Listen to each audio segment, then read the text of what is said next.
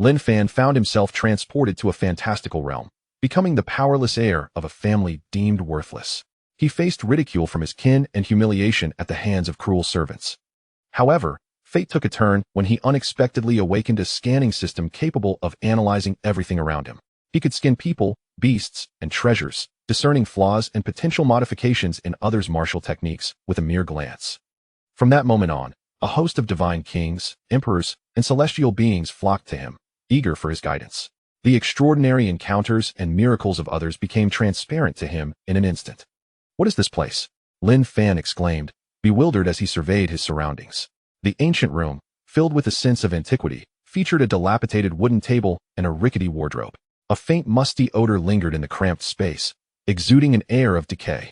Looking at the unfamiliar environment, Lin Fan murmured in confusion, "This is neither my home nor my workplace. What on earth is happening?" He distinctly recalled scanning a new file at work when a sudden wave of dizziness overtook him. The next moment, he lost consciousness. Upon regaining his sight, he found himself in this strange location. "Is anyone there?" He called out tentatively, but regrettably, there was no reply. As he pondered whether this was a prank by his colleagues, a warm sensation surged through his mind. Moments later, he realized, could it be that I have traversed into another world? Stunned, Lin Fan's eyes widened in disbelief. The warmth he felt was the remnant memories of this world's previous inhabitant. Though he was familiar with the concept of transmigration, often indulging in such tales during moments of boredom, he never imagined he would become a part of one. After the initial shock, Lin Fan began to piece together the memories flooding his mind. Lin Fan, a scion of the Lin family, one of the 4 great families of Shattered Stone City. His father, Lin Xuanhuan, was the family head but mysteriously vanished 5 years ago. Without the protection of Lin Xuanhuan, Lin Fan, devoid of any spiritual roots, fell into dire straits, even becoming a target for the lowest of servants. He sighed at the unfortunate fate of his predecessor, who had met his demise after being brutally beaten by his own kin just yesterday. Such a fate stemmed from the predatory nature of this world, where those possessing spiritual roots could cultivate martial arts and become formidable warriors. Warriors who reached great mastery could soar through the skies and traverse mountains with ease. In addition to human warriors, there existed powerful beasts and various mystical races, each vying for supremacy. In essence, power, wealth, and beauty were within reach for the strong, while the weak constantly faced the specter of death. The previous Lin Fan was indeed among the weak. Although he had once been a favored heir, his lack of spiritual roots rendered him insignificant in the eyes of his family. An heir without spiritual roots only brought shame to his lineage. As Lin Fan absorbed the memories of his predecessor, he understood the circumstances surrounding his death. Just yesterday, upon leaving his crumbling courtyard, he encountered Lin Yu, the eldest son of the second branch of the Lin family. Seeing the once proud heir reduced to such a state, Lin Yu mocked him mercilessly, hurling vile insults at both Lin Fan and his missing father. Unable to endure the humiliation, Lin Fan retaliated, but as a mere ordinary person, he was swiftly overpowered by the already formidable Lin Yu and his wicked servants, leaving him battered and unconscious. Upon stumbling back to his bed, he met his untimely demise. Such tyranny! Lin Fan seethed, his forehead throbbing with rage. These scoundrels have brutally slain their own kin. He rose from his bed and stood before a bronze mirror. The reflection revealed a youth of 17 or 18, with sharp brows and bright eyes. His pale complexion could not conceal an otherworldly aura. Gazing into the mirror, Lin Fan's eyes glimmered with indignation, his strength to reign supreme, while the weak are devoured. A change is imperative. He must seize control of his own destiny. Yet, a daunting challenge loomed before him. As it stood, he was merely a useless scion of the Lin family, lacking even spiritual roots. If Lin Yu could kill him once, he could easily do so a second or third time. What could Lin Fan do? He possessed no means of self-defense or retaliation. Contemplating this, Lin Fan furrowed his brow, searching for a solution. But after hours of deliberation, he remained at a loss. Clenching his fists, he refused to succumb to despair. At that moment, a mechanical voice echoed in his mind. Ding! Host's dissatisfaction levels have reached the threshold, activating the all-scanning system. Finding all-scanning system. A system? Lin Fan was momentarily taken aback, but soon, joy surged within him. Just as he was about to explore the capabilities of the all-scanning system, the voice resonated again. Ding! All-scanning system binding successful. Scanning initiated. As the words faded, Lin Fan felt a refreshing sensation wash over his eyes, and the surroundings transformed into vivid clarity. Item: dilapidated wooden table material, pine age, 20 years. Item: blue brick material, lime, Sand age, 10 years. Item, bronze mirror. As Lin Fan's gaze traversed the room, the system unveiled the true nature of each object. A look of realization crossed his face as he grasped the utility of the all-scanning system. Yet, Lin Fan believed the system's potential extended beyond mere observations of the mundane items within the shabby room. Determined to venture outside, he pushed open the door and surveyed the yard, eventually arriving at a towering pine tree. His eyes narrowed on the base of the tree, where a pitch-black beetle with a yellow dot on its back lay still. Indeed, Lin Fan resolved to scan this living creature, curious to witness the system's revelations. Scan, he silently commanded. Name, golden-horned rhinoceros beetle talent. Possesses immense strength, capable of lifting objects over 200 times its own weight. Weakness. Slow movement note. Can analyze the power flow of the golden-horned rhinoceros beetle and utilize it as one's own. Analyze the power flow of the golden-horned rhinoceros beetle? Utilize it for himself? Lin Fan was momentarily stunned, but soon, his eyes sparkled with excitement. The beetle's ability to lift 200 times its weight meant that if he could comprehend its strength's flow and harness it, he too could unleash power exceeding 200 times his own. If he weighed 100 pounds, multiplied by 200, that equated to 20,000 pounds. Just imagine the force of a punch carrying that weight, comparable to that of a mighty elephant. What would such a scene look like when unleashed upon an adversary? Moreover, in the realm of martial arts, to deliver a strike with 20,000 pounds of force, one must attain the rank of a 2-star martial artist. In this world, the hierarchy of martial prowess ranges from martial apprentice to martial god, each level further delineated into 1 to 9 stars. With each star attained, strength progressively increased. Thus, possessing 20,000 pounds of power would be comparable to that of a 2-star martial artist. 2-star martial artist. Excitement radiated from Lin Fan's face. It was worth noting that he was devoid of spiritual roots, even below that of a 1-star martial apprentice. Now, the opportunity to ascend to the rank of a 2-star martial artist lay before him. How could he possibly resist? Comprehend. Analyze. Lin Fan's gaze sharpened, fixating on the golden-horned rhinoceros beetle. A wondrous phenomenon occurred. He could see through the beetle's exoskeleton to the intricate network of veins within, each one vividly visible. Within these veins, luminous points representing immense strength pulsated rhythmically. He had found it. Lin Fan's expression brightened as he focused intently on those glowing points, absorbing their essence. An hour passed in the blink of an eye. As Lin Fan slowly opened his eyes, a resonant sound akin to that of a dragon or elephant reverberated within him. As a flicker of thought ignited within him, a formidable force, indescribable in its potency, surged from Lin Fan's dantian, coursing through his meridians and converging upon his right fist. Observing a millennia-old azure stone nestled in the corner, Lin Fan struck without hesitation. With a thunderous boom that could shatter eardrums, the once indomitable stone, steadfast for 1,000 years, was instantaneously reduced to fragments. Chapter 2.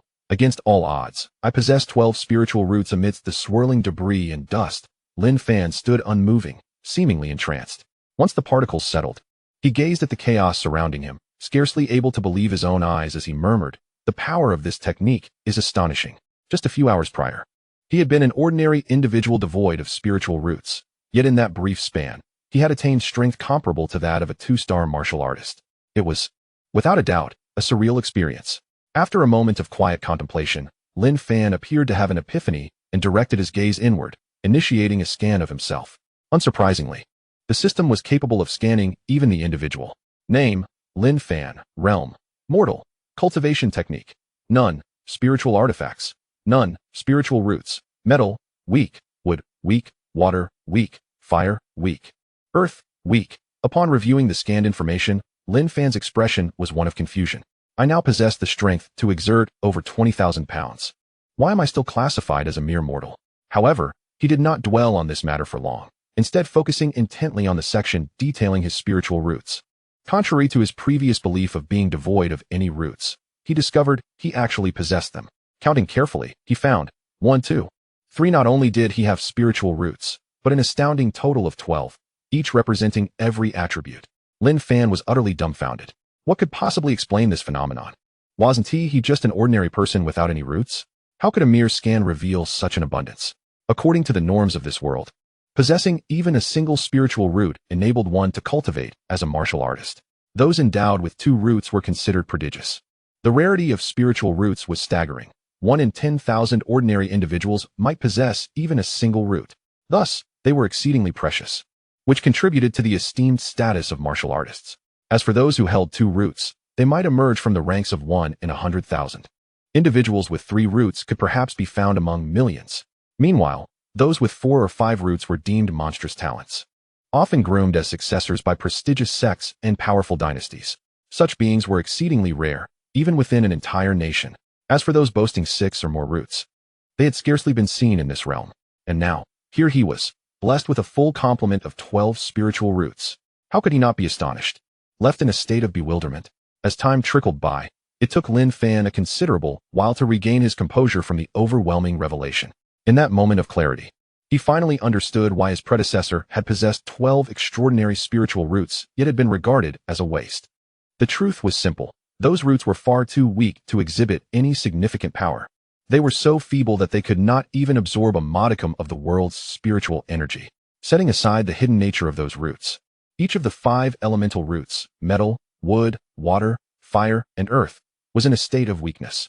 Without the assistance of the system, even Lin Fan, the master himself, would be incapable of sensing it. Such feeble spiritual roots, how could they possibly be of any use in the past? Contemplating this, Lin Fan let out a resigned smile and muttered to himself, "Ah, Lin Fan, you are amassing a treasure trove of extraordinary gems. Yet you lack the key to unlock this vault." Nevertheless, Lin Fan soon regained his composure. If he no longer possessed spiritual roots, it would be one thing, yet now, they were all brimming with potential. Naturally, he would not allow these spiritual roots to languish in silence. He intended to harness them all. The immediate priority was to enhance the strength of the 5 elemental roots. As soon as he could elevate all 5 elemental roots to a level where they could manifest and absorb spiritual energy normally, he would undoubtedly soar to great heights. With 5 spiritual roots, his cultivation speed would be quintuple that of an ordinary martial artist. Truly formidable. Moreover, he possessed 8 hidden, yet to be awakened roots. Should the day come when he could activate all 12 roots for his own use, his talent would ascend to heights unmatched throughout history. There should be no doubt about this. The possessor of 12 spiritual roots harbors such pride and confidence. For instance, under the enhancement of 12 roots, the results of a single day's cultivation would equate to what a single-rooted martial artist would achieve in 12 days. How can one compare? It is an impossible comparison. With this in mind, Lin Fan clenched his fists and cast a cold gaze outside the courtyard, declaring, "The Lin family, O Lin family, you shall surely pay the price for your foolish actions." This sentiment stemmed from Lin Fan's deep empathy. Having traversed into this realm, he had absorbed all the memories of his predecessor. The beatings, the insults, the ridicule he endured over the past 5 years, all of it etched deeply in his heart. The pain of that experience lingered in his mind. Cursed Lin family, just wait. The humiliation of the past shall be repaid when I soar through the skies like a dragon, and that will be the moment of divine retribution. Taking a deep breath to release his pent-up frustration, Lin Fan's expression shifted to one of contemplation. Now that he was aware of his weak spiritual roots, the pressing task was to discover a method to enhance their strength.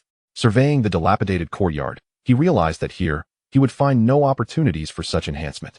After straightening his garments, Lin Fan was about to push open the courtyard door to seek opportunities beyond the Lin estate when a notification echoed in his mind. Ding. Scanning detected. A person is approaching the host's courtyard. Visitor's name, Lin Dachui. Identity, the second son of the Lin family. Lin Yu's lackey and accomplice in the beating that led to the host's predecessor's death. Realm, 4-star martial disciple. Purpose of visit, under Lin Yu's orders, to check if the host is deceased. Upon hearing the system's reminder, Lin Fan's expression turned icy. He had not even had the chance to exact his revenge, and already the accomplice of the culprit had come knocking at his door. In that case, narrowing his eyes at the courtyard gate, Lin Fan coldly remarked, "Heaven has a path you refuse to tread. Hell has no door, yet you dare to intrude. Since you are so eager to seek death, I shall oblige." With a snort, Lin Fan seated himself upon the stone chair in the courtyard, gazing indifferently at the door. After a moment's pause, with a resounding thud, the wooden door of the courtyard was forcefully kicked open by Lin Dazhui from outside. Brimming with bravado, Lin Dazhui intended to unleash a tirade, only to discover Lin Fan seated in the courtyard, exuding a serene composure as if he had been anticipating his return. This revelation sent a jolt through Lin Dazhui's heart, igniting within him an absurd sense of unease. The Lin Fan before him appeared almost unfamiliar, as if transformed into another being entirely. The aura surrounding Lin Fan evoked an ominous premonition in Lin Dazhui, reminiscent of impending calamity. Just yesterday, Lin Fan had been battered and bruised, a mere shadow of life. How could he present himself today as if unscathed? This bewildering transformation left Lin Dazhuai in a state of uncertainty. His innate cowardice compelled him to consider retreating, but he ultimately restrained himself. What a charade. He is merely a waste without spiritual roots. Why should I fear him? Shaking his head to dispel the ludicrous fear, Lin Dazhuai adopted a mocking tone, addressing Lin Fan with disdain. Oh, young Master Lin appears quite at ease, enjoying the scenery in the courtyard, unlike us mere servants, who must sprint at the slightest command. Seeing that Lin Fan remained unfazed by his provocation only fueled Lin Dazhuai's fury. He rolled up his sleeves to reveal his muscular arms, pointing an accusatory finger at Lin Fan as he bellowed. Do not think that just because you are called young master, you can act with impunity. Let me remind you, you are nothing but a waste devoid of spiritual roots. As a 4-star martial apprentice, I shall teach you the virtue of humility today. With that, Lin Dazhuai clenched his fist and advanced toward Lin Fan, a cruel smile playing on his lips. In his mind, he could already envision Lin Fan's cries of agony. At that moment, Lin Fan spoke. He cast a cold glance at Lin Dazhuai and said in a detached tone, Do you know what it feels like to live a fate worse than death? You dog-like servant? Fate worse than death? Lin Dazhuai was momentarily taken aback. Then, with a perplexed expression, he retorted, Did I hear you correctly? You, a mere waste without spiritual roots, dare to threaten me, a martial artist? Lin Fan scoffed. Threaten? You think you are worthy of such a notion? The disdain in Lin Fan's gaze ignited Lin Dazhuai's wrath. Roaring in anger, he charged toward Lin Fan, intent on teaching this presumptuous waste a lesson. The courtyard was small, and in just a few strides, Lin Dazhuai was upon Lin Fan, his massive fist imbued with the pressure of a 4-star martial apprentice, careening toward Lin Fan's face.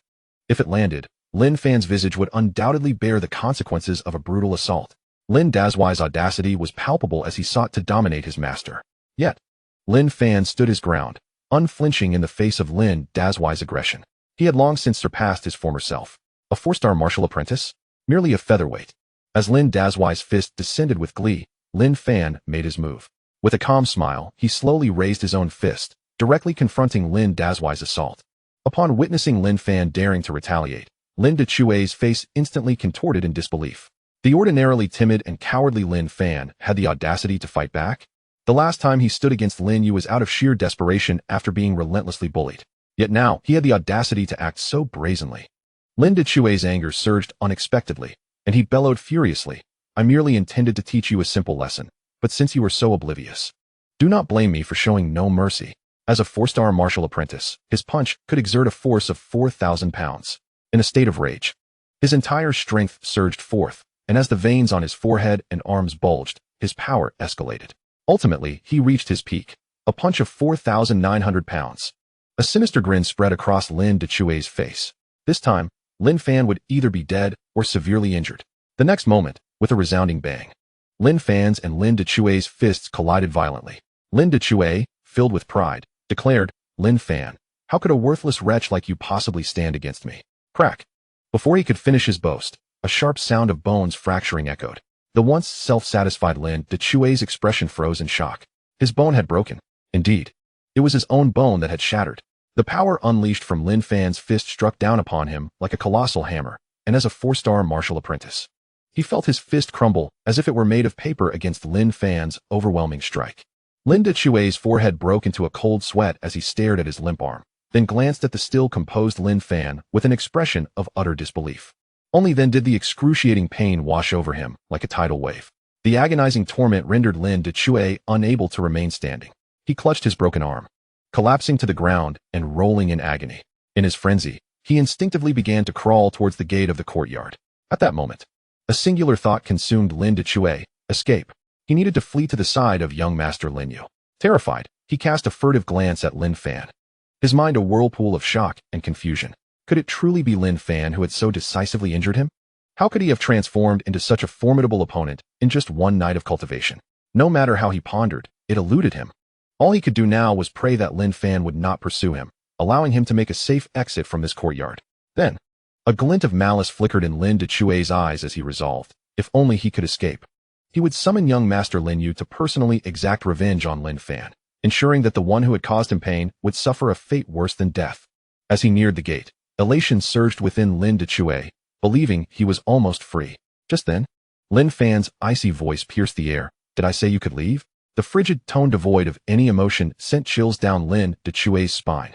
Driven by an overwhelming instinct for survival, he disregarded Lin Fan's words, struggling to rise and hastily make his way towards the exit. Lin Fan chuckled and shook his head, murmuring, "Indeed, one is obstinately clinging to a ridiculous will to survive." As soon as he finished speaking, Lin Fan's figure flickered, swiftly appearing before the courtyard gate, which he then closed behind him.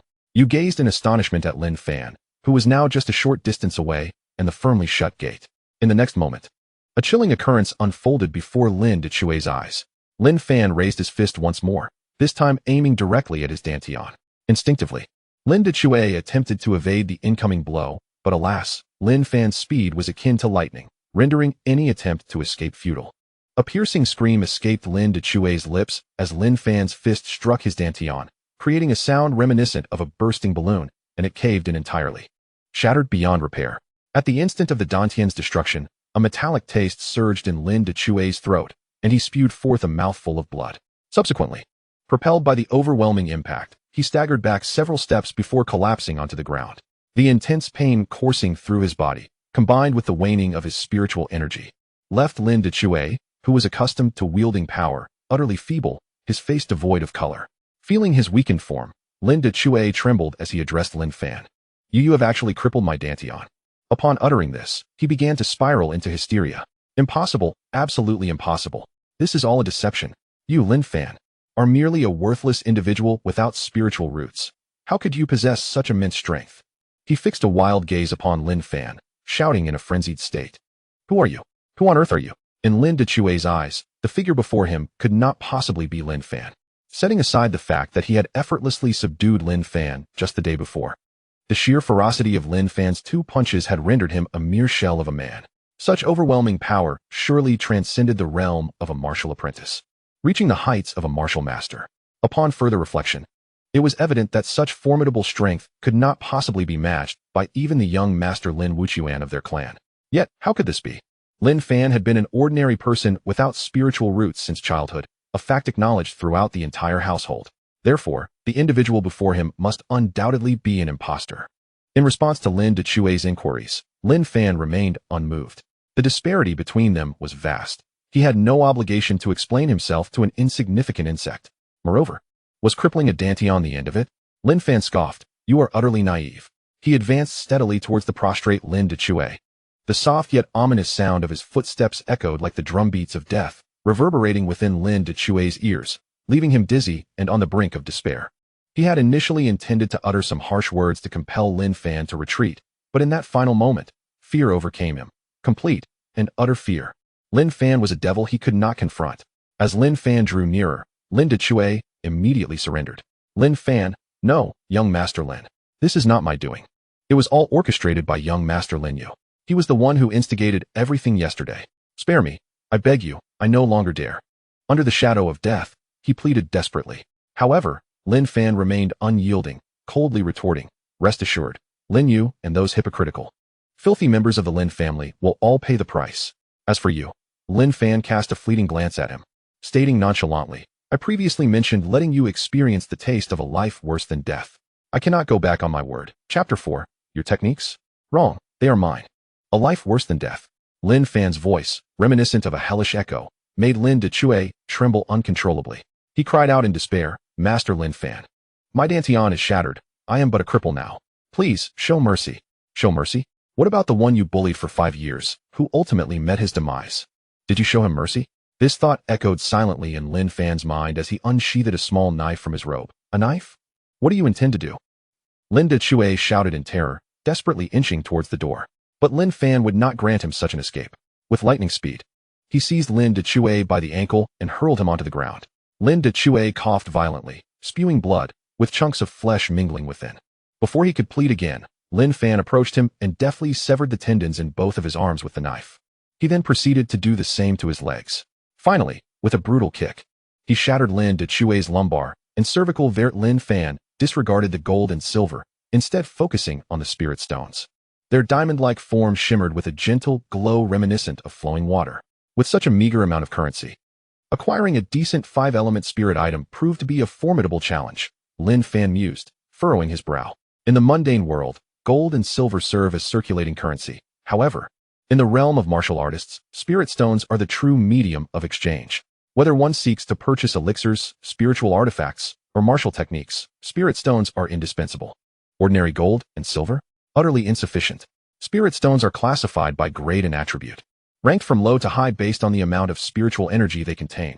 Inferior spirit stones, middle-grade spirit stones, superior spirit stones, and premium spirit stones. The conversion rate between different grades stands at 100 to 1. After placing the items back into his storage bag, Lin Fan softly remarked, "Let me first see what treasures might be nearby." His gaze fell upon the bustling crowd below, where individual character attributes materialized before his eyes. Name, Su Chi. Realm, 5-star martial apprentice. Technique, yellow level heavenly severing palm, gathering the spiritual energy from the dantian into a single palm strike, then continuously refining without rest. Depending on the progress of cultivation, it is divided into 3 stages. The first stage requires technique flaw, overemphasis on external refinement, neglecting the coordination of internal energy, imposing significant burdens on the meridians, potentially causing irreversible damage to cultivation, resulting in a lifetime stagnation at the 7-star martial apprentice level. Spiritual root, gold spiritual root, treasures, inferior 3-eyed ring knife, 60 inferior spirit stones, 1 bottle of body refining pills. Upon observing the martial artist's circumstances, a hint of astonishment crossed Lin Fan's face. The techniques cultivated by individuals are typically shrouded in secrecy, apart from close kin. It is arduous for others to discern the martial art one practices. This secrecy stems from a fear of adversaries discovering one's technique and subsequently devising countermeasures. Yet, with his system, Lin Fan could not only discern the name of the technique, but also the method of cultivation and its inherent flaws. The existence of such a remarkable feature left him astounded. Did this not imply that, in battles against opponents, there would be no secrets hidden from him? No tricks? No lethal moves? None at all. Moreover, the advantages did not cease there. Lin Fan glanced once more at Su Chi's technique, his eyes alight with excitement. A remarkable technique can facilitate swift advancement in cultivation. Conversely, such techniques are rare and precious. With the aid of his system, he harbored no concerns regarding techniques. Upon encountering a suitable one, he could simply replicate it. Not only could he learn a diverse array of techniques, but he also need not expend any resources. This endeavor was undeniably a lucrative venture. Contemplating this, Lin Fan's excitement grew ever more fervent. Techniques are also ranked by grade.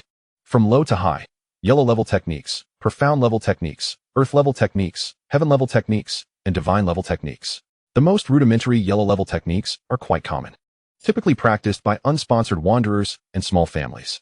The slightly more advanced profound level techniques are considerably rarer, without a certain level of strength. One cannot hope to acquire such esteemed techniques. Consequently, profound level techniques are generally found only within major families, such as the 4 prominent families of Shattered Stone City, who utilize profound level techniques. Regarding the martial arts above the earth level, I have never encountered any in the memories of my past life. The absence of a single earth-level martial technique within a city underscores the rarity and preciousness of such practices. With this thought, Lin Fan felt a surge of enthusiasm and continued to scan the martial artists on the street, hoping to uncover some invaluable techniques. Name, xuanhuan. Realm, 6-star martial apprentice. Technique, yellow-level infinite staff technique. Technique flaw, rigidity and lack of flexibility, neglecting the rebound force, resulting in damaged meridians. Name, xuanhuan. Realm, 5-star martial apprentice. Technique, yellow level. Name, xuanhuan. Realm, 6-star martial apprentice. Technique, yellow level. Half an hour later, Lin Fan furrowed his brow and withdrew his scanning gaze. He had examined over a dozen martial artists, all of whom possessed nothing but exceedingly ordinary yellow-level techniques. This was already disappointing. Not only were these yellow-level techniques unremarkable, but they also bore various flaws and risks, rendering them impractical for cultivation. Even if a yellow-level technique lacked obvious defects, its value for training was minimal. The reason was simple: they were still rather elementary. At that moment, Lin Fan seemed to conceive a brilliant idea. Since the majority of ordinary martial artists wielded yellow-level techniques, perhaps scanning some martial kings or martial emperors would yield far superior techniques. Chapter 5. Range Scanning. Discovering the mysterious heavenly dragon martial king and martial emperor techniques. Lin Fan's eyes sparkled. This approach held great potential for acquiring advanced techniques. However, the next moment, he relinquished the thought. His current strength was insufficient to support such an endeavor. Setting aside the possibility of encountering martial kings or martial emperors in the modest stone shard city. Even if they existed, His present martial master level would surely draw their attention if he attempted to pry into their secrets. The disparity in power was simply too great. With this realization, Lin Fan shook his head and said, "Never mind, I will take my time with the techniques. The priority now is to find spiritual materials that can enhance the strength of my 5 elements spiritual roots." Putting aside these thoughts, Lin Fan prepared to continue scanning for any 5 elements spiritual materials. Yet, he soon recognized a pressing issue: efficiency. Stone Shard City, while not excessively large, was still quite expansive. Scanning each individual and location one by one could take an eternity. If only I could perform a range scan, Lin Fan muttered softly to himself. At that moment, a sound echoed. Ding! Detected the host's intent. Range scanning function activated. Upon hearing this, Lin Fan's face lit up with joy. It was perfectly timed. Just as he was feeling drowsy, the pillow had been delivered. Without hesitation, Lin Fan immediately focused his thoughts. Scan all beings and objects within half a mile. As soon as the words left his lips, his mental energy radiated outward like rippling waves, extending in all directions.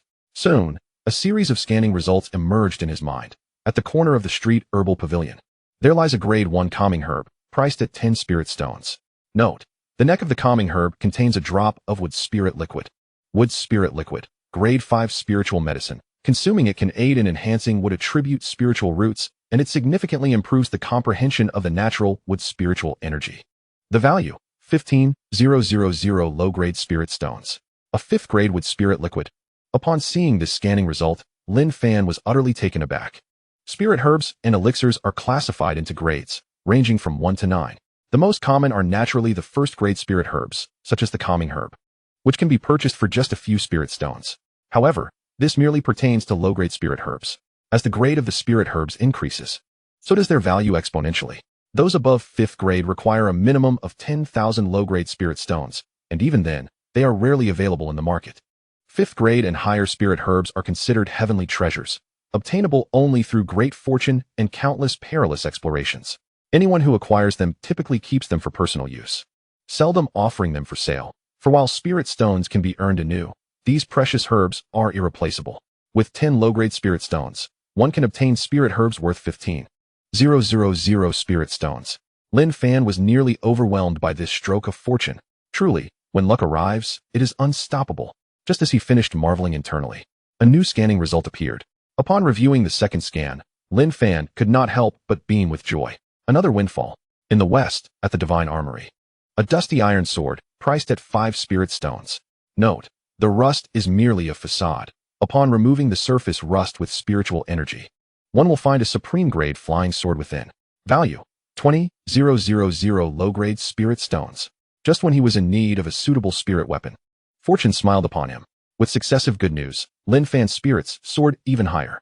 He continued to scan. At the end of the street, in the Danxiang Pavilion, among the scattered remnants of a 1st grade nourishing pill, there lies a price of 8 spirit stones. Note: amidst the ineffective nourishing pill, there is a 5th grade fire pill, valued at 10,000 low-grade spirit stones. What a series of delightful surprises. The recent scans revealed exceptionally high-value items. Just moments ago, he was troubled by a lack of funds, and now he discovered items worth tens of thousands of spirit stones. What a remarkable turn of events. Unable to contain his excitement, Lin Fan immediately set off towards the locations of these treasures. Just then, another scanning notification echoed. Ding! To the northeast, within the Spirit Beast Workshop, a red snake that has consumed the fire source fruit is about to be slaughtered. Price: 2 spirit stones. True form: Xiantian Divine Dragon. Value: priceless. The Xiantian Divine Dragon? Priceless. Lin Fan's heart quaked with astonishment. Could it be so exaggerated? A mere red snake slated for slaughter turns out to be a dragon? When did dragons become so undervalued? The dragon, revered as the king of beasts, possesses formidable power from birth. There are many types of dragons, with the Xiantian Divine Dragon being the mightiest among them. The fact that such a rare dragon appears in Shattered Stone City left Lin Fan awestruck. Moreover, according to the scanning results, this Xiantian Divine Dragon was on the brink of demise. Without hesitation, Lin Fan dashed towards the Spirit Beast Workshop like an arrow released from a bow. Before a stall selling low-level spirit beasts, a burly vendor brandished a sharp dagger, poised over a captive red snake that writhed on the ground, seemingly contemplating where to strike. The snake, measuring over a meter in length and as thick as a thumb, bore numerous scars upon its slender form, with many scales shattered, rendering it a pitiful sight. Yet, What was most striking was the pair of expressive eyes the little red snake possessed.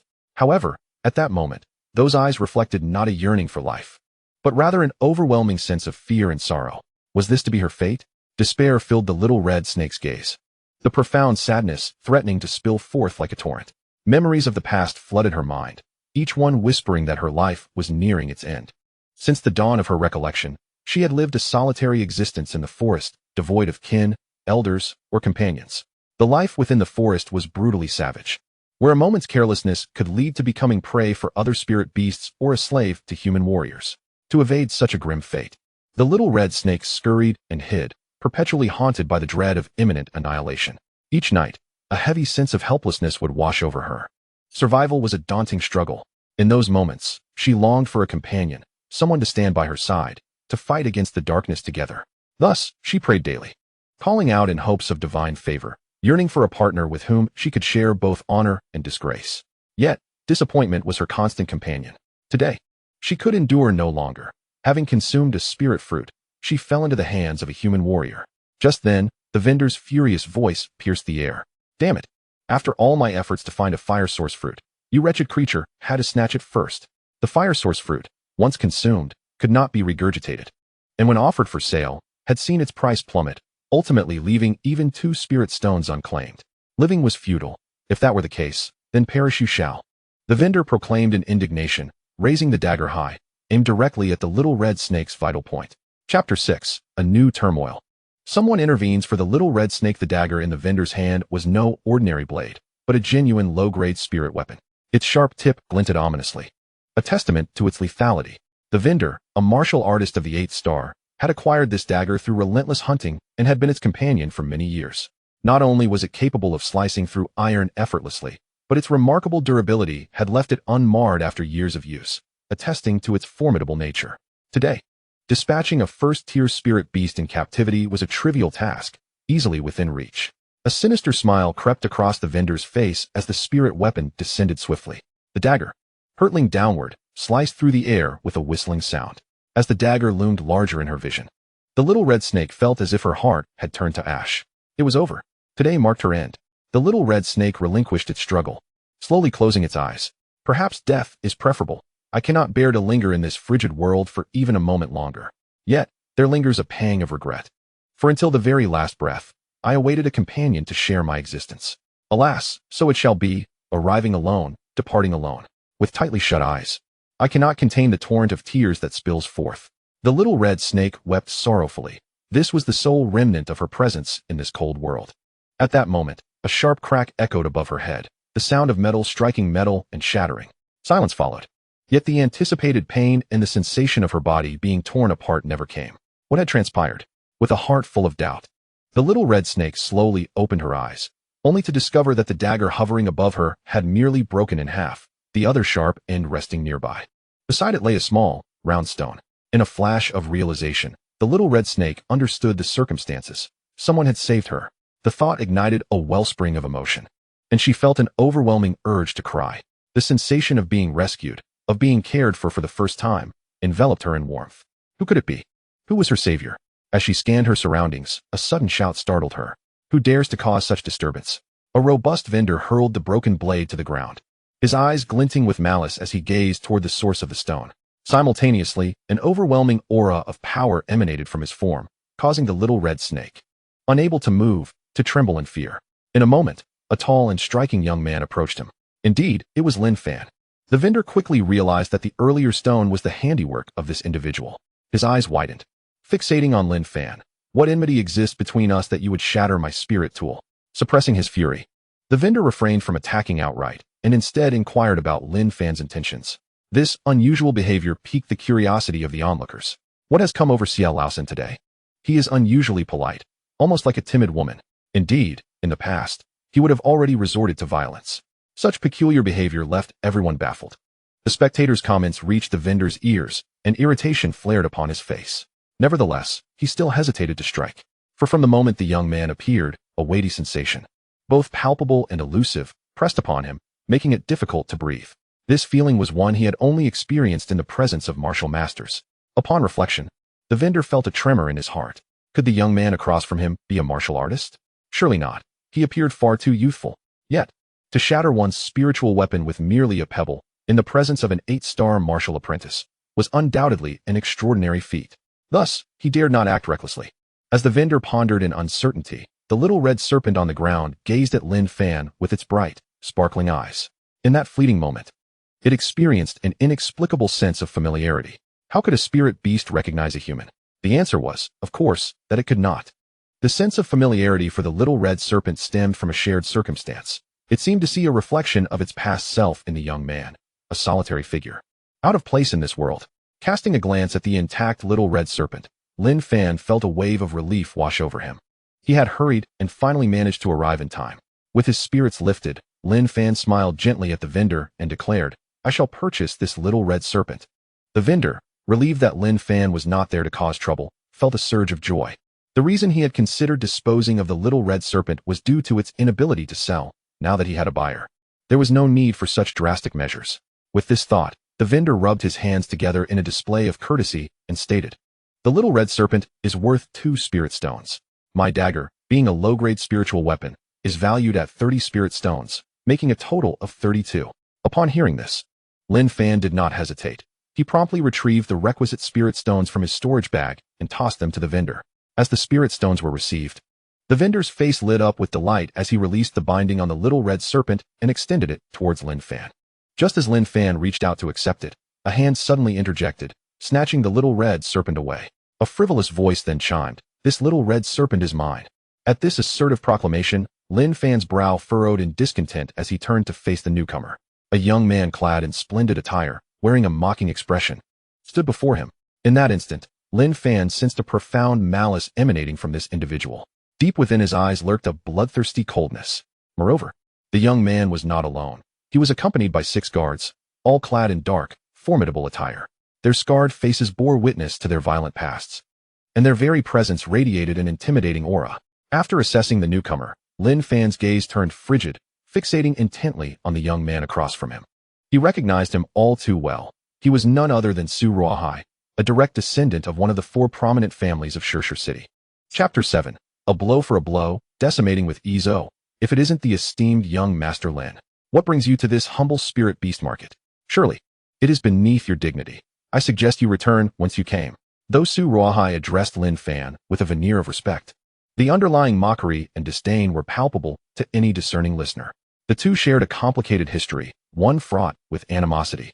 In the realm of Shattered Stone City, one must inevitably speak of a heroic figure, Lin Fan's father, Lin Xiaodian.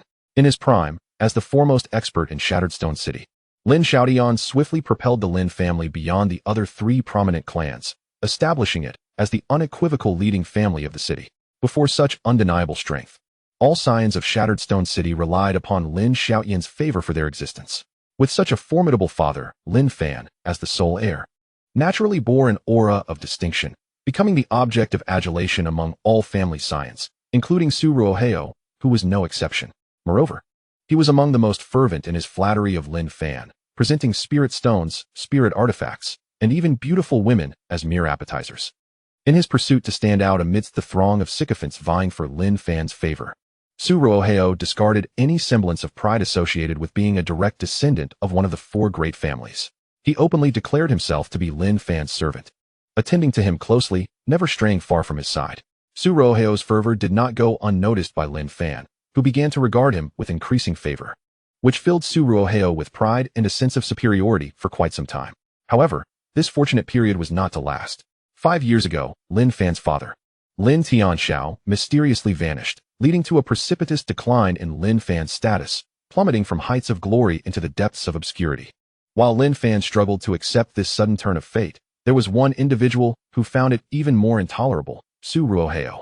He, a scion of the Su family, had sacrificed his dignity to curry favor with Lin Fan, all in hopes of basking in reflected glory. Yet, the outcome was a descent into ridicule. Enraged and humiliated, xuanhuan blamed Lin Fan for his misfortunes. Whenever he encountered Lin Fan, he would subject him to extreme humiliation, followed by physical assault, not relenting until Lin Fan bore the marks of his wrath. Over time, Lin Fan, in fear of further confrontations with xuanhuan, confined himself within the walls of his home, too frightened to venture outside. Yet xuanhuan was relentless. He stationed individuals to watch the Lin estate daily and conspired with members of the Lin family to lure Lin Fan out, seeking to vent his pent-up frustrations. Thus, upon receiving intelligence from his subordinates today, he once again sought to create trouble for Lin Fan at the Spirit Beast workshop. In the face of Su Ruoheo's mocking demeanor, Lin Fan remained stoic and silent, seemingly engrossed in examining something. Indeed, Lin Fan was scrutinizing Su Ruoheo's personal information. Name, Su Ruoheo, realm, 9-star martial apprentice, spirit root, earth spirit root, martial techniques, stalwart armor, rock fist. Cultivation method, earth spirit decision. Extract a handful of the earth's core, infuse it with one's spiritual energy, and comprehend the 49 heavens. Method flaw, while appearing to offer ultimate defense, it possesses a fatal weakness. A powerful strike to the Tanzhong point can cause his spiritual energy to run rampant and sever his meridians. The Tanzhong point is a lethal point? A cold smile crept upon Lin Fan's lips, his demeanor growing increasingly foreboding. He pointed at the small red snake in Su Ruoheo's hand and said in a chilling tone, "That little red snake belongs to me. If you wish to live, release it at once." Upon hearing these words, Su Ruohai felt an inexplicable tremor in his heart, as if he were facing a frenzied beast of royal caliber rather than Lin Fan. He sensed that if he did not comply, he could very well become the next meal for this creature. However, this state of apprehension lasted but a brief moment before he regained his composure. What followed was a surge of intense humiliation and anger. To think he had almost been intimidated by the so-called first waste of Shattered Stone City was utterly absurd. Lin Fan, have you not yet awakened from your slumber to dare threaten me? Have you forgotten how I dealt with you previously? With a cruel smile etched upon his face, he tightened his grip on the small red snake. This snake would be his. Recently, he had been yearning for something light to satisfy his palate, and a delectable snake soup would be just the remedy. If you desire to live, kneel and beg me. Perhaps I might consider it. As Su Ruohai's arrogant words echoed, Lin Fan had yet to respond, yet the small red snake was already in a state of panic. The physical pain she endured paled in comparison to the anguish within her heart, just when she thought she was doomed to perish beneath the vendor's dagger. She had been miraculously rescued by Lin Fan. Now, seeing a glimmer of hope ignited her gratitude towards him, only for misfortune to strike again. She was once more captured by a nefarious individual, and judging by his words, she was soon to become a bowl of snake soup. Despair washed over her once more, saturating her heart with profound sorrow. Yet, this time, she did not succumb to utter hopelessness. Instead, she cast an expectant gaze towards Lin Fan, hoping that he might save her again. As if sensing the small red snake's plea, Lin Fan returned her a reassuring smile, before his expression turned icy, his gaze piercing like lightning as he fixed it upon Su Ruohai. "Since you are so ungrateful, let us settle both old and new scores together. You shall perish." No sooner had the words left his lips than Lin Fan lunged forward. The ground trembled under the immense pressure, stirring up a cloud of choking dust. Witnessing this scene, Su Ruohai felt a wave of foreboding wash over him, and he instinctively took several steps back, bellowing at his guards. "What are you all standing around for? Quickly, seize him, break his limbs, and turn him into a mere walking stick." Yes, at Su Ruohai's command, the 6 black-clad guards surged forward like ravenous leopards, swiftly advancing towards Lin Fan. These 6 guards were elite assassins meticulously trained by the Su family, each possessing strength surpassing the 7-star martial disciple realm. Moreover, having been cultivated by the Su family from a young age, they had mastered the art of coordinated attacks. Together, they were invincible beneath the realm of martial masters. This was precisely the foundation of Su Ruohai's arrogance. Observing the formidable stance of the guards, Su Ruohai's initial trepidation evaporated, restoring his confidence. He laughed arrogantly at Lin Fan, who stood motionless, seemingly paralyzed by fear. "A waste is but a waste. Are you too frightened to move? You dare provoke me. It seems you seek your own demise." However, before he could finish his self-satisfied proclamation, he was met with a sight that filled him with terror. As the 6 guards formed a circle around Lin Fan, he finally made his move. Clenching his right fist, he swiftly struck within the inner circle, leaving the guards in a state of shock. With 6 muted thuds, the guards' stanchions were instantly incapacitated. Their anguished cries echoed, reminiscent of shrimps bending in pain as they fell to the ground, retching violently. The crimson blood quickly stained the earth, creating a gruesome scene. But this was not the end. Chapter 8. A single finger gazing at the fallen guards, Lin Fan suddenly broke into a chilling smile. In the face of their terror-stricken expressions, he raised his foot high and brought it down forcefully upon one guard's arm. The sound of a bone snapping echoed as the guard clutched his arm, wailing in despair. Lin Fan remained unfazed, methodically continuing his assault. With each crack, the limbs of the 6 guards were mercilessly crushed beneath his feet, until they lay unconscious, spitting blood. Witnessing this hellish spectacle, Su Ruohai was rendered speechless. His throat constricted as if choked by a solid object, preventing him from uttering a coherent word. After what felt like an eternity, he finally emerged from his stupor. Trembling uncontrollably, his face as pale as a ghost. Upon glancing at Lin Fan, he stumbled backward in terror, exclaiming, "Monster! You are a monster!" Not only was Su Ruohai in a daze, but the onlookers were equally astounded. Prior to the guard's attack, they had pitted Lin Fan, believing him to be a weakling doomed to failure. Yet, in an astonishing turn of events, it was Lin Fan, the very one they underestimated, who executed a breathtaking reversal. Consider this: 6 formidable 7-star martial apprentices, and Lin Fan, without any discernible martial aura, appeared to be an ordinary person. Yet, astonishingly, with just 6 punches, he obliterated them. The crowd stood in shock, bewildered by the spectacle, instinctively taking a step back in reverence for Lin Fan. Meanwhile, Su Ruohai, in his panic, lost his footing and fell to the ground. As Lin Fan approached, he shouted in desperation, "How did you do it? What on earth have you accomplished? You are just a waste without spiritual roots. How could you defeat my guards? Tell me, what underhanded tricks have you employed?" Having once been Lin Fan's ultimate sycophant, Su Ruohai understood his situation all too well. No spiritual roots, a timid disposition, absolutely worthless. If it weren't for his domineering father shielding him, Lin Fan, the weakling, would have long been devoured, leaving not even a trace behind. Yet now, Lin Fan seemed like a transformed individual, decisive and wielding unparalleled power. By all appearances, they should be 2 entirely different people. However, the face before him was undeniably that of the once powerless waste. At that moment, a plausible conjecture suddenly sprang into Su Ruohai's mind. He quelled the rising panic within him, leaping up with a triumphant expression that seemed to convey, "I see through you." He addressed Lin Fan, exclaiming, "I've finally figured it out. You must have consumed some forbidden drug, haven't you? Only by exhausting your life force to unleash your potential could you have attained such formidable martial prowess. To my knowledge, these forbidden substances are time-limited. Their effects must be waning now." The more he spoke, the more convinced Su Ruohai became that Lin Fan had reached his limit. He believed that with a single strike, he could incapacitate Lin Fan. Crack, crack. With an air of confidence, Su Ruohai began to move his body, his joints popping like firecrackers. As his thoughts surged, the rich earth spirit energy within his dantian was swiftly mobilized, and soon, strands of spiritual energy radiated from his body. These energies coalesced into a formidable rock-like armor. The moment the armor took shape, a fierce and weighty aura surged forth. The 9-star martial disciple represented the pinnacle of martial discipleship, indeed an extraordinary feat. Enveloped in his armor, Su Ruohai felt an overwhelming sense of security. He raised his fist, encased in stone, and boasted, "Lin Fan, I can't decide whether to call you foolish or simple-minded, resorting to forbidden drugs for a fleeting surge of power. What does it matter that you dispatched 6 useless lackeys? I am a 9-star martial disciple. Without a martial master present, none can contend with me. Now, your time of reckoning has arrived." With a sudden forceful stomp, Su Ruohai launched himself towards Lin Fan like an arrow released from its bow. His speed was astonishing, though encased in hard rock. It seemed to have no effect on his velocity. As he surged forward, a violent spiritual pressure radiated outward, causing the onlookers to stagger back in shock. They clung to one another to steady themselves, their faces awash with disbelief. Is this the power of a 9-star martial disciple? Incredible, truly remarkable. Among the crowd, the strongest was merely an 8-star martial disciple. They understood that had they been tasked with receiving that punch, they would undoubtedly be left battered. As the crowd gasped in astonishment, Su Ruohai drew ever closer to Lin Fan, the distance between them shrinking to a mere step. In the face of Su Ruohai's assault, Lin Fan had already halted his retreat. He stood his ground, neither dodging nor evading, calmly regarding the approaching Su Ruohai.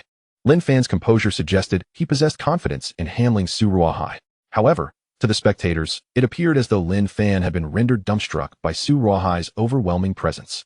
Such behavior seemed akin to surrendering, as if waiting for death. It's over for that kid. He cannot withstand a 9-star martial disciple. Yet, one could not overlook the fact that he had just decisively eliminated those 6 guards, could he? But that was different. The young master of the Su family was a 9-star martial disciple, incomparable to those guards. The clamor of discussions echoed, all casting doubt on Lin Fan's prospects.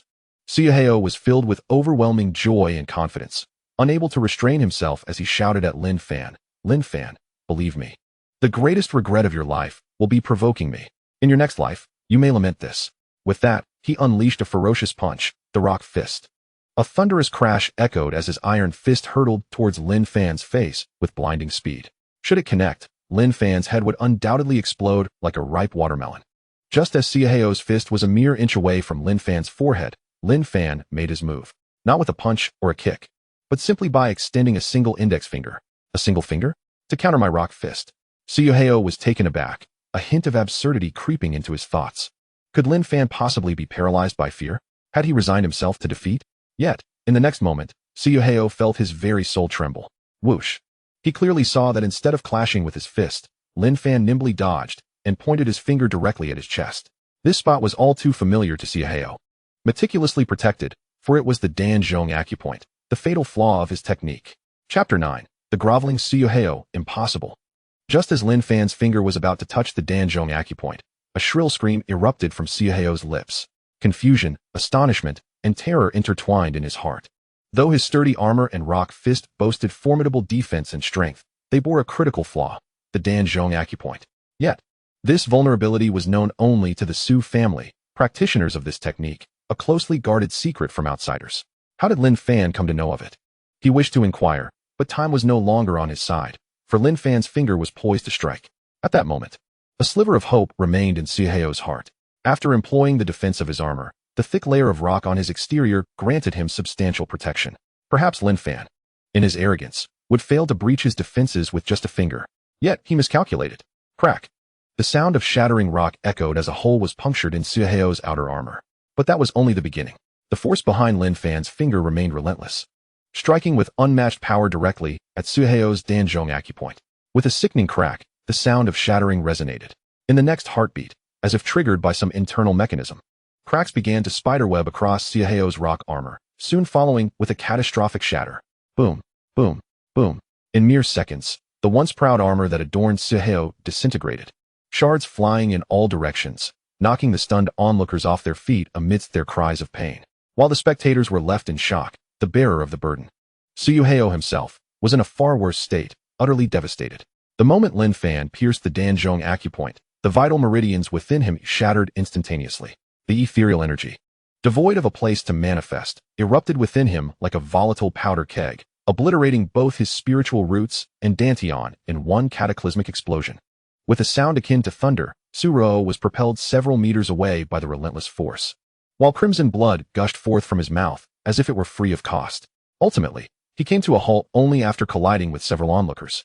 His complexion drained of all color, having succumbed to unconsciousness. The sheer volume of blood he expelled was insurmountable. As the crowd gazed upon Su Ruo, sprawled on the ground like a pitiful puddle of mud, they were rendered speechless, utterly astonished. They could scarcely believe that the seemingly formidable Su Ruo had been vanquished by a mere flick of Lin Fan's finger. The atmosphere grew silent as the spectators absorbed the shocking turn of events. At that moment, Su Ruo regained consciousness, his expression one of bewilderment. As he sensed the severed meridians and the shattered remnants of his spiritual roots and Dantian, despair washed over him. I have become a worthless being, utterly incapacitated. Under the weight of such a crushing blow, Su Ruo found himself bereft of rational thought, muttering incessantly about his newfound state of worthlessness. However, the excruciating pain coursing through his body jolted him back to reality, accompanied by a torrent of fear, shock, and resentment. He glared at Lin Fan with bloodshot eyes, filled with fury. As a direct descendant of the Su family, endowed with exceptional talent for cultivation, he was destined to ascend to the rank of martial master in no time. Yet, all of that had been annihilated by Lin Fan, completely obliterated. Amidst the fury, confusion also swelled within him. How did Lin Fan possess knowledge of his vulnerabilities? Furthermore, when had Lin Fan grown so formidable? Was it truly the result of forbidden substances? Yet, none of these questions mattered now. He had become a thoroughly incapacitated individual, condemned to languish on a sickbed for the remainder of his life. Akin to a lifeless corpse, contemplating the grim fate that awaited him, Su Ruo descended into madness. He mustered the strength to lift his head, glaring venomously at Lin Fan, and declared, "Lin Fan, how could you inflict such cruelty upon me? You are doomed. No matter where you flee, the Su family will pursue you to the ends of the earth. In this vast world, there will be no refuge for you. Just wait. Once my elders capture you, I will ensure your suffering is relentless, making your existence a living hell. The pain I experience now, I will inflict upon you 1,000-fold." Consumed by malice, Su Ruohuo had completely lost his sanity. Listening to Su Ruohuo's threats, Lin Fan's eyes turned icy. Torture me? Make me wish for death? You are correct. Today, one of us shall perish, and that person will be you. With that, Lin Fan fixed a fierce gaze upon Su Ruo. Panic Sir in a moment of panic. When he looked up again, he found Lin Fan standing beside him, gazing down upon him with an air of superiority. A chilling sense of impending doom surged uncontrollably from the depths of his heart. Su Ruo struggled with great effort, forcing a smile as he spoke. Master Lin, you cannot kill me. I am a direct descendant of the Su family, and there is still a possibility that I may inherit the position of the family head. If you take my life, not only will the Su family seek vengeance, but your own Lin family will certainly not let you off the hook. What I said earlier was all in a moment of madness. If you spare me, I assure you that I will not retaliate, and the Su family will not hold you accountable. I beg you, please let me go, will you? The grandeur and pride of his past were shattered under the threat of death, though he had become a mere shadow of his former self. It did not mean he wished for his own demise. After all, a miserable existence is preferable to a swift death. If he could not become a warrior, then he would not be one. With the power of the Su family behind him, he could easily live as a carefree young master, continuing to indulge in a life of opulence. As long as he could survive pride, to hell with it. Having uttered these desperate words, Su Ruo glanced at Lin Fan, who remained silent, and his heart raced with increasing anxiety. In that moment, he recalled the red snake he had previously intercepted from Lin Fan and hastily offered it to him. I should never have taken what belonged to you, Master Lin. Here, it is returned to its rightful owner. If you find my sincerity lacking, I am willing to send someone to catch 1,000, or even 10,000. More of these red snakes. I implore you, have mercy and spare my life. At that moment, Su Ruo had completely shed the pride of a scion of a prestigious family, resembling a lost dog, groveling on the ground in desperation. Lin Fan remained silent, yet accepted the offered red snake without acknowledging Su Ruo's pleas for mercy. Instead, he initiated a scan of the small red snake. In the next instant, the information regarding the small red snake appeared before his eyes. Chapter 10. Awakening of the Small Red Snake. Name, Small Red Snake. Entity, Xuanhuan Divine Dragon. Divine ability, bloodline of a top-tier divine beast.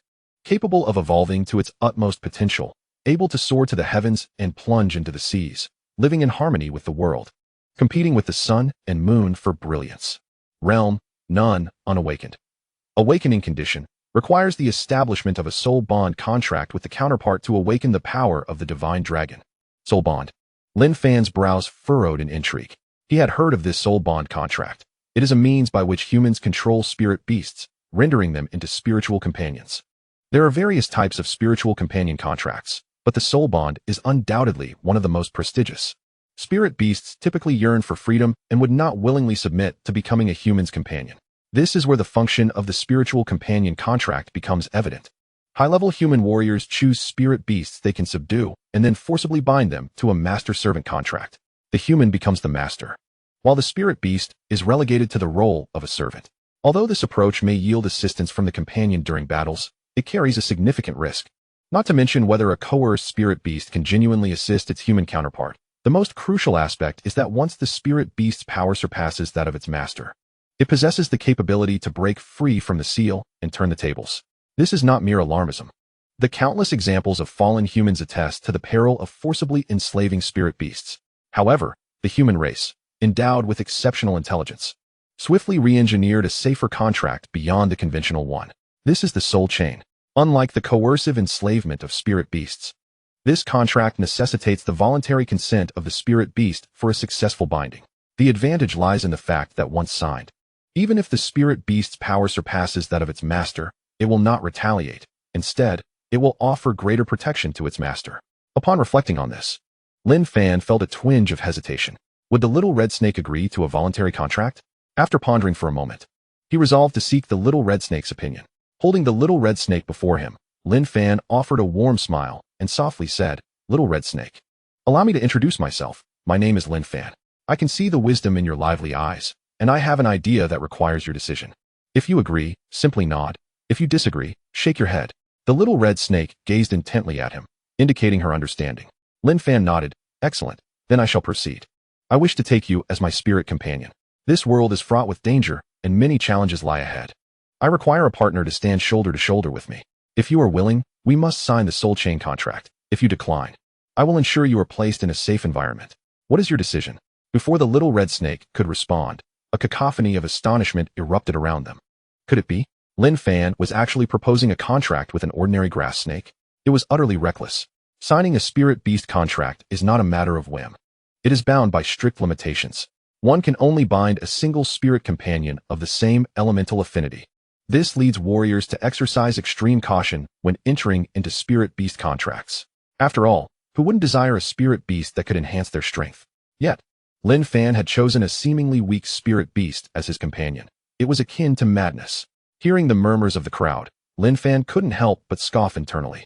How could they possibly comprehend the extraordinary potential of this little red snake? The opinions of others were inconsequential. What mattered most was whether the little red snake would agree. Yet, it seemed the little red snake was also in a state of shock. As a spirit beast, she understood the significance of the soul chain and recognized that such a contract requires voluntary consent to be valid. In her previous solitude, she had not only harbored no aversion to the shackles of a contract, but had also envied those spirit beasts who could form such bonds. For once a contract is signed, she would no longer be alone. To fight alongside a companion was a cherished dream she longed for but believed unattainable. And now, Lin Fan had rescued her from the brink of death, and he had even fought for her against others. This was the first time she encountered someone who treated her with such kindness, and she had dared to fantasize about becoming Lin Fan's spirit beast. Alas, she felt too weak. Even the weakest first-tier martial artist would look down upon her. Lin Fan, being so formidable, surely would not want her. Yet, to her astonishment, Lin Fan had openly declared his desire to make her his spirit companion. How could she not be moved, filled with joy? The little red serpent's lively eyes instantly glistened with moisture, as tears cascaded down its cheeks in a hurried manner. Once this contract was signed, it would have a source of support, companions, and kin. Sign. It was imperative to sign. Without a moment's hesitation, the little red serpent began to nod fervently at Lin Fan, its small eyes brimming with longing and excitement. I am willing. I wish to become your spiritual beast, to be your supportive family and partner. Seeing the little red serpent's agreement, Lin Fan smiled. While acquiring a top-tier divine beast was undoubtedly exhilarating, it paled in comparison to the emotional weight of gaining family and companionship. From the moment the little red serpent consented, Lin Fan embraced it as kin. In this world filled with challenges, they would support one another, unwavering and steadfast. After calming the joy within, Lin Fan focused his mental energy and gently extracted a thread of his soul. Subsequently, he transferred this thread to hover above his sea of consciousness. Observing Lin Fan commence the ritual, the little red serpent also cast a spell to withdraw a thread of its soul. This essence emerged from its being, reaching Lin Fan's forehead before swiftly penetrating into it. In the sea of consciousness, Lin Fan's thread of soul sensed the little red serpent's essence and instinctively drew it in. In the next moment, the two threads intertwined and merged. At the instant of their fusion, a wondrous sensation enveloped Lin Fan's entire being. Through the thread of the soul, he was astonished to discover that he could distinctly perceive the little red serpent's emotions, which were currently filled with joy and gratitude. Suddenly, as Lin Fan was absorbed in the marvel of the soul bond, a sound akin to a chain breaking echoed from within the little red serpent. Following this sound, the serpent's once dull and shedding scales began to transform. First, the wounds healed rapidly, and new scales sprouted, in the blink of an eye. The little red serpent bore no scars, its scales shimmering brilliantly under the sun. Then, a faint primal aura seeped from the little red serpent. This aura was so subtle that the onlookers could not perceive it, and even if they did, it seemed unremarkable. However, as this aura continued to spread, the beasts in the spirit beast workshop erupted into chaos, shrieking and crashing against their enclosures. Chapter 11. Flames of the Divine Dragon Roar. Roar. Bang. Bang. Within the spirit beast workshop, the cacophony of beastly roars and the sounds of collisions echoed incessantly. A closer inspection revealed that the eyes of these beasts flickered with panic and terror, as if an unparalleled ferocious beast had emerged. Guests and vendors alike attempted to soothe their creatures, and whether it was due to the beasts tiring from their outbursts or the effectiveness of their owners' reassurances, the tumult gradually subsided. Just as the crowd breathed a sigh of relief and prepared to seek the cause of the beast's agitation, an astonishing sight unfolded before them. The fierce creatures, the flame rabbit, golden heat bee, crimson sparrow hawk, green water monkey, rainbow-scaled python, and crystal-biting tiger, each knelt in unison, facing the same direction. They lowered their heads to the ground, nearly burying their skulls within the soil. Simultaneously, their massive bodies trembled incessantly. The scene resembled a homage to the king of spirit beasts. Stunned, utterly bewildered, such an extraordinary spectacle left the onlookers at the spirit beast workshop in a state of shock. It is important to note that spirit beasts are not as docile as domesticated ducks or geese. Although they have been tamed by humans, their inherent wildness cannot be eradicated. Typically, when commanding them, practitioners exercise extreme caution, fearful of provoking the beast's primal instincts, which could lead to irreparable consequences. Yet, in this moment, the untamable beasts, without any human prompting, voluntarily knelt upon the ground. What on earth could be happening? Perplexed, the martial artists began to whisper among themselves. My blazing rabbit, despite its seemingly adorable appearance, possesses an incredibly irascible temperament. It once destroyed several of my spirit tools in an attempt to capture it, and now it is behaving so submissively. Indeed, this is quite bizarre. My crystal-devouring tiger, known for its ferocity, is also obediently kneeling on the ground. What could possibly induce such a simultaneous act of submission? Could it be that a supreme divine beast has come to Shattered Stone City? Surely not. Our humble Shattered Stone City is merely a small settlement. How could such a fearsome creature possibly visit us? You are overthinking. But if it's neither this nor that, how can we explain this phenomenon? The crowd was engulfed in confusion, discussing various possible explanations for such an occurrence, yet none connected the incident to the little red snake. The idea that the little red snake could be the cause? What a joke. Any spirit beast in the workshop could easily end the life of that insignificant red snake with a single blow. The cacophony of murmurs did not reach xuanhuan, who was intensely focused on Lin Fan. To xuanhuan's understanding, Lin Fan had already returned the spirit beast he desired. As for himself, he had paid a heavy price. Therefore, Lin Fan should be inclined to release him, right? With this thought, a flicker of veiled resentment and a cold smirk crossed xuanhuan's eyes. A waste is still a waste. To think he would sign a spirit beast contract with a mere lowly snake. Did he truly believe I would not seek retribution for the harm he inflicted upon me? Fool. Once I manage to escape, I will ensure that my family captures you, subjecting you to endless torment. Imagining Lin Fan writhing in agony under his torment nearly brought a smile to xuanhuan's face, but he managed to suppress it at the last moment. With a facade of despair, xuanhuan pleaded, Young Master Lin, you've acquired your spirit beast, vented your anger. Surely, it is time to release me? Release you? Observing xuanhuan's anxious gaze, Lin Fan contemplated for a moment before revealing a knowing smile. Want to leave? Very well, you may go. Lin Fan acquiesced. Upon hearing that Lin Fan would indeed allow him to leave, xuanhuan's heart soared with joy. After feigning gratitude, he began to navigate through the crowd. Once turned away from Lin Fan, the malice in his eyes could no longer be concealed.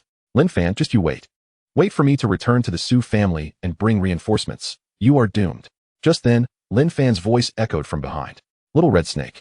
This Su fellow wanted to turn you into a snake soup before. Now that your restraints are lifted, you can settle the score with him. As soon as Lin Fan's words faded, the little red snake coiled on his shoulder darted forward like lightning towards xuanhuan. In an instant, she appeared before xuanhuan. Her crimson vertical pupils fixated on him, exuding a palpable murderous intent. Xuanhuan, startled by the sight of the little red snake, began to grow increasingly wary. To him, it was evident that Lin Fan intended to leverage the spirit beast to continue tormenting him. However, after a moment of sweating nervously, he realized that Lin Fan had not approached. Instead, it was indeed the little red snake seeking trouble. This revelation incited an incredulous laughter within him. He never anticipated that while Lin Fan was formidable in strength, his intellect remained rather dim. Though the little red snake was referred to as a spirit beast, any discerning eye could see that it was merely a small grass snake, utterly devoid of any lethality. To think it could threaten him? He could easily crush it with a single hand. Even the onlookers nearby regarded Lin Fan with bemusement. What could such a diminutive snake possibly achieve? Yet, xuanhuan quickly grasped the underlying intention and his face darkened with fury. Lin Fan was humiliating him, deliberately sending such a feeble spirit beast to vex him. With a newfound understanding of Lin Fan's intentions, xuanhuan's ire surged uncontrollably. Unable to confront Lin Fan directly, he redirected his wrath toward the little red snake. With a scowl, xuanhuan bellowed at the little red snake, "Get out of my way, don't obstruct me." Unfazed, the little red snake even seemed to harbor a mocking glint in her eyes. This incited xuanhuan's fury further. "If I cannot defeat your master, how can I not handle a mere snake?" Just as he contemplated capturing the little red snake for retribution, a terrifying spectacle unfolded. A hissing roar, akin to a serpent's cry, erupted as the little red snake transformed, her entire body turning a vivid crimson. Upon closer inspection, it appeared as though blood coursed through her muscles, bestowing her with an otherworldly appearance. The sound of her cry, though not thunderous, struck the spirit beasts within the vicinity like a bolt from the blue. They bore expressions of terror, trembling uncontrollably, swaying to and fro until they ultimately collapsed. Devoid of strength, unable to move, a scene reminiscent of being crushed under an overwhelming pressure. At that moment, even xuanhuan, typically slow on the uptake, sensed that something was amiss. However, it was too late. The little red snake slightly parted her jaws, unleashing a blazing fireball that shot forth, crashing heavily against xuanhuan. The fireball was overwhelming. As it struck him, it erupted into flames. In the blink of an eye, xuanhuan became engulfed in fire. Chapter 12, Continuous Gains. Sudden wealth. It hurts. No. Please no. Now transformed into a fiery figure, xuanhuan emitted spine-chilling cries of agony, the flames scorching his clothing, hair, and eyebrows, incinerating them in an instant. Immediately, every inch of xuanhuan's skin transformed from a fiery red to a charred black, accompanied by a peculiar sizzling sound. Naturally, xuanhuan was unwilling to succumb to the flames without a fight. He struggled towards a small stream where the spirit beasts quenched their thirst, plunging into the water with a resounding splash. The moment he entered the stream, he was enveloped by the tumultuous current. Just as he began to feel a sense of relief at the coolness of the water, an unexpected change occurred, the water rushing downstream. Upon contact with the flames engulfing xuanhuan, instantly evaporated into wisps of white vapor. To his astonishment, the flames on his body showed no signs of extinguishing. Instead, they blazed even more fiercely. This bizarre scene nearly left the onlookers slack-jawed, casting doubts upon the reliability of their own vision. Water, it seemed, could not quench the fire. Rather, it appeared to intensify it. What could possibly explain such an occurrence? Surely, I must still be dreaming. This fire is impervious to water. Goodness, this is all too real. It is indeed the flames spewed forth by that small red snake. That unassuming serpent can emit such extraordinary flames. Remember the commotion among the spirit beasts after that young man formed a contract with it. Are you suggesting that? A collective gasp escaped the crowd, as their shared speculation sent shivers down their spines. The source of the spirit beast's submission and trembling was none other than the inconspicuous little red snake. My heavens! While a sense of absurdity still lingered in their minds, they finally grasped why Lin Fan would forge a spirit beast contract with such an unremarkable creature. Their initial awe for Lin Fan began to shift towards admiration, tinged with a hint of regret. Had they known the little red snake possessed such power, how fortunate it would have been to form a contract with it. The onlookers felt as though they had narrowly missed an encounter with a top-tier spirit beast, while the vendor who nearly killed the red snake was drenched in sweat, having narrowly escaped death. This sentiment perfectly encapsulated the vendor's inner turmoil. With a pallor of lingering fear, he trembled as he wiped the incessant sweat from his brow. Thankfully, the little red snake had not unleashed its flames at that moment. To the vendor, the fire seemed otherworldly, ferocious, intense, and unquenchable. Had he encountered even a trace of it, he would surely have perished. Now, the vendor cautiously regarded the composed Lin Fan. Initially, he had thought Lin Fan merely a capable young man, but after witnessing the episode with the red snake, he realized Lin Fan was, in fact, the most formidable individual present. An inconspicuous grass snake, and yet Lin Fan, undeterred by the mockery of others, resolutely formed a spirit beast contract with it. It became clear that Lin Fan had long recognized the extraordinary nature of the little red snake. As the saying goes, while excellent horses may be prevalent, discerning trainers are rare. With such profound insight, one could only conclude that Lin Fan was unfathomable. At that moment, a desperate, chilling wail echoed. xuanhuan, who had been struggling fiercely moments ago, suddenly stiffened, falling silent. Yet, this was far from the end. Though xuanhuan had been reduced to a charred, human-shaped lump of coal, the flames expelled by the little red snake had yet to extinguish.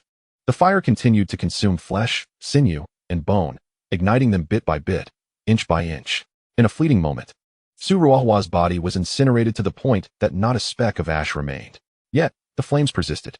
Once the fire had thoroughly scorched xuanhuan's remains, it turned its wrath upon the earth at the stream's bottom. The soil began to gradually melt away, forming a depression. Eventually, the flames carved out a black pit measuring 10 feet wide and 20 feet deep before they finally began to subside. With a great rush, the once blocked stream resumed its flow, but now all the water cascaded into that immense chasm. Spectators stood in stunned silence, gazing at the dark void at the center of the river, their hearts brimming with disbelief. How utterly domineering was this fire? Not only could it not be quenched by water, but it had also managed to scorch the solid ground into such a vast pit. It was simply unfathomable. As for the little red snake that could unleash such flames, ferocious, terrifying. Observing that the matter had reached a satisfactory conclusion, Lin Fan smiled. Unconcerned by the astonished murmurs of the onlookers, and beckoned for the little red snake to come closer. In no time, the snake coiled back onto his shoulder. Looking at Lin Fan with a sense of pride, Lin Fan gently stroked the little red snake's head, smiling as he praised, "Well done." He then cast a cold gaze toward the pit, a faint smirk curling at the corners of his mouth. When xuanhuan had pleaded for mercy, he believed he had concealed his resentment well. Yet, Lin Fan had perceived it all too clearly. He would never permit a person who had threatened his life to continue breathing. Gazing at the remnants of xuanhuan, he felt not a shred of compassion. Such a fate was entirely of his own making. With this affair concluded, Lin Fan, accompanied by the little red snake, made his way toward the beast spirit workshop. The throngs of spectators instinctively parted, watching in reverence as the harbinger of death walked away.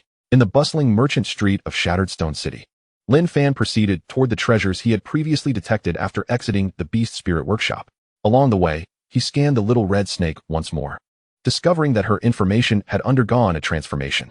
Name: Xuanhuan Divine Dragon. Realm: First Stage. One breath of dragon fire can incinerate martial masters. But due to not yet being fully awakened, it will enter a brief period of weakness after expelling dragon fire. Solution: the Xuanhuan Divine Dragon shares a contractual bond with its host, as long as the host's strength continues to rise. The bloodline secrets of the Xuanhuan Divine Dragon will awaken. Bloodline secrets? Lin Fan was momentarily taken aback before understanding dawned upon him. Creatures of the caliber of the Xuanhuan Divine Dragon typically stored their power within their bloodlines. Only through continuous evolution and development could the latent energy within the bloodline be gradually unleashed. Since the little red snake had already formed a bond of shared fate with him, her evolutionary conditions were inherently linked to his own growth. Only by strengthening himself could the little red snake, the Xuanhuan Divine Dragon, truly roar across the world. With this realization, Lin Fan quickened his pace. To swiftly enhance one's strength, one must diligently focus on the 12 spiritual roots. The method of fortifying these roots lies in the collection of various attribute treasures. Chapter 13. The Cold Flame Dragon Python, Boiling Spirit Herb Pavilion. Lin Fan entered the pavilion and, guided by the system's prompts, quickly pinpointed the previously detected special chi stabilizing herb. Summoning a shopkeeper, he retrieved 10 inferior spiritual stones from his storage bag, successfully acquiring the wood's spiritual liquid valued at 15,000 spiritual stones. After securing the wood's spiritual liquid, Lin Fan restrained his excitement and proceeded toward the next treasure location. Subsequently, he made his purchases in order. At the Divine Weapon Pavilion, he spent 5 spiritual stones to successfully acquire a superior flying sword worth 20,000 spiritual stones.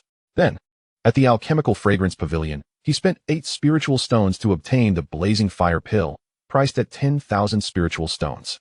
In less than an hour, Lin Fan not only contracted a powerful Xuanhuan Divine Dragon, but also procured treasures valued at around 40 to 50,000 spiritual stones, with just over 20 spiritual stones. This sudden windfall filled Lin Fan with a sense of elation. After his moment of joy, Lin Fan began to contemplate his current predicament. Upon arriving in this world, he had already eliminated Lin Dachui, a lackey of Lin Yu, which would inevitably infuriate the already domineering Lin Yu. Thus, returning to the Lin family was not an option. Furthermore, having just killed a direct descendant of the Su family in public to save the little red snake, it was clear that the Su family would not let him off easily. Consequently, it seemed that he could not remain in Shattered Stone City either. After a brief moment of reflection, Lin Fan resolved to leave Shattered Stone City. He recalled that approximately 50 miles outside the city lay a vast forest known as the Misty Woods. Glancing into the distance, Lin Fan murmured to himself, "I can only venture to the Misty Woods first. I shall return to Shattered Stone City once my strength has increased." Having made up his mind, Lin Fan hesitated no longer and rushed toward the Misty Woods upon exiting the city gate. Not long after Lin Fan departed Shattered Stone City, the city erupted in chaos. Akin to a massive stone cast into a tranquil lake, stirring up tumultuous waves. Spirit Beast Pavilion. After a flurry of chaos and the roars of spirit beasts, the pavilion gradually quieted down. The once bustling patrons had been forcefully expelled by a group of robust guards clad in silver armor. Before the enormous pit where xuanhuan had met his demise stood a dozen figures. At the forefront was a middle-aged man exuding a profound aura and distinguished presence. He was Su Yunxiao, the patriarch of the Su family, one of the 4 prominent families of Shattered Stone City. Years of residing in a position of power had bestowed upon him an air of authority without the need for anger, yet at this moment, his expression was as dark as the depths of water, with fury simmering in his eyes. Clenching his fists, he fixated on the pit, his voice hoarse as he growled, "Is this truly the place where my son met his end?"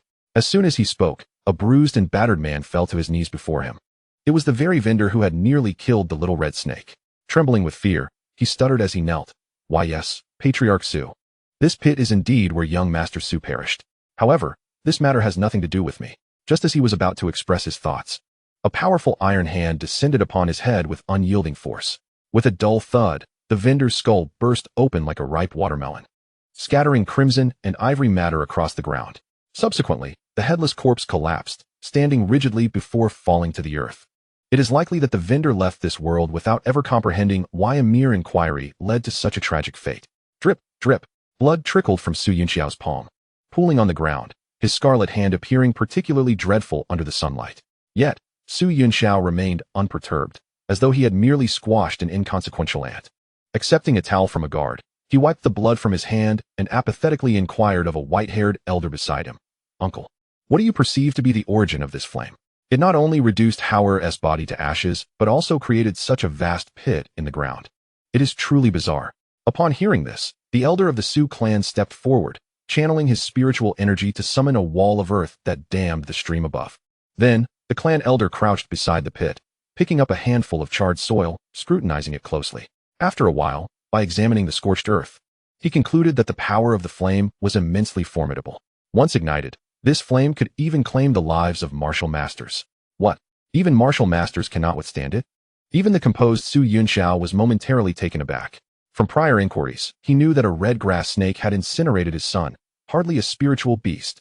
Yet, how could an ordinary snake unleash such devastating flames? Su Yunxiao found himself bewildered. At that moment, the elder of the Su clan seemed to have an epiphany. "Master, although that grass snake appears unremarkable, I suspect it has yet to awaken, which accounts for its seemingly ordinary demeanor. Some rare spiritual beasts are like this. However, once these rare creatures encounter the right opportunity, they awaken powerful innate abilities, revealing terrifying might. Considering our previous inquiries, it is plausible that the grass snake became extraordinary after forming a pact with that boy Lin Fan." Upon hearing the analysis from his uncle, who resembled the clan's sage, Su Yunxiao nodded in agreement, and then asked, "Uncle, can you discern the lineage of this spiritual beast?" The elder of the Su clan replied, "The flame possesses a hint of coolness, and combined with its indestructible nature, we can ascertain that the grass snake likely contains a trace of true dragon blood, classifying it as a cold flame dragon python." With this revelation, the upper echelons of the Su clan were struck as if by thunder. Excitement, greed, and desire flooded their eyes. The cold flame dragon python, a premier spiritual beast with a trace of dragon blood in its lineage. Each female cold flame dragon python can only lay one egg in its lifetime, making them exceedingly rare. Moreover, their movements are shrouded in mystery. Everyone has heard of their great name, yet few have truly witnessed their true visage. However, if one lacks sufficient strength, encountering such a creature may bring calamity rather than fortune. 2 centuries ago, within the territory of Shattered Stone City, the kingdom of Tianqing was suddenly graced by the appearance of a cold flame dragon python. Countless martial artists, upon witnessing the emergence of such a rare spiritual beast, were stirred into action. After all, the cold flame dragon python was extraordinarily formidable, and once it was contracted as a spirit companion, its power would undoubtedly soar.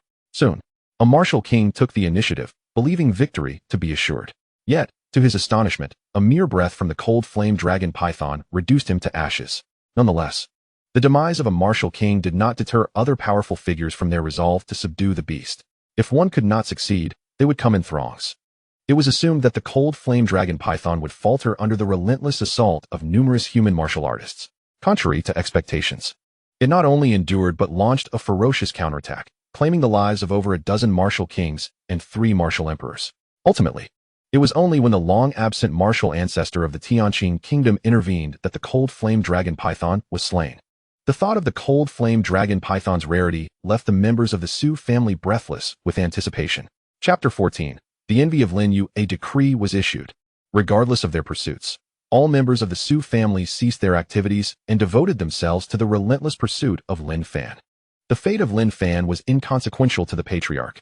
However, the cold flame dragon python must be retrieved unscathed. Su Yunxiao, the head of the Su family, radiated excitement as he issued his commands with unwavering resolve. Should the cold flame dragon python be fully awakened, it would undoubtedly pique his interest. Yet, the crucial point was that the creature appearing in Shattered Stone City was still in its juvenile phase.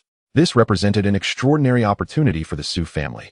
If they could capture this young cold flame dragon python and establish a spirit beast contract, once it matured, the Su family could seize the chance to become the foremost clan in Shattered Stone City, and indeed, the most prestigious family in the kingdom of Tianqing. The more he contemplated, the more exhilarated Su Yunxiao became. He waved his hand decisively. Send a few individuals back to report, while the rest shall follow me in pursuit of Lin Fan. The members of the Su family, faces alight with joy, responded in unison, as you command. Upon discovering that Lin Fan was accompanied by a cold flame dragon python, the Su family was electrified with enthusiasm. They envisioned a grand pathway to dominance over the kingdom of Tianqing unfolding before them. No one mentioned Su Ruohai anymore. In Su Yunxiao's eyes, the death of a son paled in comparison to the prospect of the cold flame dragon python. After all, he had several others. Unbeknownst to the Su family, the spirit beast they were fervently seeking was not the cold flame dragon python, but rather the far more noble Xintian divine dragon. Had they been aware of this revelation, one could only imagine their expressions of disbelief. The fervent mobilization within the Su family could not escape the notice of other clans. Soon enough, news of the murder of the Su family's heir, Su Ruohai, and the perpetrator Lin Fan being accompanied by a serpent capable of spewing enigmatic flames spread throughout Shattered Stone City. Scholars swiftly deduced that the serpent responsible for Su Ruohai's demise was none other than the renowned cold flame dragon python. In an instant, Shattered Stone City was plunged into a frenzy. Not only did various families mobilize their forces, but even the independent martial artists formed small groups, preparing to seek out Lin Fan and the cold flame dragon python. Among them, the swiftest and most powerful were undoubtedly the Lin, Song, and Qi families. Apart from the Su family, who first discovered the cold flame dragon python, the Lin family exhibited the most enthusiasm. Members of the Lin family could hardly fathom that their usually timid and talentless Lin Fan had actually forged a spirit beast contract with a cold flame dragon python. Meanwhile, in a lavish chamber within the Lin family's courtyard, a slender young man with triangular eyes sat upon a brocade seat. Though he wore a smile, his triangular gaze was filled with a chilling coldness. This individual was Lin Yu, the eldest son of the second branch of the Lin family. It was he who had consistently bullied and berated Lin Fan, ultimately leading to Lin Fan's demise in their last encounter. Lin Yu looked down at Lin Dechui, who lay on the ground like a heap of mud, and sneered. Dechui, I merely sent you to check if that waste Lin Fan was dead. Yet you've returned in such a pitiful state. Such a useless fool. You've utterly tarnished my reputation. Hearing Lin Yu's words, Lin Dechui felt a tremor in his heart. Having followed Lin Yu for so long, he understood that the more cordial Lin Yu appeared, the more furious he truly was. With a quivering voice, he hastily replied, Young master, it's not that I didn't try. It's just that Lin Fan seems like a completely different person. Not only is he extraordinarily powerful, but he also strikes with great ruthlessness. The state I'm in is entirely due to Lin Fan. As he spoke, Lin Dechui recalled Lin Fan's fierce gaze and began to tremble uncontrollably, exclaiming, Young master, that fellow is a madman. A monster. A demon. A monster? A demon? Lin Yu scoffed, observing Lin Dechui, who was now thoroughly frightened. You're the one who is incompetent, yet you blame that waste Lin Fan. Lin Yu was all too familiar with the kind of person Lin Fan was. Timid, insecure, and devoid of talent. Just yesterday, he had knocked Lin Fan unconscious without witnessing any sudden retaliation. It was utterly impossible for such a useless individual to transform overnight into a martial genius. Lin Dechui must have provoked a formidable enemy and was irresponsibly placing the blame on Lin Fan. Lin Yu shot Lin Dechui a disdainful glare. You fool. If you're going to make excuses, at least choose one that is credible.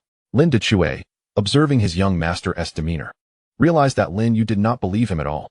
He chose to abandon any further defense, for he understood Lin Yu's character all too well, obsessive, suspicious, and arrogant. As he fell into silence, Lin Fan's figure involuntarily resurfaced in his mind. Powerful, decisive in battle, invincible. This was Lin Dechui's steadfast impression. At that moment, a servant rushed in through the door, panting heavily, yet unable to conceal the excitement on his face.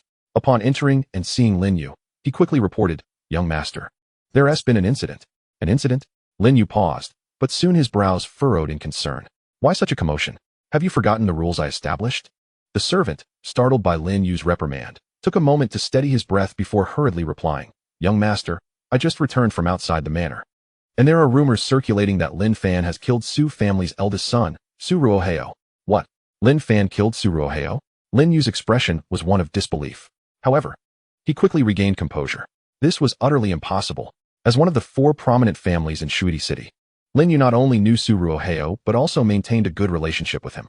In the past, whenever Lin Fan sought refuge from Su Ruoheo's bullying, it was Lin Yu who cleverly lured Lin Fan away to appease Su Ruoheo's anger. Lin Yu was well aware of Su Ruoheo's cultivation level, having just advanced to the 9th star of the martial disciple realm. Although slightly weaker than himself, he was still formidable among the younger generation in Shuidi City. There was no way Lin Fan could have killed Su Ruoheo. Having grasped the situation, Lin Yu seized the servant and growled, "Stop spouting nonsense." How did Su Ruoheo actually die? Seeing Lin Yu's fury, the servant dared not withhold any information and quickly divulged, Su Ruoheo's death was not directly caused by Lin Fan. It was due to a spirit beast he had recently tamed. A spirit beast tamed by Lin Fan? The servant noticed Lin Yu's confusion and rapidly recounted the events that transpired at the spirit beast pavilion. Bang! Upon hearing that the useless Lin Fan had managed to make a cold flame dragon python recognize him as its master, an enraged Lin Yu smashed the wooden table before him into splinters. A cold flame dragon python? How could that waste, who lacks even a spirit root, possibly deserve such a creature? Disgust, fury, jealousy, a multitude of complex emotions surged within Lin Yu. That was a top-tier spirit beast capable of rivaling a martial sovereign. How could Lin Fan have encountered it? Seemingly aware that his master was struggling to accept this news, the servant smirked and remarked, "Young master, why be so upset? This incident could be a tremendous opportunity for you." Opportunity? Lin Yu paused for a moment, then comprehended the servant's implication. His eyes sparkled with excitement. It made sense, indeed. This was a grand opportunity for him. If he could locate that waste Lin Fan and eliminate him, the cold flame dragon python would then belong to him. Unable to contain his exhilaration, Lin Yu began to envision the possibilities. Once he possessed the cold flame dragon python, his strength would soar, allowing him to surpass Lin Chongqing and become the foremost among the younger generation of the Lin family. In a while, the annual recruitment day for new disciples at Lonquan sect would arrive. If he could bring the cold flame dragon python to participate in the selection, he would undoubtedly make a remarkable impression. Lin Chongqing, whom Lin Yu spoke of, was the current head of the family's second son, gifted from a young age and always leading the younger generation of the Lin family. Although Lin Yu was self-assured, he could only stand in second place before Lin Chongqing. And Lin Nandi was even more formidable. He is the eldest son of the family head, currently serving as the young master. A few years ago, he joined one of the 4 great sects near Shattered Stone City, the Dragon Spring sect, becoming an inner disciple, a source of pride for the Lin family. The talents of these 2 individuals need no elaboration. They are undoubtedly prodigies in cultivation. Yet in Lin Yu's imagination, once he acquires the cold flame dragon python, he can effortlessly trample both of them underfoot. Lin Chongqing, I shall easily bring him to his knees. Lin Nandi, nonsense. I am the one who cannot be matched within the Lin family. Having expressed his fervent aspirations, Lin Yu could no longer contain himself and was eager to hasten the plans to eliminate Lin Fan. At that moment, Lin Dachui, who had been silent on the ground, suddenly spoke up in council. His voice trembled as he stammered, "Young master, no, you mustn't. Lin Fan is no longer the same as before. His strength has grown formidable, and he is decisively ruthless. He must not be provoked." In the servant's view, Lin Fan's current prowess would even pose a challenge to the young master Lin Chongqing. "Young master, you must think twice. If you truly provoke him, you will surely meet your doom." Having said this, Lin Dachui instinctively recoiled. Lin Fan was truly terrifying. Just the mention of his name sent chills down his spine. He now felt only dread and profound regret. Had he known Lin Fan was so formidable, he would never have dared to provoke him. Lin Dachui had served Lin Yu for many years, and there remained a semblance of loyalty between them. Although Lin Yu dismissed his concerns, he could not bear to watch his young master recklessly court danger. However, his well-meaning advice ultimately fell on deaf ears. Upon hearing Lin Dachui, this lowly servant, speak with such audacity and undermine his authority, Lin Yu was consumed by rage.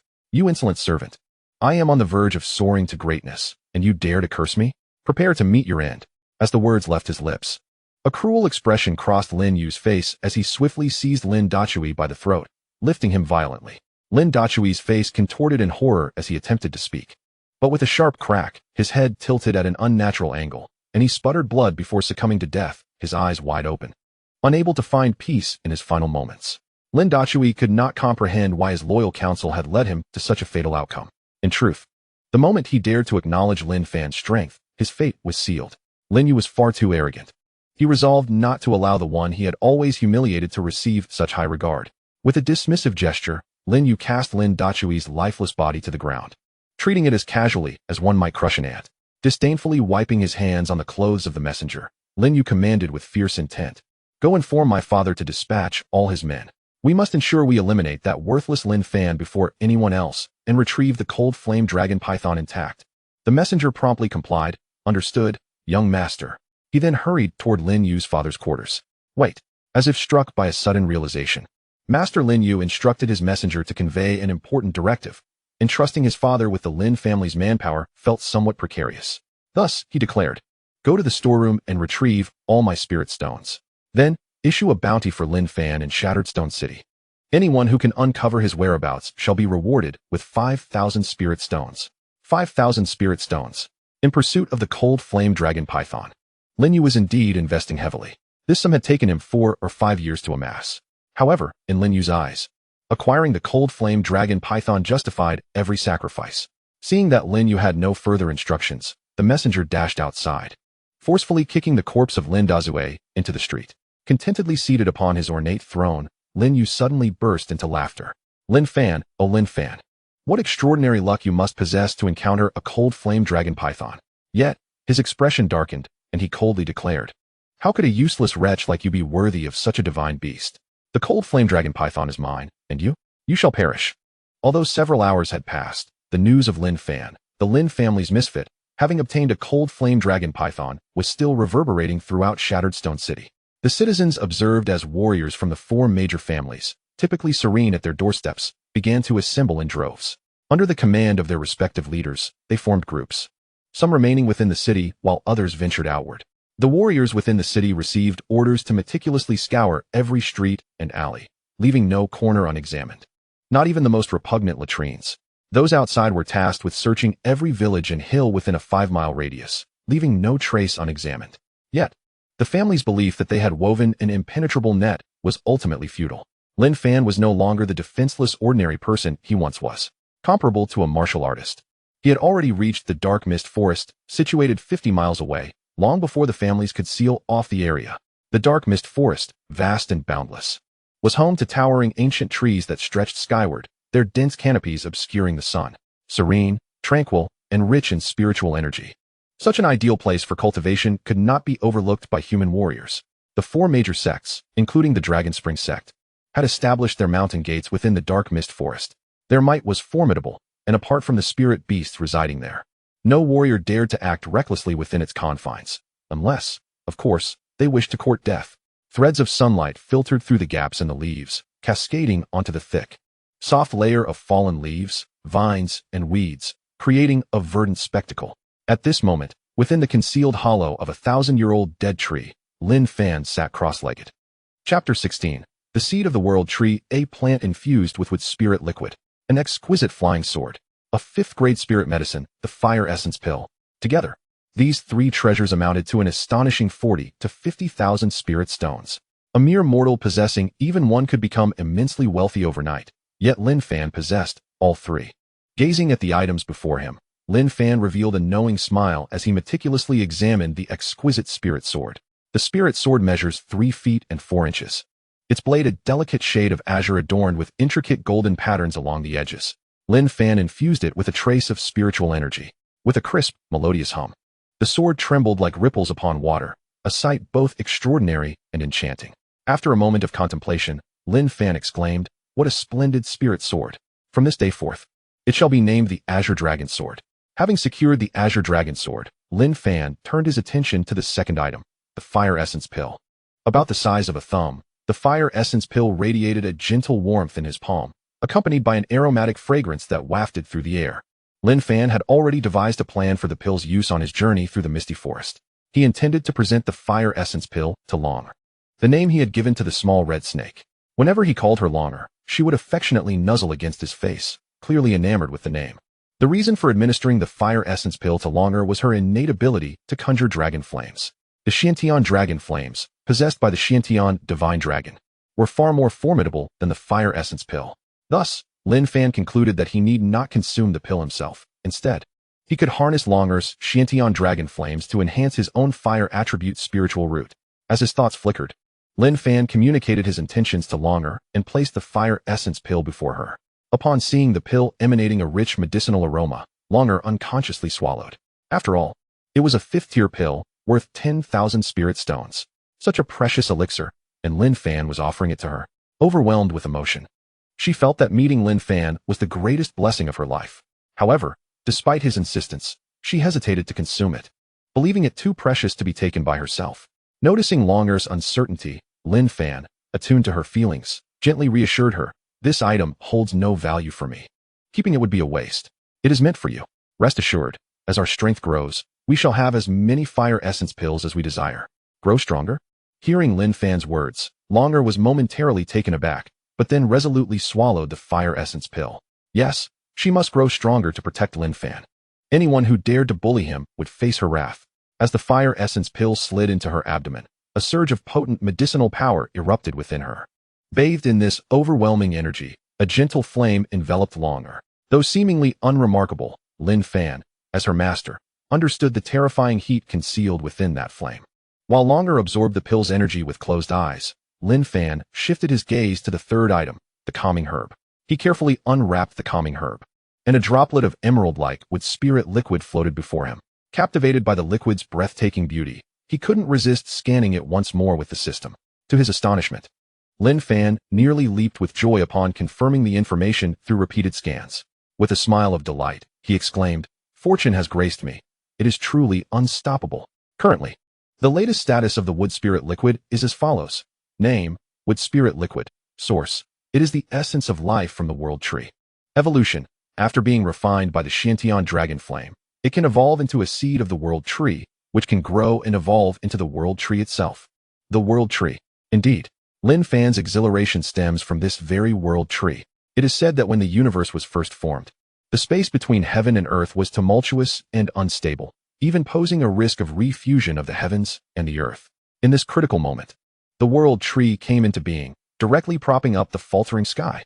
To achieve such a feat, the world tree is undoubtedly extraordinary.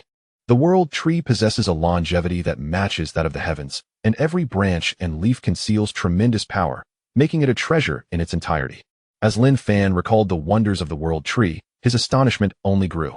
He never anticipated that the wood spirit liquid he discovered would be linked to the world tree upon encountering Long Air. Nevertheless, this is undeniably a monumental stroke of fortune.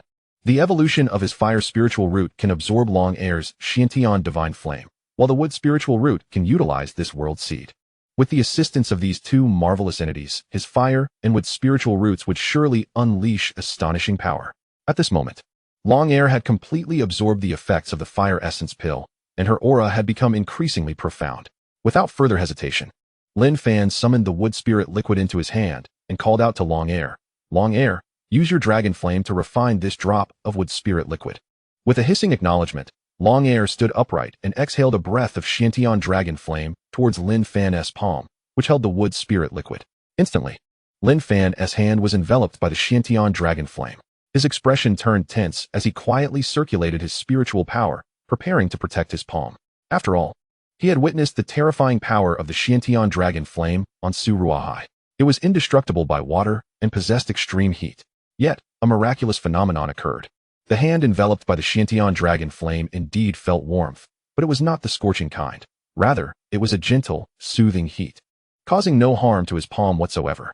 After a brief period of contemplation, Lin Fan finally understood the reason. It was, in fact, the merit of the wood spirit liquid. While the xuanhuan dragon flame unleashed its terrifying high temperature, the wood spirit liquid simultaneously activated a refreshing energy at the center of his palm, counteracting the damaging heat.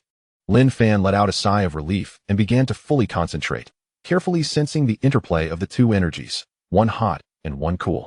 With the aid of the xuanhuan dragon flame, his previously dormant fire spiritual root began to respond.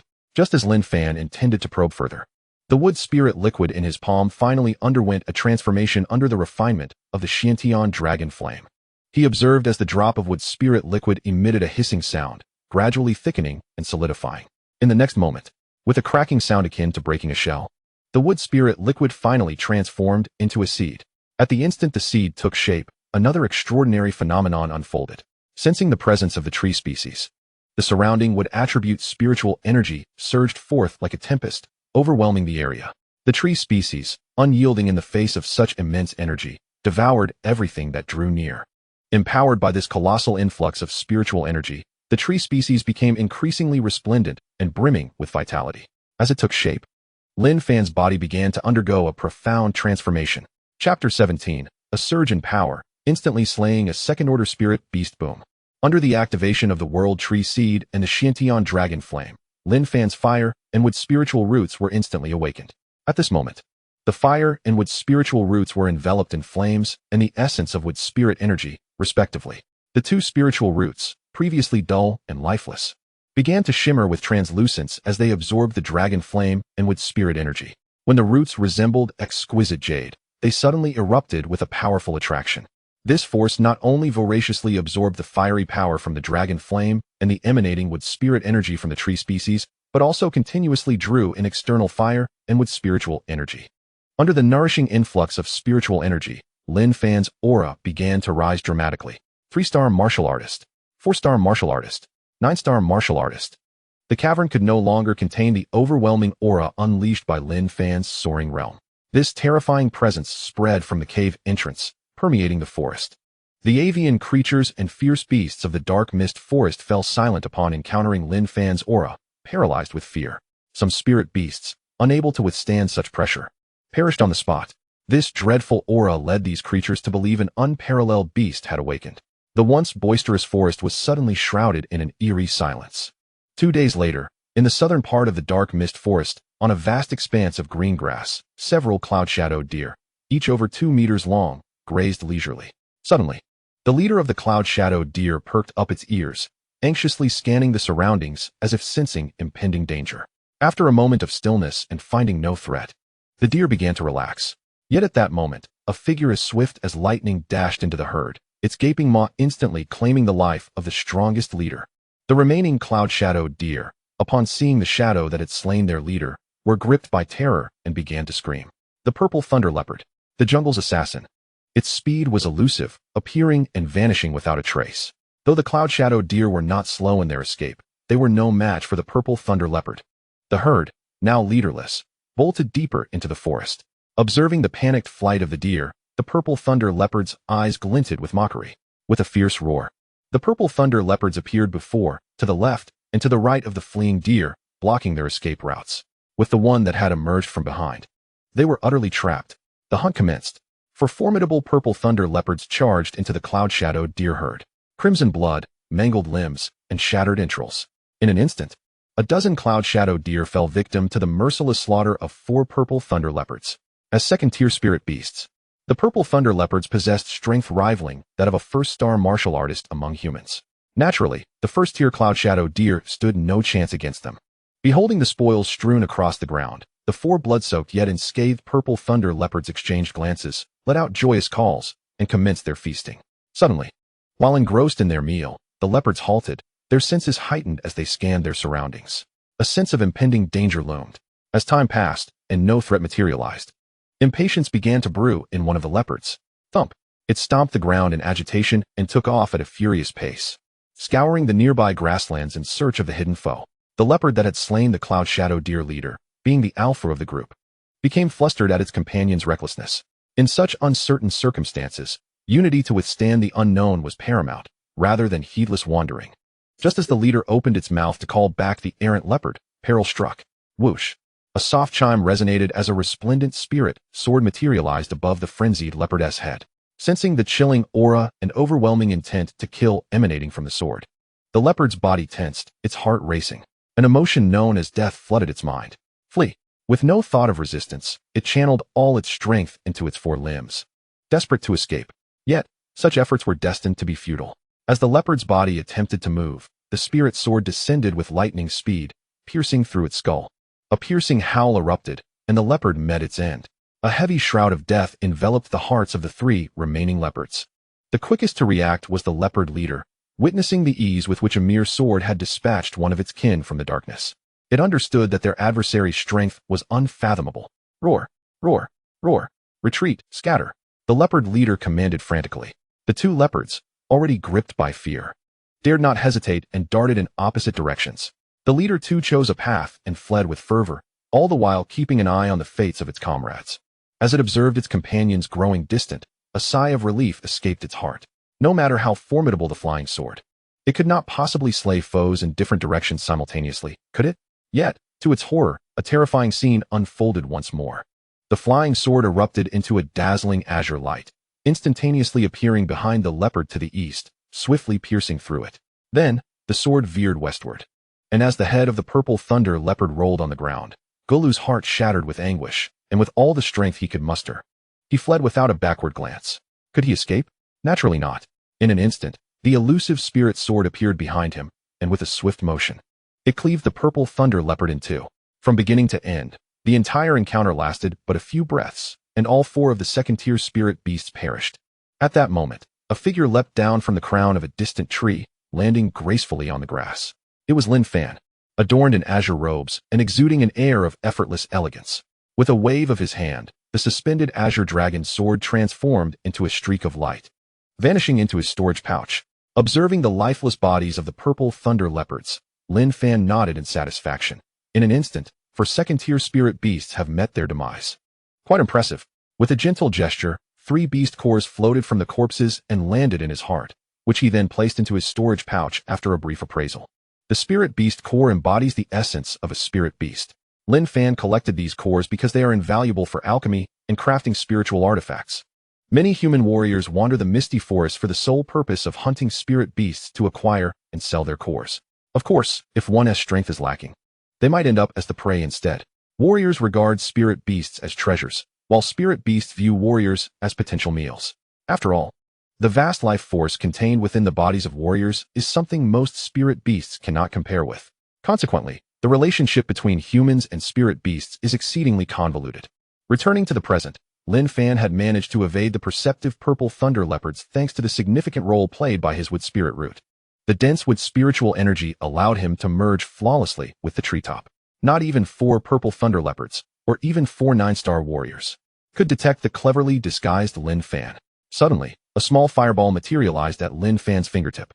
With a flick, it landed upon the corpses of the purple thunder leopards. The flames crackled menacingly, perhaps due to the activation of his fire spirit root by the mysterious heavenly dragon flame. The fire he conjured was far more ferocious and searing than that of other fire element warriors. Within moments, the 4 corpses were utterly consumed by the flames, leaving not even a trace of ash behind. Witnessing such overwhelming fire spiritual power, Lin Fan felt a surge of satisfaction. Both his wood spirit root and fire spirit root had awakened. The newly acquired azure dragon sword now felt like an extension of his very being. Lin Fan's eyes sparkled with brilliance, his heart brimming with confidence. Moreover, that was not all. After the awakening of his spirit roots, the most pronounced change was in his immense strength. A single punch unleashed a force of 90,000 pounds. In terms of warrior rankings, only those at the 9-star level and above could scarcely reach such heights. Thus, Lin Fan, relying solely on his pure brute strength, could catch even 9-star warriors off guard. Coupled with his mutated fire spirit root and the exquisite azure dragon sword, he could effortlessly vanquish 9-star warriors. Presently, Lin Fan's prowess has reached unparalleled heights in Shattered Stone City, undeniably standing as the foremost among all. His meteoric rise in strength has instilled in him an immense sense of pride. No longer is he the helpless individual who could be easily bullied. Yet, a furrow formed on Lin Fan's brow as a look of confusion crossed his face. Why has my true realm yet to ascend to that of a 1-star martial apprentice? Indeed, although Lin Fan is now invincible beneath the martial king level, his realm has shown no signs of advancement. Despite having awakened both the fire and wood spiritual roots, continuously absorbing spiritual energy to augment his being, his realm remains entirely stagnant. Strictly speaking, Lin Fan is still akin to an ordinary person. Contemplating this, a bitter smile crept across Lin Fan's lips as he jested to himself. Am I perhaps the first ordinary person in history capable of overpowering a 9-star martial master? However, Lin Fan soon grasped the crux of the matter. Possessing an unprecedented 12 spiritual roots, his path to advancement must differ from the conventional methods. He stroked his chin thoughtfully and murmured, "If I am not mistaken, to break through to a 1-star martial apprentice, I must awaken the other 10 spiritual roots." As soon as he uttered these words, a look of bitterness enveloped his face. Awakening 10 spiritual roots, what an extraordinary amount of rare treasures would that require? Nevertheless, despite the daunting challenge, Lin Fan did not falter. Instead, a sense of pride illuminated his countenance. Even if I am not a true warrior, what of it? Martial apprentices and masters alike would find themselves lamenting their fate against me. Whether one is a warrior or not is inconsequential. Only immense strength commands respect wherever one may go. With that thought, Lin Fan could not help but indulge in his daydreams.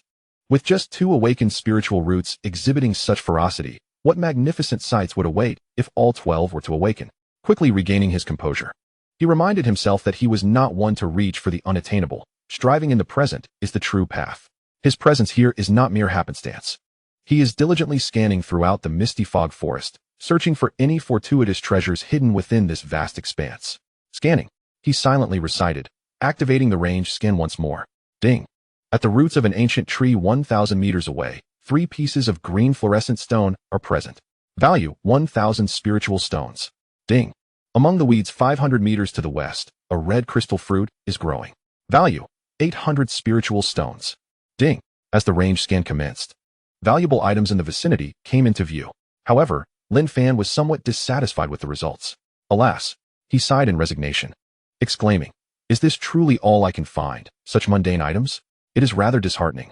Since completing his cultivation in the tree hollow 2 days prior, Lin Fan has been utilizing the system to scan everywhere. After all, he still has 10 spiritual roots desperately in need of corresponding treasures to activate and elevate them. Yet, to his dismay, he wondered whether his good fortune had been exhausted in Shattered Stone City, or if the misty fog forest was simply too barren. He had yet to encounter a single worthwhile opportunity. With a helpless shake of his head, Lin Fan was about to change locations to continue his scanning when the system emitted another prompt. Ding! At the bottom of the lake near the grassland lies a stone box containing a scroll of martial arts, titled Chaos Sacred Art. This was placed here by the Chaos Emperor to be bestowed upon a fated individual. Note, if the host misses this opportunity, it will be taken by others tomorrow afternoon. The one who will take it is originally the most talented disciple of xuanhuan's sect, who, having shattered his spiritual roots and lost all his powers, in despair, threw himself into the lake to commit suicide. However, by a twist of fate, he survived and obtained the Chaos Sacred Art. With the aid of the Chaos Sacred Art, this individual successfully turned his fate around, becoming the new generation of Chaos Emperor. Upon seeing the new scanning prompt, Lin Fan's face was filled with astonishment, followed by a hint of peculiarity. This scenario was all too familiar. The protagonist, faced with adversity and on the brink of giving up, unexpectedly acquires a treasure and rises again.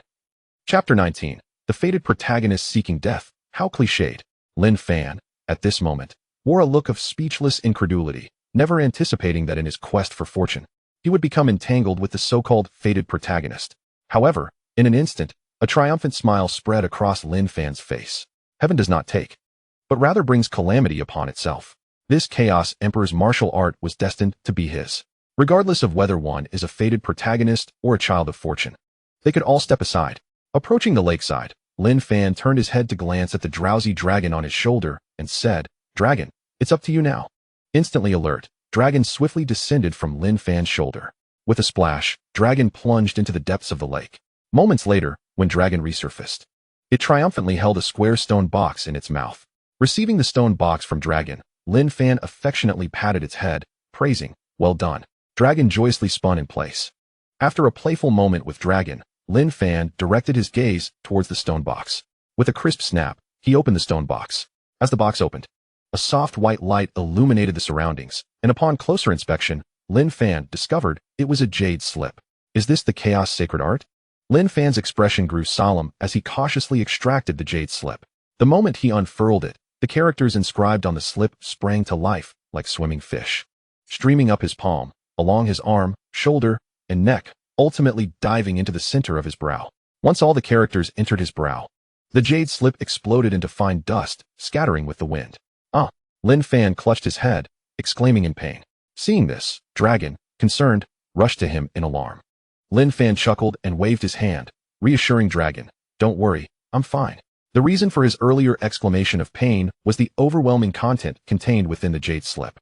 Techniques, secret arts, and miscellaneous knowledge flooded into his mind, creating an intense pressure that caught him off guard, prompting his cry. Now, however, he had adjusted to it.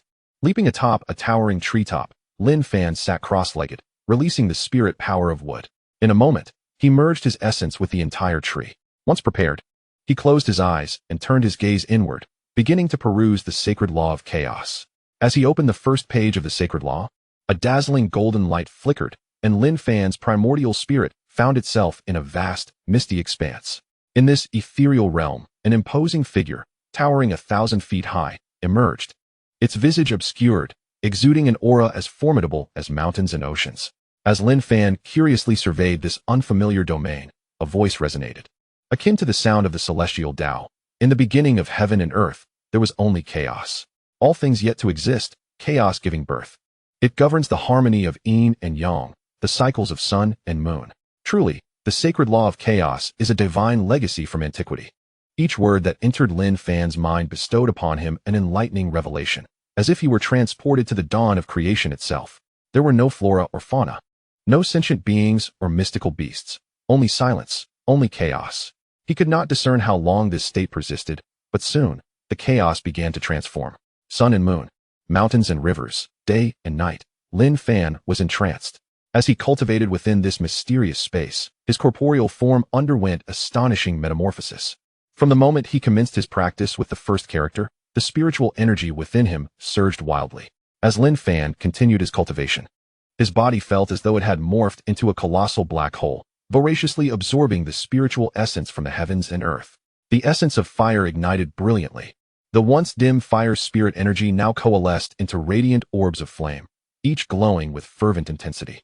With a resounding pop, countless fiery energy orbs surged toward Lin Fan's being. Empowered by this immense influx of spiritual energy, he seemed to transform into a deity of fire, overwhelming, domineering, and capable of incinerating all life. Not only did the fire spirit energy erupt, but the wood spirit essence also exhibited an extraordinary response. The abundant wood spirit energy in the heavens and earth converged above Lin Fan, forming a colossal vortex that continuously infused him with its essence. Moreover, the brilliant wood spirit roots began to siphon the life essence of the surrounding flora.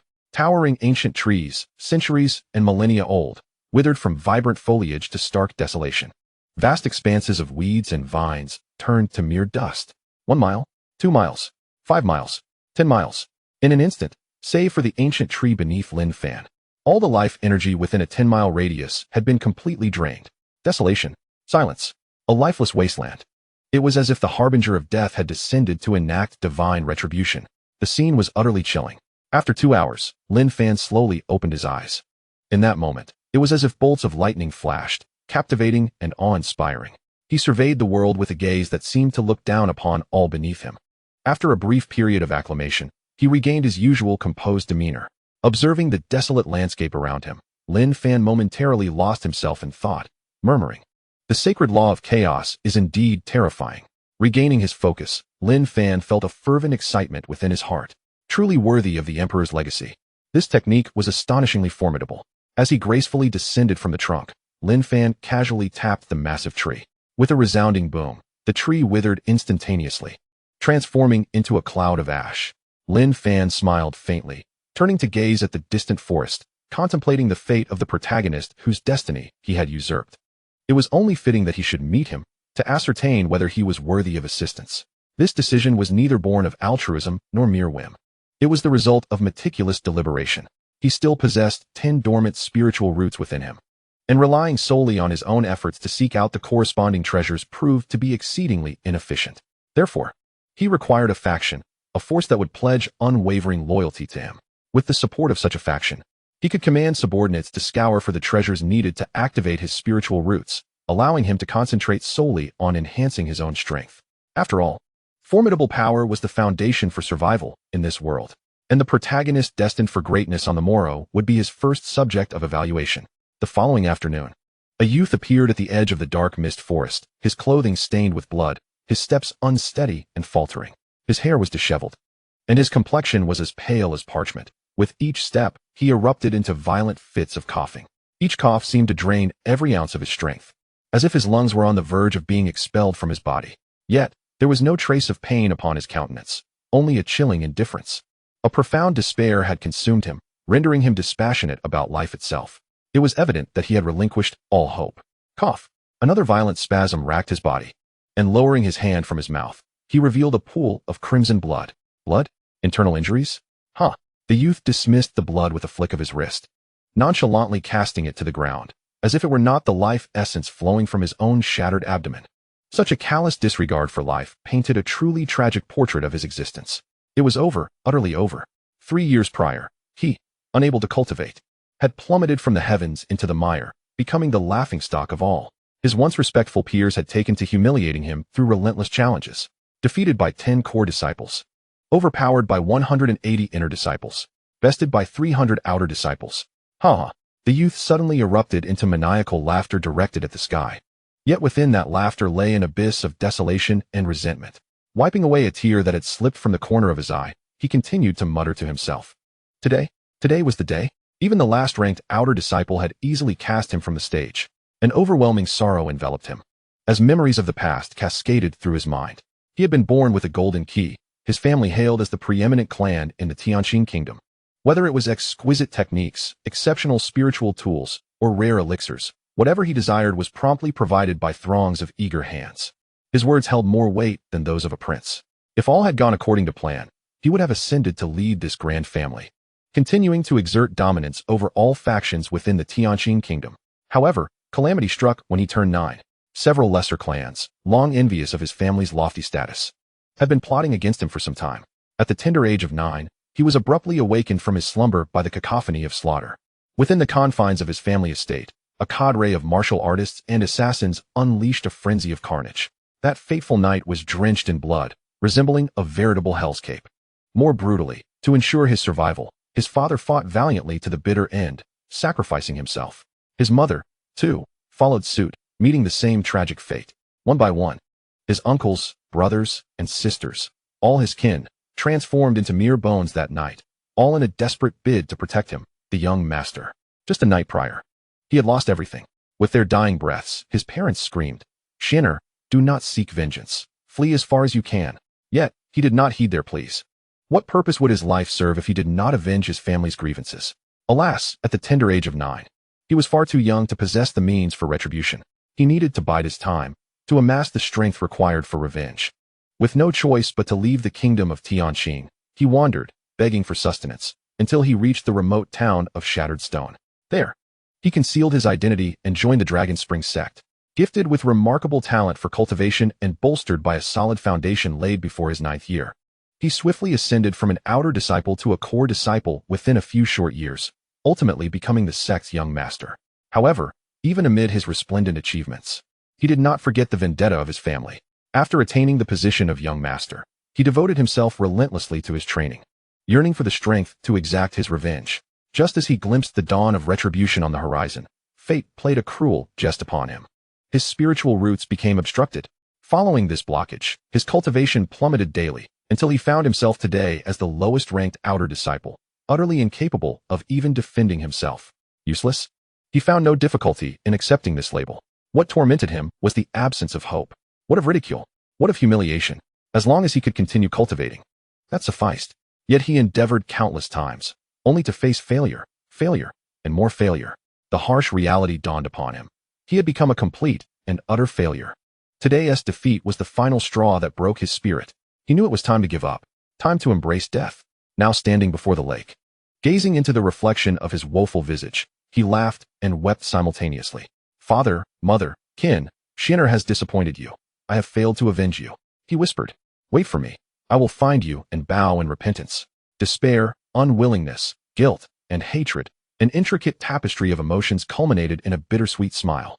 Fixing his gaze upon a colossal stone weighing 1,000 pounds at the water's edge, the young man stepped forward, binding himself tightly to the rock with a rope.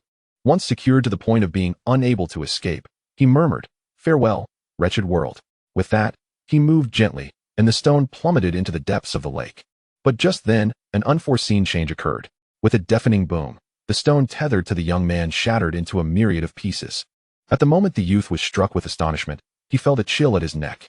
A gleaming spiritual sword pierced through his garments, swiftly pulling him backward. With a snap, he was impaled upon the trunk of an ancient tree. Yet, that was not the end. In the next moment, the flying sword departed. Numerous resilient vines stretched forth from all directions, binding him firmly to the tree.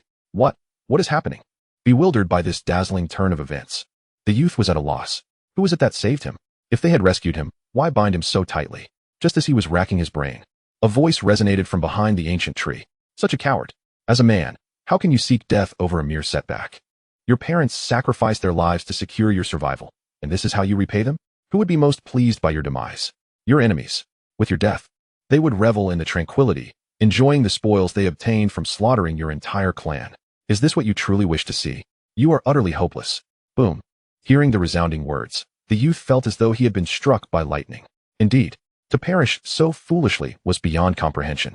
The vendetta against his family remained unavenged, while his foes continued to thrive. Perhaps upon learning of his demise, they would host a banquet to celebrate the effortless eradication of his lineage. No, he must not commit such a foolish act that would bring joy to his enemies. Even with the use of spiritual tools to cleave, it would be utterly impossible to succeed without expending an inordinate amount of time. Due to this characteristic, this vine has earned the moniker of the Devil's Vine. And now, the enigmatic figure before him, who had saved him, effortlessly reduced this Devil's Vine to ashes. What astonishing power is this? Gulp. Li Xian could not help but swallow hard. This person is undeniably a formidable master. Li Xian realized that although the individual before him appeared youthful, their true age must far exceed this facade. They must be an ageless anomaly, perhaps having lived for an eternity. After a flurry of thoughts in his mind, he rose, tidied his attire, and respectfully bowed to Lin Fan, saying, "Thank you for saving my life, esteemed senior." As he spoke, a hint of bitterness crossed his face as he lamented, "Yet now I have become a useless being, unable to cultivate, and may not be able to repay your kindness adequately. However, I shall not forget your life-saving grace. I am willing to serve you as a servant for 3 years." Lin Fan regarded Li Xian, whose expression was solemn, with a spark of interest. "Oh, why 3 years?" Li Xian replied, "What you just said has enlightened me. Though I cannot cultivate, I still wish to avenge myself. Serving you for 3 years will repay your life-saving grace, and I shall drag this broken body to confront my enemies." After delivering his impassioned words, Li Xian's face was etched with a resolute acceptance of death. However, Lin Fan burst into laughter, teasingly remarking, "Confront your enemies to the death? In your current state, I fear you would be slain before even reaching their doorstep. Without even laying eyes on your foes, how can you seek vengeance? Such grandiose claims." Sighing heavily, Li Xian responded, "What you say, esteemed senior, I am well aware of.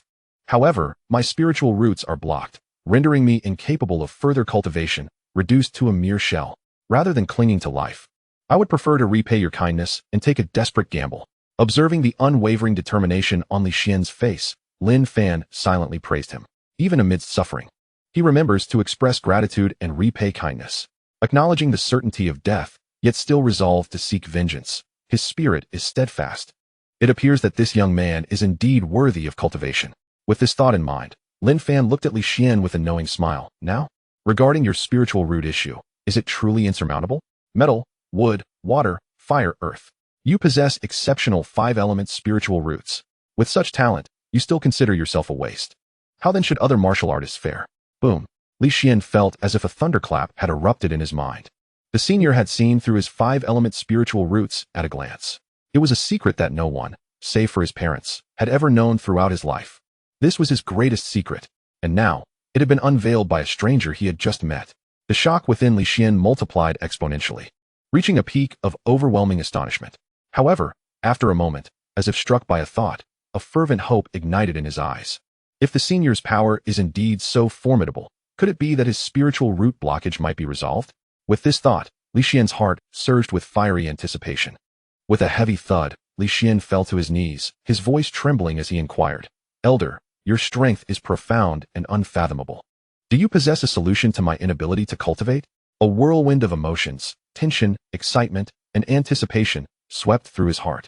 Meeting Li Xian's fervent gaze, Lin Fan smiled lightly, responding, "It's a mere trifle, a mere trifle." Upon hearing those words, Li Xian felt every cell in his body quiver with an overwhelming surge of emotions, resentment, confusion, and indignation, dissolving the despair that had enveloped him. The once bottomless abyss that he had languished in now flickered with a glimmer of hope. With eyes reddened and tears streaming down like a torrential downpour, Li Xian bowed deeply to Lin Fan, his voice quaking as he pleaded, "Elder, regardless of the cost, I implore you to aid me in restoring my spiritual roots." Thud, thud, thud. His forehead struck the ground repeatedly, soon stained with crimson blood. Lin Fan remained silent as Li Xian continued, seemingly oblivious to the pain. Having resigned himself to a life of worthlessness, he never anticipated encountering a transcendent being capable of alleviating his plight. Thus, Li Xian was resolute in his determination not to surrender. Observing Li Xian's unwavering devotion, Lin Fan nodded discreetly, scanning his condition. Name: Li Xian. Realm: 1-star martial disciple, deteriorating, to become an ordinary person in 3 days.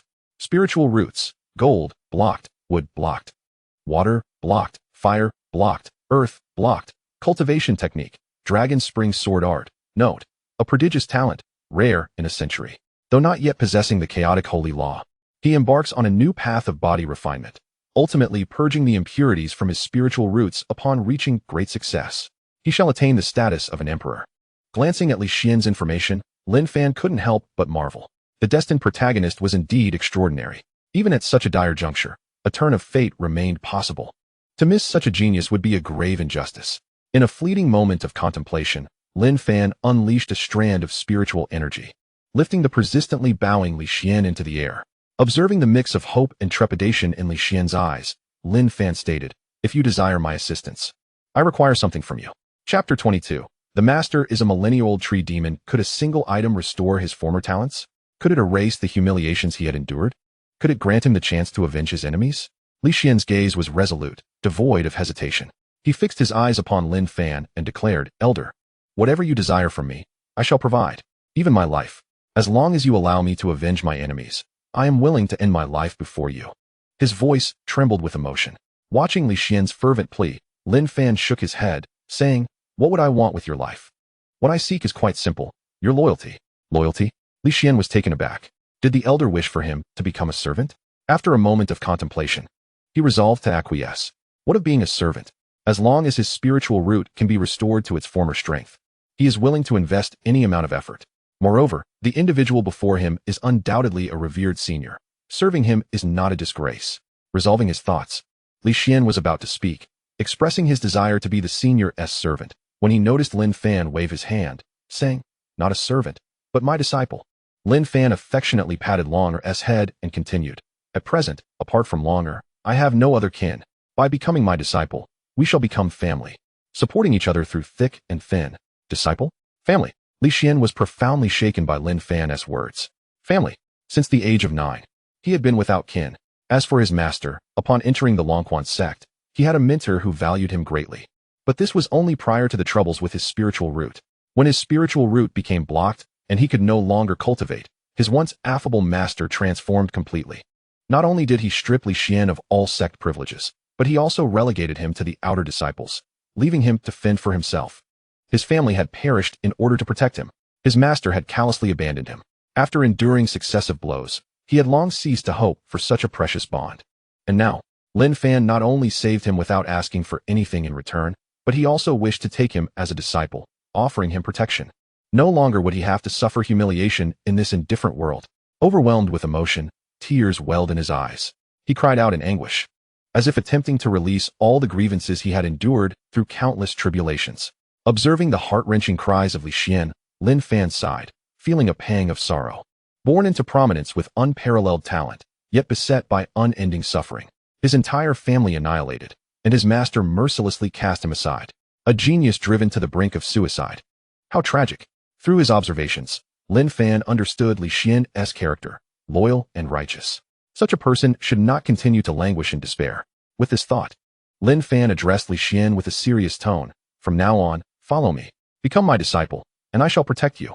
As for those who have humiliated you, your enemies, I will ensure they fall into the abyss. As for you, I will restore your strength, allowing you to rise until you stand atop this world." Boom. The powerful yet warm words instantly melted away the final remnants of ice in Li Xian's heart. In that moment, Lin Fan's figure loomed larger than life in Li Xian's eyes, soon transforming into a towering giant, radiating a resplendent golden light. With a heavy thud, Li Xian knelt deeply on the ground, prostrating himself in reverence, proclaiming with a sense of devotion, "Disciple Li Xian pays respects to master." Lin Fan nodded in satisfaction. "Rise. From this day forth, you shall be my chief disciple." Chief disciple? Suppressing his overwhelming excitement, Li Xian blushed as he stood and replied, "Yes, master." Once Li Xian had risen, Lin Fan softly said, "This is not the place for conversation. Come with me.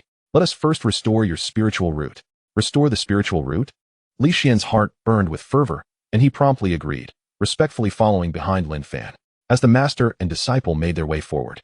Traversing the vast expanse of grassland and dense forest, Li Xian was astounded by an unexpected sight.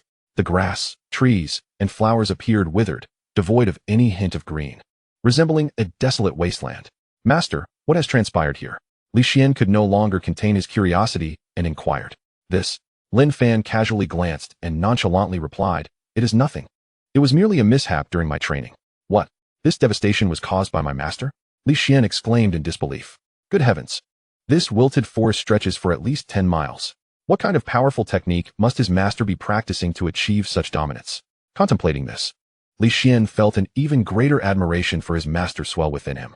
Moreover, he felt a sense of clarity. The mightier his master became, the swifter his own spiritual roots would recover. A joyful expression graced his face as he continued to follow Lin Fan. At that moment, still somewhat distracted, Li Xian suddenly sensed the air around him becoming exceptionally fresh. Taking a deep breath, he felt a wave of serenity wash over him, and the wood elemental energy within him began to stir. Just then, Lin Fan halted, stepped aside, and proclaimed, "We have arrived. This is the place." Upon hearing this, Li Xian focused his gaze, and the sight before him nearly caused his eyes to bulge in astonishment. Before him stood massive trees, each large enough for a dozen adults to encircle, soaring into the sky, their canopies obscuring the sun, stretching endlessly beyond sight. Beneath the colossal trees, a lush carpet of grass was adorned with countless exotic flowers, all vying to bloom, while a gentle breeze carried their intoxicating fragrance directly to Li Xian's nostrils. It was a scene reminiscent of a celestial realm. For a moment, Li Xian was nearly entranced by the beauty surrounding him. Yet, amidst his enchantment, questions lingered in his mind. He was somewhat familiar with the misty forest. How had he never heard of such a splendid locale before? Stealing a glance at Lin Fan, he wondered if all of this was a result of his master's influence. Sensing Li Xian's gaze, Lin Fan smiled gently and said, "Let us proceed. We are nearing my abode." "Your abode?" Li Xian nodded eagerly, keeping pace, as they passed through the fragrant sea of flowers and dense foliage. An even more astonishing scene unfolded. Whenever his master Lin Fan walked past a patch of flowers, the blossoms would cease their swaying, and subsequently, they would all bow slightly in his direction, as if welcoming Lin Fan's return. Li Xian watched in sheer disbelief, and a ludicrous thought sprang to mind. Could his master truly be a tree spirit who had cultivated for millennia and attained sentience? Chapter 23. The awakening of Li Xian's blocked spiritual roots. Lin Fan was, of course, no tree spirit, but a genuine human. However, he possessed the ability to accomplish feats that even a millennia-old tree spirit could not. Lin Fan's wood elemental roots were activated by the seed of the world tree, enabling him to manipulate wood elemental energy in ways far beyond that of an ordinary wood elemental root. Subsequently, Lin Fan placed the world tree seed upon his own wood elemental roots, allowing them to continuously absorb the immense power of the world tree. This led to an astonishing accumulation of wood spirit energy within him, reaching a terrifying level. This terror was not only manifested in the sheer quantity of wood spirit energy, but also in his mastery over all wooden beings. The moment Lin Fan set foot in a forest, he would immediately be recognized as the forest sovereign. He could communicate with any flower, grass, or tree within the woods, understanding their conditions and thoughts. Any intruder who dared to trespass into this forest would be instantly aware of his presence. Should anyone have the audacity to provoke him within his dominion, it would undoubtedly lead to their demise. This was the unwavering confidence that came with being the bearer of the world seed. Just as Li Xian's thoughts began to spiral, Lin Fan's voice broke through. "We've arrived." Arrived at the destination? Li Xian's spirit jolted, and he looked up. At that moment, he was rendered speechless. A colossal tree, an immense giant. Li Xian could assure himself that he had never before encountered such a magnificent tree. The girth of this giant was such that it would require the combined effort of over 100 fully grown men to barely encircle it.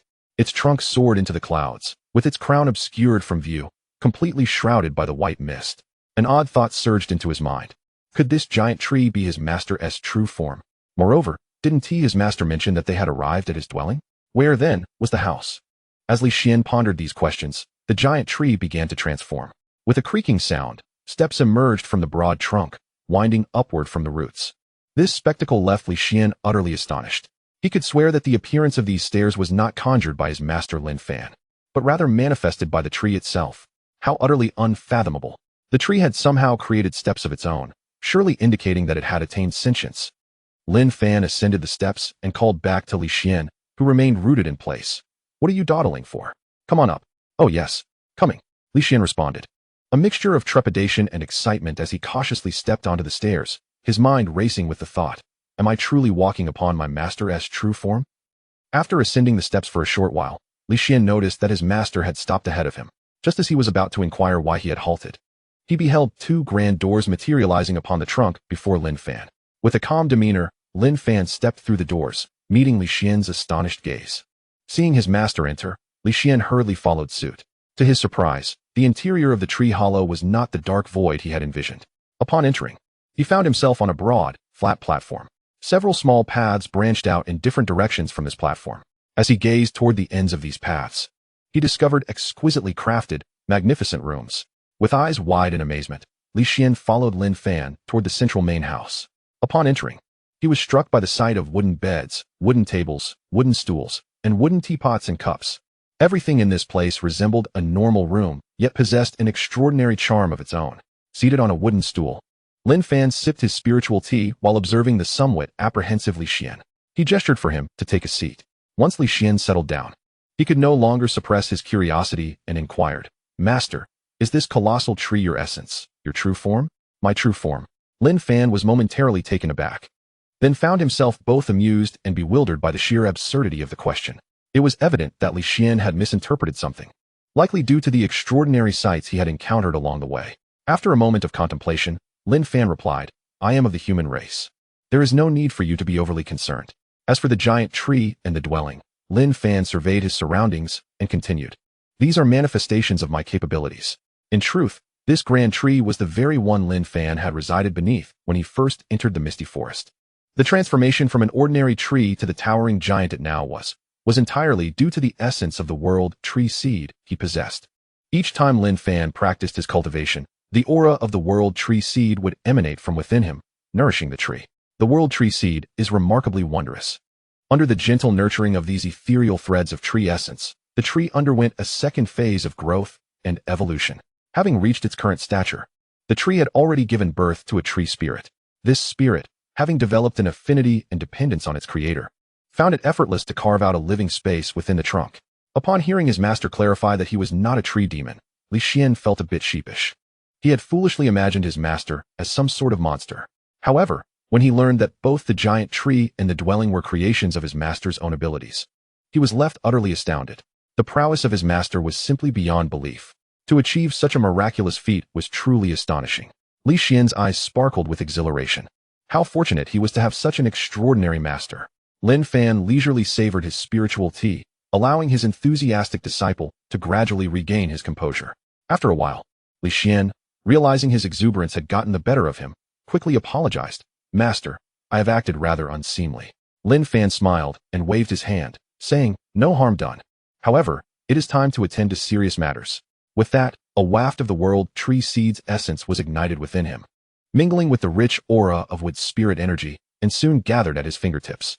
In no time, the vibrant spiritual energy coalesced into droplets of emerald green liquid, which fell into the teacup on the table. Understanding that Li Xian's spiritual roots were obstructed due to an excess of impurities, Lin Fan devised a solution, one that only he could employ. Indeed, it was the world tree seed. Having endured prolonged illness, Lin Fan was undoubtedly more knowledgeable about the intricacies of spiritual roots than anyone else. The blockage in Li Xian's 5 spiritual roots was caused by an accumulation of impurities. If these impurities could be entirely eradicated, his roots would surely return to their original state. But how to cleanse them? Naturally, the assistance of the world tree seed was imperative. The essence of the world tree seed is characterized by its abundant life force and powerful ability to eliminate negativity. Utilizing this unique capability to clear the obstructions in Li Xian's spiritual roots was simply the most fitting course of action. Drip, drip. In a matter of moments, the droplets had overflowed the confines of the teacup. Lin Fan observed the situation and then picked up the teacup filled with a vibrant green liquid, offering it to Li Xian with a command, drink this. Without a moment's hesitation, Li Xian accepted the cup from his master and, without inquiry, tilted his head back and consumed the elixir in one swift motion. Chapter 24. The Awakening of the 5 Elements' Spiritual Roots, the Return of the Prodigy Gulp. The green liquid flowed down his throat and into his abdomen. In that instant, a refreshing sensation coursed throughout Li Xian's entire being. Soon, the liquid traveled through his meridians, arriving at the long-dormant location of his spiritual roots. It was like rain after a prolonged drought.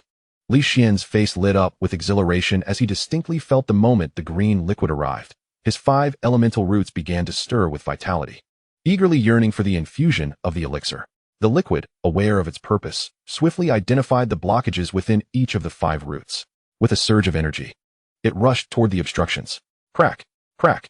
With the assistance of the green liquid, the impurities at the roots vanished in an instant. As the impurities dissipated, the spiritual roots began to operate once more.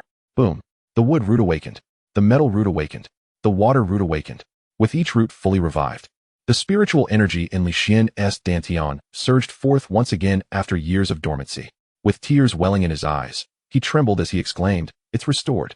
Finally restored." Ah! Li Xian shouted in sheer excitement. After his outburst, he turned and fell to his knees before Lin Fan, weeping profusely. "Master, I can feel the spiritual energy. I can finally feel it." Lin Fan smiled gently, offering comfort. "Since it has been restored, that is indeed wonderful. Do not cry. Rise." However, upon hearing his master's soothing words, Li Xian shook his head, remaining on the ground, his eyes glistening with tears as he gazed up at Lin Fan. "Master, it has been 5 long years. During those years, as I was cast aside by the sect and rendered a waste, I truly witnessed the coldness of the world. Once cherished like a treasure by you, upon learning of my blocked roots and my descent into mediocrity, you heartlessly expelled me. Those who once flattered me now mock and humiliate me daily. Everyone avoided me. Only you, Master," Li Xian said with deep emotion. "Only you did not disdain me for being a failure, but rather generously used such a precious elixir to help me clear my roots. Master, you have given me a second chance at life. I swear, no matter the challenges or deadly battles that lie ahead, I shall serve by your side, never to betray you." Having just consumed the miraculous green liquid, Li Xian could fully appreciate its rarity and value. The gratitude swelling within him for his master, who had selflessly provided such a wondrous substance, was nearly overwhelming.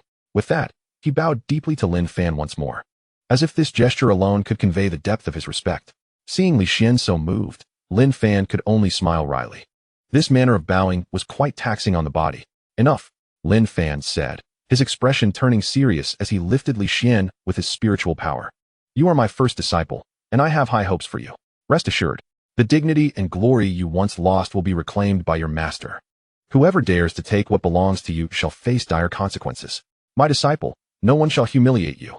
The master's domineering words caused tears to flow uncontrollably from Li Xian's eyes once again. To have such a master is indeed a profound blessing. As he pondered how to repay his master in the future, the voice of Master Lin Fan resonated once more. "With your 5 elemental roots, practicing ordinary techniques would be a gross misallocation of talent. Now, I shall impart to you an imperial-level technique, the first volume of the Chaos Sacred Method. Sit cross-legged, close your eyes, and concentrate." Li Xian hurriedly complied. As he prepared, Lin Fan extended a finger. Boom! In an instant, a wisp of misty, chaotic energy erupted from his fingertip. He then gently tapped Li Xian's forehead. Upon contact with Li Xian's brow, the wisp of chaotic energy, akin to a nimble serpent, swiftly penetrated his sea of consciousness. Boom! The moment the chaotic energy entered his mind, Li Xian felt a vast and profound power surging within his brain. Pain. It was excruciatingly painful. It felt as if his head might burst. Although Li Xian possessed 5 elemental roots, and despite Lin Fan having only imparted the first volume, his sea of consciousness still struggled to accommodate it. Cold sweat poured down Li Xian's forehead as he pounded his temples with his hands, seeking relief from the agony. However, it was in vain. Just as he was about to lose consciousness, a gentle force coursed through his shoulder into his body. With this influx of power, the pain in Li Xian's mind instantly subsided, allowing him to focus on absorbing the majestic technique without the distraction of torment. Li Xian understood precisely where that force originated. Master. It was his master safeguarding him. His heart swelled with gratitude. His master was truly benevolent. Not only had he healed his spiritual roots, but he had also bestowed upon him such a precious technique. Even now, he was thoughtfully providing protection at his side. All of this was etched deeply in Li Xian's very being. As the moon waned and the sun rose, a night had passed. After a night of absorption, Li Xian slowly opened his eyes. Upon doing so, he was met with the smiling face of Master Lin Fan. Li Xian quickly rose to his feet, bowing respectfully and saying, "Master, your disciple is dull-witted and still requires your protective guidance." Lin Fan waved his hand dismissively and, with a hint of curiosity, inquired, "You must have fully absorbed the first volume of the Chaos Sacred Method by now. How do you feel?" Lin Fan was genuinely curious to discover what unique experiences Li Xian would have while cultivating this technique that originally belonged to him. At this moment, hearing his master's question, Li Xian did not respond immediately. Reflecting on his master's inquiry, he pondered, obscure and profound. It is indeed an imperial-level technique, ancient and mysterious. Each character within it has endowed me with immense insight. Compared to the techniques of xuanhuan sect, it is utterly insignificant. It is undoubtedly 1,000-fold, nay, 10,000-fold superior. Even Li Xian believed that no cultivation technique within the entire Tianqing nation could possibly compare. Upon hearing Li Xian's assessment, a flicker of disappointment crossed Lin Fan's heart. He had anticipated that the chaotic sacred method would yield some extraordinary phenomena upon encountering the destined protagonist. Nevertheless, it mattered not. He had never sought anything from Li Xian as his disciple. With this thought, Lin Fan nodded and remarked, "An imperial-level technique is certainly not one that can be compared to ordinary methods. It will naturally possess some profound intricacies." Listening to his master's words, Li Xian felt a bit bashful as he scratched his head and said, "Master, there are certain details I do not quite comprehend. Could you elucidate them for me?" Chapter 25, The Martial King Realm. To explain the intricacies of a technique to the destined protagonist? Lin Fan smiled slightly. No problem. Seeing his master's consent, Li Xian was overjoyed and promptly began his inquiries. Lin Fan, in turn, provided meticulous explanations. In the blink of an eye, 3 days had elapsed. For Li Xian, these 3 days could be deemed the most joyous of his life. Whenever he encountered difficulties in understanding the technique, his master was always there, patiently guiding him without a hint of impatience. While practicing the chaotic sacred method, when a minor error in the meridian's operation nearly resulted in injury, it was his master who provided timely protection. Under such immense grace, Li Xian dared not disappoint his master's expectations and devoted himself to diligent practice. He was inherently a prodigy with 5 spiritual roots, and in such a stable environment, his strength surged at an astonishing pace. On the first day, 1-star martial apprentice, 2-star martial apprentice, 3-star martial apprentice, 8-star martial apprentice, 9-star martial apprentice. On the second day, 1-star martial master, 2-star martial master, 3-star martial master. On the third day, 5-star martial master, 7-star martial master. Over the span of 3 days, he had remarkably broken through 15 minor realms. This rapid enhancement in strength left Li Xian astounded, and even Lin Fan was somewhat bewildered. Truly, he was the destined protagonist. His cultivation speed resembled that of a rocket.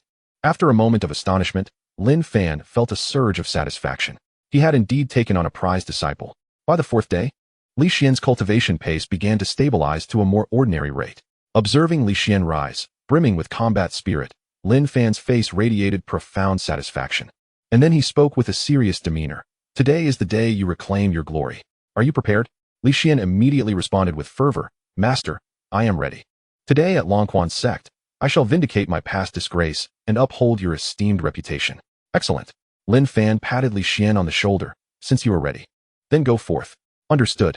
Li Xian bowed respectfully to Lin Fan before striding toward the tree hollow. Watching his disciple's retreating figure, Lin Fan murmured softly, "The wind has risen." Then, a playful smile emerged on Lin Fan's face.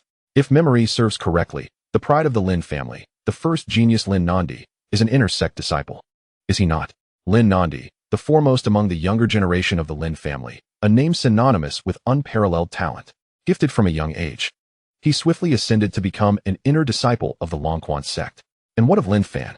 A waste, a disgrace to his family. Such derogatory epithets have persistently shadowed him. A genius, a failure. 2 individuals who would ordinarily have no connection are now inexorably drawn together in an unexpected manner. Contemplating this, Lin Fan's lips curled into a cold smile. How would those hypocritical members of the Lin family react if they were to learn that a disciple of mine could effortlessly vanquish the prodigy they so dearly cherish? TSK. I must admit, I am rather looking forward to their expressions. The dark mist forest, abundant in spiritual energy and serene in its environment, serves as an ideal locale for cultivation. Consequently, for major sects have established their presence here. Besides the xuanhuan sect, where Li Xian resides, the other 3 sects are the Feihai sect, the Liu sect, and the Holy Puppet sect. Each of these 4 sects boasts several hundred disciples, all selected from the exceptionally talented youth of Shattering Stone City and its surrounding villages. The young people of Shattering Stone City take immense pride in their aspiration to join one of these 4 great sects.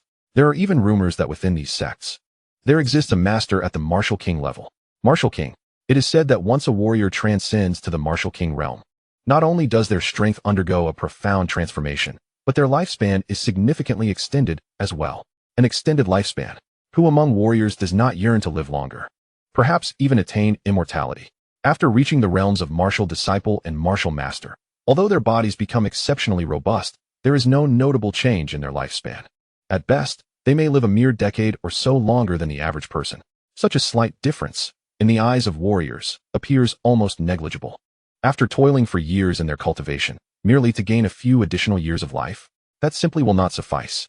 They strive relentlessly in their training, driven by the desire to break through to the realm of martial king or higher. However, reaching the martial king realm is no easy feat. Countless 9-star martial masters, upon reaching old age with graying hair and beards, find themselves unable to even touch the threshold of the martial king realm, departing this world with their unfulfilled aspirations. The absence of a martial king in Shattering Stone City for hundreds of years underscores the difficulty of attaining such a status. Thus, the exalted position of the four sects is largely attributed to the rumored presence of martial king experts among them. Lin Fan felt no surprise at the speculation surrounding the existence of a martial king within the four sections. After all, these sects have quietly developed within the dark mist forest for several centuries, and possessing some hidden cards is quite normal. Lin Fan's instruction for his disciple Li Xian to return to the sect was not solely for the purpose of vengeance.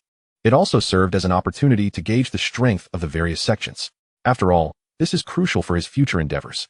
Yet, as he recalled the rumors regarding the martial king realm, Lin Fan furrowed his brow and murmured to himself, "In my memories, my father possessed extraordinary cultivation talent and was hailed as the foremost expert of Shattering Stone City.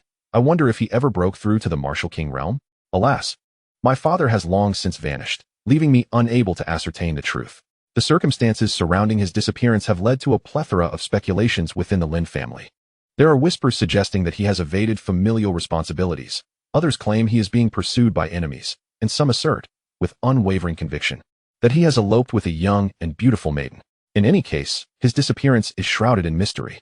Shaking his head to dispel the chaotic thoughts swirling in his mind, Lin Fan approached the cave entrance, gazing at the distant scenery, and declared, "The primary task now is to enhance my strength. As for the rest, I shall address it when time permits." With that, he turned and returned to his secluded chamber within the tree hollow to continue his cultivation. Meanwhile, at Lonquan's sect, the grand competition among the four major sects was taking place, an event held every 5 years. Lonquan Peak, situated in the northwest corner of the Misty Forest, is the principal summit of the Lonquan mountain range. This prestigious gathering was taking place in the plaza atop the peak. Such a momentous occasion naturally demanded stringent security measures. Beneath Lonquan Peak, external disciples clad in uniforms wielding swords and knives patrolled diligently. At the mountain gate, 2 external disciples, one stout and the other slender, engaged in casual conversation. "Senior brother Sun, you've been on guard duty at the mountain gate these past few days, haven't you?" the slender one inquired suddenly. "Indeed." "Lu junior brother, is there an issue?" Waving his hand dismissively, the slender disciple replied, "Not at all, but I heard that Master Li descended the mountain 3 days ago. I was merely wondering why he is yet to return." Upon hearing this, the stout senior brother Sun's face contorted with disdain. "Why concern ourselves with that waste, Master? Bah! He brings shame to our Lonquan sect." Lu junior brother burst into laughter. "Senior brother Sun, did you not realize I was speaking ironically? What is Li Xian truly?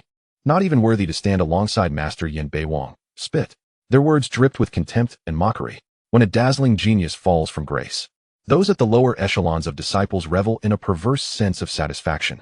Just as their conversation grew fervent, a chilling voice interrupted. "Oh, I, Li Xian, would like to hear how I am deemed a waste." Both senior brother Sun and junior brother Lu froze momentarily. Upon recognizing that the voice belonged to Li Xian, whom they had just ridiculed, their initial shock quickly dissipated, replaced by mockery as they recalled that Li Xian was no longer the sex prodigy of yore.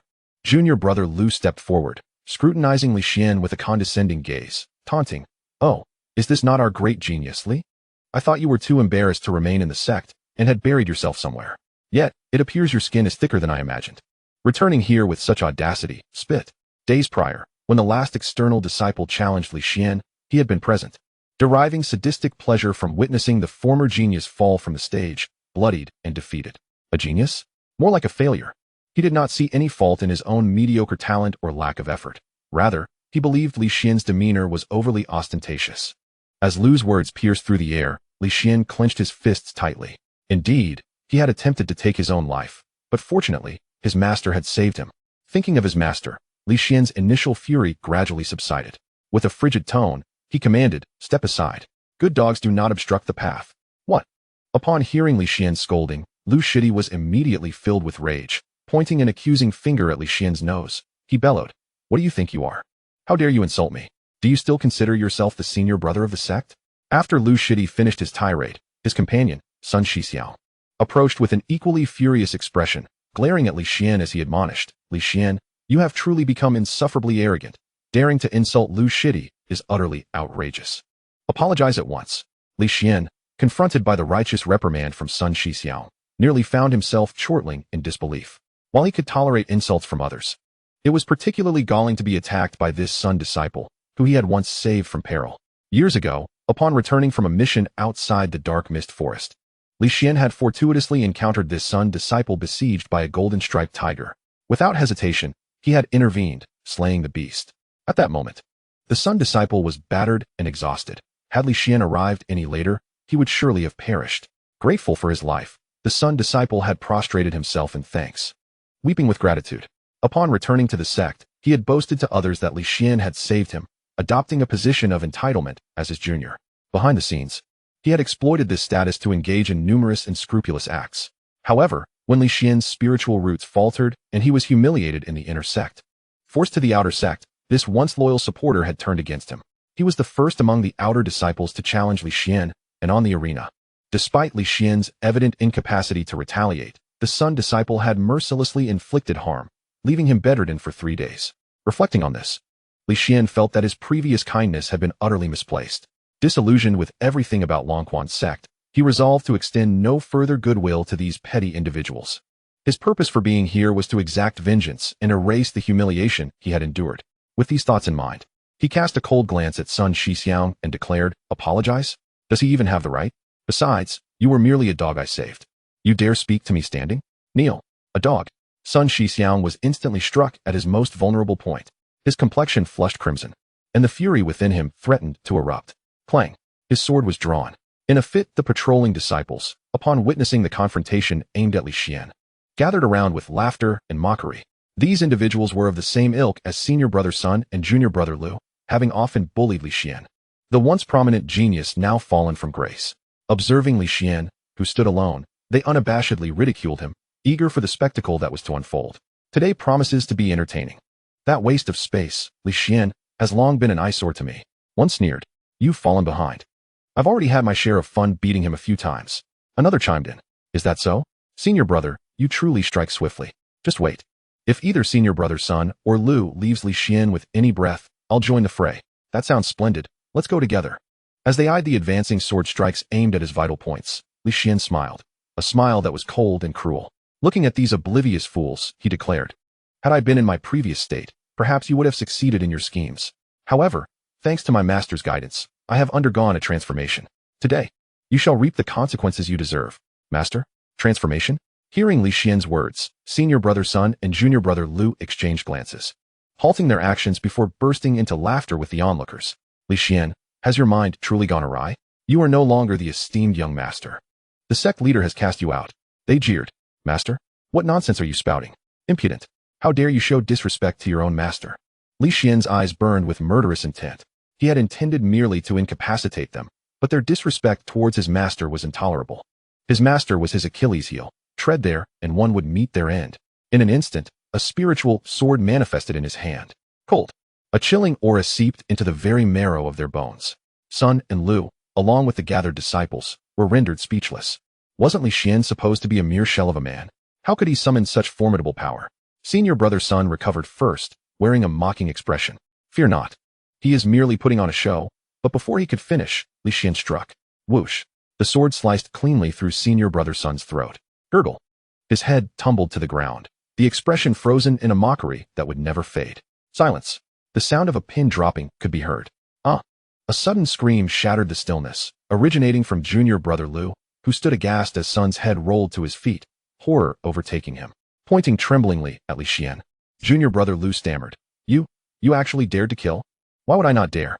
I no longer consider myself a disciple of Lonquan's sect. My only master is Lin Fan." Li Xian, disinterested in further dialogue, raised his sword once more. Thud! Another swift and precise strike pierced through junior brother Lu's with a thud. The lifeless body of Lu Shidi crashed to the ground, stirring up a choking cloud of dust. The gathered disciples, momentarily stunned, quickly regained their senses. Flee, hurry, and escape. Witnessing Li Xian's swift execution of two of their more powerful peers, the remaining disciples felt no spark of rebellion ignite within them. As they scattered like startled birds, Li Xian let out a mocking laugh and pursued them with the speed of an arrow loosed from its bow. 1, 2, 3. In no time, the entrance of xuanhuan's sect lay strewn with corpses and severed limbs. Each face bore an expression of indescribable terror and confusion in their final moments. How could Li Xian, once considered a useless waste, suddenly exhibit such formidable prowess? However, they were doomed to remain ignorant of the answer. After all, when life fades, it is akin to an extinguished flame. Tick-tock, tick-tock. With a stern visage, Li Xian ascended the peak of Xuanhuan Mountain, his sword dripping with fresh blood. At the Xuanhuan Peak, the sect's plaza bustled with activity, the air filled with the sounds of drums and cheers. In the center stood several arenas, where fierce battles were underway, surrounded by a multitude of spectators, numbering well over 1,000. To the east of the plaza, a high platform had been erected, where the esteemed leaders of various sects sat, their powerful auras palpable. At the forefront were three figures: Long Yuanliang, the master of Xuanhuan's sect; He Gi, the leader of Feihe's sect; and Yu Tianqing, the master of Liu's sect. Each was a 9-star martial master, and their mere presence commanded immense respect from the elders and leaders behind them. The master of Feihe's sect, clad in a robe and sporting a long beard, inquired of Long Yuanliang, "Brother Long, has the old ghost Yin from the Yin sect still not sent anyone?" Long Yuanliang, appearing in his 40s with a robust build and a beard, shook his head. "Brother He, as you know, Yin is always shrouded in mystery. I have been unable to reach him." There was a hint of dissatisfaction in his tone. In order to foster inter-sect relations, it had been agreed that the biannual competition in the Dark Mist Forest would be hosted in rotation among the 4 major sections. Yet, for reasons unknown, the Yin sect had ceased its participation 5 years ago, even sealing its gates. The sect masters found it increasingly difficult to meet with Yin. At that moment, Yu Tianqing, the master of Liu's sect, spoke softly. "If they choose not to come, so be it. That old ghost, Yin, has a dismal aura. He makes one uncomfortable just by being present." Long Yuanliang and He Gi nodded in agreement, deciding not to dwell on the absence of the Yin sect. Just then, on one of the arenas, an inner disciple of Xuanhuan's sect skillfully knocked a disciple of Feihe's sect off the platform. Long Yuanliang laughed heartily and gestured to He Gi. "Brother He, it seems Xuanhuan's sect is once again poised to claim victory in this competition." He Gi smiled lightly. "There is no need for haste. This is merely the beginning. Until the final moment, anything can happen." Though his words were calm, a flicker of urgency danced in his eyes. The disciples brought by Hemin have already seen over a dozen eliminated. It is uncertain how many will remain by the final round. The situation for Yu Tianqing, the leader of the Falling Rain sect, is similarly bleak, as his disciples have not fared well in their matches. The Xuanhuan sect, occupying the home ground, is indeed leading by a wide margin. In the top 10 rankings, for members of Xuanhuan's sect have advanced, and with just one more, they will hold half the slots. This scenario brings an involuntary smile to Long Yuanliang's face. It is evident that the ultimate victor of this grand competition will be Xuanhuan's sect. However, it ultimately hinges on who will claim the prestigious title of champion. Observing Long Yuanliang's smug expression, He Gi could no longer contain himself and retorted, "Brother Long, and I am certain he will seize the championship." Ling Feiyu, the junior master of Hemin and a prized disciple of He Gi, wields the flying crane sword with unparalleled skill, making it exceedingly difficult for opponents to counter his moves. In his 20s, he has already reached the realm of 7-star martial master, undoubtedly the foremost among the younger generation of Hemin. As He Gi expressed his confidence, Yu Tianqing, the leader of the Falling Rain sect, scoffed, "Brother He, it seems you, like Brother Long, underestimate others too much. The champion of this sect competition will undoubtedly be a disciple of the Falling Rain sect." "What? A disciple of the Falling Rain sect claiming the championship? How can a sect that consistently ends up at the bottom have such confidence?" Long Yuanliang and He Gi exchanged incredulous glances. Observing their reactions, Yu Tianqing remained unfazed and confidently asserted, "My disciple, Qin Yufei, is but a step away from becoming an 8-star martial master." A step away from an 8-star martial master. Long Yuanliang and He Gi's expressions froze in unison. The talent of Qin Yufei is indeed formidable. As sect leaders, they have spent decades honing their skills to merely reach the realm of 8-star martial master. Amidst their astonishment, a bitter sensation washed over them, particularly Long Yuanliang. He was acutely aware that while his disciple, Yin Beiwang, also possessed remarkable talent, he fell short compared to Ling Feiyu and Qin Yufei. Currently, He had only just stepped into the realm of 7-star martial master. Realizing this, Long Yuanliang shook his head in resignation. It seems that the disciples of Longquan's sect have little hope of claiming the championship this time. At that moment, the voice of the judge resonated from the largest arena in the square in the final round. The junior masters of the 3 sects will take the stage to compete for the championship. Chapter 28. The arrival of Li Xian, the competition for the championship. With the judge's announcement, the thousands of watching disciples erupted in cheers. Yin Beiwang for the win. Ling Feiyu shall undoubtedly be the champion. Sister Qin Yufei, decisively defeat them. The atmosphere was fervent as disciples from all 3 sects rallied support for their respective junior masters. With a resounding thud, the dashing figure of Yin Beiwang, clad in white, gracefully descended onto the arena. After the Yin Beiwang station came to a halt, a stern young man and a lady clad in a pink shirt ascended the arena right behind him. The stern young man, Ling Feiyu, is the young master of the Feihai sect. The lady in pink, Qin Yufei, is the young mistress of the Lanyu sect. With the appearance of these 3 individuals, the atmosphere in the arena surged to a climax. All the disciples waved their flags and cheered, hoping that their chosen champions would emerge as the victors of this grand assembly. Among the numerous inner disciples of the Longquan sect, a robust and exceptional young man gazed in a daze at the 3 figures upon the stage. His name is Lin Nandi. Indeed, he is the foremost among the younger generation of the Lin family, the current young master, embodying the honor and hope of his clan. As a disciple of the Longquan sect, he ought to rally and support Yin Beiwang, a fellow sect member. However, his mind involuntarily conjured the image of another person. If only brother Li Xian had not encountered that unfortunate incident. Indeed, Li Xian is his idol, the target he strives to chase. Alas, the whims of fate are unpredictable. Lin Nandi sighed.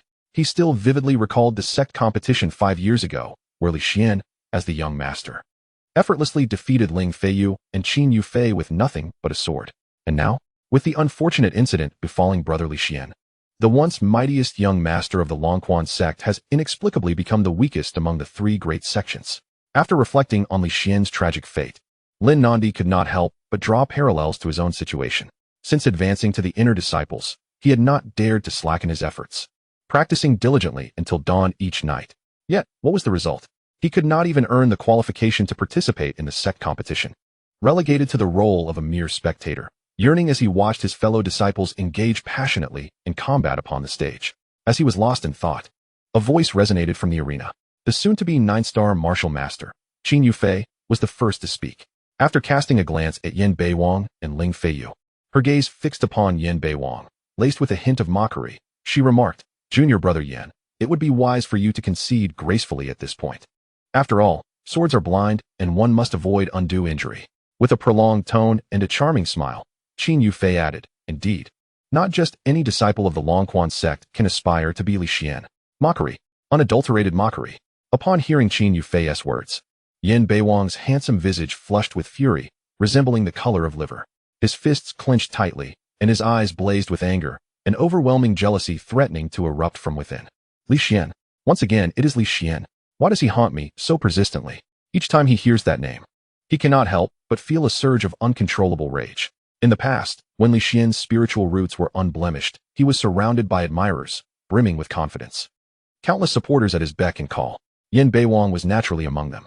He harbored ambition and talent, yet both were relentlessly overshadowed by Li Xian, leaving him no room for resurgence. Helpless, he could only dutifully fawn over Li Xian. Under Li Xian's formidable presence, his self-esteem had been thoroughly shattered. Upon learning of Li Xian's spiritual roots faltering and his subsequent fall from grace, Yin Beiwang was overjoyed. He believed that this was the result of his heartfelt prayers each day. The weighty mountain that bore down upon him has finally crumbled. In a bid for vengeance against Li Xian, Yin Beiwang sought to make him endure the shattering of his self-esteem. On the very first day of his ascension as the new deputy sect master, he orchestrated a series of challenges against Li Xian, starting with the core disciples, followed by the inner sect, and ultimately the outer sect. Each defeat Li Xian suffered filled Yin Beiwang with immense satisfaction, for his aim was to utterly annihilate Li Xian, reducing him to a mere shell of his former self. A few days prior, upon hearing of Li Xian's disheartened departure from the sect, Yin Beiwang was elated. Envisioning Li Xian's desolate visage in his mind, he let out a sinister chuckle, murmuring to himself, "Li Xian? The current Li Xian is likely to have perished in some filthy, shadowy corner." Reflecting on Li Xian's predicament, Yin Beiwang's spirits lifted considerably. Drawing a deep breath, he tightened his grip on the longsword in his hand. This time, he must fight. He must demonstrate that he is far more worthy of being the deputy sect master of Lonquan's sect than Li Xian. Clang. The referee struck the bronze gong, announcing the commencement of the battle for the deputy sect master. No sooner had the words left his lips than the three participants on the stage adopted serious expressions, shifting to their respective positions on the arena, forming a triangle, each on guard against the others. After a brief exchange of glances, Qin Yufei and Ling Feiyu unexpectedly fixed their sights on Yan Beiwang. They shared a knowing look and nodded in tacit agreement, deciding to eliminate the weakest, Yan Beiwang. Before turning their attention to one another, Yan Beiwang, observing the silent communication between the two, instantly grasped their intentions. A tightness gripped his heart as a dark cloud settled over his countenance. So, they are both targeting me, are they? He steeled himself, ready to strike first when an unusual commotion erupted at the entrance of the square. Bang, bang, bang. A cacophony of cries and the clash of metal suddenly pierced the air. Yet, just as swiftly, the sounds ceased, as if they had never existed. Such an abnormal occurrence naturally captured the attention of the crowd in the square. The referee on the arena waved his hand, calling for the three contestants to pause. Even the three grandmasters and numerous high-ranking officials atop the platform stood up, their expressions shifting as they turned to the entrance. In an instant, all eyes converged on the source of the noise. Emerging from the mountainside was a young man, wielding a bloodied longsword, his countenance devoid of emotion. It was Li Xian. Li Xian. Upon recognizing the figure, the disciples of Lonquan's sect collectively narrowed their eyes in disbelief. For reasons unknown, they felt that today's Li Xian was profoundly different. It was as though he had transformed into another person. If the former Li Xian had been despondent, lonely, and sorrowful, the present Li Xian radiated indifference and confidence, an overwhelming confidence. This was a demeanor they had only witnessed before the troubles with his spiritual roots had arisen. Could it be that Li Xian's spiritual roots had recovered? Surely not. At that moment, a voice boomed from the platform. Li Xian, what brings you here? The voice belonged to Long Yuanliang, the sect master of Lonquan's sect. And there stood Li Xian. He was once a proud disciple. But that is now a thing of the past. Only those endowed with exceptional talent deserve to be his disciples. A worthless individual? Apart from bringing shame, he holds no other value.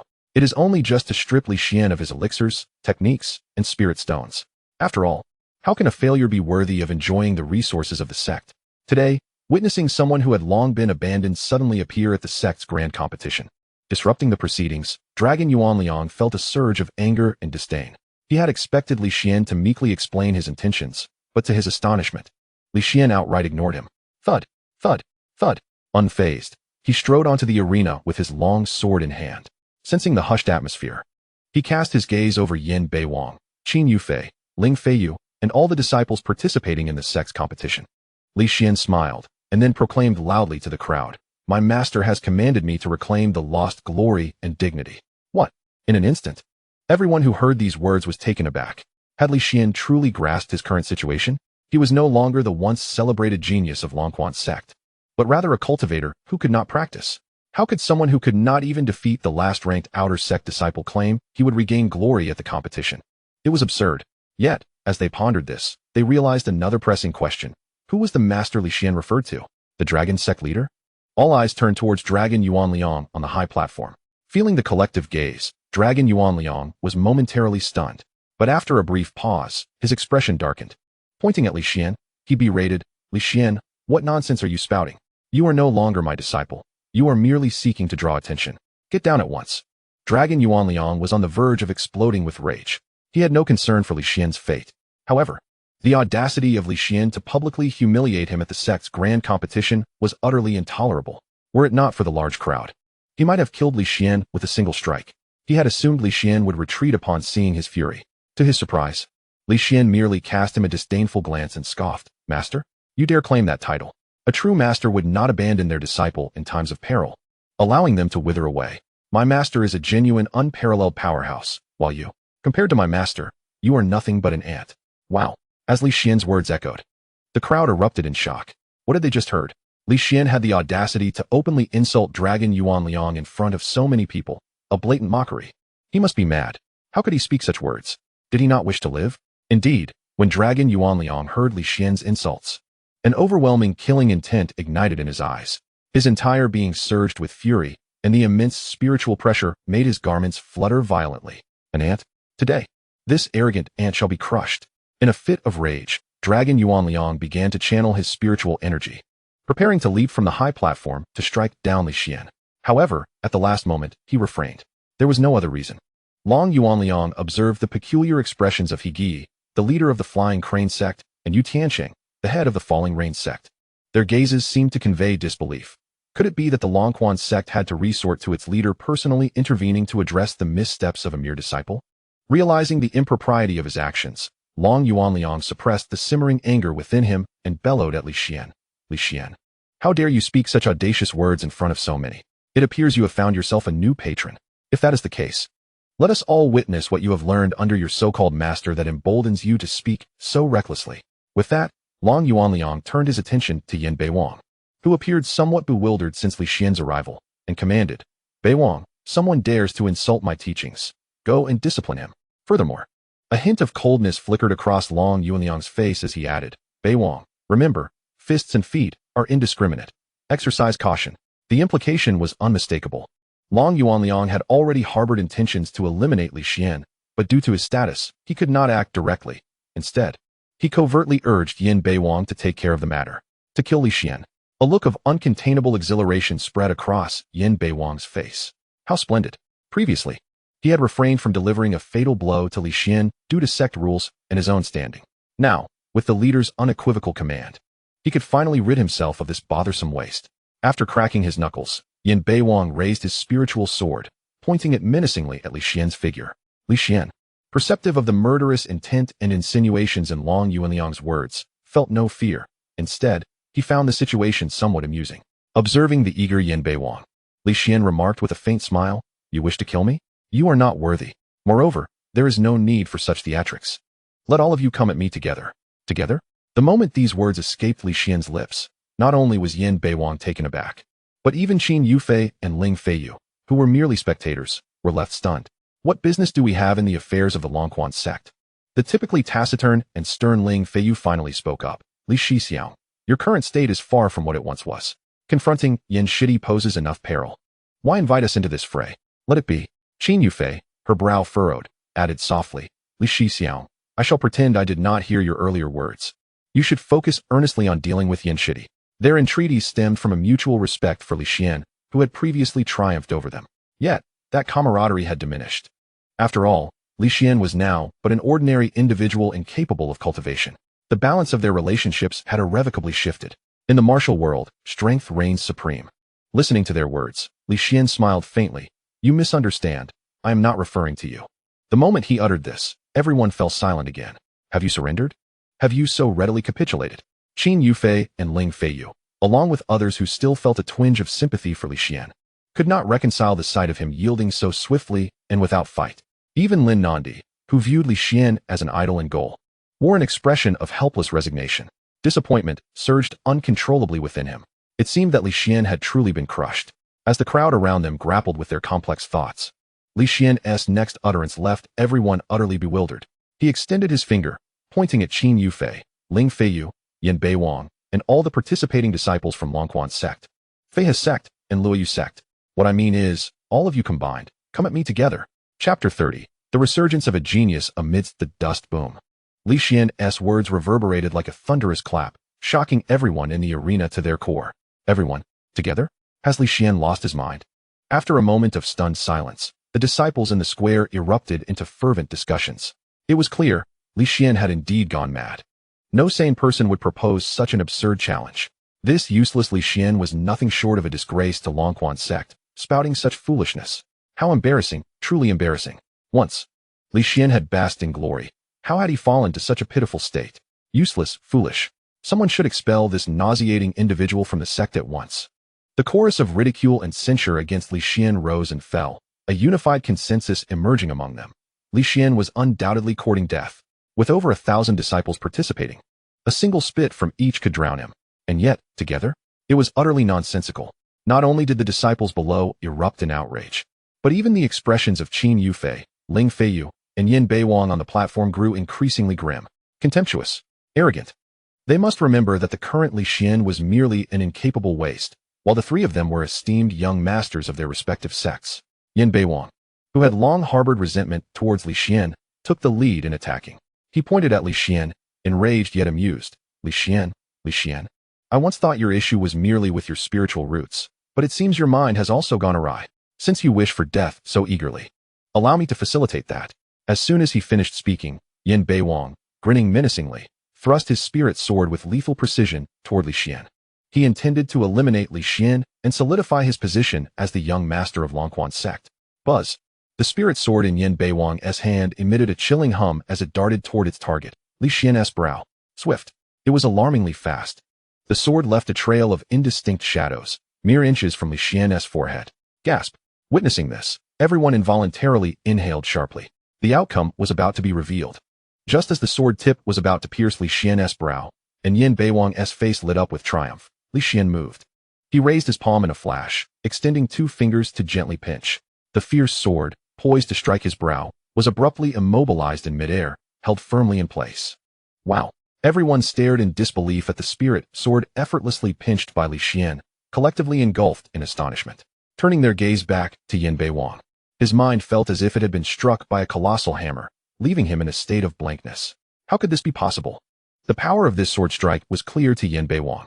This was his ultimate move, the most formidable technique among all his swordsmanship. Moreover, driven by the desire to vanquish the untalented Li Xian, his swordsmanship had transcended previous boundaries, amplifying its potency by a staggering 40 to 50%. The prowess of a 7-star martial master was already comparable to that of an 8-star martial master. Yet now, he found himself effortlessly subdued by Li Xian, a mere waste unable to cultivate. Aside from Yin Beiwang, who was utterly bewildered, Qin Yufei and Ling Feiyu were equally dumbfounded, their disbelief almost tangible in their expressions. On the high platform, the 3 masters, Long Yuanliang, He Gi, and Yu Tianqing, were equally shocked, rising from their seats with expressions of utter horror. Long Yuanliang even comically rubbed his eyes, yearning for clarity. Was it truly his former disciple, the one deemed incapable of cultivation, standing on the arena? Sensing the astonishment of those around him, Li Xian smiled faintly and addressed Yin Beiwang. You were never worthy before, and now you stand no chance whatsoever. Observing the growing fear on Yin Beiwang's face, Li Xian continued, You frogs at the bottom of the well can never comprehend the vastness of the sky above. Nor can you fathom the profound depths of my master.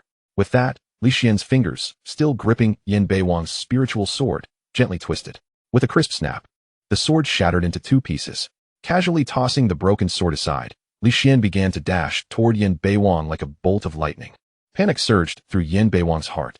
As he beheld the rapidly approaching Li Xian, a chilling sense of impending doom washed over him. He must escape. With no confidence to confront Li Xian directly, he leaned back and channeled his spiritual energy into his legs, retreating frantically. Though he moved swiftly, Li Xian's speed was even greater. In an instant, Li Xian's figure appeared behind Yin Beiwang like a specter. Extending his hand, he firmly grasped Yin Beiwang's neck, lifting him off the ground. Boom! Everyone watched in astonishment as Yin Beiwang, without any means of resistance, was effortlessly seized by Li Xian, leaving them dumbstruck. A sense of numbness crept over them. How many times had this happened? They had lost count of how many shocks Li Xian had delivered since his appearance. Among the disciples below, Lin Nandi was equally overwhelmed with excitement. What on earth had transpired with senior brother Li in these past few days? Lin Nandi recalled that just 4 days prior, on this very arena, Li Xian had been publicly defeated by the lowest-ranked outer sect disciple. In that moment, Li Xian had appeared dejected and despairing. Yet now, merely 4 days later, Yin Beiwang, a newly minted young master of Lonquan sect with 7-star martial master cultivation, was unable to withstand even a single strike from Li Xian. It was utterly unbelievable. Lin Nandi, his face alight with astonishment, mused. What kind of extraordinary master does senior brother Li have? It is astonishing that he could soar to such heights from the dust in merely 4 days. Lin Nandi's heart was filled with both envy and curiosity. He was not alone in this sentiment. He and the 2 esteemed young masters, Qin Yufei and Ling Feiyu, along with all their disciples, were captivated by the tales of Li Xian's master, a figure of unparalleled prowess. However, Yin Beiwang, who was at the mercy of Li Xian, held a different opinion. His mind was consumed by a deep and tumultuous anger. He could not fathom how this seemingly useless individual had transformed into such a formidable opponent in such a short span of time. Disregarding his own dignity, he shouted at the astonished Qin Yufei and Ling Feiyu, "What are you still doing? Individually, we are no match for him. Only by joining forces do we stand a chance." Upon hearing this, a fierce determination ignited in the eyes of Qin Yufei and Ling Feiyu. Their resolve was not driven by a desire to save Yin Beiwang, but rather to challenge once more the formidable Li Xian, who had previously defeated them with a single strike. After exchanging a glance, they both bowed respectfully to Li Xian, declaring, Li Shixiang, we apologize for the offense. Chapter 31. Li Xian's Master, an unparalleled expert, the Soaring Crane. This was the most powerful move of the Feihe sword technique practiced by Ling Feiyu. Today, the pressure Li Xian exerted upon him was even greater than during the last sect competition. Thus, facing such a formidable adversary, Ling Feiyu unleashed his strongest technique right from the outset. Meanwhile, Qin Yufei of the Falling Rain sect was equally undeterred. Her weapon, a red silk ribbon, seemed inconsequential at first, yet under her nearly 8-star martial artist's formidable spiritual energy, it became a challenging force to reckon with. The tip of the ribbon transformed into a solid staff, menacingly aimed at Li Xian's throat. As Ling Feiyu had anticipated, against such a powerful Li Xian, they could neither underestimate him nor hold back. The onlooking disciples, witnessing the two prodigious talents unleashing such formidable techniques, wore expressions of admiration. They could not help but feel a twinge of anxiety for Li Xian, who stood alone on the stage. Against the combined assault of a near 8-star and a near 9-star martial artist, it seemed inevitable that Li Xian would face ruin. Surely, even the 3 sect masters observing from above would retreat in the face of such overwhelming might. However, what unfolded next was utterly astonishing. In the face of their formidable assault, Li Xian maintained an air of calm, and a hint of derision sparkled in his eyes. The chaotic sacred technique began to activate. In an instant, the previously tranquil spiritual energy within Li Xian's dantian ignited. The wild, chaotic spiritual energy surged through his meridians, erupting forth and enveloping his spiritual sword. Buzz. The spiritual sword in Li Xian's hand emitted a joyful hum, and in the next moment, it burst forth in a brilliant radiance. As the light blossomed, a terrifying force, akin to a mountain pressing down, erupted, crashing towards Ling Feiyu's spiritual sword and Qin Yufei's red ribbon. Crack. Boom. The two sounds echoed in succession. Ling Feiyu and Qin Yufei's spiritual swords and red ribbons shattered in an instant, leaving them utterly dumbfounded. Before they could even comprehend the situation, an overwhelming spiritual pressure descended upon them like a tidal wave. With a resounding thud, their bodies were sent hurtling through the air, akin to kites severed from their strings. In the course of their flight, they simultaneously expelled a copious amount of blood. By the time they hit the ground, their faces were as pale as snow, clearly indicating severe blood loss. Silence enveloped the arena, a profound stillness that rendered the onlookers speechless. The disciples and attendants gaped in astonishment, their eyes nearly bulging out of their sockets. They could hardly fathom that this was the outcome. They had expected Li Xian to be defeated. Yet it was Qin Yufei and Ling Feiyu who were gravely injured instead. While the spectators were astonished, the defeated Qin Yufei and Ling Feiyu were filled with bitter desolation. Half reclining on the ground, Qin Yufei tasted blood in her throat and could not help but spit out another mouthful of crimson. Casting a glance at Li Xian, who remained calm and composed after his victory, she was overwhelmed with awe. He had become extraordinarily powerful. Qin Yufei recalled that during the last sect competition, both she and Ling Feiyu had been defeated by Li Xian in just 2 moves. However, this time, he had effortlessly neutralized their combined assault with a single strike. Remarkable. Truly remarkable, Qin Yufei murmured to herself. Suddenly, it seemed a realization struck her. Her pupils constricted sharply as she looked at Li Xian in disbelief. 7-star martial master. You have actually regained the strength of a 7-star martial master. What? 7-star martial master? The crowd erupted in an uproar. Everyone was aware that just 4 days prior, Li Xian's cultivation had plummeted to that of a 1-star martial apprentice. Now, this had to be a lie. Just 4 days ago, Li Xian was an incapable individual who could not defeat anyone. How had he ascended to the realm of martial master? Wait. If he was a 1-star martial apprentice just 4 days ago, did that mean he had inexplicably broken through 15 minor realms in such a brief span? Could such a thing truly happen? Excited discussions reverberated throughout the square. Today, they had witnessed a miraculous event in the realm of cultivation. In just 4 days, Li Xian had progressed from a 1-star martial apprentice to a 7-star martial master. Simply astonishing, truly terrifying. Observing the crowd's reaction, a subtle smile graced Li Xian's lips. In truth, he had deliberately revealed his cultivation level. With his extraordinary 5-element spiritual root, he had the ability to conceal his true prowess. If he did not wish to disclose his strength, even a martial king of a higher level would be unable to discern it. The reason he chose to unveil his cultivation was to highlight the exceptional abilities of his master, Lin Fan. He took great pleasure in bringing honor to his master. At that moment, Ling Feiyu, standing nearby, wore an expression of indescribable complexity as he turned to Li Xian and inquired, Li Xian, What kind of formidable figure is your master to have enabled you to achieve such remarkable feats? As soon as Lin Feiyu's words fell, the crowd collectively grasped the implication. Indeed, it was thanks to Li Xian's mysterious master that he had attained such heights. Such a miraculous ability to resurrect is truly unprecedented. Li Xian chuckled, saying, "My master cannot be measured by common standards. He is indeed a true, unparalleled master. The depth of my master's wisdom and strength is unfathomable, akin to an abyss." Hiss. Upon hearing this, Lin Feiyu and the other disciples gasped in astonishment. The prowess of Li Xian's master was astonishing. Not only were they shocked, but even the three major sects on the high platform wore expressions of disbelief. As leaders of their respective sects, they were acutely aware of what it meant to break through 15 levels in 4 days. The three exchanged glances, each pair of eyes brimming with fear and apprehension. An unrivaled expert. Undoubtedly, a reclusive, peerless master. At that moment, they were certain that Li Xian had encountered a top-tier master from the Tianqing kingdom. However, how could such a formidable being emerge from the mere dark mist forest? It was utterly inconceivable. Long Yuanliang, the master of the Dragon Spring sect, felt a bitter smile tugging at the corners of his mouth, his heart in turmoil. He never expected that the once discarded disciple, Li Xian, could have his spiritual roots restored. When he witnessed Li Xian's apparent loss of talent, he had not even entertained the thought of aiding him. And now, Li Xian had caught the attention of an ancient being. This was a clear indication that Li Xian possessed extraordinary talent. He had unwittingly relinquished such a genius to others. At that moment, a flicker of regret surged within Long Yuanliang's heart. However, all they had were Li Xian's words and their own conjectures.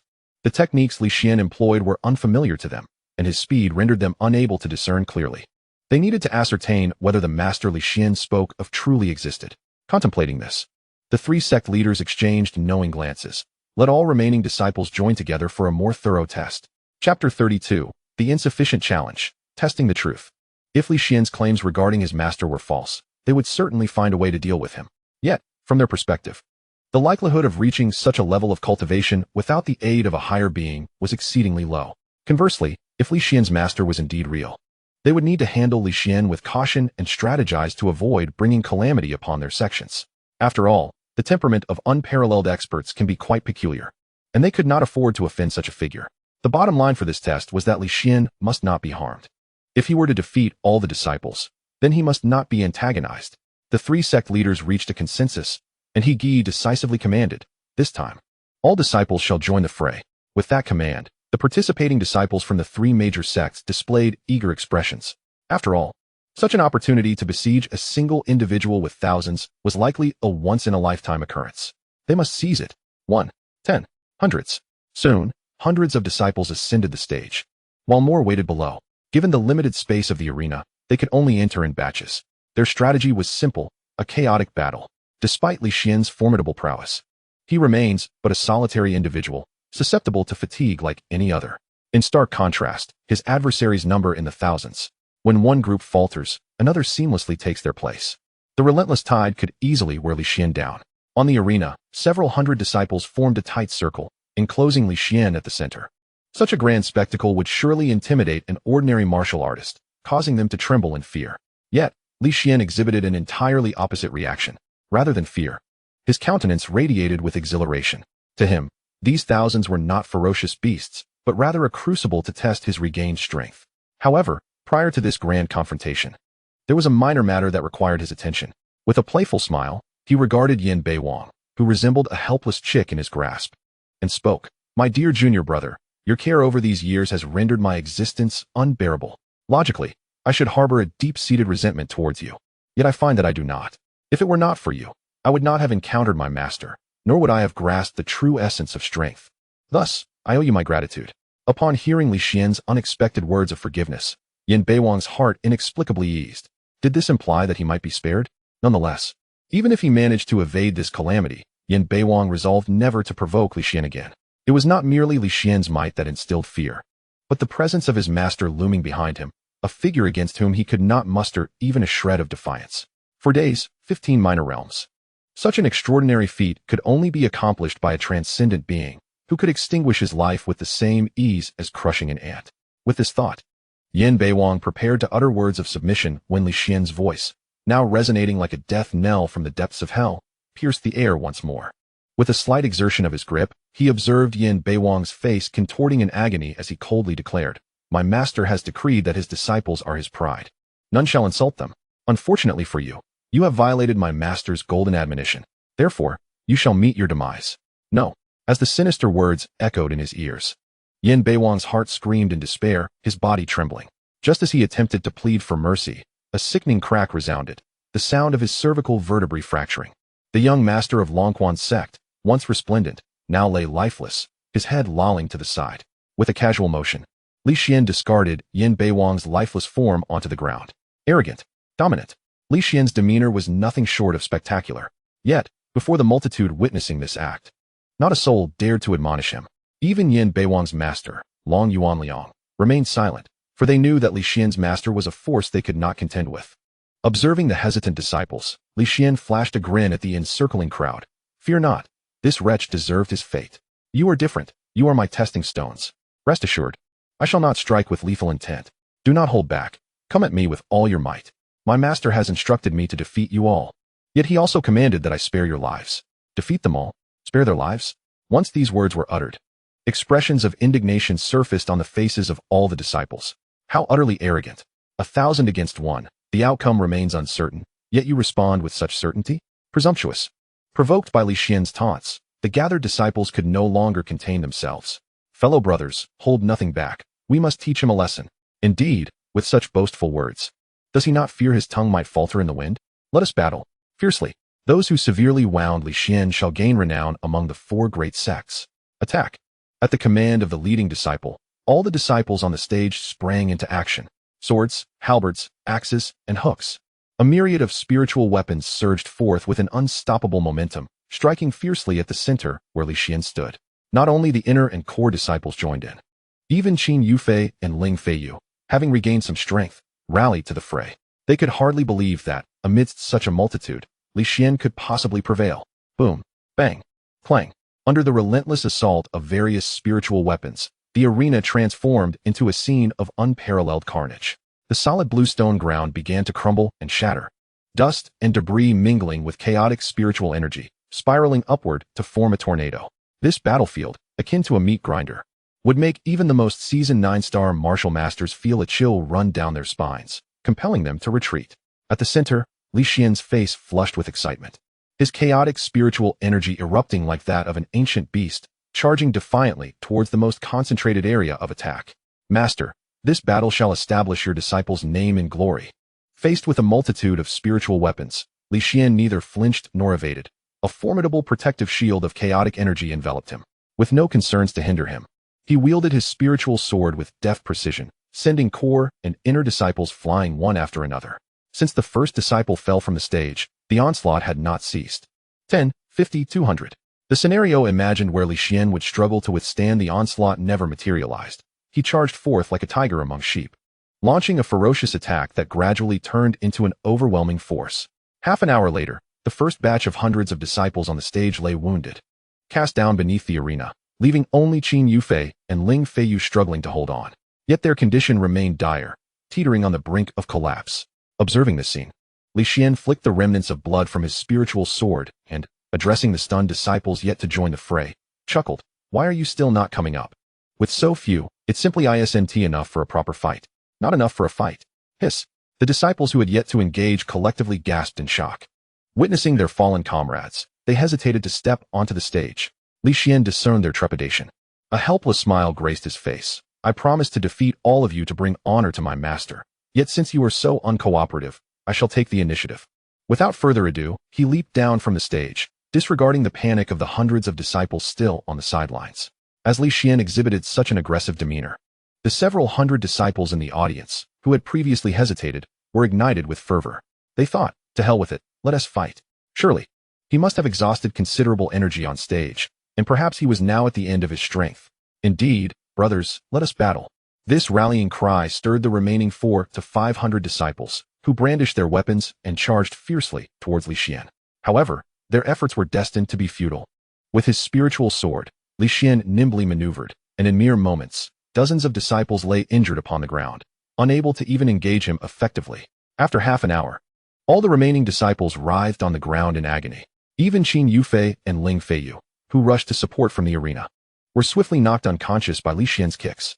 At this point, all the young masters, core disciples, and inner sect members participating in the sect competition had lost their combat effectiveness.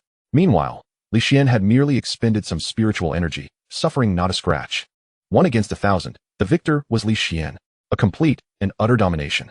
Long Yuanliang was utterly bewildered. He was a genuine 9-star martial master, not far from the realm of martial king. Yet, even so, if he were to face 1,000 elite disciples simultaneously, he would undoubtedly face defeat. Yet, this 7-star martial master Li Xian had achieved precisely that with remarkable ease. Long Yuanliang was at a loss for words, struggling to accept such a shocking outcome. On the side, He Gi, the sect leader of the Feihe sect, rose to his feet. Gazing at the prostrate disciples sprawled across the ground and the solitary figure of Li Xian standing tall. With an astonished expression, he remarked, "This Li Xian is undoubtedly a prodigy, and the master who cultivated him to such an extent is certainly an existence beyond the mundane." As he spoke, He Gi's face bore a profound interest and deep respect. He even felt a twinge of envy towards Li Xian for encountering such a remarkable senior. The leader of the Lan Yu sect, Yu Tianqing, affirmed in a decisive tone, "Li Xian can no longer be regarded merely as a 7-star martial master. I firmly believe that beneath the martial king, he is absolutely without rival. This implies that even if the 3 of us, 9-star martial masters, were to intervene, the outcome may still be defeat." Upon hearing this, Long Yuanliang first trembled in shock, then bitterly remarked, "The foremost beneath the martial king, in just 4 days. Li Xian has reached this terrifying height in a mere 4 days. His master has surpassed our comprehension in this half of our lives." Regret and disappointment washed over him. If he had devoted more attention to Li Xian back then, perhaps it would have been he who brought glory. However, Long Yuanliang shook his head in self-denial. The issue of Li Xian's spiritual root could likely only be resolved effortlessly by a master of his caliber. While Long Yuanliang's emotions were tumultuous and his thoughts myriad, Li Xian's voice resonated from the high platform. "The reason I have come here today, apart from fulfilling my master's command and to wash away past humiliations, is for another matter. From this day forth, I, Li Xian, withdraw from Longquan's sect. We owe each other nothing, and there shall be no further ties." With that, he paid no heed to Long Yuanliang's reaction and decisively made his way down the mountain. As Li Xian's figure gradually faded into the distance, Long Yuanliang swallowed hard, ultimately voicing his inner curiosity. "Li Xian, may I inquire how to address your esteemed master?" Upon hearing this, not only Long Yuanliang and the 2 sect leaders were captivated, but even the injured disciples on the ground perked up, their eyes sparkling with interest.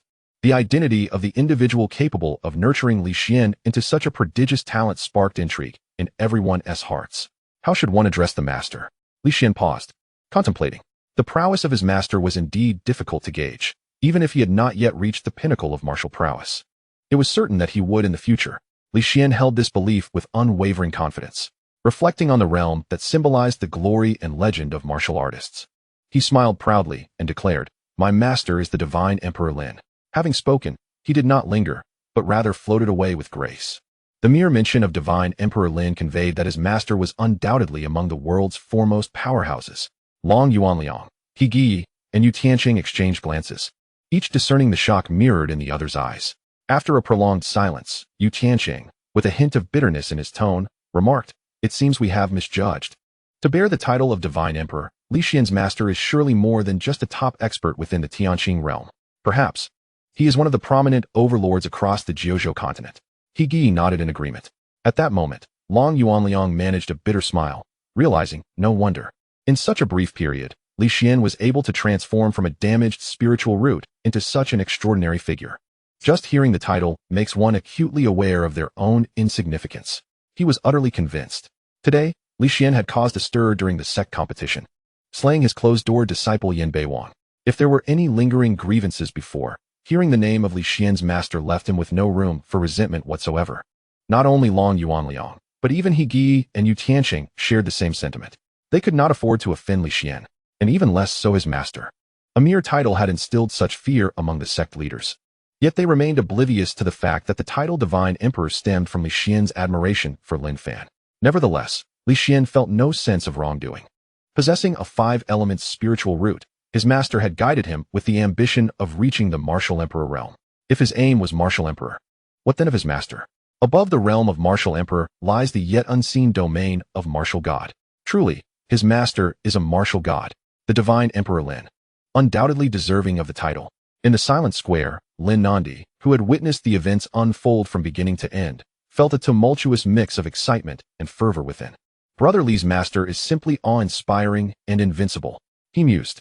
He wondered if he would ever have the opportunity to catch a glimpse of such a figure in his lifetime. Just to see that exalted being, even if nothing else were to transpire, would be worth it.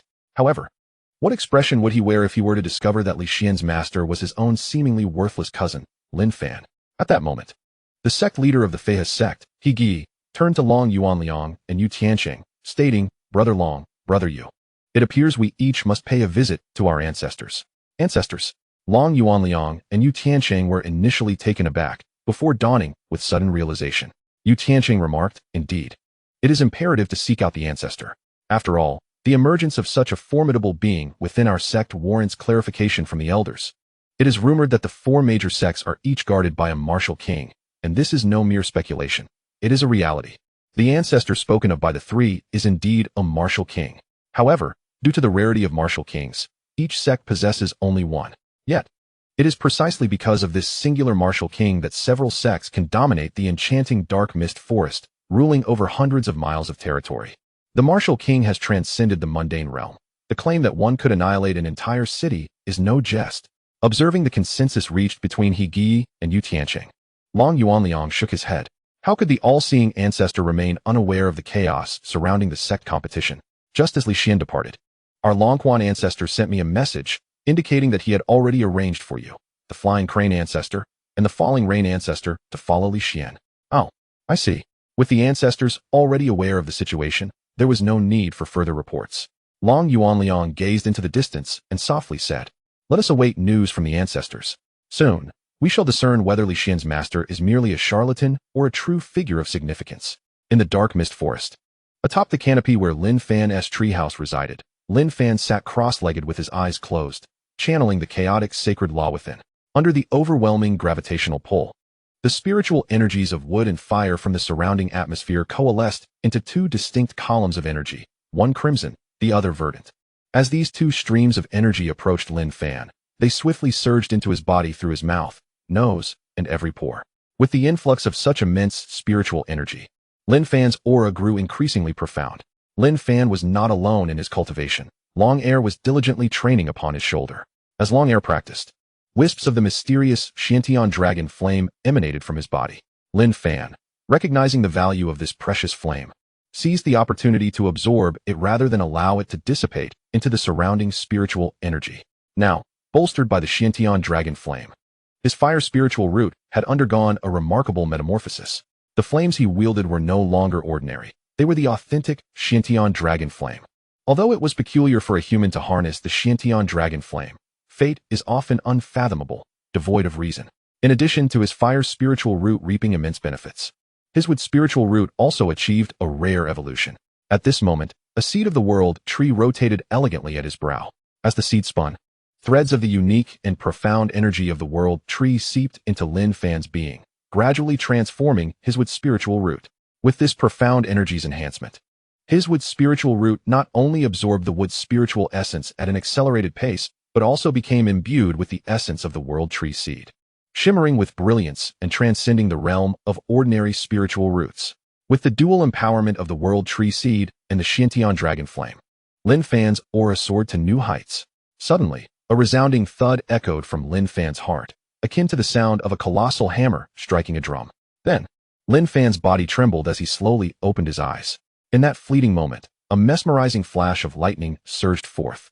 Feeling the immense spiritual power coursing within him, Lin Fan smiled faintly. Splendid, his strength had indeed undergone a significant enhancement. During the 4 days of his disciple Li Xian's cultivation, Lin Fan, too, had not been idle, diligently refining his skills. With the assistance of the Xiantian dragon flame and the world tree seed, his power soared remarkably. After this surge in strength, Lin Fan sought to test his current capabilities. He gracefully descended from the colossal tree and, after surveying his surroundings, selected a cluster of several immense trees that could only be embraced by 4 or 5 dozen people. Gently placing his palm against the trunk, he struck. Boom.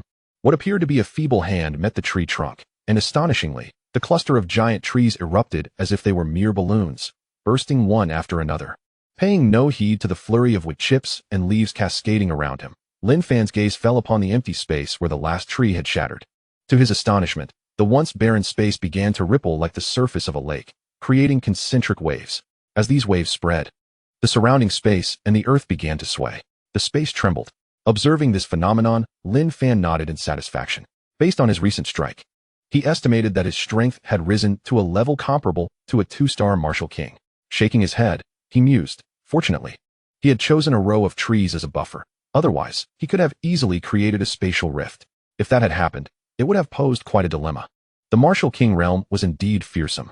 Then, with a smile, he remarked, "My strength has increased, and so has Long. Now, Longer has completed its second evolution and is capable of slaying low-tier martial kings.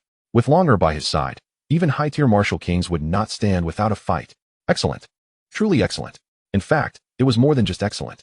Just days ago, Lin Fan had been a cultivator unable to refine his abilities.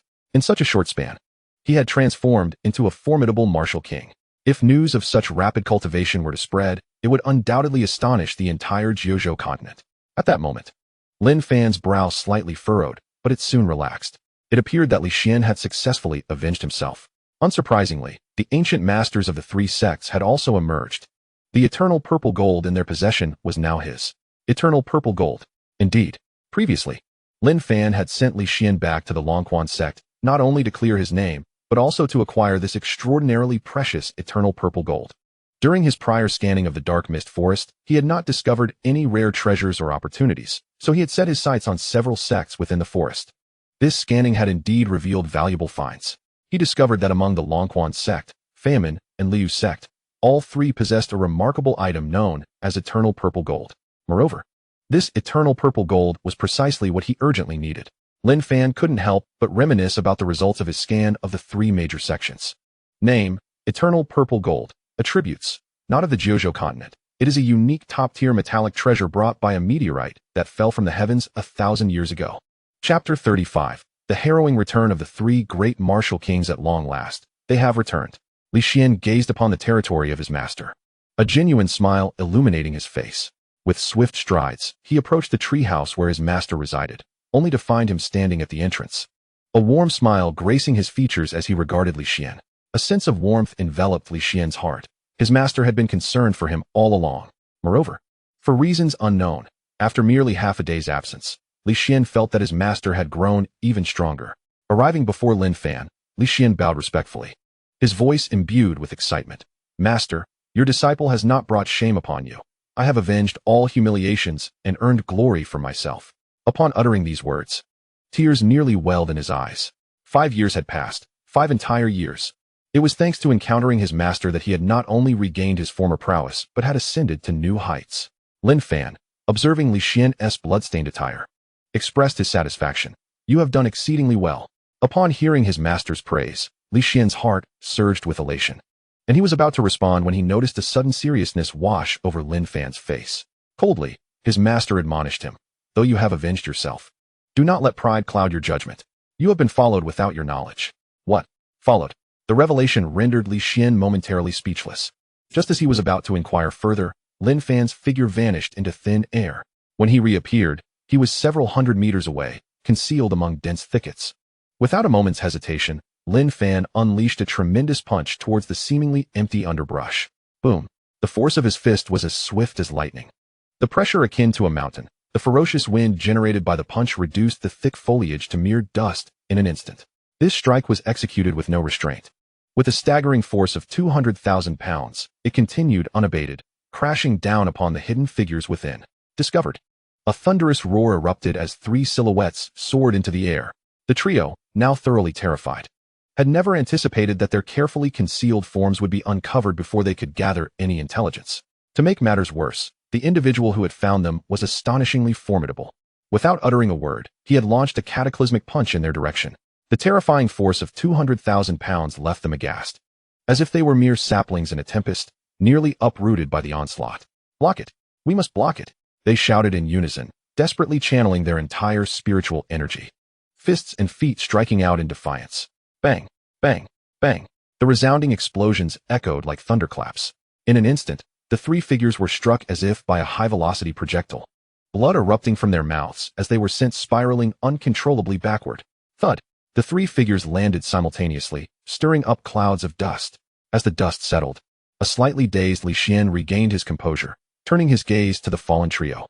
All three were venerable elders, their hair and beards white as snow, exuding an ethereal presence. Yet, their shocked expressions and the blood staining their lips shattered that otherworldly aura. Longhwan ancestor, Feihe ancestor, Luoyu ancestor. As Li Xian identified the three, his expression grew as solemn as water.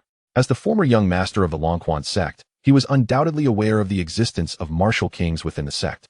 Moreover, due to his exceptional talent in cultivation, he had been praised in person by these three venerable ancestors.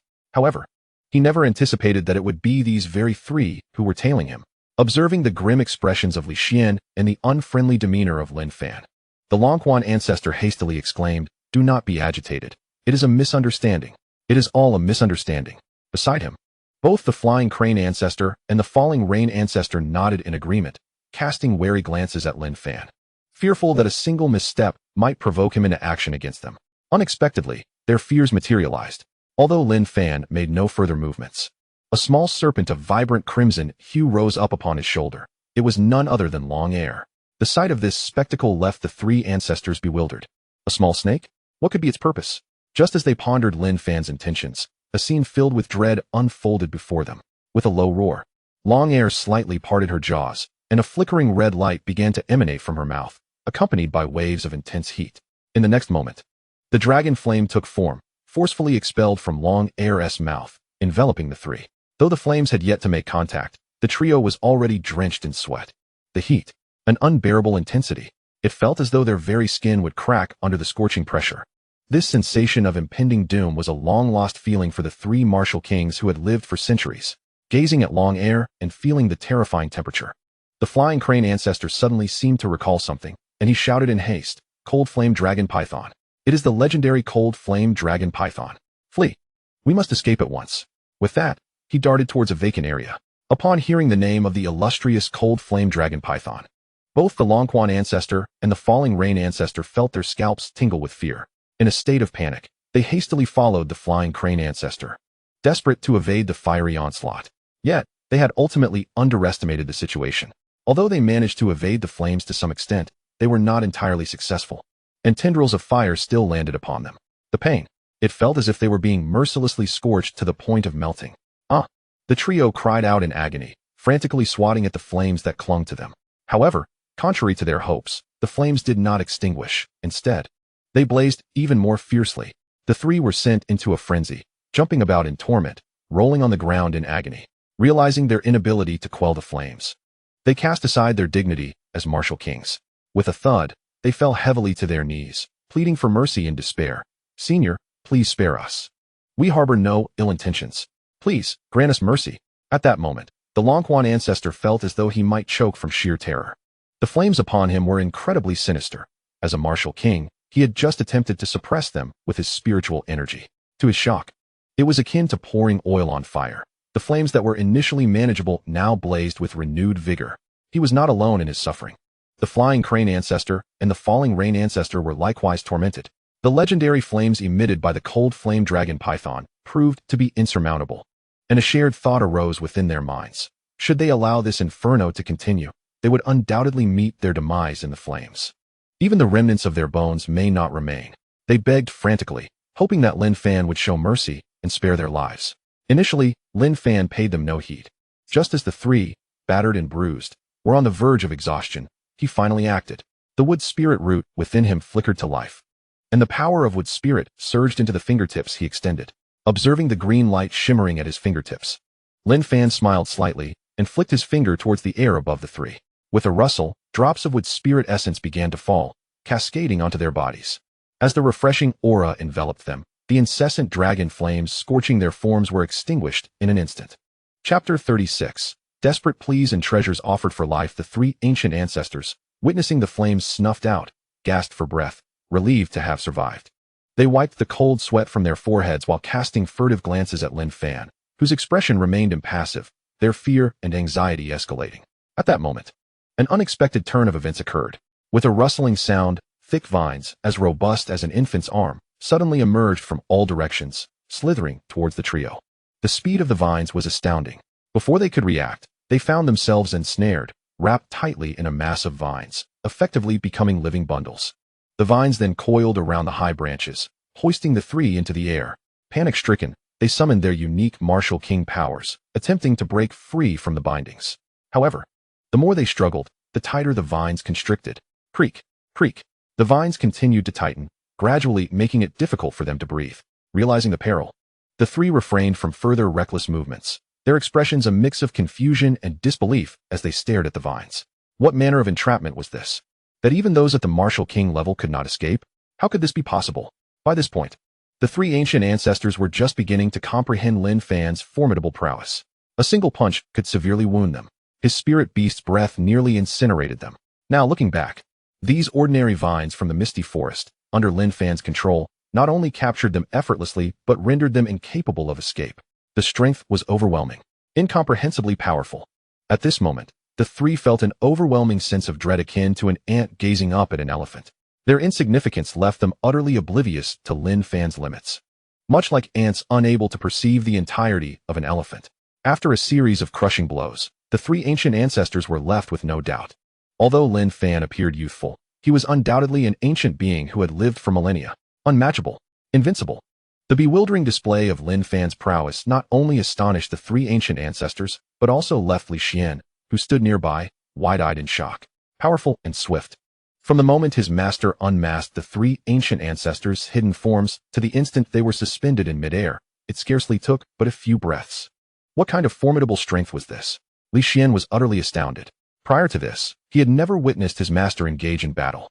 In his heart, although the master possessed immense abilities, he was not necessarily formidable in combat, for he was, after all, still quite young. But now, his perceptions had been entirely overturned.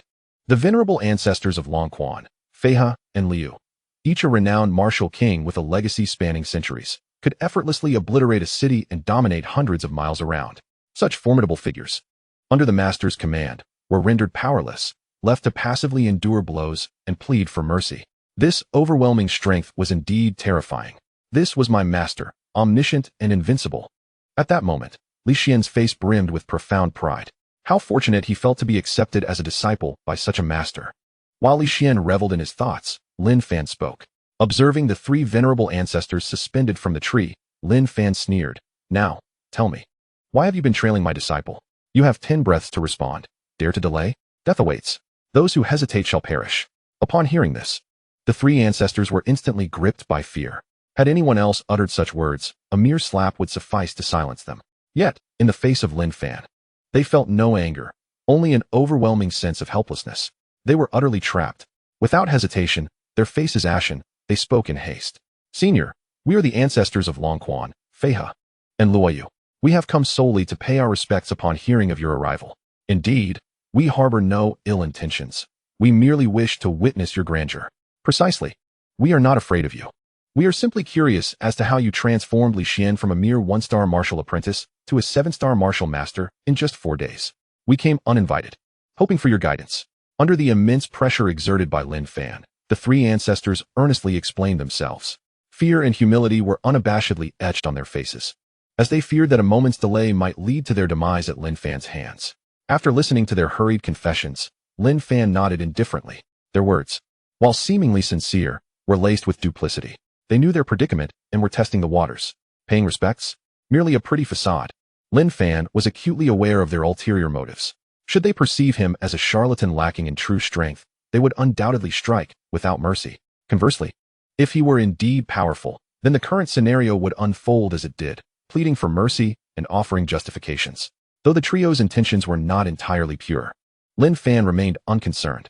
In the face of absolute power, all schemes and machinations were rendered futile.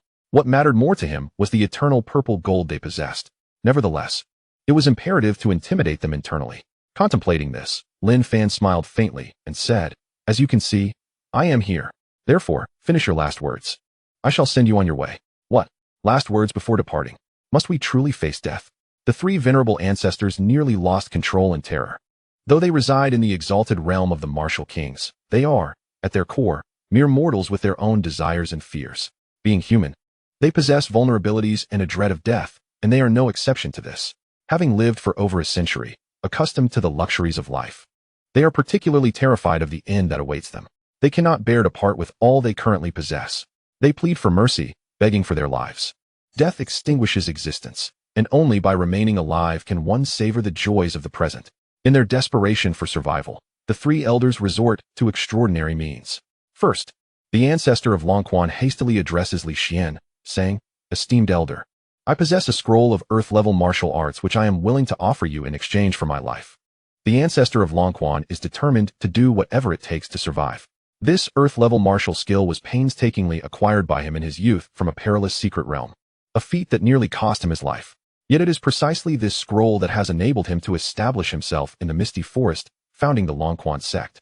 It is fair to say that everything he possesses today is largely due to this extraordinary martial art. However, now, in the face of death, he must relinquish it to Lin Fan. Although he feels a twinge of regret, he does not waver in his decision. The importance of a martial skill he has already mastered pales in comparison to the singular opportunity to preserve his life. Observing the ancestor of Longxuan's generous offer for survival, the ancestors of Feihe and Liu do not hesitate to reveal their own treasures. "Esteemed elder, I possess the Feihe Gate's foundational technique, the Feihe Ling Tian, and I am willing to present it to you.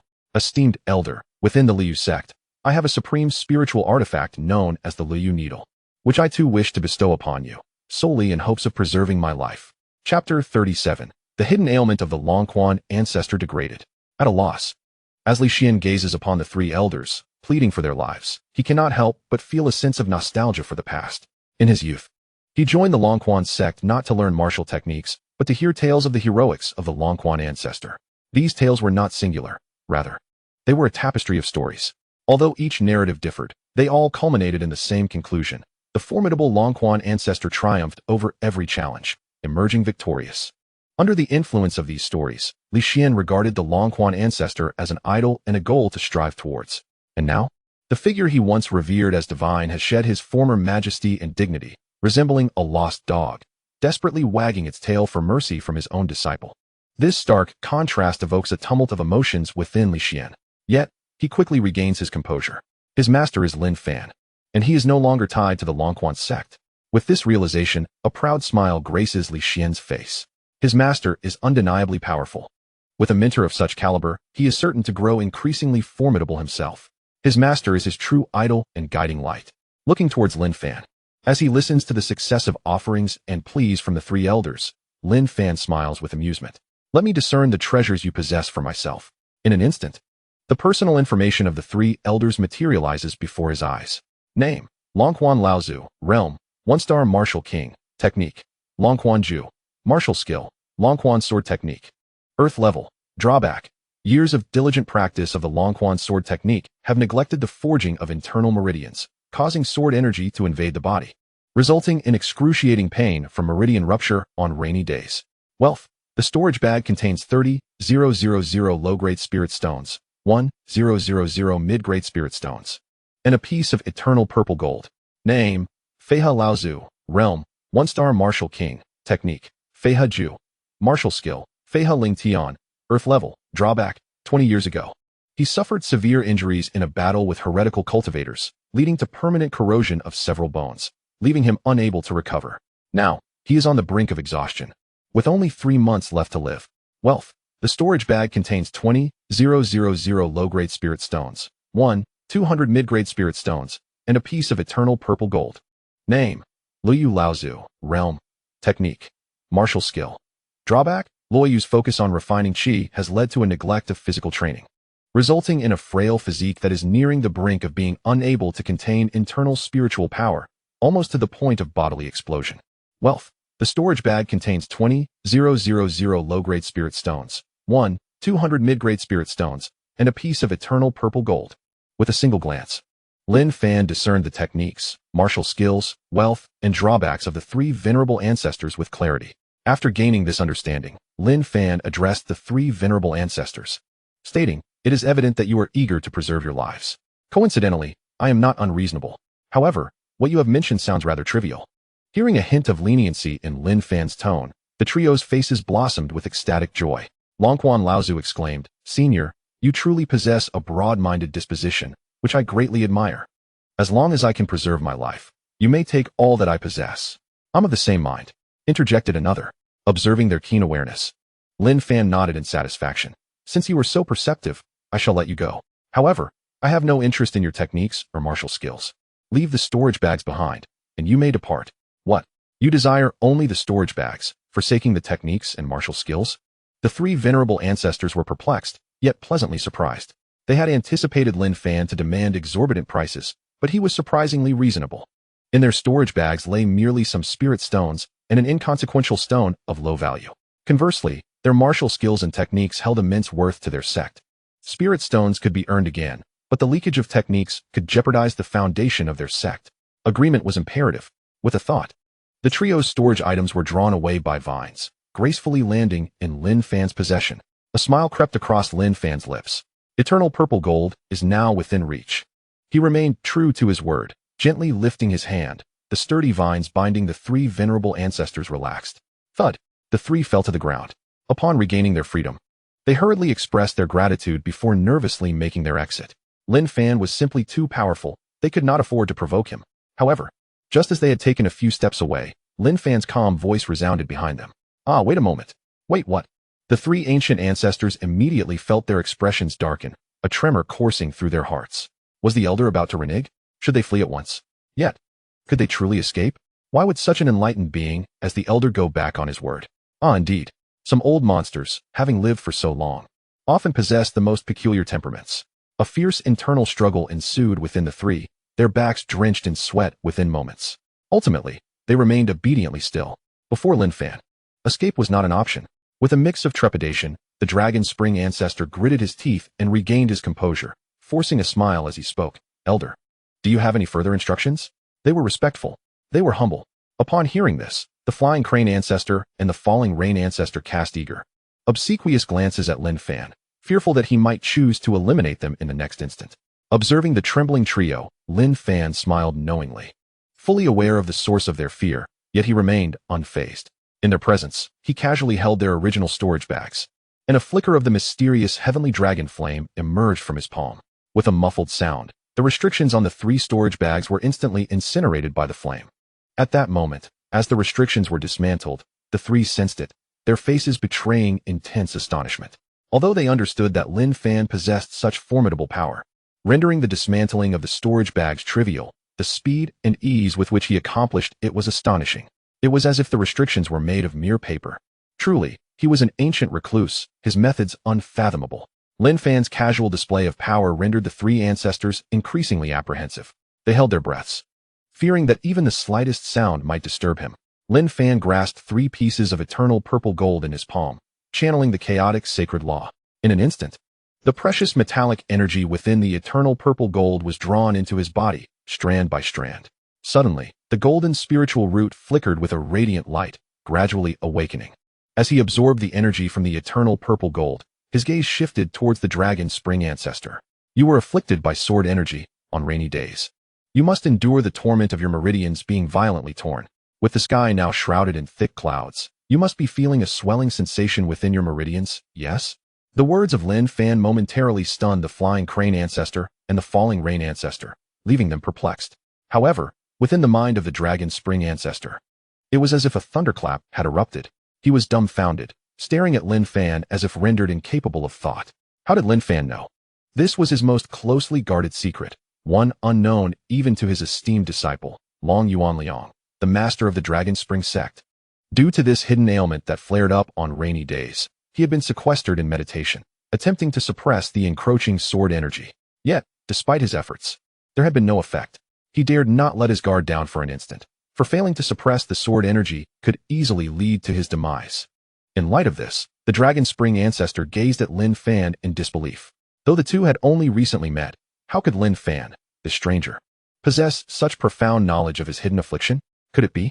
As the Dragon Spring ancestor contemplated Lin Fan's remarkable powers, an exhilarating realization dawned upon him. Without hesitation, he knelt before Lin Fan, his face radiating a fervent reverence akin to that of a pilgrim. Esteemed senior, your ability to perceive the hidden ailment within me suggests that you are also well versed in its remedy, is it not? Surely, you possess a solution? If you can liberate me from the torment of this sword energy, I would be honored to serve you, akin to a loyal steed. Indeed, it was true. Observing the fervent emotions of the dragon spring ancestor, Li Xian, along with the ancestors of Flying Crane and Falling Rain, were momentarily taken aback. Lin Fan, our master, is truly extraordinary. He can discern even the hidden ailments within others. Such celestial prowess is simply astonishing. After their initial shock, the ancestors of Flying Crane and Falling Rain soon became exhilarated, for their own conditions were perilously precarious as well. As he beheld the excited dragon spring ancestor on the ground, Lin Fan gently clenched the eternal purple gold in his palm and smiled. I am quite pleased with your offerings. Thus, I shall bestow upon you an opportunity. With a graceful motion of his hand, a vibrant green mist, brimming with life, began to emanate from his palm. With a delicate sweep, the mist enveloped the kneeling dragon spring ancestor. Upon contact with his body, the mist permeated through every pore. The essence of wood. This mist was familiar to him. It was the very energy that had extinguished the flames of the cold flame dragon python that had previously tainted him. However, Lin Fan's wood essence was unlike any ordinary variant. As the wood energy surged into his being, the dragon spring ancestor murmured, "The wood essence of this esteemed senior not only brims with vitality, but also possesses rare restorative and nourishing properties." Taking a deep breath, the dragon spring ancestor felt a wave of comfort wash over him. It was an indescribable relief. As the wood essence flowed into his body, it transformed into countless wisps, dispersing throughout his meridians. With their arrival, the severely damaged meridians, which had been on the brink of collapse, began to gradually mend. The rampant sword energy, too, was tamed by the mist, morphing into a pure form of spiritual power that converged within his dantian. Gazing inward, the dragon spring ancestor was elated to observe that everything was progressing splendidly. Unable to contain his joy, he let out a jubilant cheer. What ecstasy! This is truly exhilarating. Not only have all my meridians been restored, but even the hazardous sword energy has been subdued. I have a premonition that once I am fully healed, I may advance further in my cultivation and attain the rank of a 2-star martial king. With those words, tears of joy welled in the dragon's spring ancestor's eyes. How many years had it been? How long had he endured the torment of this persistent ailment? Today, it had finally been entirely resolved. He felt an overwhelming sense of gratitude towards the one who had granted him a new lease on life. The venerable dragon spring ancestor continuously bowed in gratitude to Lin Fan, his eyes brimming with appreciation and reverence. Esteemed elder, you have liberated me from the torment of my affliction. From this moment forth, both I and the Dragon Spring sect shall forever follow your lead. I pledge to fulfill your every command, even at the cost of my life. Observing the earnest declarations of the Dragon Spring ancestor, even Li Xian could discern the sincerity in his words, devoid of any trace of falsehood. If the previous submission of the Dragon Spring ancestor was merely a consequence of his master's formidable presence, now he had undeniably surrendered completely. Were his master to command him to perish at once, the Dragon Spring ancestor would undoubtedly execute the order without hesitation. Contemplating this, Li Xian gazed at his master Lin Fan with deep respect, realizing the immense charisma that his master possessed, an allure that none could resist. In that moment, both Li Xian and Rong Yuyan felt an overwhelming surge of admiration for Lin Fan. Suddenly, 2 loud thuds echoed as the Flying Crane ancestor and the Falling Rain ancestor fell to their knees before Lin Fan, their faces filled with yearning as they implored, "Esteemed elder, please save us as well." Lin Fan smiled gently, of course. Upon hearing Lin Fan's consent, the faces of the Flying Crane ancestor and the Falling Rain ancestor lit up with astonishing joy. "Wonderful. We are saved." Lin Fan then raised his hands, systematically eradicating the hidden ailments within both the Flying Crane ancestor and the Falling Rain ancestor. An hour later, the 3 venerable ancestors sat cross-legged on the ground, their faces radiant as powerful energies emanated from their beings. They opened their eyes simultaneously, exchanging glances that revealed mutual astonishment. "It is done. We are completely healed." The ailments that had plagued them were entirely eradicated, leaving no lingering threats. As the Dragon Spring ancestor had previously indicated, with the removal of their afflictions, their strengths had indeed surged, making a breakthrough to the 2-star warrior stage imminent. Among them, the Flying Crane ancestor felt the most profound impact. His bones had been corroded, and he had sought out every renowned healer in the Tianqing nation, yet to no avail. Though he had been holding on, he was acutely aware that his days were numbered, with only 2 or 3 months left to live. He had resigned himself to waiting for death. Just when he thought that surviving another day was a blessing, fortune smiled upon him today. Lin Fan had granted him a second chance at life. The 3 venerable ancestors exchanged glances, filled with reverence and fervor, and bowed deeply to Lin Fan.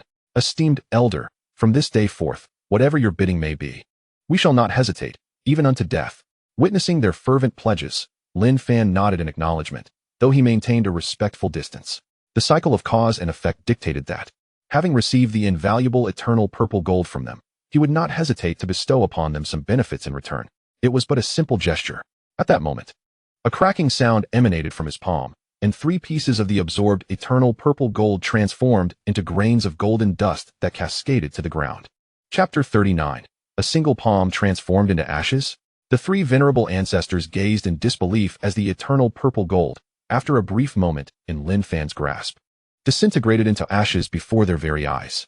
The stone, resembling neither true stone nor genuine gold, was acquired by the trio during their joint exploration of a hidden realm. Upon their return, they endeavored to cleave the stone for further investigation, only to discover its formidable hardness. Regardless of their relentless efforts to strike or hammer it, the stone remained utterly unchanged. Initially believed to be a treasure suitable for cultivation, it failed to resonate with any techniques or spiritual energies. Over time, they resigned it to gather dust. While they could not ascertain its utility, they unanimously acknowledged its extraordinary hardness. Even the martial kings, let alone the martial emperors, martial sovereigns, and martial ancestors, would find it exceedingly difficult to inflict any damage upon the stone. Yet now, astonishingly, it had been shattered by Lin Fan. This spectacle elevated Lin Fan's stature in their hearts to an unfathomable degree. As they marveled in admiration, an unusual phenomenon erupted once more. After the energy within the eternal purple gold fully activated the golden spiritual root, it began to exhibit a ferocious vigor. At that moment, the golden spiritual root, catalyzed by the eternal purple gold, transcended the ordinary, acquiring myriad profound and extraordinary abilities. As Lin Fan's golden spiritual root operated, the golden spiritual energy within the celestial atmosphere was instantaneously extracted, coalescing into golden columns that surged towards him with wild fervor. Moreover, it did not cease there. With the continuous operation of the golden spiritual root, it grew unsatisfied with merely absorbing the ambient spiritual energy. The golden spiritual root flashed again. Boom. In the astonished gaze of Li Xian and the 3 venerable ancestors, blocks of gold infused or broke free from the earth's grasp and were summoned to the surface. Gold iron rock, emotion gold, verdant mist gold, hundreds and thousands of various ores, meticulously arranged, floated before Lin Fan. Subsequently, the golden attributes embedded within the ores were continuously absorbed into Lin Fan's body. With the dual enhancement of spiritual energy and golden attributes, Lin Fan's strength began to escalate at a visibly alarming rate. Such terror, the elder merely absorbing golden spiritual energy, manifested an astonishing spectacle. Indeed, the elder's prowess was something mere mortals like us could scarcely aspire to. A divine being, the elder is undoubtedly a divine being. Such phenomena have never graced the continent of Jiuzhou. The 3 venerable ancestors expressed their astonishment with fervent admiration. Meanwhile, Li Xian found himself overwhelmed with excitement. Although he possessed the 5 elements spiritual root, he realized that his fire, gold, and wood spiritual roots paled in comparison to his master's 3 roots. The extraordinary phenomena unleashed by his master were such that he knew he could never replicate or catch up. Boom, boom, boom. As the golden attributes within the airborne ores were completely absorbed, they burst apart. Fragments and flying dust surged through the air, meeting the reverent gazes of the 4. Lin Fan slowly opened his eyes. Boom. In an instant, a tremendous spiritual pressure erupted forth. The 4 before him bore the brunt of it. Despite their utmost efforts to withstand it, they found themselves swaying unsteadily under the overwhelming spiritual force. After a while, they gradually regained their composure. Lin Fan cast a faint glance at the 3 ancestors and commanded, "You may return now. Upon your return, inform the disciples within the sect that those possessing treasures of the 12 attributes may bring them forth in exchange for my guidance." The mention of his guidance elicited expressions of unrestrained joy from the 3 esteemed elders. Securing Lin Fan's counsel would undoubtedly provide unimaginable benefits to their disciples. After respectfully bowing, the trio departed hastily. This splendid news must be conveyed without delay. Watching their retreating figures, Lin Fan smiled lightly. With the awakening and enhancement of my golden spiritual root, I am now capable of overwhelming even high-ranking martial kings. Furthermore, with the continuous offerings of attribute treasures from the disciples of the 3 sects, my strength will experience another rapid ascension. As previously envisioned, he dispatched thousands of disciples from the 3 sects to search for attribute treasures, thereby increasing both the likelihood and quantity of such finds. In this manner, it would be a challenge not to grow stronger. At this moment, on the plaza of the Lonquan sect, over 1,000 injured disciples sat cross-legged, their faces bruised and bodies stained with crimson blood. Those inner and outer sect disciples who did not participate in the sect competition busied themselves tending to their wounds. Although they maintained a facade of composure, a lingering sense of dread persisted in their hearts. Li Xian was nothing short of a monstrous being, utterly formidable, 1,1,000, and yet, he emerged victorious. Such overwhelming prowess defied all reason. In truth, the most disheartened were Qin Yufei and Ling Feiyu, once regarded as the future pillars of the three sects alongside Li Xian. Their defeat at his hands 5 years prior paled in comparison to the humiliation they now faced. Their combined efforts seemed laughable, akin to that of mere children before Li Xian. Even with the assistance of advanced disciples, they were ultimately bested and left unconscious. The events of the day filled their hearts with bitterness and defeat. At that moment, Qin Yufei suddenly spoke with longing. To have a master capable of cultivating Li Xian to such heights is truly remarkable. To meet such a profound figure, even if only once, would be worth dying for. Hearing her words of admiration, Ling Feiyu nodded vigorously. Indeed, with a mentor of such depth and wisdom, soaring to greatness was no mere fantasy. Meanwhile, in the main hall of the Longquan sect, Long Yuanliang, He Gi, and Yu Tianqing awaited anxiously. They paced back and forth, casting glances toward the entrance intermittently. Just then, 3 faint, ethereal figures materialized within the hall, and moments later, 3 tattered, dark-clad elders appeared. Ancestors. The 3 sect leaders scrutinized the figures for a long while before finally recognizing their own elders. They exchanged bewildered glances, their eyes filled with confusion. What had befallen the 3 ancestors to render them in such a state? In their memory, the elders always presented themselves with an air of celestial grace. Now, they appeared as though they had just returned from a desperate escape. The stark contrast left the 3 sect leaders with myriad questions. Could it be? Long Yuanliang could not help but take a step forward, addressing the venerable Longquan ancestor with a question. Elder, what has transpired to lead you to this state? Was it that scoundrel, the divine Emperor Lin? However, as soon as the words left his lips, a resounding slap landed on his face. The Longquan ancestor reprimanded him fiercely. Silence. How dare you, a mere junior, casually utter the name of Elder Lin? Chapter 40. The Divine Emperor Sect Long Yuanliang. He Gi, Yu Tianqing. The 3 of them looked at Longquan ancestor with bewilderment, wondering if he had been dazed by the divine Emperor Lin. Despite being bullied, he was inexplicably defending the very person who had wronged him. It was utterly illogical. At that moment, Long Yuanliang held his swelling face, feeling a mix of helplessness and sorrow. With a hint of trepidation, he continued to ask, Elder, what on earth has happened? Upon hearing Long Yuanliang's inquiry regarding Lin Fan, not only did Longquan ancestor display a profound reverence, but so did both the Flying Crane and Falling Rain ancestors. In an extraordinarily earnest tone, Longquan ancestor addressed Long Yuanliang. Listen well, Long Yuanliang. From this day forth, the words of Elder Lin shall be the supreme edict of our sect, and none shall dare to defy it. Otherwise, they shall be cast out. His words resonated with authority. Although Long Yuanliang was bewildered by the circumstances, he dared not disobey the elder's command and nodded in acquiescence. After Longquan ancestor had spoken, the Flying Crane and Falling Rain ancestors followed suit, issuing similar directives to He Gi and Yu Tianqing. The message was unequivocal. Henceforth, the highest authority among the 3 major sects would no longer rest with the 3 venerable ancestors, but with the unseen divine Emperor Lin. Heavens! How could this be? The 3 sect leaders silently lamented. Hadn't the 3 ancestors gone to investigate the true nature of the divine Emperor Lin? How was it that upon their return, they seemed to have acknowledged him as a leader? What on earth had transpired to cause such a profound transformation in the 3 martial kings? What remarkable deeds had the divine emperor accomplished to earn their reverence, akin to that of deities? Inside the grand hall of the Longquan sect, an eerie silence enveloped the atmosphere. Observing the 3 sect leaders, who appeared as listless as frost-bitten eggplants, the astute 3 ancestors understood the reason for their demeanor.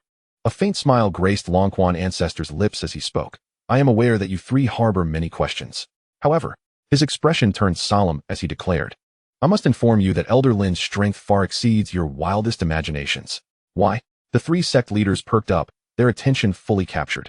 With a look of lingering fear, Longquan ancestor recounted, with just one punch, merely a single punch, we were sent reeling, spitting blood. This revelation left the 3 sect leaders in shock, their eyes nearly bulging out of their sockets. The 3 venerable ancestors were formidable martial kings. Each one of them was an undisputed ruler of the land spanning hundreds of miles, and together, they were an indomitable force. To be so thoroughly defeated by a single strike from another, was it even conceivable? But this was not the end. As soon as the venerable Longquan finished speaking, the esteemed Feiha added, Senior Lin's spirit beast, is the rare cold flame dragon python. With a single breath of dragon fire, it could incinerate the three of us to ashes. The mention of the cold flame dragon python and the threat of being burned alive nearly caused the hearts of the three sect leaders to falter. This Senior Lin is truly formidable, capable of taming such a fierce spirit beast. Furthermore, both he and his companion could easily subdue the three elders without any resistance. It was utterly astonishing. Such a figure transcended their understanding. However, Long Yuanliang voiced his confusion. Elders, we hold Senior Lin in the highest esteem for his unparalleled strength. Yet, why do the elders proclaim that all future sects must heed Senior Lin's commands? Upon hearing this, He Gi and Yu Tianqing also wore expressions of bewilderment. They were all too familiar with the nature of the elders, proud and unyielding. Years ago, when the imperial family of the Tianqing kingdom invited the three of them to serve as venerable guardians, they had resolutely declined. The royal family? They deemed themselves unworthy. Yet now, these three were firmly submitting to an unknown individual, which was utterly perplexing. Upon hearing this, Elder Liu exchanged glances with the other two and smiled, saying, although Senior Lin possesses immense power, he did not coerce us. Our allegiance is voluntary. This is because Senior Lin saved the lives of us three old fellows. Save lives? The three sect leaders were taken aback. Where did this come from? Sighing deeply, Elder Longquan began, although we appear unscathed on the outside, we harbored deadly ailments within our bodies. Had we not encountered Senior Lin, we might not have lasted a few more years. Senior Lin's extraordinary abilities and magnanimity not only disregarded our prying, but also eradicated the hidden afflictions within us. Now, we are not only free from our ailments, but have also made breakthroughs in our strength. As his words fell, the three elders radiated an overwhelming aura, instantly filling the grand hall with powerful pressure. The three sect leaders felt their hearts race. 2-star martial kings. The elders had remained at 1-star martial kings for decades. And today they had unexpectedly broken through. Stunned. Completely stunned. Observing the shock on the faces of the three sect leaders, the three elders revealed expressions of satisfaction. Elder Longquan cleared his throat and said, now do you understand the might of Senior Lin? Our willingness to acknowledge him as our supreme leader stems not only from his life-saving grace, but also from the promise of our sect's ascendance. Boom. The intense sensation of impact left the three sect leaders speechless. However, after some contemplation, they finally grasped the underlying significance. Consider Li Xian. Just 4 days ago, he was merely a 1-star martial disciple, yet after encountering Senior Lin, he miraculously advanced to 7-star martial master. Such terrifying teaching capabilities, who wouldn't be envious? With visions of a promising future in their hearts, the three sect leaders resolutely declared to the three elders, elders are wise. We are willing to follow your lead. As the three sect leaders looked on with palpable excitement, the three venerable ancestors nodded in satisfaction. After exchanging glances, the Dragon Spring ancestor stepped forward and declared solemnly, upon our return to the sect, we have reached a consensus. Henceforth, the titles of Dragon Spring Sect, Flying Crane Sect, and Falling Rain Sect shall be abolished. The three sects shall be amalgamated into a singular entity, henceforth known as the Divine Emperor Sect. Through the imposing name, the three sect leaders instantly grasped the intentions of the venerable ancestors. At that moment, the ancestors passionately articulated the founding principles of the new sect. The Divine Emperor Sect is established in honor of the esteemed Lin Divine Emperor. From its inception, the position of sect leader shall eternally be held by Lin Divine Emperor. Subsequently, his grand disciple, Li Xian, shall serve as the junior sect leader, while the three of us shall be elders. This decree must not be defied. Those who resist shall face death. With these resolute words, an overwhelming aura emanated from the three, underscoring their unwavering determination to ensure that no one dares to show the slightest disrespect towards Lin Divine Emperor. Disrespectful individuals shall be slain. Upon hearing the pronouncement of the three venerable ancestors, the sect leaders Long Yuanliang, He Gi, and Yu Tianqing had no objections and simultaneously responded, we obey. At this juncture, Long Yuanliang inquired, venerable ancestors, should we not inform the Shadow Puppet Sect of this matter? After all, we coexist within the misty forest.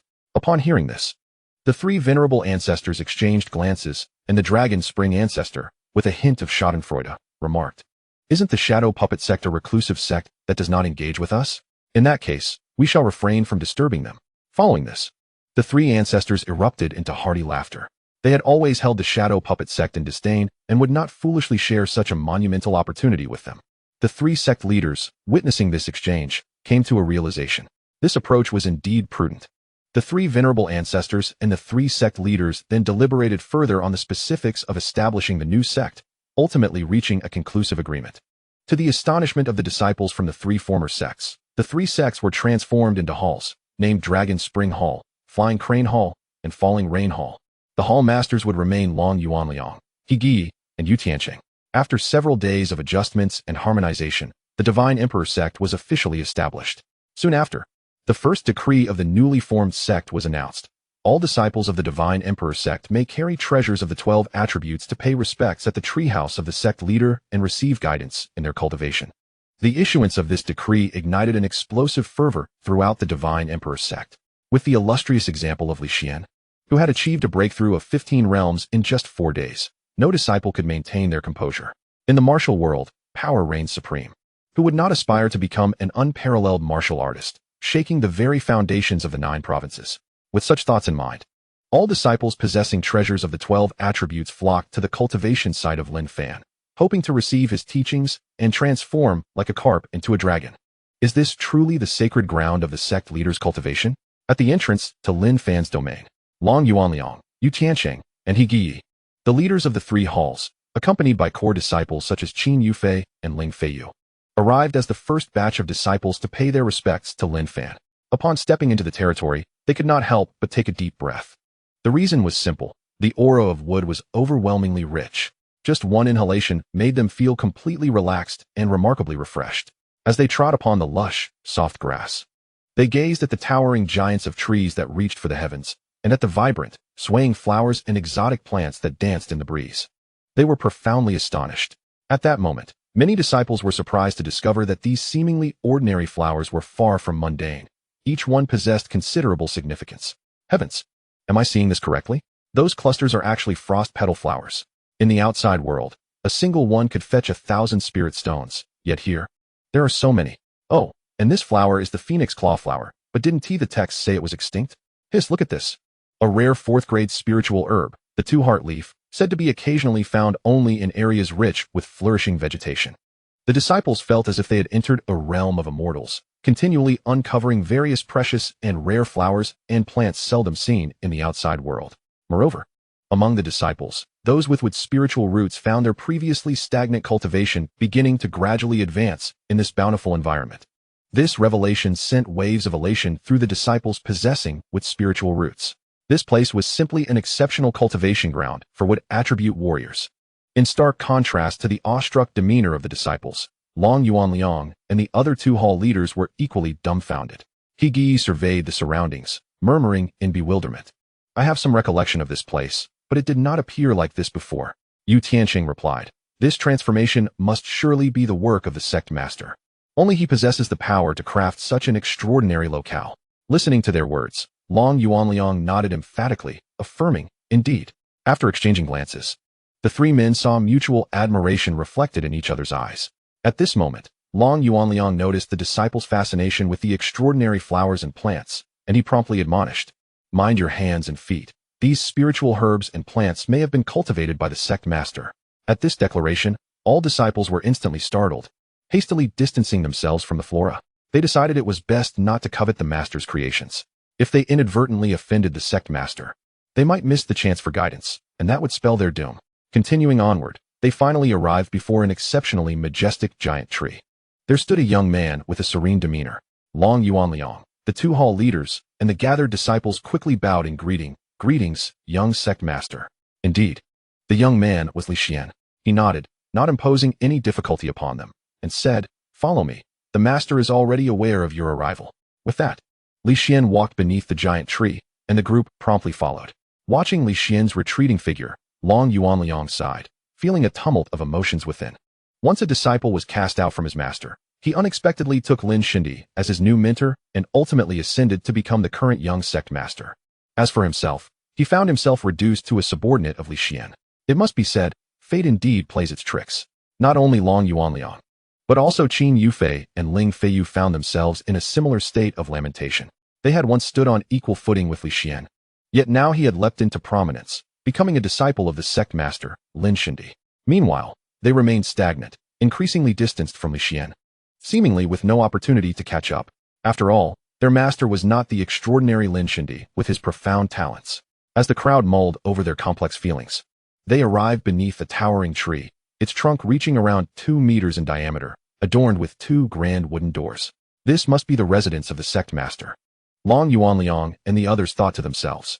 At that moment, Li Xian bowed respectfully before the doors and announced loudly, "Master, all disciples have arrived." Long Xuanhuan Master Long Yuanliang, accompanied by core disciples, pays respects to the sect master.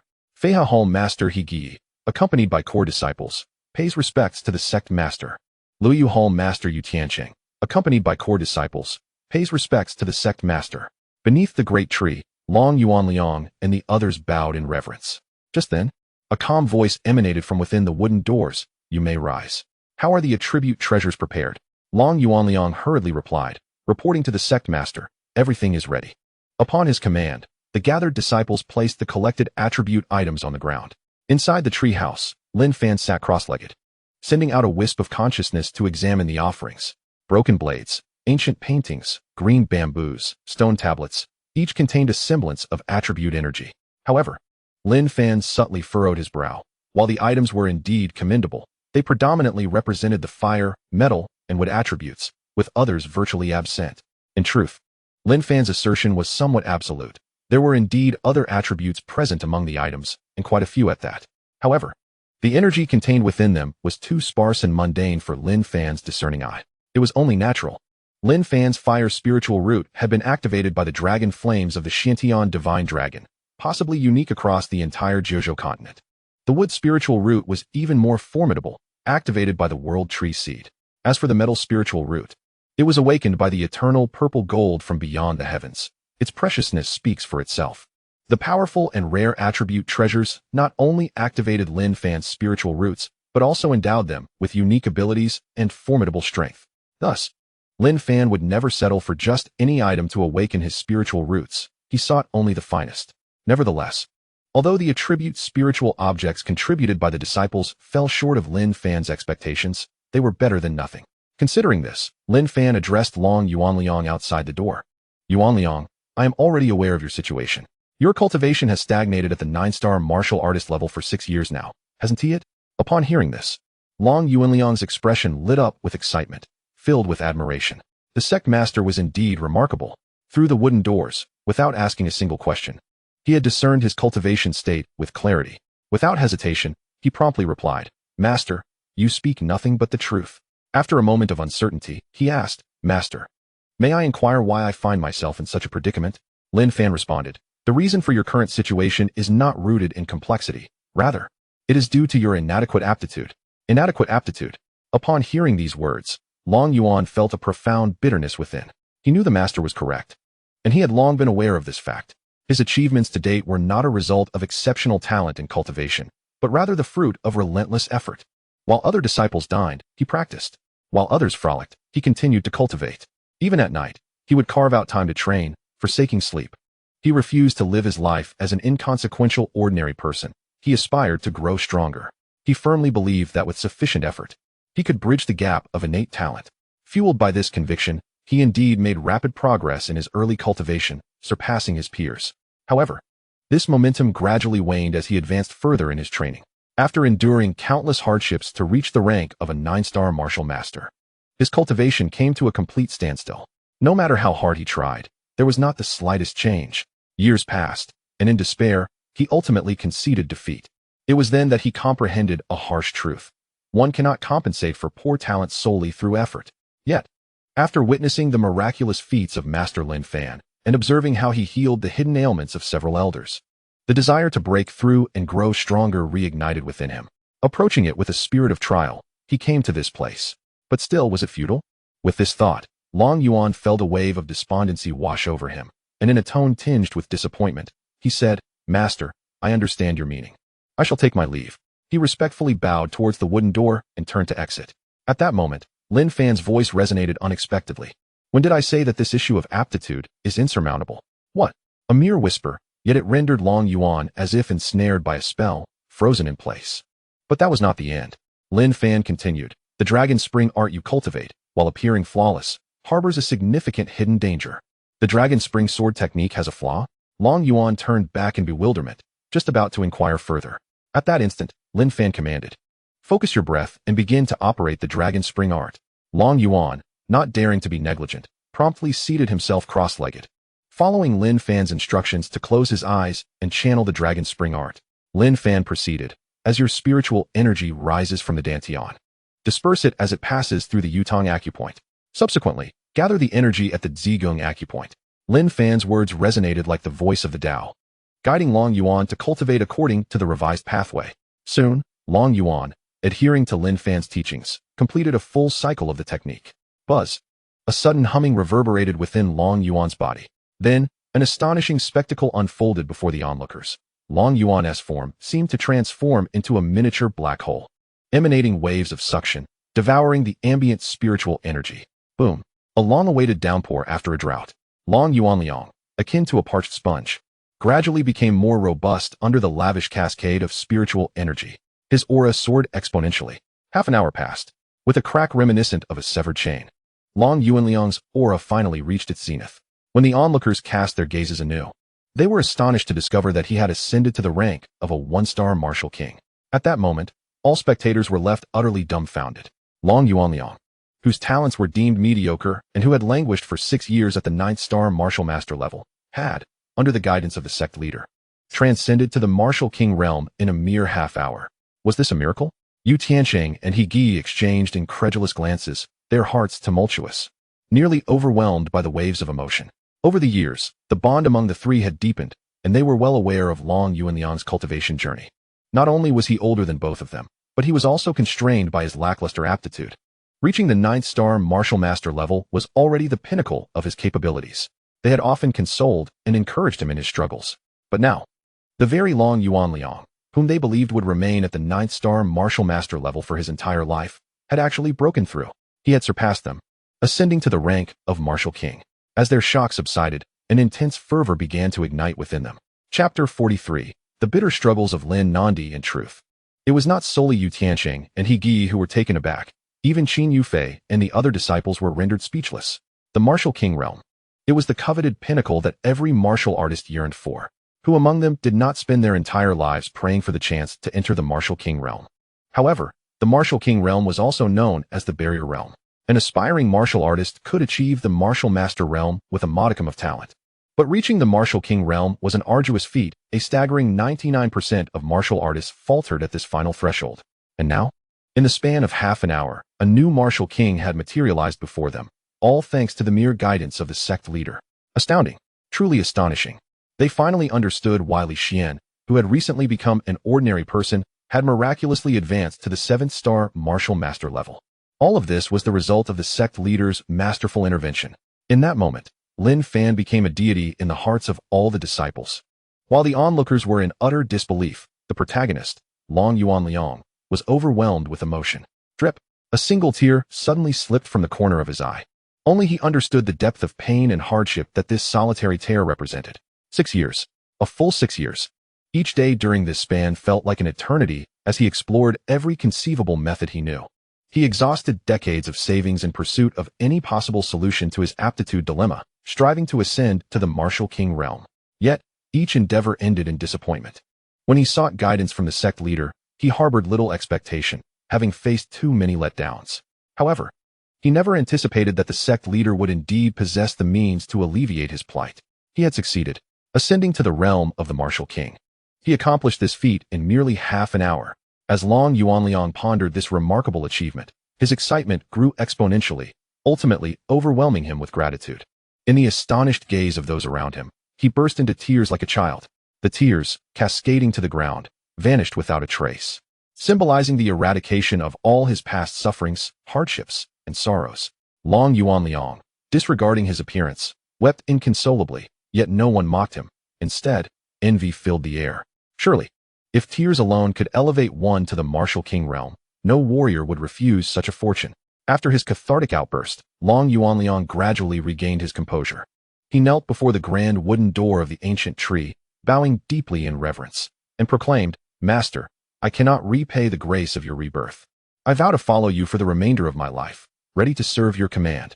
Rising, he stood to the side, his expression one of utmost devotion. Li Xian, who stood nearby, observed this spectacle with a quiet smile. This was the unparalleled charisma of their master, an influence that was simply irresistible. Regardless of how proud a person might be, they were compelled to bow before their master and choose to submit. At that moment, Yu Tiansheng and He Gi exchanged glances before simultaneously kneeling before the treehouse, their faces filled with yearning as they implored, "Honorable Master, we humbly request your guidance." Lin Fan graciously acquiesced. Turning to He Gi, he remarked, "Your cultivation technique is quite compatible with you, but there exists a blockage in one of your meridians, hindering the flow of spiritual energy. Follow my instructions closely." After a thorough yet accessible explanation, He Gi was filled with joy and expressed his profound gratitude to Lin Fan.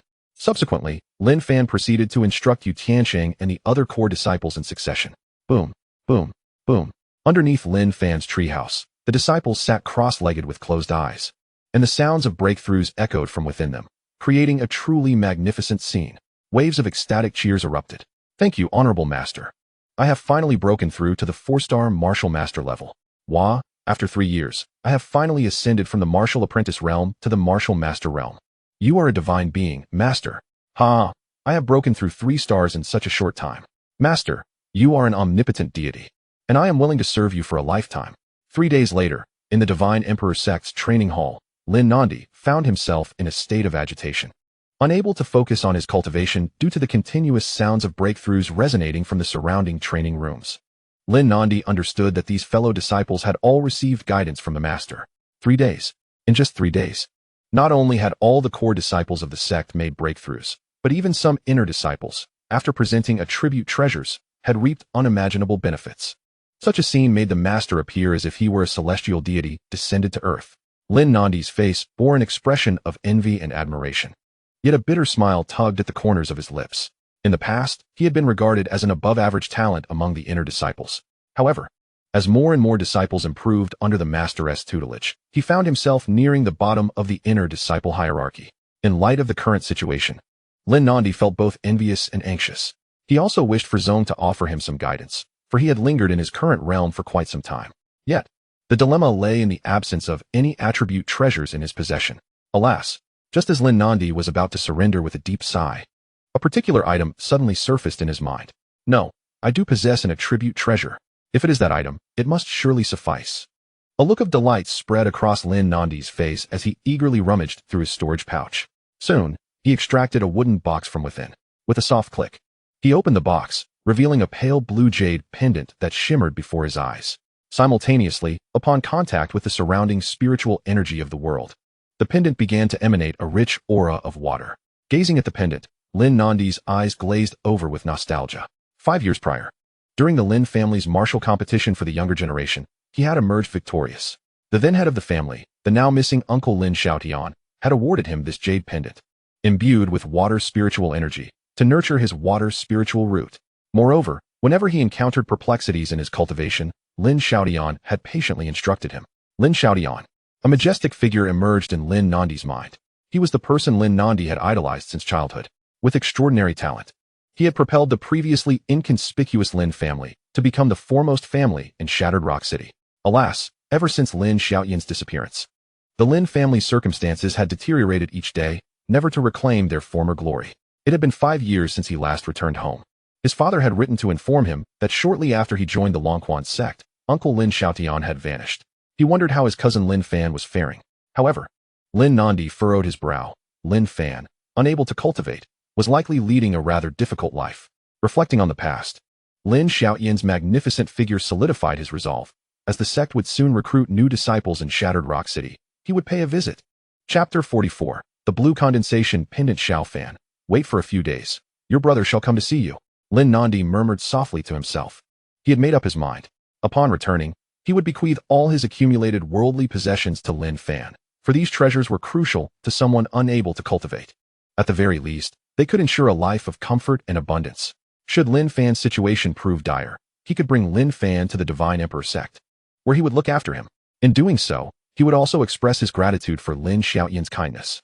Now, the most pressing matter was to seek the sect leader's guidance and see if this jade pendant could catch his discerning eye. With that thought in mind, Lin Nandi set off towards the sect, his heart brimming with enthusiasm, clutching the water's spiritual jade pendant. In the shadow mist forest, within Lin Fan's domain, he sat cross-legged in a treehouse, surrounded by an array of colorful and exquisite treasures. As he activated the chaotic sacred law, A powerful suction emanated from his body, drawing forth wisps of attribute energy from the various items before him, which streamed toward him. Crack, crack. As Lin Fan continued to absorb the energy, the items began to crack and shatter, their energies fully depleted. Ultimately, those once glimmering treasures were reduced to mere dust. Lin Fan retracted his magical decision and gradually opened his eyes. Observing the ashes scattered on the ground, he shook his head, remarking that although there were many items, the inherent elemental energy contained within was somewhat lacking.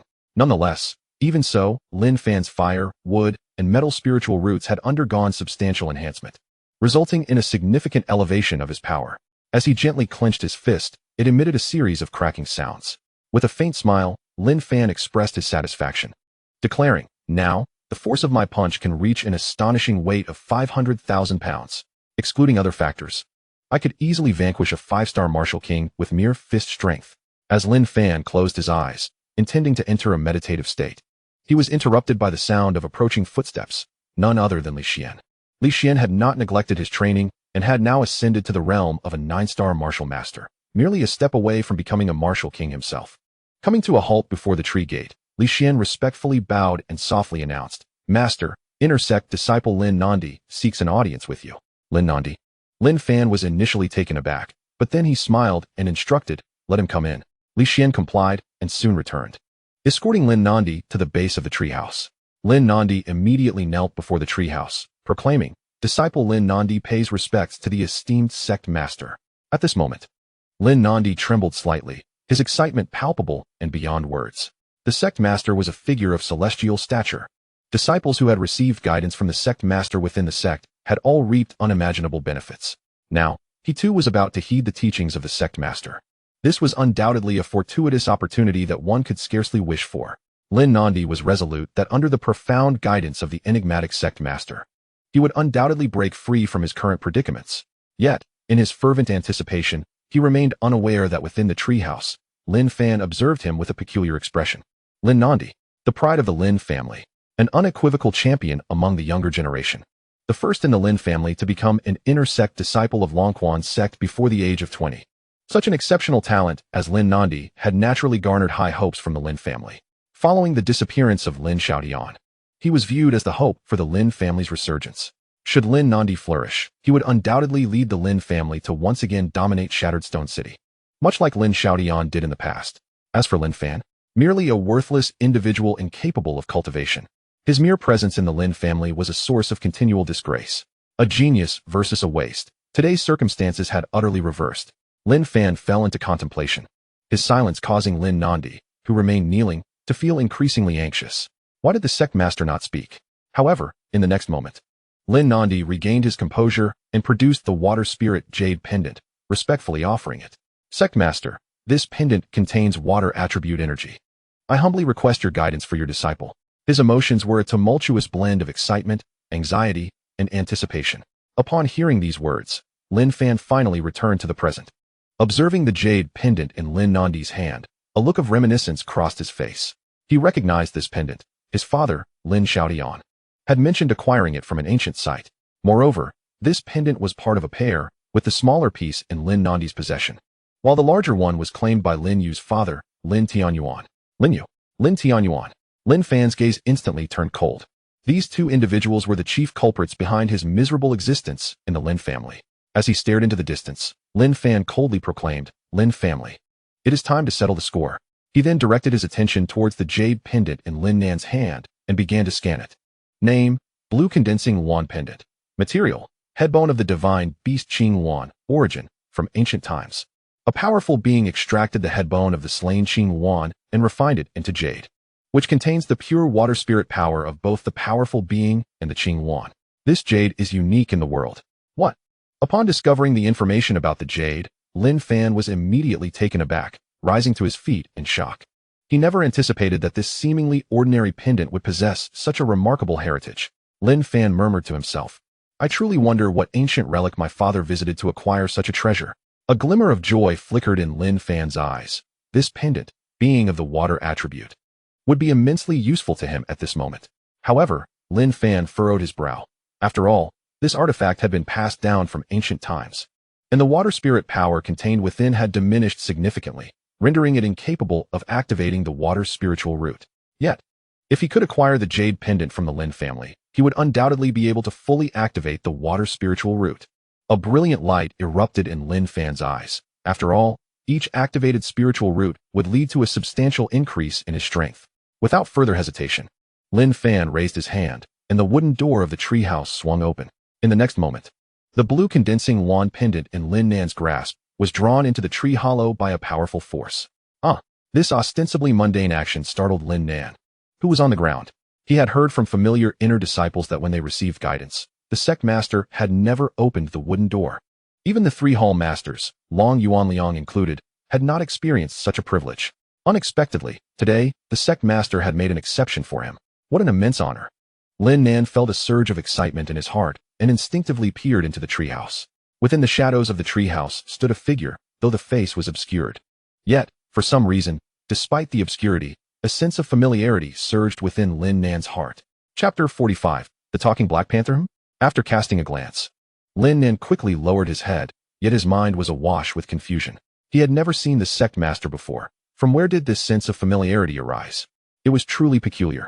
Lin Nan furrowed his brow in contemplation, but found no clues. Just then, Lin Fan's voice resonated from within the treehouse. Lin Nan, while the sea covering technique is highly compatible with you, have you forgotten to refine your other wood's spiritual root? The issues with your wood's spiritual root have now impacted your overall cultivation. So to enhance your strength, you must, Lin Fan explained profoundly yet simply. While Lin Nan listened with rapt attention, his past cultivation dilemmas that had previously confounded him suddenly became clear. This revelation filled Lin Nan with excitement. The sect master was indeed extraordinary, elucidating matters with such clarity. However, amidst the excitement lingered a hint of puzzlement, as the sect master's voice evoked an oddly familiar sensation. What was happening today? Why did he continually feel a sense of familiarity with the sect master? What manner of being is the master? That he would engage with someone so insignificant as myself? Perhaps I have misheard. Shaking his head, Lin Nandi began to focus intently on the master's teachings. After the passage of a fragrant incense stick, a violent aura erupted from Lin Nandi's body. He had broken through. With a face alight with ecstatic joy, he prostrated before the treehouse, exclaiming, "Thank you, esteemed master. I have achieved a breakthrough." Lin Nandi was overwhelmed with excitement. After the master's thorough exposition, not only had he achieved a breakthrough on the spot, but he now possessed a comprehensive understanding of his future cultivation path, ensuring he would encounter far fewer detours. Following this experience, Lin Nandi brimmed with confidence, assured that his cultivation journey would henceforth be smooth sailing. Indeed, the master is akin to a celestial being. After expressing his gratitude once more, Lin Nandi departed in high spirits. The door of the treehouse creaked open, and Lin Fan gracefully emerged. Observing Lin Nandi's retreating figure with a light-hearted smile, the Lin family, I am coming. Lin Fan had made up his mind. This time, he would go to the Lin family, eliminate those whose hearts were thoroughly blackened, and reclaim his father's jade pendant. With nothing else pressing, Lin Fan resolved to visit Shattered Stone City today. A playful smile graced his lips as he imagined the bustling activity that must have transpired during his absence. Summoning Li Xian, he made a few simple arrangements before heading towards Shattered Stone City. The distance between Shattered Stone City and the Misty Forest was a mere 50 miles. A journey Lin Fan could traverse in the blink of an eye given his current cultivation level. However, he chose to walk leisurely instead. A balance in cultivation is essential. Relentless practice may not always yield the best results. Sometimes, slowing down can lead to newfound insights. Upon leaving his territory, Lin Fan ambled through the Misty Forest. Taking in the vibrant flora and fauna, the earth and mountains, all manner of scenery unfolded before his eyes. At that moment, Lin Fan perceived that these myriad sights subtly contained the principles of the 5 element cycles. The path of the 5 elements lies in its circulation, wholeness, and perfection. His eyes brightened suddenly, and he seated himself upon the ground, transforming his newfound understanding into a source of strength. As he breathed in and out, absorbing the spiritual energy, his body began to undergo a transformation. The terrifying spiritual power that had surrounded him gradually converged within, until finally, no trace of spiritual energy leaked from his body. At this moment, Lin Fan appeared as an ordinary person incapable of cultivation. Rising and observing his physical transformation, he smiled faintly and continued onward. Though Lin Fan now resembled an unremarkable individual, this was merely a facade. A keen observer would note that his seemingly mundane footfalls could reduce the leaves beneath him to mere powder. Even the firm soil beneath was rendered soft and sunken by his steps. Such signs indicated that anyone who underestimated Lin Fan as an ordinary person and provoked him would surely pay a heavy price. As Lin Fan passed by a low hill, a series of roars suddenly erupted. The sound alone conveyed a ferocity and bloodthirstiness that was unmistakable. Lin Fan instantly understood. That voice belonged to the silverback bear king, the apex predator of the misty forest, likely engaged in the hunt for food. After murmuring a brief acknowledgement, he prepared to continue on his way. After all, he bore no enmity towards the silverback bear king and had no interest in the creature's prey. However, just as the silverback bear king finished its roar, a frantic voice followed, filled with exasperation. Damn it! Is this some cruel joke from the heavens? Here I am, a mighty emperor. And although I was momentarily careless and met my demise at the hands of that vile woman, must I now be reborn in this beast's body? As if that weren't enough, I am now so weak, freshly reborn and confronted by a colossal bear intent on devouring me. Is there no justice in this world? For heaven's sake, don't bite me there. The deep resentment and indignation in the voice were so intense that they nearly uprooted the treetops of the misty forest. Upon hearing this, Lin Fan's heart jolted with realization. A reincarnator. Incredible. Was it mere chance that he stumbled upon such a powerful being while taking a casual stroll? His luck seemed almost unfathomable. A peculiar expression crossed Lin Fan's face as he wasted no time and swiftly made his way toward the source of the voice. Fortunately, the distance was not great, and with Lin Fan's remarkable speed, he soon arrived at the location from which the voice emanated. It was a wide clearing where, as he had surmised, stood a massive brown bear over 4 meters long, adorned with a straight silver mane running along its spine. Yet, Lin Fan frowned. Aside from the silverback bear king, he expected another presence. Where was the speaker? In the clearing, besides the silverback bear king. Lin Fan did not see the person he was looking for. However, there was a black panther present, albeit in a pitiful state, covered in bloody claw marks, with a portion of its tail bitten off, continuously bleeding. Given the current circumstances, it was only a matter of time before the black panther became the silverback bear king's meal. A sense of foreboding crept into Lin Fan's mind. Had he arrived too late? Was the reincarnated emperor already devoured by the silverback bear king? A dark cloud of despair enveloped him.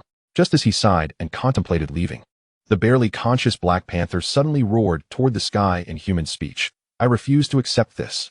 I, the emperor, cannot perish so easily. I have yet to avenge myself on that wretched woman.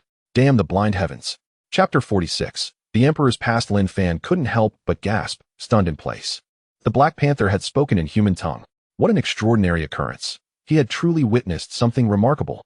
However, after the initial shock subsided, Lin Fan regained his composure. His gaze fixated on the black panther with curiosity. He wished to uncover what had transpired in the life of this creature, claiming to be the reincarnation of an emperor. With that thought in mind, Lin Fan silently intoned, "Initiate scan." Buzz. The black panther's past immediately materialized before Lin Fan's eyes. In his previous life, he was merely a menial disciple of a sect, toiling daily in the most arduous and exhausting tasks, subsisting on food that even pigs would refuse. His existence was fraught with hardship. During an excursion to the city for supplies with fellow disciples, he unexpectedly encountered a striking young lady from a prestigious family. With just a faint smile, she ensnared his very soul. From that moment onward, he could never forget her enchanting visage. He lost all appetite for food and drink, and his already frail body grew weaker by the day. Finally, he mustered the courage to confront his true feelings. He had fallen for that young lady.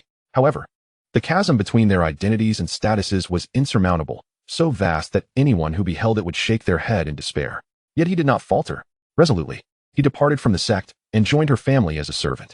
He eagerly undertook the most menial and laborious tasks, never once complaining, all in the hopes of catching a glimpse of the girl he adored. Each day spent in her presence filled him with happiness, and he felt he could contentedly spend a lifetime simply watching her.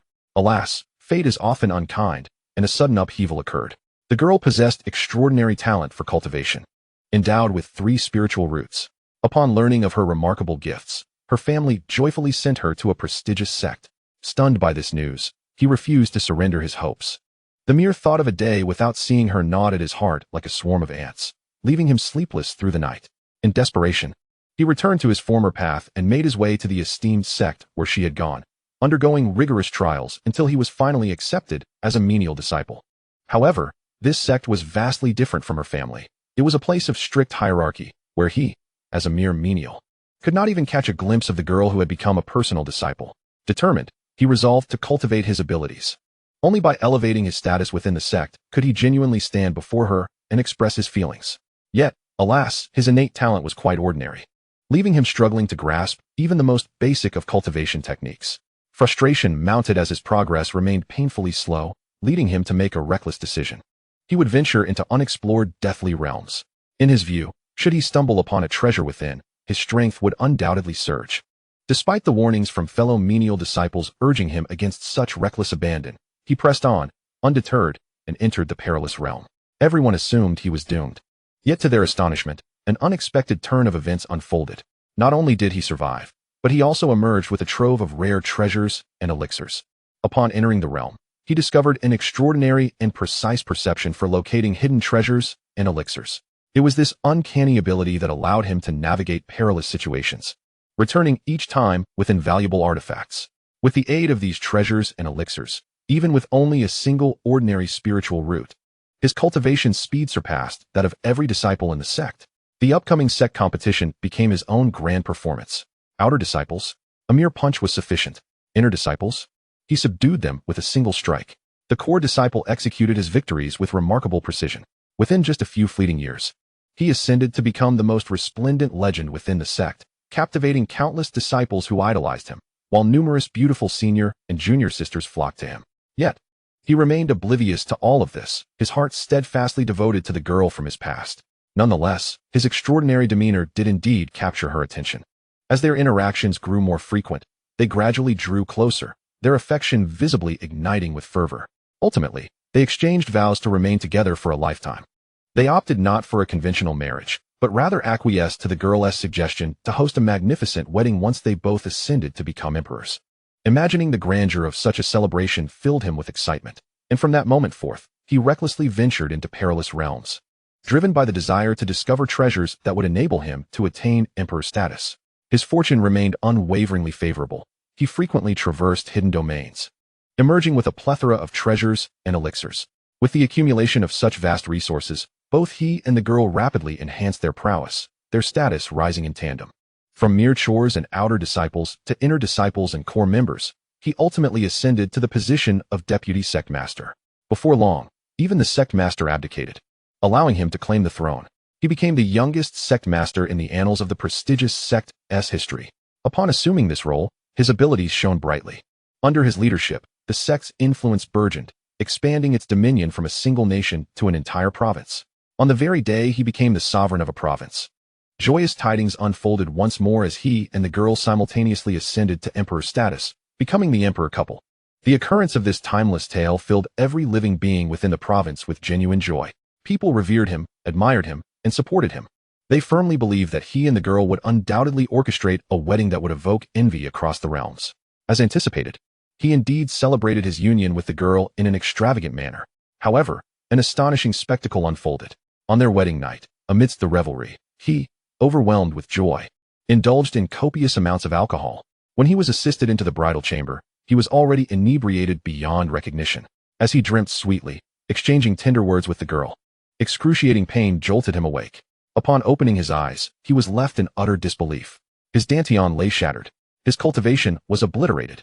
Even his spiritual roots had been extracted. He gazed incredulously at the girl, only to find her blissfully nestled in the embrace of another man. A man he recognized all too well, their master. The previous sect master. In that instant, the truth dawned upon him. Everything had been a comprehensive deception. The girl he adored had always looked down upon his humble beginnings. Ultimately surrendering herself to the sect master and devising this sinister scheme, the girl became the empress, while his master extracted his spiritual roots, amalgamating them with the missing ones to ascend as the new emperor. Rage, resentment, sorrow.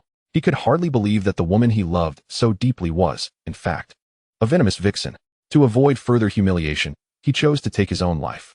However, when he opened his eyes again, he was exhilarated to discover that he had been reincarnated. Yet, to his astonishment, he had not taken on human form, but had instead been reborn as a beast.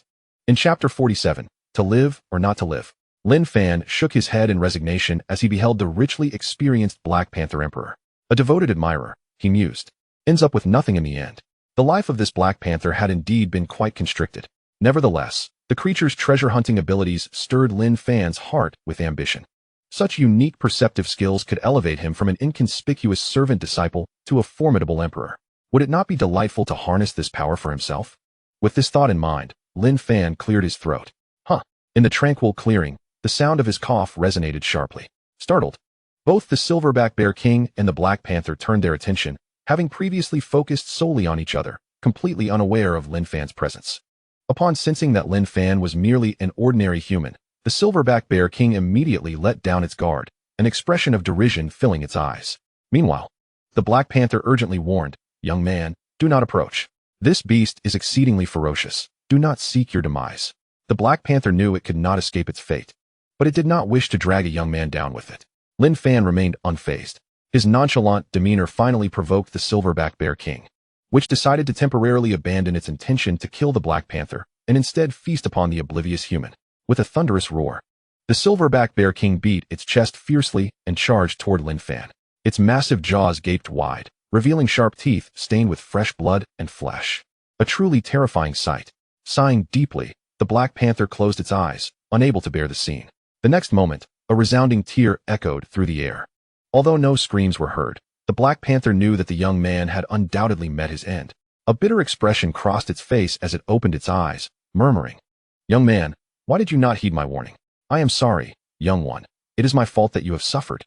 If there is a next life, I shall take you under my wing and nurture you properly."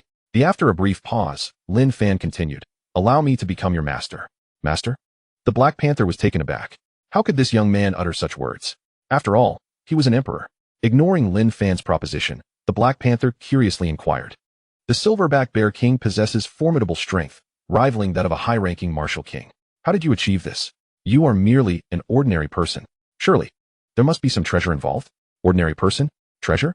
Lin Fan contemplated the Black Panther's past life, a smirk playing on his lips as he replied, "How did I accomplish it? Quite simply. It was the means by which the Thousand-Feather Empress ended your life that night." What? The Black Panther was struck as if by lightning upon hearing those words. The name of the Thousand-Feather Empress was the deepest secret in his heart, known to no one. Yet, how did this young man come to know it? The Black Panther fixed his gaze on Lin Fan, growling, "Who are you? How do you know the name of the Thousand-Feather Empress?" His voice trembled, and his fur stood on end. It was all too strange. The young man before him not only effortlessly dispatched the Silverback Bear King, but also possessed knowledge of the Thousand-Feather Empress. Looking into the young man's eyes felt like staring into the eyes of a celestial being. He felt utterly exposed. Instinctively, he took a few cautious steps back, sensing the immense danger that this individual posed. Lin Fan, observing the Black Panther's fearful demeanor, smiled lightly. "These trivial matters are of no consequence. I have my own means of knowing. You need not inquire further. At this moment, I present you with two choices. First," Lin Fan pointed at the Silverback Bear King, now cleaved in two. "You can end up like him. Second, you may become my servant and assist me in seeking treasures." The Black Panther's expression darkened. He had no desire to select either option. The first choice, as the saying goes, better to live in disgrace than to die with honor.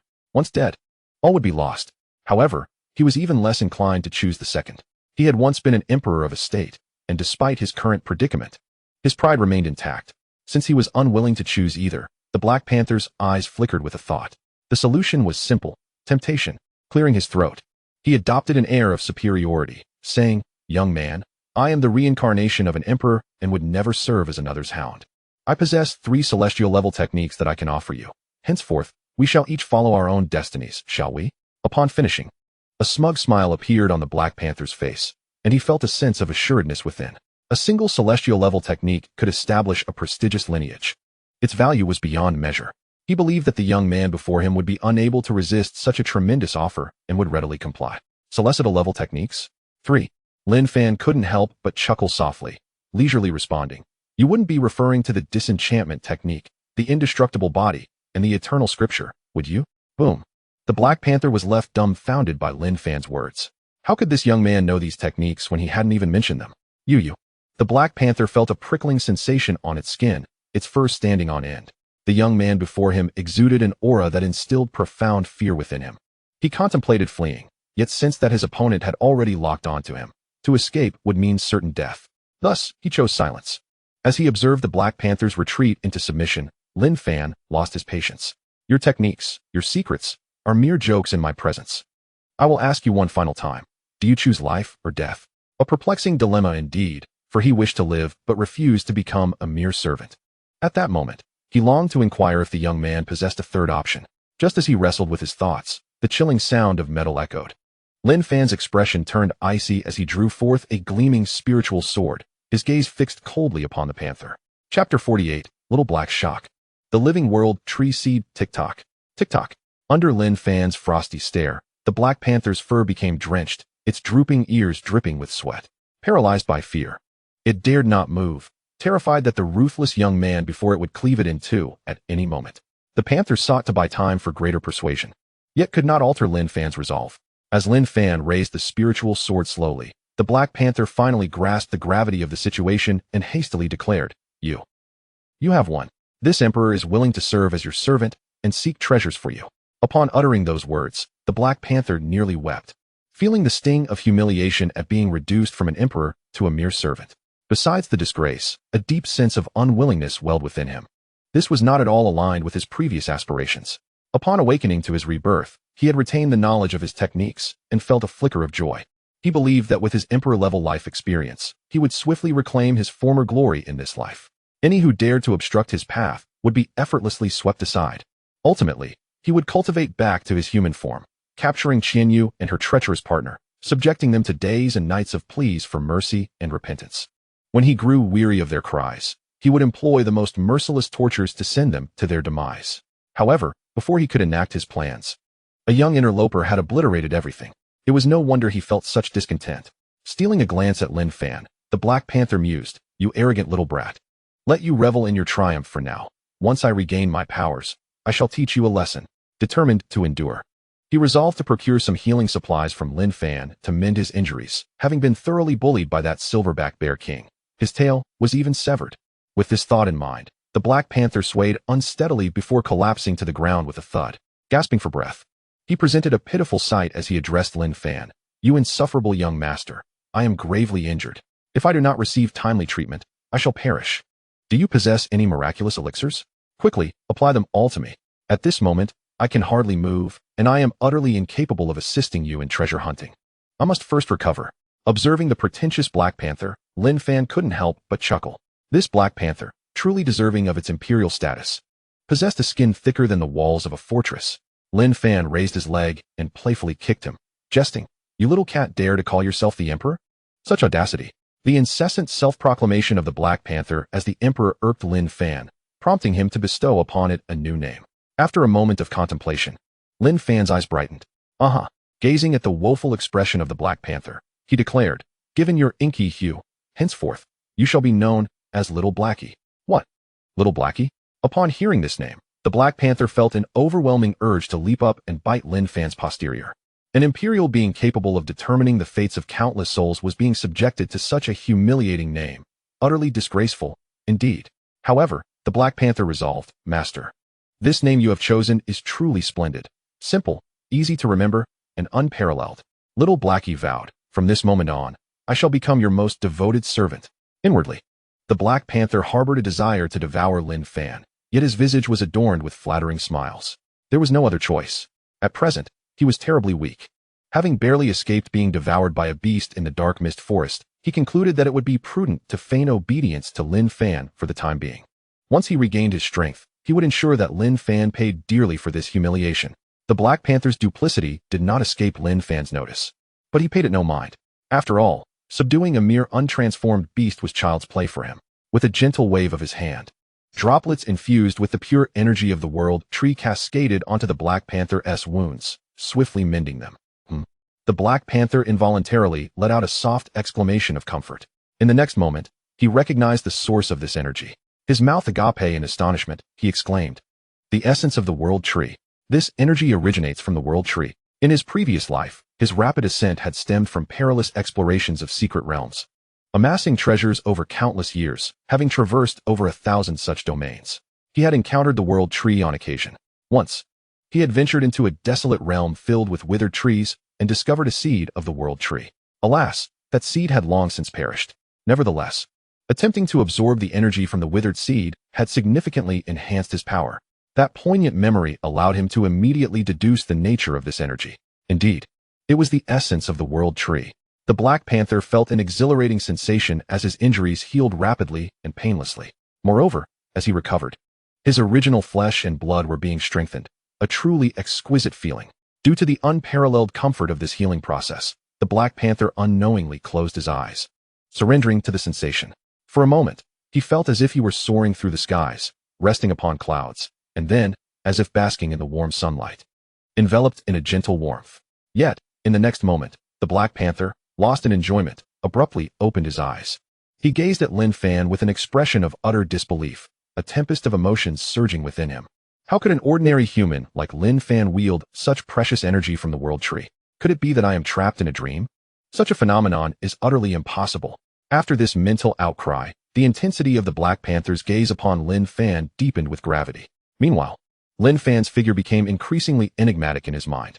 If his intuition was correct, Lin Fan must possess a seed from the world tree, a seed teeming with boundless vitality, untouched and full of life. However, how could this be? As an emperor who had traversed life and death, he had never acquired a living seed from the world tree. How could this young man possess one? It was simply unfathomable. While the Black Panther was still grappling with his confusion, he suddenly felt the power of the world tree within him come to an abrupt halt. Then, Lin Fan's calm voice resonated. Haizi, I have healed your wounds. Now, lead me to search for treasures. Chapter 49. Youngster, you have been deceived. Upon hearing Lin Fan's words, the Black Panther snapped back to reality. Lead him to treasure? A glint of cunning flashed in his eyes. What a perfect opportunity. He could take advantage of this moment to distance himself from this mysterious young man. As for the secrets that shrouded Lin Fan, he could return and capture him once his strength was restored, and study him thoroughly. With this plan solidified in his mind, the Black Panther felt invigorated. He feigned closing his eyes, scanned the surroundings, and then joyfully addressed Lin Fan. Master, through my relentless efforts, I have finally sensed a powerful aura of restriction. Such a formidable barrier is rarely encountered, even during my reign as an emperor. If I am not mistaken, it should be the resting place of an ancient martial sovereign, the resting place of an ancient powerhouse. Upon hearing this, Lin Fan's heart quaked. Typically, formidable warriors, aware of their impending demise, would choose a secluded location, set powerful formations, and quietly pass away. The allure of such resting places lies in the treasures, elixirs, and martial arts left behind by the deceased, which could yield immense fortune if acquired. Moreover, this resting place belonged to a martial sovereign. According to Lin Fan's knowledge, there were no such formidable warriors in the entire Tianqin kingdom. A martial emperor could annihilate a nation single-handedly. The strength of a martial sovereign, being a tier above, was almost beyond comprehension. The treasures left behind by such great beings were certainly extraordinary. But could it truly be so? With this thought, Lin Fan cast a profound glance at the Black Panther and said, such an opportunity cannot be missed. Let me there. Seeing Lin Fan's acquiescence, the Black Panther became even more exhilarated and quickly responded, no problem, master. Follow me, for the resting place of that powerful warrior lies not far to the south. As he spoke, the Black Panther propelled himself with his hind legs, transforming into a fleeting shadow, racing swiftly towards the south. It was astonishingly fast. The Black Panther has achieved such heights primarily due to his affinity for the wind spirit. His comprehension of the wind is akin to that of an emperor, rendering him exceedingly formidable. As he sprinted forward, confidence surged within him. Even formidable warriors of the martial king realm would only find themselves trailing behind, engulfed in dust. As for Lin Fan, he was surely oblivious to being left in the dust. Just as he was about to navigate a bend and make his escape, he was confronted with a scene that filled him with dread. Behind him, Lin Fan had not only managed to keep pace, but was strolling leisurely. Although Lin Fan's steps appeared slow, each stride covered an astonishing distance of 5 or 6 zhang, allowing him to effortlessly follow in the wake of the speeding Black Panther. This astonishing display left the Black Panther utterly bewildered. Just as he contemplated offering a disingenuous compliment, he felt a sudden tightening around his neck. In the next instant, he was hoisted into the air. Blackie, your speed is lacking. Allow me to assist you. With that, Lin Fan's figure flickered, covering several dozen zhang in an instant, and his pace only quickened. Observing the despondent expression on the Black Panther's face, Lin Fan couldn't help but smile broadly. Such rapid movement was a gift from the Black Panther himself. With just a glance, he had replicated the emperor-level comprehension of the wind. Moreover, he meticulously corrected any minor discrepancies. It could be said that he now possessed a superior understanding of the wind compared to the Black Panther. In a fleeting moment, the Black Panther, who had been carried several miles by Lin Fan, finally regained his senses. Overwhelmed by his current predicament, a sense of grief and indignation welled up within him, prompting an involuntary roar. What in the world is happening? Who is this person carrying me? Not only is his strength unfathomable, but he also possesses the rare treasure of the world tree seed. Even more outrageous is the fact that his understanding of the wind surpasses that of an emperor who has trained for centuries. Is there no justice in this world? Contemplating this, despair crept into the Black Panther's heart regarding his future. Could it be that he was destined to live his life as a servant to this insolent youth? Lin Fan. Such a notion was unbearable. Sighing, he lamented the pitiful state of his 2 lifetimes. Yet, he still had a chance. There was the ancient site of the Great Powers meditation. If he could leverage that location effectively, he might still find a way to escape. Most adventurers perished at the entrance's prohibitions, but after hundreds of years of treasure hunting, he was intimately familiar with these barriers. Although this youth possessed extraordinary talent and swiftness, the Black Panther was confident he would triumph over the restrictions. Just wait. Once they reached the meditation site, he had 100, nay, 1,000 methods to make Lin Fan beg for mercy. Chuckling at the thought of Lin Fan's desperate pleas for mercy, the Black Panther couldn't suppress a laugh. Fortunately, he reacted quickly, covering his mouth with his front paws. However, the tremors of his body betrayed his joy. At that moment, Lin Fan, who had been moving at breakneck speed, abruptly halted. They had arrived at their destination. Casually discarding the Black Panther onto the ground, Lin Fan surveyed his surroundings. Before him lay a rather unremarkable valley, flanked by low-lying mountains sparsely dotted with a few withering pine trees. The Black Panther, undeterred by Lin Fan's nonchalant treatment, gazed at the valley ahead with palpable excitement. With a flick of its half-cut tail and a simpering smile, it proclaimed, "Master, the valley ahead is the site of the transcendence, but first, we must dismantle the outer layer of restrictions. For your safety, I shall venture forth first. Once the restrictions are lifted or if any danger is averted, I shall summon you. Does that sound agreeable?" The panther's eager expression conveyed its hope for Lin Fan's approval. Amusement flickered in Lin Fan's heart, yet he maintained a composed demeanor as he replied, "If that is the case, I shall await your news here." "Excellent." Upon receiving Lin Fan's consent, the Black Panther leapt exuberantly and darted towards the heart of the valley without hesitation. As it approached the center, a sudden eruption of flames surged from all directions, engulfing the valley in a tempest of fire. The flames, a vivid hue of red tinged with blue, signified an extreme heat. Should even a trace touch the panther, it would be reduced to ashes without a remnant. Yet, the Black Panther remained unfazed. Although this barrier appeared formidable, it could be easily dismantled by locating the core of the fire formation. As the flames drew nearer, the panther stood resolutely, awkwardly using its paws to form a complex seal. Just as the flames were about to engulf it, the seal was completed, and a faint luminescence emerged, precisely locating the formation's core amidst the inferno. The panther's expression brightened. Instead of destroying the core outright, it opted to suppress it momentarily. Seizing the opportunity as the flames hesitated, it swiftly slipped into the sanctum of transcendence. It then released the seal on the formation's core, and once more, the valley was consumed by a torrent of fire. At the entrance of the sanctum, the Black Panther cackled triumphantly, "Foolish boy, you've fallen into my trap." Chapter 50. The Earth Spirit Pearl. Arrogance. Elation. Exhilaration. The Black Panther stood upright, exuberantly gesticulating at the mouth of the sanctum. It mocked Lin Fan, who remained outside the flames, taunting, "Child, no matter how exceptional your talents or elusive your movements, you are still but a novice in the ways of the world. Let me be frank. This barrier, which seems perilous to outsiders, is as fragile as paper before me. When I am at my full strength, there is no secret realm's restriction that can bind me.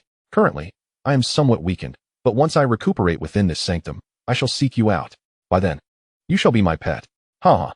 After indulging in a lengthy tirade of mockery, the Black Panther felt a profound sense of satisfaction, and the humiliations it had endured at Lin Fan's hands began to fade from memory. Unperturbed by Lin Fan's expression, the panther commenced the process of unraveling the restrictions within the sanctum. Though this secret realm was intended for escape, having arrived, it certainly would not leave empty-handed. At this moment, he was utterly intoxicated by his own triumph, blissfully unaware that Lin Fan, outside the formation, was observing him with an amused expression. "Little Black. Oh, Little Black, I wonder what expression you will wear when we meet again." In contrast to the fiery barrier obstructing the entrance of the cave, the formations within the cave appeared trivial to a treasure-hunting expert like the Black Panther. With a single incantation, the first seal crumbled to dust, the second one following suit in swift succession. Methodically, he dismantled the third and fourth formations, ultimately arriving at the resting place of an ancient powerhouse. Before him lay a spacious hall, at the center of which stood a stone platform approximately 5 to 6 jong high. After a cursory examination, the Black Panther ascended the steps of the green oak platform and settled upon a translucent white jade bed, upon which rested a skeletal figure. Beside the skeleton lay 3 redwood boxes, quietly awaiting discovery. As he gazed upon the boxes, a look of astonishment lit up the Black Panther's face, prompting him to hurriedly approach and open the first box. To his astonishment, it contained a fully ripened earth spirit fruit. This fruit blossoms in 100 years and bears fruit in a millennium. Consuming this earth spirit fruit would elevate a 1-star martial apprentice directly to a 9-star martial master. It was extraordinarily precious. Indeed, incomparably so. After admiring it for a considerable time, the Black Panther carefully set the box down and proceeded to open the second one.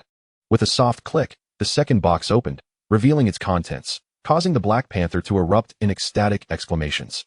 To his disbelief, it was a 7th-grade Liuli pill. It was said that even an ordinary person who consumed this pill could attain the Liuli body. The cultivation talent of a Liuli body rivaled that of a 3-rooted martial artist. For a martial artist with existing roots, consuming it could potentially add 2 more roots. Despite the ultimate limit being 4 roots, nonetheless, it was astonishingly formidable. Such invaluable elixirs, if brought to market, would undoubtedly incite a tempest of bloodshed. At this moment, the Black Panther's hands trembled slightly, anxious not to drop the precious box. After gently placing it on the ground, he suddenly turned toward Lin Fan outside the cave and let out a hearty laugh. "You little rascal, seeing this great emperor acquire such treasures must be making you restless. Huh, humph, I shall proclaim my winnings loudly. Once I harness these treasures for my own use, I will emerge to deal with you properly."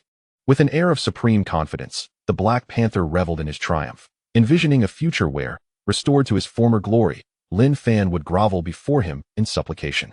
After a moment of triumphant revelry, he turned his gaze expectantly toward the final box. Each box had proven more precious than the last. Surely this final one contained an invaluable treasure. His eyes gleamed with fervor as he gently lifted the third box. With a soft sound, it opened. To his astonishment, he inhaled sharply, and his breath quickened. The Earth Spirit Pearl. This was indeed the legendary Earth Spirit Pearl. Ancient texts recorded that in a time long past, there existed a divine mountain known as Xuanhuan. Xuanhuan Mountain, nourished by the ethereal energies of heaven and earth day and night, gradually birthed a mountain spirit, which naturally ascended to become the deity of Xuanhuan Mountain. However, instead of diligently cultivating its powers, the mountain god relied on its formidable strength to wreak havoc, causing immense suffering among the local populace. One day, as the mountain god prepared to wreak chaos once more, the sky suddenly darkened with ominous thunderclouds. As the clouds blanketed the heavens, bolts of lightning descended upon Xuanhuan Mountain as if delivering divine retribution. After enduring the divine lightning for 9 days and nights, the storm finally dissipated. When the villagers ventured out of their homes, they were dismayed to discover that the once majestic Xuanhuan Mountain had vanished without a trace, leaving behind a singular, extraordinary stone pillar bead. It was then that the villagers realized the mountain god had angered the celestial deities, and under divine punishment, the entire mountain had been reduced to a thumb-sized stone bead, imbued with unparalleled pure earth energy, a soil spirit pearl. The Black Panther's eyes widened in ecstatic disbelief. Regardless of the veracity of the tale he had just recalled, the earth energy contained within this soil spirit pearl was undeniably genuine. Though he could not utilize the pearl himself, such a priceless treasure would undoubtedly procure for him extraordinary wind-related artifacts. Once he amassed a substantial collection of these wind treasures, he would swiftly restore his strength and reclaim his former glory. "1,000 feathers, you wretched woman, along with your paramour, I shall ensure that you both meet your demise." The Black Panther trembled with excitement, envisioning his triumphant return to the sect, avenging himself upon the Empress 1,000 Feathers, and once again ascending to the position of regional sovereign. Yet, just as the Black Panther reveled in his exhilaration, a voice of approval resonated. "Well done, little Blackie. You have not deceived me. There truly are treasures here. I appreciate your efforts. It was not in vain for me to heal you. Allow me to guard these items for now, and I shall reward you further upon our exit." No sooner had the words left the speaker's lips than a voice like thunder appeared before the astonished Black Panther. Swiftly collecting the soil spirit pearl, the glazed pill, and the soil spirit fruit into a spatial pouch. Chapter 51. The unfortunate Black Panther Emperor. This aura, this figure, this chilling sense of oppression, shock, confusion, and fear surged through the Black Panther's heart, transforming his emotions in an instant. The joy and exhilaration that had adorned his face moments ago froze into a grimace of disbelief. With a stiff neck, the Black Panther turned to regard the presence beside him, his voice rising in an exasperated roar. "Impossible. How did you get in here? The ancient prohibitions at the entrance are formidable. A single misstep would reduce one to mere dust. I am only able to remain so composed due to my vast experience. And you? Just a mere youth not yet in your 20s. How could you have accomplished this? Stunned. Utterly stunned. Having undergone a rebirth, the Black Panther felt as though the world had transformed drastically. This young individual was utterly extraordinary. Not only did he possess such extraordinary strength at a tender age, but even the insights gained from centuries of his own experiences in wind affinity paled in comparison to those of this youth. Most importantly, this indeed is the resting place of a revered master in the martial honor realm. Is this formidable, deadly formation merely a jest?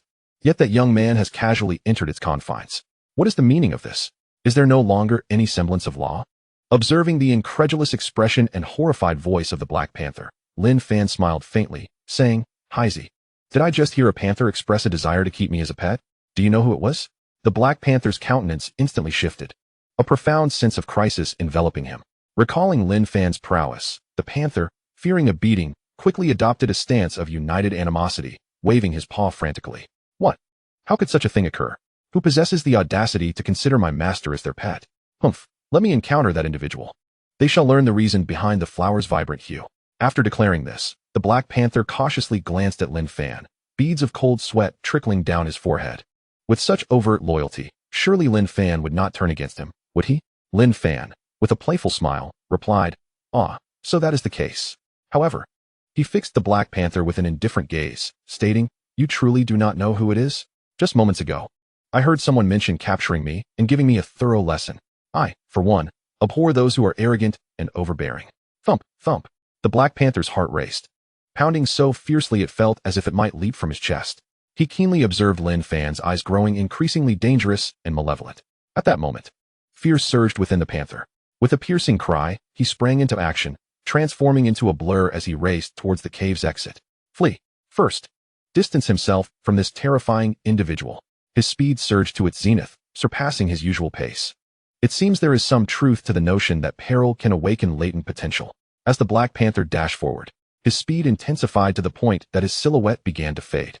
With ears perked, he detected no sounds of pursuit from behind, filling him with joy.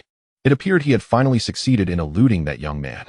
But just then, a pale hand suddenly emerged beside him, swiftly seizing the soft flesh of his neck. With a startled yelp, the Black Panther found himself frozen in place. He understood that he had failed. As he prepared to plead for mercy, an overwhelming force erupted from his neck. Before he could react, his body was violently hurled against the adjacent rock wall. Boom! With the impact of that tremendous force, the Black Panther was driven deeply into the wall, forming a shape resembling the character for Big. Dazed and seeing stars, he realized this was not the end. Lin Fan's figure reappeared before the immobilized Black Panther like a gust of wind, and without uttering a word, he struck again. Bang! Lin Fan's palm met the Black Panther's chest, unleashing a shockwave. Under the weight of this immense power, the Black Panther's body was once more forced deeper into the rock wall. Finally, the rocky wall, unable to withstand the relentless onslaught, finally succumbed to the pressure, cracking and ultimately shattering into fragments. Panting heavily, the Black Panther lay sprawled on the ground, its uneven chest indicating that several ribs were likely broken. Observing the pitiful sight of the Black Panther, Lin Fan remarked coolly, "If you don't get up now, you may never rise again." At these words, a chill ran through the panther, prompting it to leap to its feet, panting and looking up at Lin Fan with an obedient expression. Seeing that the Black Panther had finally ceased its act of feigned death, Lin Fan nodded slowly, channeling his wood spirit energy to pat the panther's head. "Blackie, consider this a small lesson. Should there be a next time, I shall break your fifth leg. Even if you succeed in slaying Xuanhuan in the future, you would merely be a crippled Black Panther." The mention of the fifth leg sent a shiver through the panther, which quickly tucked its hind legs together, instinctively protecting its prized possession. It cast a resentful glance at Lin Fan, as if to say, "This is not something to jest about."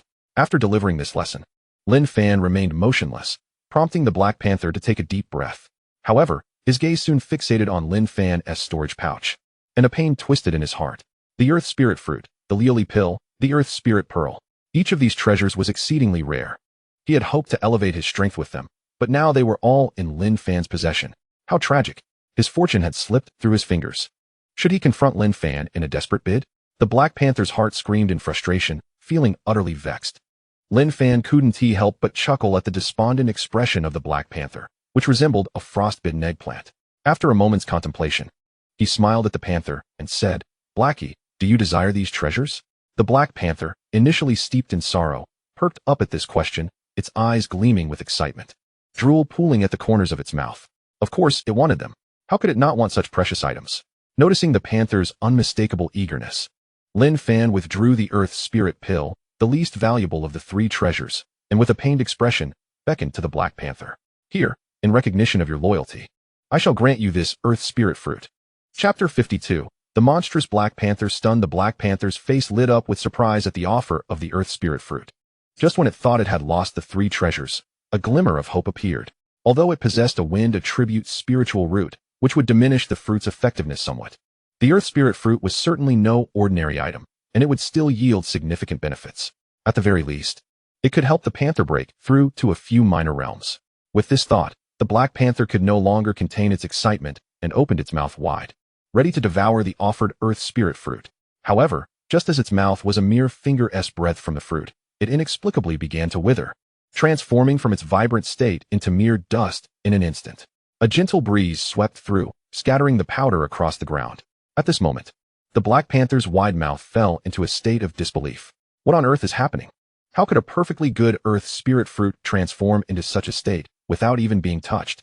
Lin Fan, in a tone of lament, addressed the Black Panther. Alas, such an unfortunate turn of events.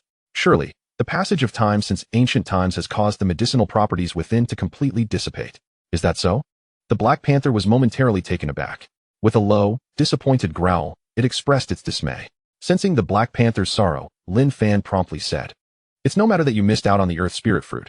Why not take this lily pill instead? Consuming this lily pill will surely grant you an additional 2 spiritual roots, which would significantly enhance your strength." As he spoke, Lin Fan retrieved the fragrant lily pill from his storage bag and extended it towards the Black Panther. This time, the Black Panther showed no hesitation. As Lin Fan's hand approached with the pill, it lunged forward with lightning speed. However, the same disheartening scene unfolded once more. The fragrant lily pill, just like the earth spirit fruit before it, had its energy vanish in an instant, turning to dust. With 2 successive failures, the Black Panther struggled to bear the blow, letting out a mournful cry as tears streamed down its face. What is happening?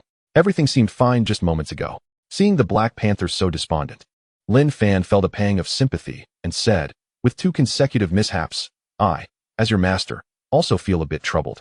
Here, take this earth spirit pearl." "What? You're actually giving me the earth spirit pearl?" The Black Panther's spirits lifted instantly, feeling a surge of gratitude. Perhaps this Lin Fan isn't so bad after all. With such thoughts in mind, it swiftly lunged towards the earth spirit pearl. Crack! The once vibrant earth spirit pearl, rich with the essence of the earth, began to lose its energy rapidly, fissures spreading across its surface. Boom! Finally, with a dull thud, the earth spirit pearl shattered into countless pieces. At that very moment, Lin Fan's body erupted with a powerful spiritual pressure under the watchful gaze of the Black Panther. Upon closer inspection, it was discovered to be a dense earth spiritual energy. Gradually, the aura began to subside. Feeling the changes within, Lin Fan's lips curled into a subtle smile. The earth attribute spiritual root has been activated. Beyond the valley, Lin Fan walked ahead with a cheerful demeanor, occasionally teasing the little dragon, appearing to be in remarkably high spirits. Meanwhile, the Black Panther trailed behind with its head drooped low, exuding an air of despondency. With every 2 steps, it let out a deep sigh, looking utterly forlorn. Occasionally glancing at Lin Fan, its gaze was filled with profound resentment. 3 treasures of unparalleled rarity. Even a single one of them could incite a tremendous uproar. Yet, Lin Fan had absorbed them so casually, it was utterly absurd. Did he not fear being overwhelmed by the immense spiritual energy and bursting apart? At this moment, the Black Panther was acutely aware that the 3 treasures had already been absorbed by Lin Fan, and he couldn't help but mentally berate him. Despite his disdain for Lin Fan, he had to concede that Lin Fan was nothing short of a prodigious talent. From their very first encounter, Lin Fan had continually astonished him in various ways. At one point, he had even entertained the notion that Lin Fan might be a reincarnated powerhouse, or perhaps a seemingly youthful being who had lived for millennia. Such a belief seemed warranted, for Lin Fan exhibited an extraordinary level of maturity and skill. After confirming multiple times that Lin Fan was indeed a genuine young man, the Black Panther was nearly left speechless, his eyes wide with disbelief. The sheer shock was overwhelming. As the Black Panther walked silently, a thought suddenly struck him. He hastened a few steps to Lin Fan's side and inquired, "Master, could it be that you possess all 4 elemental roots, fire, wood, metal, and earth?" A blend of flattery and curiosity illuminated the Black Panther's visage as he fixed his keen gaze upon Lin Fan, eager for a response. Although he currently manifested as a Black Panther, one must not forget that in his previous life, he was a formidable emperor-level being, endowed with a discerning eye. Even with his current limitations, he could gauge another's aptitude and strength through their spiritual fluctuations. Yet, this ability faltered in the presence of Lin Fan. This young lad, who could barely be classified as a novice martial artist, had managed to slay a top-tier spirit beast, the Silverback Bear King. Furthermore, despite having achieved the emperor rank through his mastery of the wind elemental root, he found himself outclassed in comprehension of the wind by Lin Fan. Not only did Lin Fan harbor the living essence of a world tree, but he also possessed elemental roots of fire, metal, and earth. The most astonishing aspect was that Earth Spirit Pearl. Such a rare treasure. Even a martial emperor would require months to refine it. Yet Lin Fan, upon grasping the Earth Spirit Pearl, he effortlessly absorbed its energy in an instant, leaving the Black Panther nearly dumbfounded. Observing the inquisitive expression on the Black Panther's face, Lin Fan offered a faint smile. For elemental roots? Perhaps. Is that not the case? The Black Panther's brow furrowed at this ambiguous response. He was certain that Lin Fan possessed all 4 elemental roots: wood, fire, metal, and earth. So why did Lin Fan not affirm this outright? Could it be? The Black Panther's eyes widened in shock as a startling realization dawned upon him. Could this lad possibly possess 5 or even 6 elemental roots? The mere thought sent a shiver down his spine. Such a phenomenon was utterly unfathomable. In the land of Jojo, there were many criteria for assessing a martial artist's talent, but the most widely accepted measure was the number of elemental roots.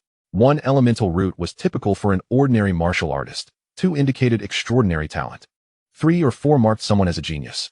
As for 5 elemental roots, the probability of such an occurrence was staggering, with perhaps only 1 in a billion martial artists achieving it. And 6 elemental roots? Such a being was virtually legendary. Thus, the mere suspicion that Lin Fan might possess 5 or even 6 elemental roots was enough to leave the Black Panther in a state of astonishment. The Black Panther gazed at Lin Fan with a look akin to that reserved for a monstrous being, exclaiming, "This lad is indeed a peerless genius." At that moment, the Black Panther suddenly sensed a gaze of disdain directed towards him. Chapter 53, The Failure of Public Display. Who is it? The Black Panther furrowed his brow in anger, immediately setting out to identify the provocateur. After a thorough search, he discovered that the source of the disdainful gaze was none other than a small red snake perched upon Lin Fan's shoulder. Upon realizing that even a diminutive spirit pet dared to look down upon him, the Black Panther was utterly infuriated. "How dare your master toy with me? And now even you, this insignificant little creature, mock me?" He could no longer endure this insolence. Unable to defeat Lin Fan, could he not handle a mere small red snake? The Black Panther promptly stood upright, raising his paw and pointing at the little red snake, proclaiming, "You little grass snake, do you truly dare to mock this emperor? Believe it or not, with a mere flick of my hand, I could reduce you to ashes." His domineering tone, coupled with an air of supremacy, made the Black Panther feel as though he had returned to his former life, once again embodying the undefeated emperor. Any ant daring to obstruct his path was destined for annihilation. Upon hearing the Black Panther's words, Lin Fan halted in his tracks, gazing at him with a look of incredulity. Were it not for the system's confirmation, he would have begun to doubt whether this fellow had truly been an emperor in his past life, for he seemed to provoke trouble incessantly. Did he not realize that such reckless antagonism could lead to swift demise? It was undeniably fortunate that he had not been vanquished by his foes and had managed to cultivate himself to the status of an emperor. As Lin Fan sighed inwardly, the little dragon on his shoulder, Dragon, became intrigued by the Black Panther's provocation, with her tiny eyes surveying the Black Panther from head to toe. Upon realizing he was merely a dim-witted leopard, her expression of scorn intensified, nearly spilling over. "Oh dear." The Black Panther keenly sensed the disdain in the little red snake's gaze, causing him to leap into the air in outrage. How humiliating it was for a dignified emperor to be scorned by an unknown little grass snake. Such disgrace. In a fit of indignation, the Black Panther roared at Dragon, "Little grass snake, it appears you are eager for a reckoning. Let me tell you, in my past life, I have slain not only weaklings like you, but also formidable spirit beasts without a second thought. Are you trembling in fear now? Hurry and descend to offer a sincere apology, and perhaps I shall bestow upon you a stroke of fortune if I am in a good mood." The Black Panther's face was adorned with an air of superiority as he condescended to reprimand Dragon, treating her as though she were a mere ant. Surprisingly, Dragon seemed swayed by the Black Panther's words, actually sliding down from Lin Fan's shoulder and standing upright to face him. Witnessing this scene, the Black Panther nearly burst with joy. Indeed, the majesty of this emperor still prevailed. "Look, Even a little spirit beast, emboldened by Lin Fan's support, obediently descended. Ahem. The Black Panther feigned an air of profundity, clearing his throat before continuing to admonish Dragon. Now that you have come down, do you understand fear? In light of your momentary hesitation, I decree that you shall bow before me 10 times in reverence. Otherwise, my forgiveness shall remain elusive. The Black Panther, exuding an air of authority, spoke to himself, completely oblivious to the fact that the dragon, facing him, had already opened its mouth, a searing breath radiating from within. In the next instant, a torrent of fiery dragon breath erupted from the dragon's maw, crashing violently against the Black Panther.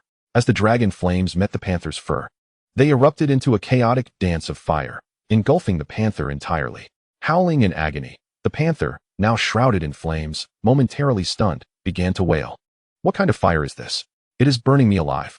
Quickly, I shall be roasted to a crisp. Resigned, the panther conceded, I yield. I shall no longer display my prowess in public. Withdraw your divine powers immediately. At this moment, the Black Panther was a pitiful sight. Its fur turning to ash amidst the raging dragon flames, its flesh charred and emitting a foul aroma. In a desperate attempt to extinguish the flames consuming him, the panther rolled on the ground, but the fire clung to him like a persistent curse, refusing to be quelled. With no other option, he began frantically employing every water-based technique he knew to combat the fierce blaze. Oceanic divine technique, peaks of water ascending, rain's respite.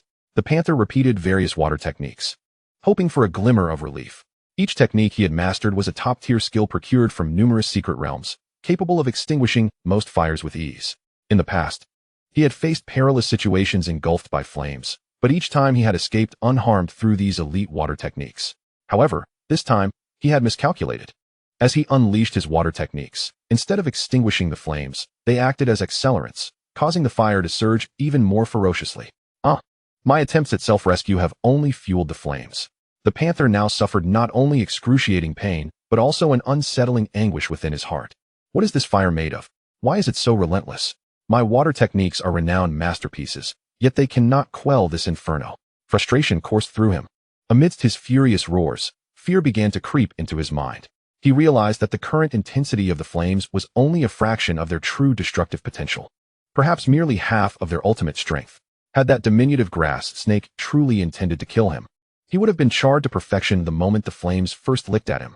Such thoughts sent another shockwave through the panther's heart. What manner of creature is this little red snake?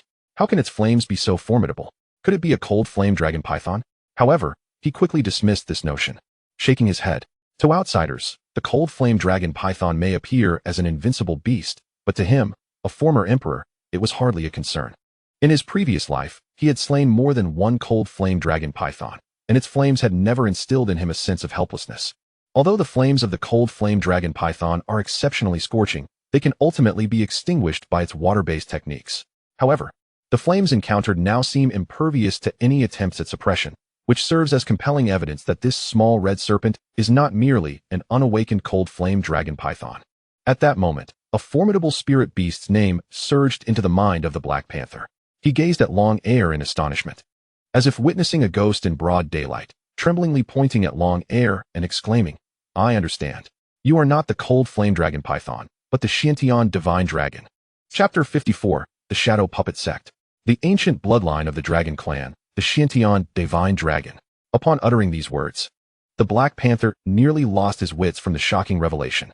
The xuanhuan divine dragon has remained one of the most powerful races since ancient times. Its dragon flames are the very embodiment of torment for all foes. Once touched by even a mere trace of it, no matter how profound a master one may be, they are destined to perish, shrieking in agony beneath the flames. The Black Panther's mind struggled to comprehend the might of the xuanhuan divine dragon. This divine beast has existed since ancient times, not only exceedingly rare, but also seldom seen. There are even rumors claiming the xuanhuan divine dragon has become extinct. So why is there one here? Yet, now is not the time for such inquiries. The Black Panther, filled with dread, never anticipated that he had provoked such a harbinger of doom. Upon realizing Long Air's true identity, the Black Panther lost all will to resist. Kneeling before Lin Fan in desperate supplication, Master, please, save me. I realize my error. I shall no longer flaunt my powers in public. And, esteemed dragon, you are magnanimous. Please spare me. I do not wish to die. Under the shadow of death, the Black Panther had shed all semblance of an emperor, becoming as humble as one could be. The might of the xuanhuan divine dragon is indisputable, No rational being would choose to provoke such a creature. Yet, how had he come to entangle himself with such a being? Fear engulfed the Black Panther's heart.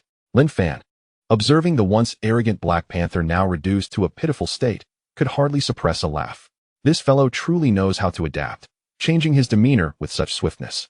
Nevertheless, as the Black Panther is one of his subordinates, Lin Fan could not allow him to be consumed by flames. With this thought in mind, Lin Fan turned to Long Air and said, "Long Air, that should suffice. Extinguish the flames." Naturally, Long Air was delighted to comply. After joyfully nodding at Lin Fan, she opened her small mouth towards the Black Panther. With a powerful inhale, the flames enveloping the Black Panther began to lift and swirl towards her mouth. As the last flicker of fire was swallowed, the Black Panther, having narrowly escaped peril, could no longer maintain his composure, collapsing to the ground like a defeated dog. Gasping for breath, the Black Panther was overwhelmed with gratitude for surviving. It was a close call. Had he delayed his pleas for mercy any longer, he would have been roasted alive. In that moment, he no longer bore the arrogance he had shown earlier towards Long Air, his gaze flickering uncertainly. Too afraid to meet her eyes, he feared that should he inadvertently offend her, he might find himself subjected to the flames once more. If that were truly the case, it would indeed be a matter of life and death. The fear of the dragon girl stemmed from a profound reverence for a formidable race, while Lin Fan's astonishment was genuine. Ever since he stepped into the martial realm, the illustrious name of the xuanhuan divine dragon had been widely circulated. Yet never had he heard of anyone capable of claiming the xuanhuan divine dragon as their spirit beast. Even those renowned ancient powerhouses, when confronted with the proud and mighty xuanhuan divine dragon, displayed a demeanor of trepidation. But now, a celestial dragon, defying the heavens, exhibited such intimacy towards Lin Fan that it would obediently heed his commands. This astonishing spectacle was utterly beyond belief. Reflecting on this, as he watched Lin Fan playfully teasing the dragon girl, the Black Panther murmured to himself, "The world tree seed, the xuanhuan divine dragon. This young man, Lin Fan, is truly enigmatic. Even I, the Emperor, find it difficult to see through him." At that moment, he began to harbor a flicker of interest in the mysterious Lin Fan. Deciding not to flee, with this thought, the Black Panther sluggishly rose to its feet and approached Lin Fan, expressing gratitude. "Master, you have saved my life today, and I shall remember it eternally. I vow that from this day forth, I will wholeheartedly follow you and dedicate myself to seeking treasures for you." The Black Panther's countenance was solemn, and his tone resolute, appearing utterly sincere. Lin Fan merely smiled gently, unconcerned. Though the Black Panther was a spirit beast, it possessed the soul of an emperor. Those who achieve such status are invariably resolute in nature. Thus, for the Black Panther to fully submit would require some time. Lin Fan decided to take the Black Panther's words lightly. Realizing that they had lingered here for some time, he spoke. "Let us continue onward to Shattered Stone City." With that, Lin Fan gazed in the direction of Shattered Stone City, a smirk and a cold smile gracing his face. Compared to before, he had undergone a tremendous transformation. With the awakening of his fire, wood, gold, and earth spiritual roots, his strength now rivaled that of a 7-star martial king, delivering a punch with a force of 700,000 pounds. With his current cultivation, even if all the martial artists in Shattered Stone City banded together, they would only face annihilation. This journey to the Lin family was driven by revenge. But equally important was the acquisition of another piece of the blue xuanhuan pendant to activate his water spiritual root. Once he activated the water spiritual root, he would possess the complete set of the 5 elements spiritual roots, leading to a qualitative leap in his strength. At that time, he would find himself unrivaled beneath the martial emperor realm. At the very moment Lin Fan and his companions departed from the dark mist forest, an array of spirit beast roars echoed from the depths of the forest. Roars, howls, and hisses surged in a cacophony, amplifying the already ominous atmosphere of the cliff shrouded in perpetual black mist. At the base of the cliff, a vast clearing was teeming with an overwhelming multitude of spirit beasts, including lightning weasels, cloud shadow deers, soul-devouring serpents, golden python, and silverback bear kings, among others, easily amounting to tens of thousands. Such a congregation of spirit beasts, many of whom were sworn enemies, created a scene of extraordinary chaos. Yet, whenever these spiritual beasts engage in their chaotic battles, a circle of figures clad in black robes surrounding them conjures black threads from within, directly penetrating the tumultuous fray of the spiritual creatures. Though the black threads appear devoid of menace, they incite considerable turmoil among the beasts, as if they are acutely aware of the thread's formidable nature, prompting them to evade. However, the black threads seemingly possess a homing capability. No matter how the beasts attempt to flee, they become ensnared in the tendrils. with the threads entwining their forms. The spiritual beasts can only emit a sorrowful cry before they surrender completely, obediently following the commands of the figure in black, as if transformed into marionettes. The black-robed figure's aspirations extend beyond merely controlling the unruly beasts. It is evident that all the spiritual creatures are within their grasp. The surrounding disciples diligently release the black threads, while one black-robed individual detaches from the throng and strides into the depths of the thick fog. After a few paces, a pitch-black archway materializes before them, adorned with the elegantly inscribed characters, Yin sect.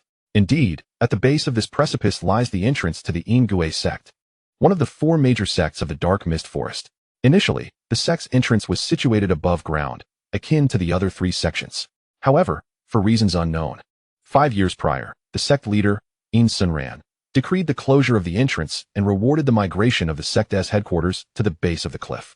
This decision baffled even the former leaders of the 3 major sects, who are now the esteemed Emperor of Gods, Long Yuanliang, He and Yu Tianqing, as they pondered the identity of the visitor.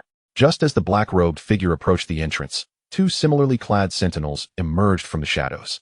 They were the gatekeepers of the Yin sect. The controlling figure offered no response, merely producing a token from their robe. Upon seeing it, the 2 disciples of the Yin sect promptly bowed with utmost respect, exclaiming, "We welcome the Grand Elder back to the sect." The Grand Elder nodded slightly, acknowledging their greeting, and swiftly made his way deeper into the sect. Before long, he arrived at the council hall of the Yin sect. The Grand Elder lowered his hood, revealing a pale, wrinkled visage, and addressed the figure seated at the head of the hall, "Sect leader. The control over all spiritual beasts will be fully established by tomorrow morning." "Excellent. Proceed according to plan," replied the sect leader, known as Yin Laogui, with a light clap and a chuckle. Following this, Yin Laogui murmured in a hushed tone, barely audible, but enough to discern 3 words, "Emperor of Gods." On the road leading to Shattered Stone City, an unusual ensemble materialized. A young man ambled ahead, a languid little red snake draped over his shoulder. Trailing behind him was a black panther, its fur singed, panting heavily.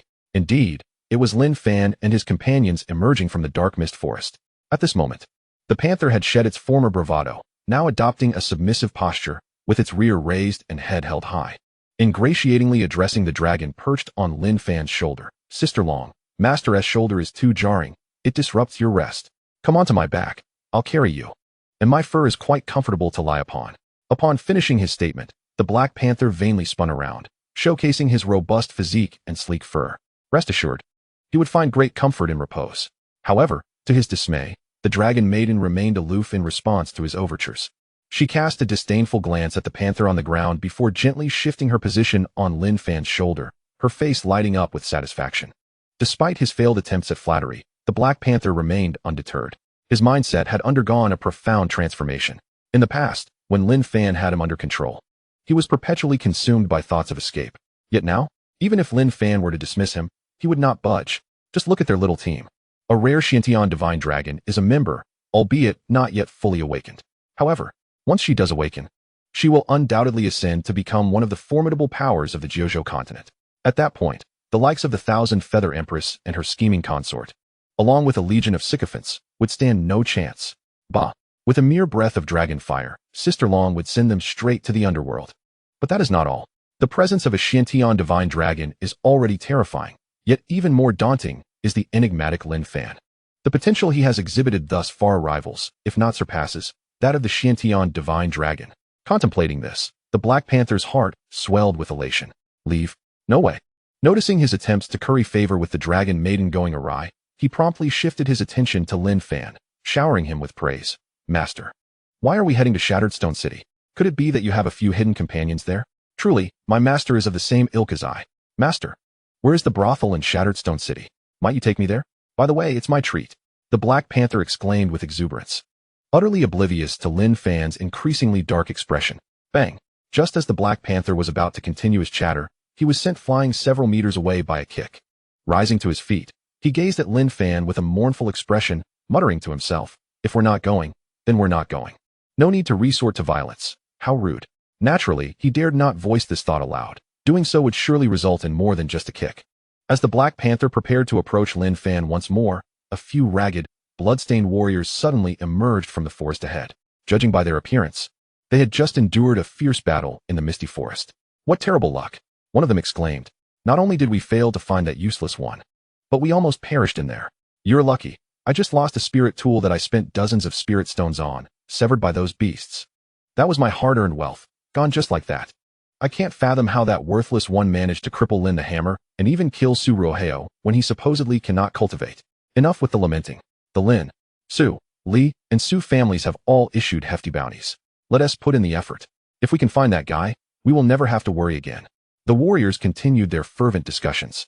Suddenly, a commanding voice resonated through the air. "All of you, get out of my way. Do not obstruct the path of my master." Upon hearing this unexpected proclamation, the group of warriors stood frozen in shock. Who dares to be so audacious as to command them to leave? They instinctively turned their gazes toward Lin Fan, only to find him seemingly disinclined to speak. Not him. Then who could it possibly be? As the confusion lingered among them, the voice resounded once more. "A mere handful of insects. Behold, this emperor is present. Are you brazenly challenging me with your indiscriminate glances?" The warriors followed the source of the voice and were astonished to discover that it emanated from a black panther. Their bewilderment deepened. After a considerable pause, one of the warriors rubbed his eyes and turned to his companions, exclaiming, "Good heavens, am I hallucinating? Did I just witness a black panther speaking?" Upon hearing this, before his companions could respond, the black panther's fury ignited. "What? You dare label this emperor as a beast? Such an affront to my dignity. You must be tired of living." While Lin Fan and Long Er could be excused, for they were genuinely formidable. Who were these insignificant bugs to treat this emperor with such disdain? Seeking death, indeed. With a thunderous roar, the panther leaped high into the air. From a concealed spot, it unleashed a jet of yellow liquid, which struck the face of the previously mentioned warrior. Caught off guard, he was sent tumbling to the ground. Chapter 56. A priceless bounty. Silence enveloped the arena. The panther's audacious display left everyone in a state of utter bewilderment. Particularly, the warrior who had been knocked down found himself enshrouded in a haze of confusion. As he felt the warm, pungent liquid on his face, he snapped back to reality. His eyes ablaze with fury. It was an unbearable humiliation to be defeated by the urine of a black panther. His fellow warriors also wore expressions of disbelief. Fixated on the panther, what transpired today had truly opened their eyes. Not only could a black panther speak, but it could also wield its urine as a weapon. However, this tactic was undeniably degrading. At that moment, the warrior, having cleaned his face, rose in a fury and shouted at the smug black panther, "You mangy beast! I shall slay you." With that, he drew a long sword and charged at the panther. Such an embarrassing incident demanded the blood of the culprit to cleanse his honor. Just as the warrior's sword was about to strike the panther, his companion suddenly exclaimed in delight, "Stop! Forget about that beast for now. Look, isn't that the useless person we have been searching for with such effort?" Truly, they had stumbled upon their quarry without any toil after failing to find anything in the misty forest. Upon hearing this, the warrior who had been doused by the panther paused, turning his gaze toward his companion. As he did so, a look of astonishment illuminated his face. He was overwhelmed with joy, exclaiming, "It's truly him, the very waste that the 4 great families have placed a bounty upon. Ha ha ha, we struck gold. We shall reap immense rewards." This revelation sent a wave of excitement coursing through all the warriors, especially upon seeing the dragon perched upon Lin Fan's shoulder. Their eyes sparkled with an insatiable greed. There was no doubt about it. The small red serpent on that waist shoulder was precisely what several families had specifically demanded. Quickly, everyone, gather around and encircle this fellow, ensuring he does not escape. In an instant, all the martial artists, eyes glinting with avarice and wielding their spiritual weapons, surrounded Lin Fan. Standing at the center of this impenetrable circle, Lin Fan gazed at the suffocating confinement, his expression gradually darkening. After a dispassionate sweep of his surroundings, he coldly inquired, "From your tone, it seems you know me?" As Lin Fan's question hung in the air, the martial artists exchanged knowing glances before erupting into raucous laughter. "Know you? Huh. We brothers have endured quite a bit in our pursuit of you. Indeed, you, the Waste, have now become a well-known figure in Shattered Stone City. The 4 great families have even issued bounty tasks for your capture. Don't even think about fleeing. Regardless of your fate, several families are willing to offer rewards, as long as we ensure the little red serpent on your shoulder is safely delivered." Absolutely. A head and a mere grass snake are enough to exchange for boundless riches for us brothers. Accept your fate, lad. The martial artists surrounding Lin Fan grew increasingly animated, as if they had already captured him and envisioned the incredible wealth that awaited them. A substantial bounty? As Lin Fan listened to their words, his brow furrowed tighter with realization. So it was. These wretches from several families had indeed worried themselves senseless over their own interests. With a cold snort, Lin Fan queried. Pray tell, how much is my head worth now? Hearing Lin Fan's inquiry, the martial artists remained oblivious to the impending danger. They had never regarded Lin Fan as a threat. The bounty notice had clearly stated that Lin Fan was merely a waste without a spiritual root, incapable of cultivation. Such a person posed no danger to them as martial artists. As for the cold flame dragon python, at present, it was little more than a weakling in its infancy. The demise of xuanhuan could be deemed an unfortunate accident, a result of his momentary carelessness leading to his incineration by the dragon's flames. With careful vigilance, there would be no losses to incur. It was, without a doubt, a surefire profit. Lin Fan's inquiry was merely seen as the desperate thrashing of a dying man. The leading martial artist scoffed, responding, the Su family, the Li family, and the Su family have all been generous, each offering 30,000 spirit stones. In contrast, the Lin family appears rather stingy, offering only 10,000 spirit stones, while also demanding that your life be spared. However, this martial artist paused momentarily, revealing a radiant smile. Though the head of the Lin family seeks to preserve your life, there is someone who insists you must perish. Lin Yu from your Lin family and his father have issued a separate bounty, also for 30,000 spirit stones, demanding your demise while only requiring the return of the cold flame dragon python. Lin Fan's gaze instantly turned frigid. Heaven has its paths that you refuse to tread, while hell presents no doors, yet you boldly enter. A few warriors, oblivious to the surging tempest of Lin Fan's aura, had grown impatient, preparing to slay him for the bounty. Brothers, the opportunity is at hand. We must seize it. First, eliminate this waste, then take his head. Remember, do not harm the cold flame dragon python.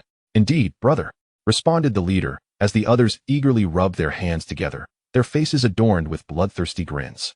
However, they remained unaware that Lin Fan regarded them with increasing annoyance, his eyes ablaze with a fierce intensity. You call me a waste with such glee, yet are oblivious to who the true waste is, and whose head will roll upon the ground. At Lin Fan's words, the warriors momentarily froze before erupting into derisive laughter. Just a waste dares to boast here. Yet, to their astonishment, a low whistle pierced the air, and a flash of azure light shot forth with unparalleled speed straight towards them. It was too swift to discern its form. In the next instant, the radiance appeared above the leader's head, descending with a thunderous might, with a sound akin to fabric tearing. The previously boisterous warrior now bore a crimson line from his head to his abdomen. Subsequently, his body split in two, crashing heavily to the ground. The others, witnessing the pool of blood and the scattered entrails of their bisected comrade, stood in shock. Only then did they notice a gleaming spirit sword hovering ominously above them, droplets of blood trickling from its blade. Faced with such a horrifying spectacle, the remaining warriors felt a surge of terror, frantically fleeing in all directions. But it was too late. With a whoosh, the azure dragon sword, exuding an unparalleled aura, harvested the fleeing warriors. In an instant, their faces contorted in fear as they collapsed lifeless to the ground, each bearing a gaping, bloody wound at their chests. Black Panther, observing the blood-soaked corpses strewn about, instinctively recoiled, glancing at Lin Fan with eyes filled with intense dread. This young man truly wielded lethal intent. It was the first time he had witnessed Lin Fan take a life.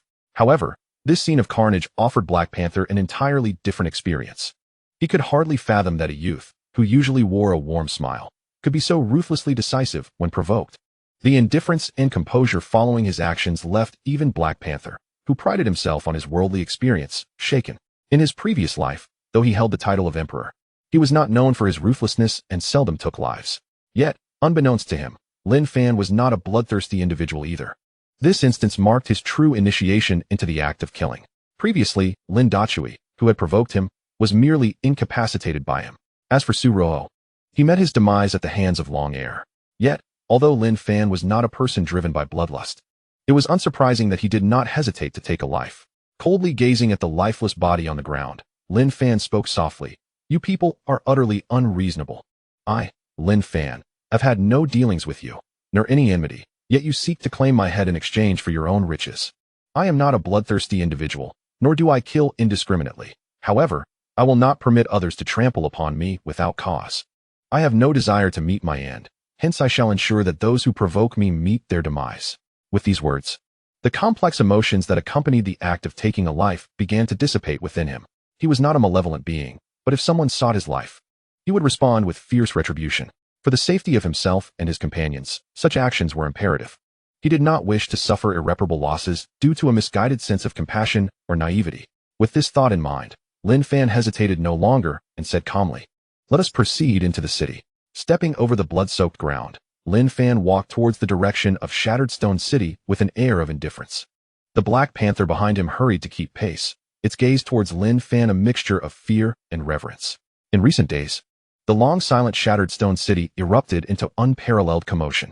The four prominent families, as if in collusion, simultaneously issued a staggering bounty for an inconspicuous individual. Each family offered 30,000 spirit stones. The martial artists who beheld this bounty could only marvel and yearn. An ordinary martial artist's annual expenses and cultivation could be satisfied with just over 100 stones. As for 30,000 spirit stones, that could sustain a lifetime, or even extend into the next. No martial artist in Shattered Stone City could maintain composure upon encountering such an astronomical figure. They all fervently sought Lin Fan's whereabouts, driven by the exhilarating prospect of overnight wealth should they succeed in slaying him. Throughout the corners of Shattered Stone City, conversations about the generous bounty echoed. Each face bore an expression of hope, eager to be the first to find Lin Fan. "Brother Chen, how fares your search today? Any clues regarding Lin Fan?" "Oh, do not mention it. After wandering for several days, I have yet to catch a glimpse of that waste. It is utterly vexing." "Humph. How dare you all covet Lin Fan? Listen well, that fellow's head belongs solely to me. Ha! I am the one destined to slay Lin Fan. That massive bounty will surely be mine." Such dialogues unfolded repeatedly in Shattered Stone City. All martial artists were enmeshed in a frenzy, their singular aim to eliminate Lin Fan and seize immense wealth. It was precisely at this juncture that Lin Fan entered the city, accompanied by Long Air and the Black Panther. Upon recognizing the newcomers, Shattered Stone City fell into an immediate hush. One could hear a pin drop. Waves of astonishment, excitement, longing, anticipation, greed, and cruelty were indelibly etched upon Lin Fan's figure. In response to these gazes, Lin Fan remained unfazed, exhibiting not a hint of discomfort. However, the Black Panther trailing behind him was taken aback, its heart pounding like a drum. Alas, has Lin Fan lost his mind? The entire city harbors malevolent intentions towards him, wishing for his demise, yet he brazenly strides into the den of enemies, utterly unprepared. This is disastrous. Shall I, the Emperor, find my grave here? In that moment, a tumult of emotions surged within Black Panther. Logically, as a former emperor of formidable strength, he ought not to be so disheartened. However, his current prowess is lacking, and he has been reincarnated as a mere Black Panther. Bereft of the means to defend himself, confronted with such a perilous situation, fear naturally gripped his heart. At that moment, he yearned to turn and flee, to put as much distance as possible between himself and this place. Yet, to his astonishment, he observed that Lin Fan displayed no signs of retreat. Instead, he advanced forward with an air of indifference to his surroundings. Seeing Lin Fan's demeanor, Black Panther knew he could not falter. He steeled himself and followed suit. Moreover, he sensed that should he dare to flee now, Lin Fan would undoubtedly prioritize dealing with him before attending to the watchful warriors surrounding them. Just then, all the martial artists around them snapped out of their stupor. A sharp-featured warrior pointed at Lin Fan, exclaiming with excitement, "It's him. No mistake, this is the wanted Lin Fan, that waste from the Lin family." Upon this proclamation, a fervent discussion erupted among the crowd. "How marvelous. I hadn't even set out to find him, and here he comes, delivering himself right to my doorstep. It appears the heavens wish to bestow upon me this grand bounty. By the heavens, do not compete with me. Lin Fan's head is mine. No one shall take it. Not even a martial king. I declare it. Kill. Eliminate him, and with 30,000 spirit stones at stake, I shall awaken from dreams with laughter. Do not crowd me. I will be the one to sever Lin Fan's head." Lin Fan's appearance sent shockwaves across the tranquil surface of the lake, stirring up monstrous waves. Tens, hundreds, thousands. A throng of warriors, their faces twisted with madness, surged towards Lin Fan. Swords, daggers, axes, hammers, and chains rained down upon him, enveloping him in a relentless storm of weaponry. No corner remained untouched, no gap left open. Some warriors already bore expressions of imminent triumph. This time, Lin Fan's demise was as certain as the sun rising in the east. Chapter 58. By what right do you dare? Boom. Whoosh. Swish. In the face of the onslaught resembling a deadly formation of spirit weapons, Lin Fan remained remarkably composed, as if all of this were merely child's play. Just as the dense barrage of spirit weapons descended like raindrops, despair etched upon Black Panther's face, Lin Fan took action. With a gentle lift of his hand, the Azure Dragon's sword whistled forth, hovering gracefully before him. Gazing at the sword, Lin Fan smiled faintly and uttered, "Go," with a soft hum. The Azure Dragon's sword transformed into a streak of azure lightning, hurtling towards the multitude of weapons raining down from above. In an instant, the clash began. Crack, crack. The sound of shattering echoed continuously as the warriors' weapons were obliterated beneath the force of the Azure Dragon's sword. One strike. Merely one strike. Just moments ago. The formidable spirit weapon, Rain, was abruptly interrupted. This scene left the trembling Black Panther, hiding behind Lin Fan, wide-eyed in shock. If the Black Panther appeared so astonished, the assailing warriors were even more bewildered. What on earth just transpired? Did the axe, crafted at great expense, truly shatter so easily? Was that extraordinary spirit sword really unleashed by Lin Fan? The bounty claimed he was incapable of cultivation, merely a useless individual. Could it be a deception? How could Lin Fan possess such incredible prowess? Should we flee? Perhaps we ought to escape? The intelligence was erroneous. With Lin Fan's astonishing strike, some warriors began to waver. His strength exceeded their expectations. Although the bounty was substantial, one must have a life to spend it. Observing the increasingly restless crowd, a cold smile curled at the corners of Lin Fan's mouth. Escape? Where to? With a subtle shift of his mind, the Azure Dragon's sword in the air swiftly altered its course, diving toward the cluster of warriors below. In the blink of an eye, the Azure Dragon's sword appeared before a panicked warrior. No, please. Before the plea could fully escape his lips, the Azure Dragon's sword glided effortlessly, severing the warrior's head, which soared into the air, while the headless body collapsed, blood gushing from the neck. Boom. This served as a signal. With the first warrior's head severed, the Azure Dragon's sword began to dance gracefully under the stimulus of fear. His speed reached its zenith. However, it was fated to be in vain. Observing the uncooperative warrior, Lin Fan narrowed his eyes, and in an instant, the xuanhuan sword flew forth. With a dull thud, the fleeing warrior had his heart pierced in an instant, leaving behind a gaping hole that dripped with crimson blood. At that moment, the warrior's face was etched with an expression of sheer horror. He struggled to speak, attempting to utter something, yet it was destined to remain unvoiced. That last strike had snatched away all his vitality. Ultimately, the warrior's lifeless body crashed heavily to the ground, stirring up choking dust. Silence reigned. The entire scene was devoid of any movement. Witnessing the grim fate of the fallen warrior, none dared to act rashly. Everyone tightly sealed their lips, cold sweat streaming down their bodies. Not a person to be trifled with. Such beautiful words, yet in the blink of an eye, one warrior had been ruthlessly dispatched, killing without a flicker of an eye. The surviving warriors were filled with terror, and even Black Panther wore a bewildered expression. At that moment, he felt a chilling sensation coursing through his body, rendering him icy. He cautiously glanced at Lin Fan, as if beholding a formidable deity. The overwhelming sense of reverence made Black Panther shrink back, afraid to make the slightest sound. As the silence settled, Lin Fan spoke again, though his face bore an expression of helpless rage. Why? What right do you all have to act in such a manner? What have I done to provoke you to mobilize such forces against me? No sooner had his words fallen than the Qinglong's sword appeared before a warrior with a swift whoosh, and with a slashing sound, the head fell to the ground. Rolling away, the decapitated head wore an expression of disbelief, coming to rest at Lin Fan's feet, only to be kicked aside by him. What heinous act have I, Lin Fan, committed to warrant such a death sentence? It is utterly tyrannical. Thud. Another head tumbled down. I merely wish to live in peace and diligently cultivate, having never wronged anyone. Yet what of you? Thud, thud, thud. In a series of dull thuds, dozens of heads soared into the air. Since I bear no malice, what right do you have to regard me as an enemy? What right do you have to seek my death for your own gain? You all wish to claim my head, do you?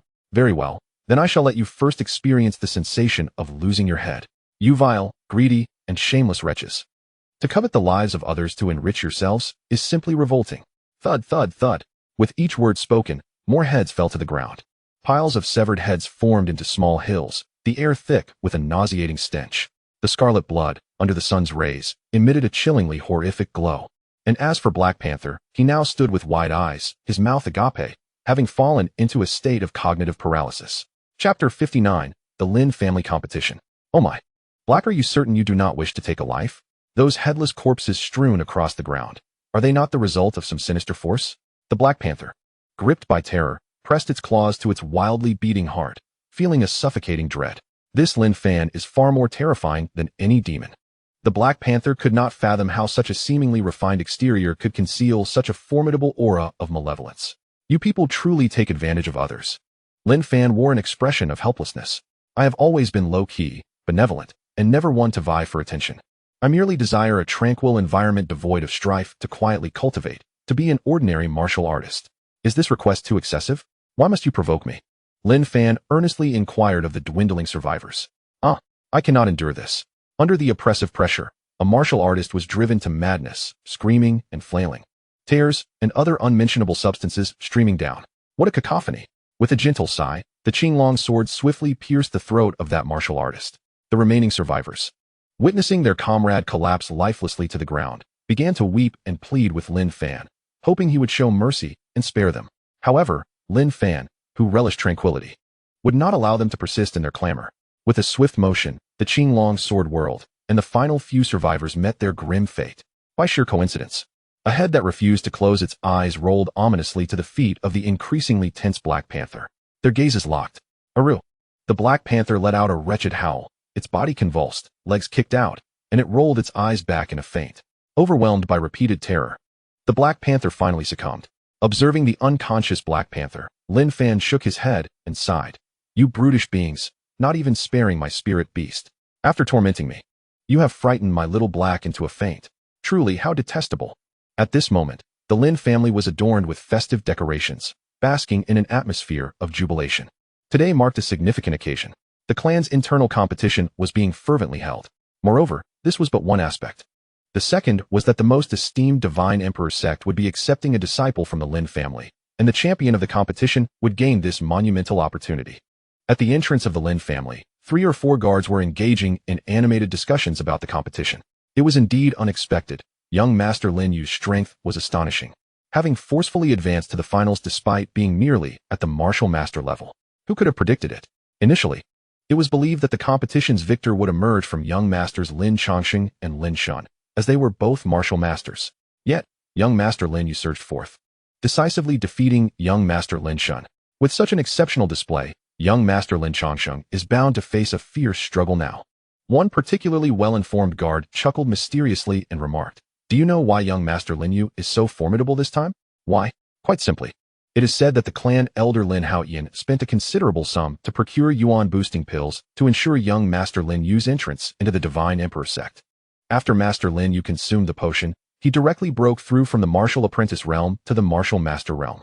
How remarkable!" As several guards continued their conversation, the topic shifted to the Divine Emperor sect.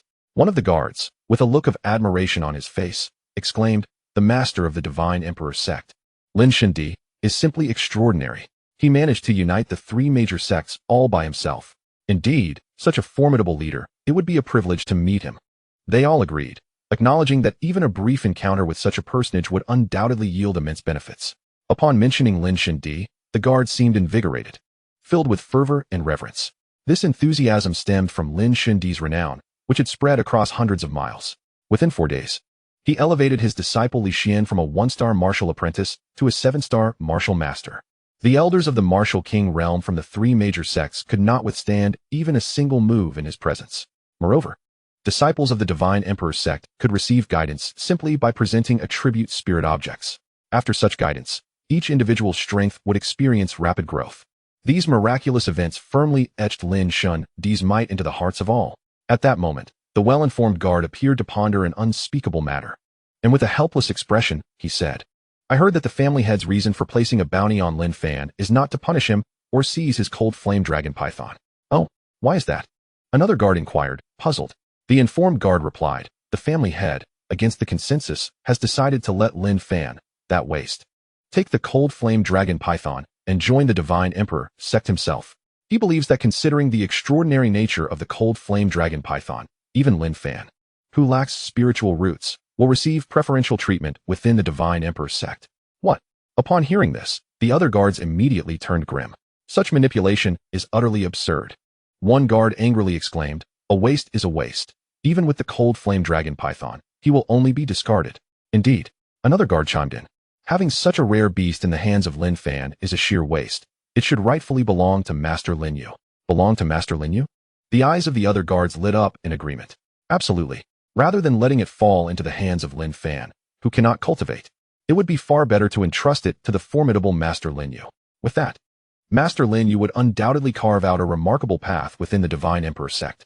Of course, they merely entertained such thoughts, as guards. They held no authority in family matters. After a brief silence, one guard suddenly chuckled and remarked, "Upon reflection, we actually have a bit of a connection with that waste. Lin Fan, Another guard, taken aback, soon caught on and replied with a smile, "Indeed. We were once pursued by enemies, left to wander the streets and nearly starved. And it was Lin Fan who bought us some food and eventually took us in. Without that incident, we might have perished from hunger." Yes, these guards were all saved by Lin Fan. At that time, Lin Fan was merely a young master who, upon encountering the pitiful group, offered them a helping hand. Several individuals on the brink of death paved the way for the comfortable lives we enjoy today. However, when Lin Fan's father, Lin Xiaodian, went missing, it was these very people who first betrayed him. In their quest to appease Lin Yu, they even resorted to assaulting Lin Fan, his savior. Naturally, those who committed such vile acts desired nothing more than to see Lin Fan perish and remain excluded from the Divine Emperor sect. Alas, it was fortuitous that my companions and I were on duty at the gate. Otherwise, we might have pursued that worthless wretch ourselves. His head could fetch 30,000 spirit stones. As they spoke, sinister smiles crept across the faces of the guards. At that moment, a cacophony of panic and cries approached from the distance. "Flee! Quick, run! This fellow is a harbinger of death. Heads, so many heads. Countless lives have been lost. Run. Do not let him set his gaze upon you. He has slain so many. He is a lunatic." Accompanying the rising din were a throng of panicked warriors, fleeing and glancing back as if a monstrous flood were in relentless pursuit behind them. What is happening? Why are they running? Could there be a ferocious beast in the city, slaughtering the human race? The guards stationed at the Lin family gate unsheathed their swords with a clang, brows furrowed, preparing for the worst. Just then, more warriors rushed past the Lin residence. Desperately escaping, a young man emerged slowly from behind the fleeing warriors. Upon seeing his silhouette, the fleeing warriors were overtaken by sheer terror. Hastily attempting to evade him as if confronted by a ghost, the guards focused intently and were taken aback. Lin Fan. They could scarcely believe that Lin Fan had the audacity to appear at the Lin family gate. As joy washed over their faces, they realized that Lin Fan had become a veritable treasure trove. Anyone who could claim his head would be rewarded with thousands of spirit stones, wealth that could last a lifetime. Previously, they had lamented their exclusion from the hunt for Lin Fan, but now the prey had delivered itself right at their doorstep. With shared glances, the guards began to mock the fleeing warriors. These fools, do they not recognize Lin Fan's worth? His head is worth tens of thousands of spirit stones. How can they be so frightened? A bunch of simpletons. Instead of seizing Lin Fan, that worthless wretch, they flee with all their might. What a boon for us brothers. Indeed, this time we shall prosper. The guards laughed heartily, reveling in the fortune presented by Lin Fan and deriding the warriors who trembled at the sight of a supposed failure. Unbeknownst to those warriors, the guards, having been saved by Lin Fan, were acutely aware of his capabilities. Lin Fan was merely a talentless individual devoid of spiritual roots, hardly worthy of note. Any novice warrior could easily best him. Just days prior, they had witnessed Lin Yu mercilessly beating Lin Fan, who lay battered and broken, unable to rise, ultimately losing consciousness. Thus, they were all too familiar with Lin Fan, the so-called waste. Upon considering the situation, several guards exchanged glances, their faces adorned with mocking smirks as they encircled Lin Fan.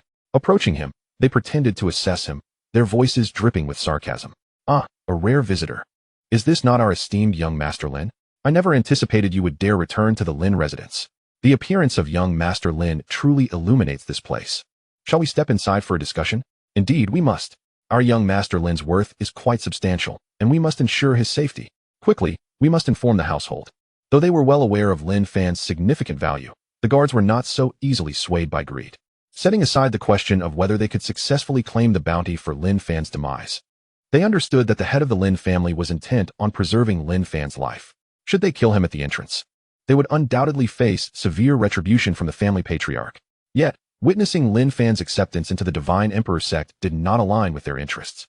Thus, they resolved to report Lin Fan's movements to Lin Yu ahead of time. Lin Yu would undoubtedly be elated to receive Lin Fan and would reward them generously with treasures. As the guards continued to mock and plot, they failed to notice the icy demeanor that had overtaken Lin Fan's countenance. Gazing at the clowns before him, Lin Fan replied indifferently, "No need for you to inform anyone. I shall enter on my own. As for you lot, you have another destination in mind." Another destination? The guards were taken aback, puzzled by Lin Fan's cryptic words. Unable to comprehend, they impatiently retorted, "Lin Fan, what riddles are you speaking? Speak plainly, or we shall discipline you. Speak plainly." A cruel smirk graced Lin Fan's lips. "No need to explain. You will understand once you arrive." With a slight gesture of his hand, he bypassed the guards and made his way towards the Lin estate, furious that this worthless individual dared to disregard them. The guards were about to unleash their reprimands when they suddenly felt a prick at their necks, as if bitten by an insect. One guard, perplexed, touched his neck. Oh, where did all this blood come from?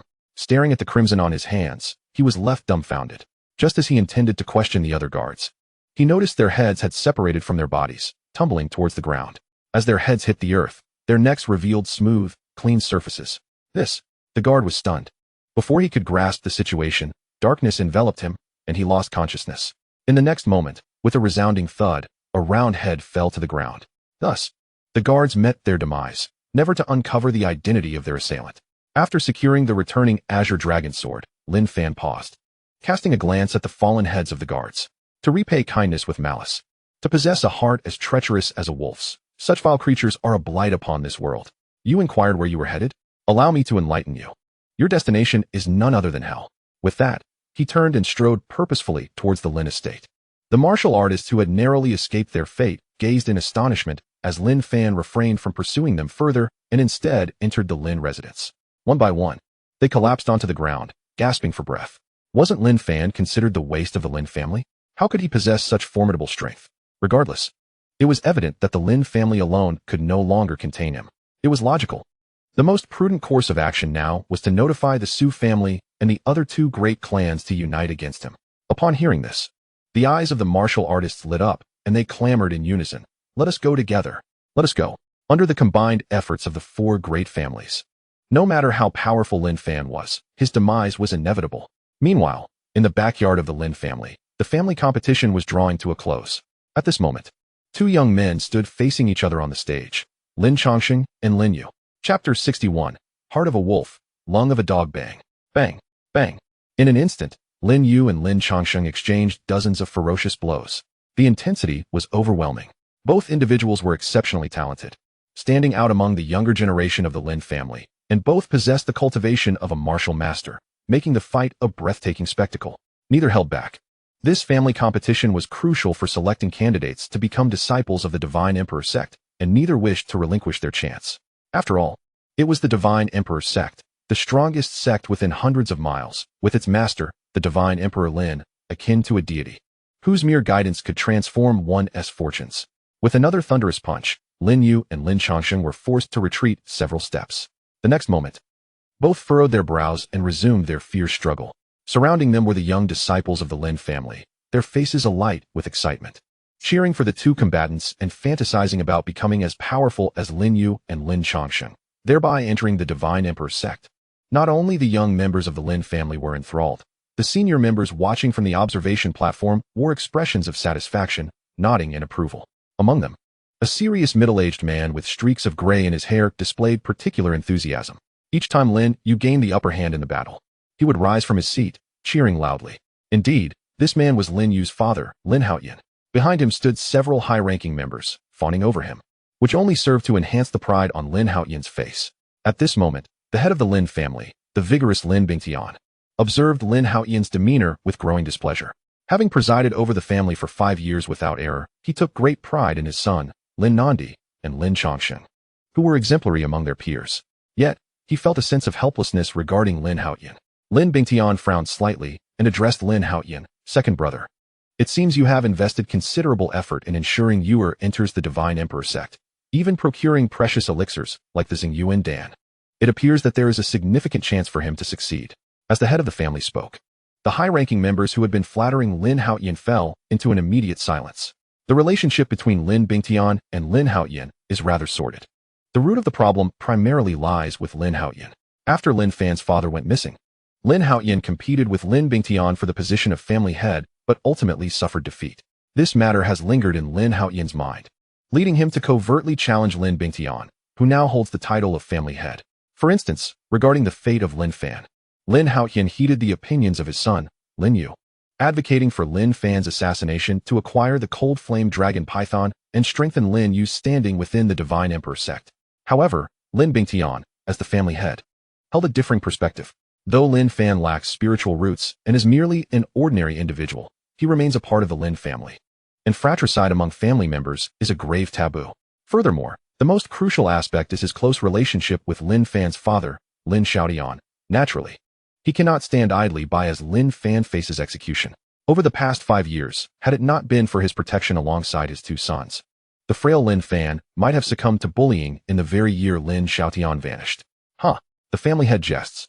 Lin Haoyan retorted. Although Yu has consumed a yuan enhancement pill, and his strength has seen a slight increase, he still falls short compared to the undefeated. At most, they are evenly matched. Despite Lin Haoyan's verbal humility, the glimmer of triumph in his eyes was unmistakable.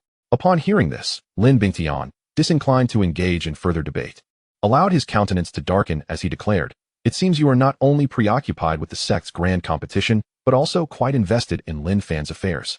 How absurd it is for you and Lin Yu to expend 30,000 spirit stones to take his life." Fury surged within Lin Bingtian, coloring his face crimson. He could scarcely fathom that a member of the family, especially an elder, could perpetrate such a vile act. At that moment, Lin Bingtian exuded an overwhelming aura, leaving the senior family members silent, afraid to speak for fear of incurring the wrath of Lin Bingtian. The observation platform was shrouded in profound silence. Even a pin drop could be heard. In the face of Lin Bingtian's interrogation, Lin Haoyan remained unfazed, responding with an air of calm. "Family head, I believe your approach to this matter is misguided and overly cautious. That boy Lin Fan has long been a disgrace to our family due to his lack of spiritual roots. His death would be inconsequential. The priority is to secure the cold flame dragon python. Once we possess it, and with my son Lin Yu at the helm, as the cold flame dragon python evolves, he will undoubtedly lead our family to become a superpower within the Tianqing kingdom, basking in the reverence of all clans. In comparison to the century or millennium of our family's glory, what is a mere waste without spiritual roots?" Lin Haoyan spoke with fervor, devoid of any sense of remorse, as if Lin Fan were nothing more than an expendable insect.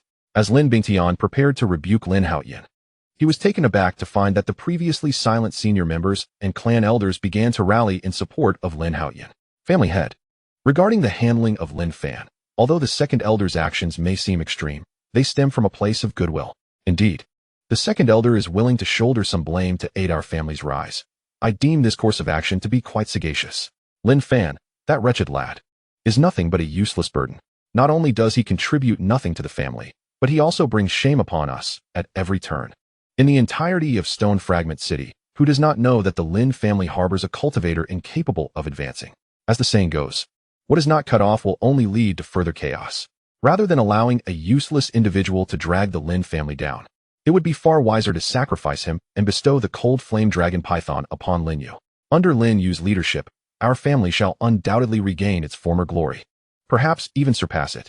Who knows, with the assistance of the cold flame dragon python, Lin Yu might even attract the attention of the Divine Emperor sect and win favor from the Lin Divine Emperor." The voices of the higher-ups and clan elders echoed with a singular sentiment. Lin Haoyan's actions were justified. That useless Lin Fan deserves nothing less than demise. Having repeated such sentiments, they had begun to believe them themselves. It seemed a foregone conclusion that Lin Yu, with the cold flame dragon python, would ascend to great heights and garner the favor of the Lin Divine Emperor.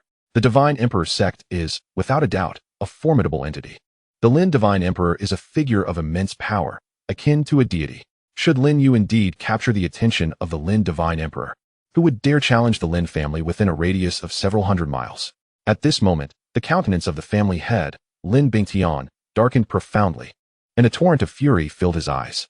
He had not anticipated that Lin Haoyan's malicious scheme would find such support within the Lin family. Unable to contain his rage any longer, he rose and bellowed, "You wretches, truly heartless creatures." Chapter 62. Clan Competition Champion, Lin Yu enraged. Ashamed, Lin Bingtian felt a deep sense of failure as a family head, realizing that there were individuals among the upper echelons of the Lin family who were so mercenary, so devoid of familial bonds. Were such beasts truly of the Lin lineage? Gazing at the grotesque visages of these individuals, Lin Bingtian shouted, "Are you truly so callous? Have you forgotten the immense kindness bestowed upon us by Lin Fan's father in years past? Under his leadership, the Lin family transformed from a second-rate clan to our current esteemed status." Lin Bingtian paused, then pointed accusingly at one of the high-ranking supporters of Lin Haoyan. "In the past, you nearly lost your life due to a conflict with the Song family over a spiritual artifact. Who saved you? It was Lin Fan's father, Lin Xiaotian. He single-handedly faced 5 martial masters from the Song family and brought you back from the brink of death. He then directed his ire towards another elder, and you, in your haste to cultivate, you injured your meridians, rendering you unable to advance. It was Lin Xiaotian who scoured the region for healing elixirs to aid you." The more Lin Bingtian spoke, the more his indignation grew, as he pointed at yet another individual. And you, during a hunt in the misty forest, you stumbled into the territory of a golden tiger and were nearly surrounded by its pack. It was Lin Fan who saved you from that peril. Do not hide. And you, trapped in the ancient restrictions of the misty shadow valley, it was Lin Fan who, despite great hardship, traveled for 7 days and nights to rescue you. In a fit of rage, Lin Fan enumerated the debts of gratitude owed to Lin Fan by these high-ranking members and elders. Each one of them had received aid from Lin Fan. Yet, they choose to forget, like ungrateful wolves. Even more shamelessly, they seek to support Lin Fan in his quest to slay the son of their benefactor for treasure. They are indeed lower than pigs and dogs. Faced with Lin Bingtian's accusations, the senior members and elders of the Lin family were instantly suffused with shame and anger. They believed Lin Bingtian's words were excessive. Lacking in compassion, they yearned to retaliate, yet the words they conjured were unable to escape their lips, for those defenses were painfully feeble and hypocritical. Observing the silence that ensued from his scathing rebuke, Lin Bingtian let out a cold snort and turned his gaze towards the true culprit, Lin Fan. It is you who has gone too far, Lin Fan. In the past, due to your poor talent, you were mercilessly bullied within the clan, enduring years of hunger and cold. One year, you were nearly beaten to death by youths from other families. That winter, you lay curled up in a room, battered and waiting for death, until Xiaotian came to your rescue. From that moment on, he protected and guided you, allowing you to achieve your current standing, even bequeathing you the precious blue Linghuan pendant after his disappearance. Lin Bingtian's heart raced violently as he asserted, "But what about you? Xiaotian granted you a second chance at life, yet you repay his kindness with enmity, seeking to kill his only bloodline. Do you not feel the sting of your own conscience? Are you truly unafraid of descending into the depths of hell after death?" Lin Bingtian's words pierced deeply, showing no mercy towards Lin Fan. His fervent tone stemmed not only from his own unresolved grievances, but also from a desire to awaken those harboring malice towards Lin Fan. However, he underestimated the darkness of human nature. Listening to Lin Bingtian's scorn, Lin Fan furrowed his brow momentarily before relaxing again, his face devoid of any shame. Patriarch, how many years have passed? Who remembers such old tales so clearly? Moreover, as the clan leader, is it not his duty to assist his kin? Now that Lin Fan has vanished without a trace, he could very well be a corpse in the wilderness. What's the fuss about one dead man and a useless one? This time, no matter what you say, Lin Fan must die. His cold flame dragon python shall belong to my son, Lin Yu. Lin Fan continued to argue defiantly, his stance unwavering and resolute. He believed that he was in the right. As the confrontation between Lin Fan and Lin Bingtian escalated, the atmosphere on the viewing platform grew exceedingly tense, as if the very air had ceased to flow. At that moment, a thunderous roar shattered the tension. Thousand forces crushing mountain palm. On the platform, a voice resonated with fierce energy before a powerful kick propelled the speaker towards Lin Changsheng. Resembling an arrow released from its bow, in mid-flight, a hand adorned with rampant spiritual power shot forth. Swiftly, Lin Yu's speed was astonishing, despite Lin Changsheng's constant vigilance. He could not keep pace with Lin Yu's movements. In the blink of an eye, Lin Yu's formidable palm struck Lin Changsheng's chest, unable to defend against it. Bang! With a resounding crash, Lin Changsheng spat out a mouthful of fresh blood, his body uncontrollably propelled backward.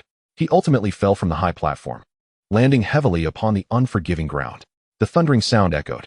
Witnessing this scene, all the members of the Lin family present wore expressions of utter astonishment. Lin Yu had employed the Thousand Forces mountain-crushing palm, a technique of earthly rank. Astonishingly, the second elder had invested significantly in Lin Yu's victory, first with the precious enhancing yuan pill, and now with this earth-level martial art. Alas, young master Lin Changsheng had actually lost. It was truly a lamentable outcome. Who would have thought, indeed, who could have foreseen that the final victor would be Lin Yu? Clearly, none of the Lin family members had anticipated that this dark horse, Lin Yu, would triumph over the foremost youth of their generation, Lin Changsheng. Son, well done. On the observation platform, Lin Fan's face radiated with excitement as he rose to applaud repeatedly. Observing such a conclusion, the fickle higher-ups and clan elders disregarded Lin Bingtian's authority as the clan head, rising in unison to offer their congratulations. Meanwhile, the clan head, Lin Bingtian, watched with a sullen expression as more than half of the senior members and elders stood up. Unbeknownst to him, Lin Fan had managed to gather such a multitude of supporters. Moreover, once Lin Fan and his son eliminated Lin Fan and obtained the cold flame dragon python, Lin Yu would ascend to the divine emperor sect. In that event, Lin Bingtian would have to abdicate his position as clan head. This outcome was difficult for Lin Bingtian to accept. not solely for his own future, but for the sake of the missing Lin Xiaotian, who had tirelessly assisted their kin, only to have them view his son as a mere tool for advancement. A profound sense of helplessness enveloped Lin Bingtian's heart as he sighed deeply. Xiaotian, I have wronged you. I failed to take proper care of that child. Lin Fan. Chapter 63. Lin Fan makes his appearance. Champion of the clan competition, Lin Yu. As the referee's voice resonated, declaring the results atop the high platform, cheers erupted from the crowd below. In such a fervent atmosphere, Lin Haotian, beaming with pride, descended from the observation platform and exclaimed to Lin Yu, Well done, my son. I am proud of you. When the Divine Emperor sect comes to recruit disciples, you shall be among them. The exhilarated Lin Yu, his face flushed with joy, bowed in response. Thank you for your praise, father. Lin Haotian nodded with satisfaction, his heart swelling with pride for his accomplished son. To join the Divine Emperor sect was no trivial matter. It was a colossal entity.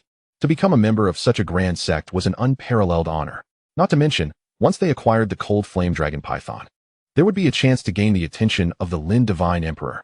With these thoughts in mind, Lin Haotian removed a jade pendant he wore close to him and presented it to Lin Yu. My son, this pendant, known as the Blue Condensation Wand Pendant, is a top-tier water attribute treasure. Your spiritual root is perfectly aligned with the water attribute. Carry it with you. This pendant will not only nourish your water spiritual root, but also accelerate your absorption of water spiritual energy. I wish for you to achieve remarkable success in the Divine Emperor sect with the aid of this pendant. Upon witnessing this scene, the surrounding young disciples could not help but reveal expressions of envy. At this moment, Lin Yu was filled with excitement and trembling. The Divine Emperor sect. Here I come. Lin Yu. With that thought, he reached out to grasp the jade pendant. During this interval, the image of Lin Fan surfaced in his mind. Lin Fan, you useless wretch. You must be quite familiar with this jade pendant, aren't you? Indeed, it belongs to your deceased father. Now, it is in my possession. And you, a cultivator unable to cultivate, shall meet your demise when I find you. For that cold flame dragon python is beyond your reach. The more Lin Yu contemplated, the more exhilarated he became. Just as his fingers were about to make contact with the jade pendant, an unexpected event transpired. A streak of azure light, seemingly emerging from nowhere, darted through Lin Yu's wrist. Subsequently, it whisked away the jade pendant. At that moment, Lin Yu had yet to comprehend the situation, only feeling a prickling sensation in his wrist. As he glanced down, he was horrified to discover that his hand had detached and fallen to the ground, leaving behind a smooth, clean wound at the wrist. With a dull thud, his severed hand dropped, leaving everyone in the Lin family's courtyard in stunned silence, unable to utter a single sound. The atmosphere was eerily quiet. One could hear a pin drop. Just then, crimson blood began to spurt from Lin Yu's severed wrist, splattering onto the ground and onto the heads and faces of the nearby disciples, creating a gruesome scene. It was only at this moment that Lin Yu, now painfully aware of his condition, was overwhelmed by excruciating agony coursing through his entire body.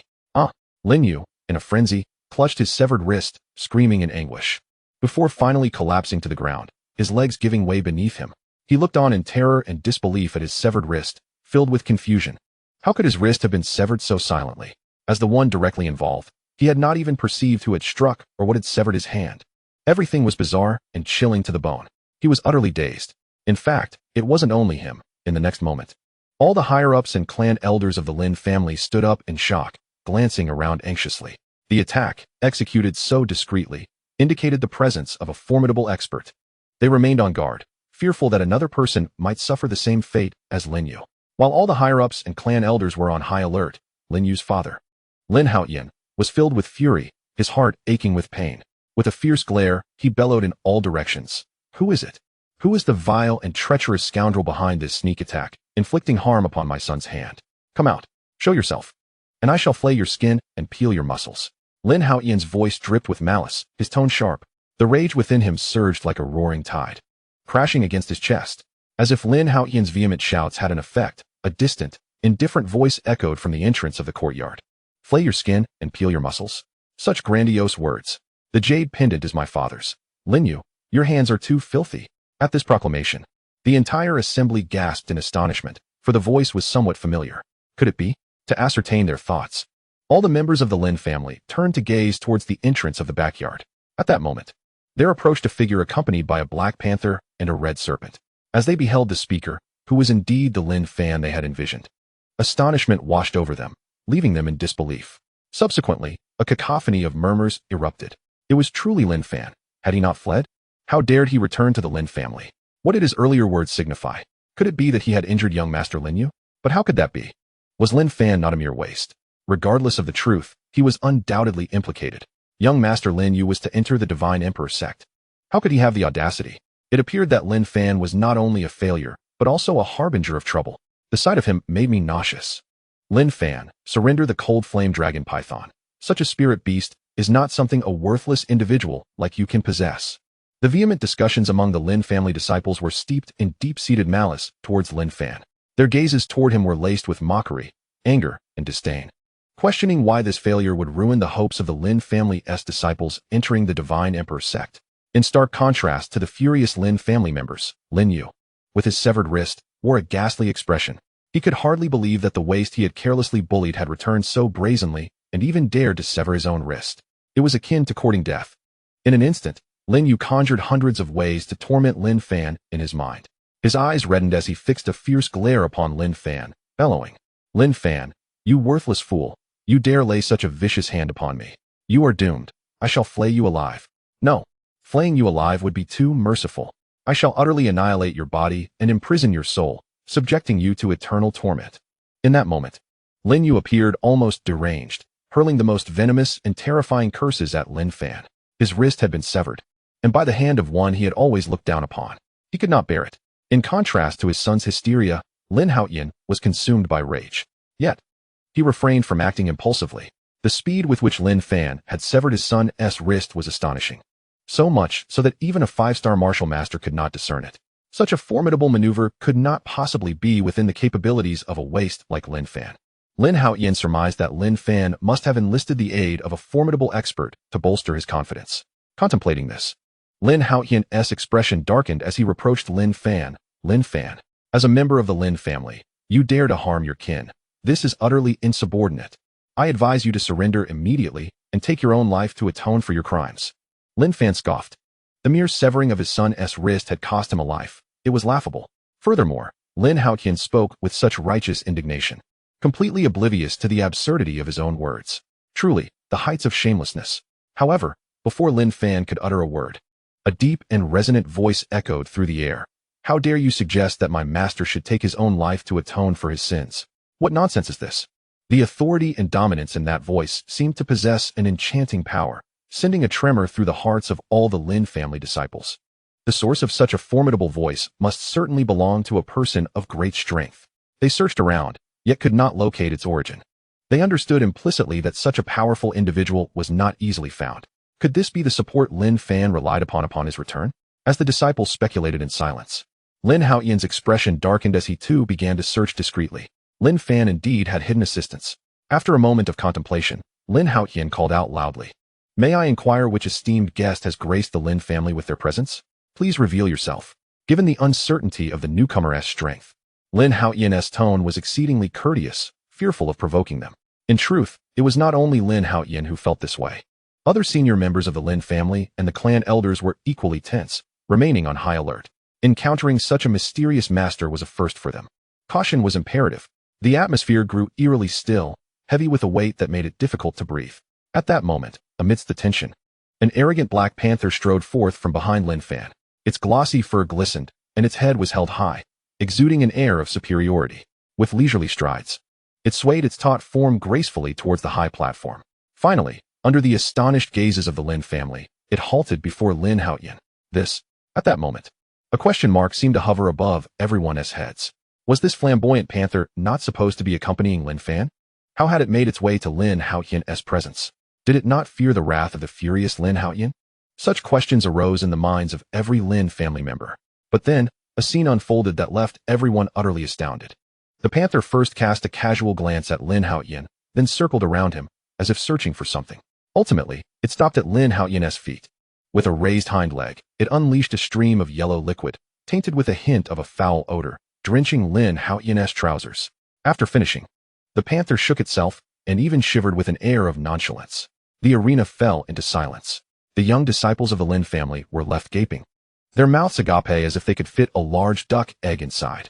Meanwhile, the senior members and clan elders stood frozen in disbelief, momentarily robbed of their ability to think. What on earth was happening? Lin Haoyan, a 5-star martial master, had just been urinated upon by a mere beast in front of everyone? Such audacity from the panther was beyond comprehension. At that moment, a singular thought surged through the minds of every Lin family member. Am I dreaming? Surely, this cannot be real. Some of the Lin family's younger members rubbed their eyes repeatedly, attempting to ascertain whether this was merely a dream. If the onlookers were so astonished, one could only imagine the bewilderment of Lin Haoyan, the principal party involved. Feeling the residual warmth on his pant legs, Lin Haoyan was immediately filled with rage, his spirit energy surging within him, ready to deliver a memorable lesson to the Black Panther. However, before he could act, he overheard the panther muttering, "This insignificant creature has truly earned the favor of this emperor with a mere stream of urine. What extraordinary fortune." The Lin family members were left in disbelief. Lin Haoyan was equally flabbergasted. Had the Black Panther truly spoken? What on earth was happening? After a moment of stunned silence, a cacophony of astonished discussions erupted throughout the Lin household. Had they just experienced an illusion? The Black Panther had actually uttered words. Could it possibly be a shape-shifting divine beast? How could such a creature be present in the Lin family, especially accompanying Lin Fan? Nonsense. If the Black Panther were a divine beast, a mere hint of its pressure would obliterate the entire Lin family. So what was this Black Panther? Who could provide answers? They were utterly perplexed, completely at a loss. Despite their frantic speculations, they could not fathom that a mere Black Panther could speak. Were it not for the absence of a powerful aura emanating from the panther, they might have believed that a shape-shifting divine beast had descended upon the Lin family. In stark contrast to the astonishment and confusion of the Lin family, Lin Haoyan was consumed by fury. How could a distinguished master of martial arts, a high-ranking individual, be so publicly humiliated by an animal? It was an affront beyond measure. Clenching his fists tightly, he was about to deliver a fatal blow to the Black Panther when a high-ranking member of the observation platform suddenly sprang to his feet. He hastened to confront the Black Panther, growling fiercely, "Where did this ignorant beast come from? You shall perish." This high-ranking individual had previously praised Lin Haoyan, and his aggressive display aimed to curry favor with the rising star. As the second elder of the Lin family, Lin Haoyan's power was formidable, and the family head, Lin Bingtian, was struggling to contain his influence. It was evident that the Lin family would soon be dominated by Lin Haoyan and his son. If he did not demonstrate his loyalty now, when would he? With visions of grandeur dancing in his mind, the high-ranking individual named Lin Tao raised his hand and aimed a heavy strike at the panther's head. If he were to land the blow, the panther's skull would surely explode like a ripe watermelon. "Die!" Lin Tao bellowed. As his voice echoed, his palm was mere inches from the panther's head, an immense spiritual pressure causing the panther's fur to ruffle wildly. It is worth noting that while Lin Tao may not appear to be a benevolent figure, his strength was that of a genuine two-star martial artist. With a palm strike capable of exerting 20,000 pounds of force, the atmosphere crackled ominously, generating explosive sound waves in the air. However, despite Lin Tao's confidence, he had grossly underestimated the Black Panther. The Black Panther, a possessor of the wind spirit root, may lack formidable strength, yet possesses exceptional skills for self-preservation. Just as Lin Tao's palm was about to make contact with its head, the Black Panther suddenly chuckled. "This emperor finds no merit in contending with a mere shrimp like you. I shall take my leave." With that, the power of the wind enveloped its entire being, and with a gentle push of its four claws against the ground, it transformed into a fleeting shadow, swiftly vanishing from sight. When it reappeared, it was already behind Lin Fan, playfully making faces at the bewildered Lin Tao. Gazing at the provocatively grinning Black Panther, Lin Tao, filled with rage, laughed cynically. "You slippery beast, but this ends here." He glanced at the Black Panther and then at Lin Fan, a glimmer of determination flashing in his eyes. Killing the Black Panther would undoubtedly please Lin Haoyan, but if Lin Fan were to be slain, Lin Haoyan would surely reward him handsomely and elevate him as a trusted confidant. In that moment, he envisioned himself as the ultimate victor, living a life of power and opulence. With his plans firmly set in mind, Lin Tao hesitated no longer and propelled himself towards Lin Fan with a powerful leap. His speed was extraordinary, and in an instant, he stood before Lin Fan. "Little beast, your demise is at hand." Lin Tao sneered, his words laden with double entendre, directed at both the Black Panther and Lin Fan. With a swift kick imbued with spiritual energy, he launched forward with an unstoppable force. Observing the unfolding situation, the family patriarch, Lin Bingtian, finally recognized the gravity of the threat. It was clear that Lin Tao was not targeting the Black Panther, but was intent on delivering a lethal blow to Lin Fan. Due to the distance, there was no time to intervene, leaving Lin Bingtian filled with a mix of anger and urgency as he shouted, "Lin Fan, be cautious. He aims to kill you." Afterward, fearing that his warning might not be sufficient, He turned to Lin Tao with a stern countenance and commanded, "Lin Tao, as your patriarch, I order you to halt immediately. Otherwise, you shall face the consequences of our family rules." In response to Lin Bingtian's words, Lin Tao merely smirked coldly, accelerating his oncoming strike instead of heeding the warning. Having long understood the current dynamics of the Lin family, he recognized that the ultimate victors would undoubtedly be Lin Haoyan and his son. As for Lin Bingtian, his position as patriarch would soon be rendered obsolete. At this moment, Lin Tao's foot was nearly upon Lin Fan's cheek, yet Lin Fan stood frozen in place, seemingly paralyzed by fear, making no attempt to evade the impending strike. Lin Tao's contempt for Lin Fan deepened. A waste is indeed a waste. He couldn't even muster the effort to dodge. "Perfectly. I shall claim your life." With this thought, Lin Tao intensified the speed of his kick, a sinister smile playing upon his lips as he taunted, "Perish, you worthless scion of the Lin family." At this juncture, several members of the Lin family, unable to bear the sight, gradually closed their eyes. However, just as Lin Tao's foot was about to shatter Lin Fan's skull, Lin Fan moved. He dodged the incoming kick with a speed that defied belief and then advanced a step forward, extending his palm. With a sudden twist of fate, the once imposing Lin Tao found himself ensnared by Lin Fan, lifted effortlessly by the grip around his neck. A collective gasp echoed through the gathered members of the Lin family, their astonishment palpable. How could this astonishing turn of events transpire? Lin Fan, who had been presumed dead, now effortlessly subdued the esteemed two-star martial artist Lin Tao. After a brief silence, fervent discussions erupted among the younger members of the Lin clan. Was Lin Tao jesting? How could he be caught in such a manner by Lin Fan? Surely, it must be an illusion. Lin Fan was merely a wastrel, incapable of martial cultivation. How could he possibly apprehend someone of Lin Tao's caliber? This could not be real. They were convinced they were trapped in a dream. Despite their varied expressions of disbelief, a singular consensus emerged. This must be a fabrication.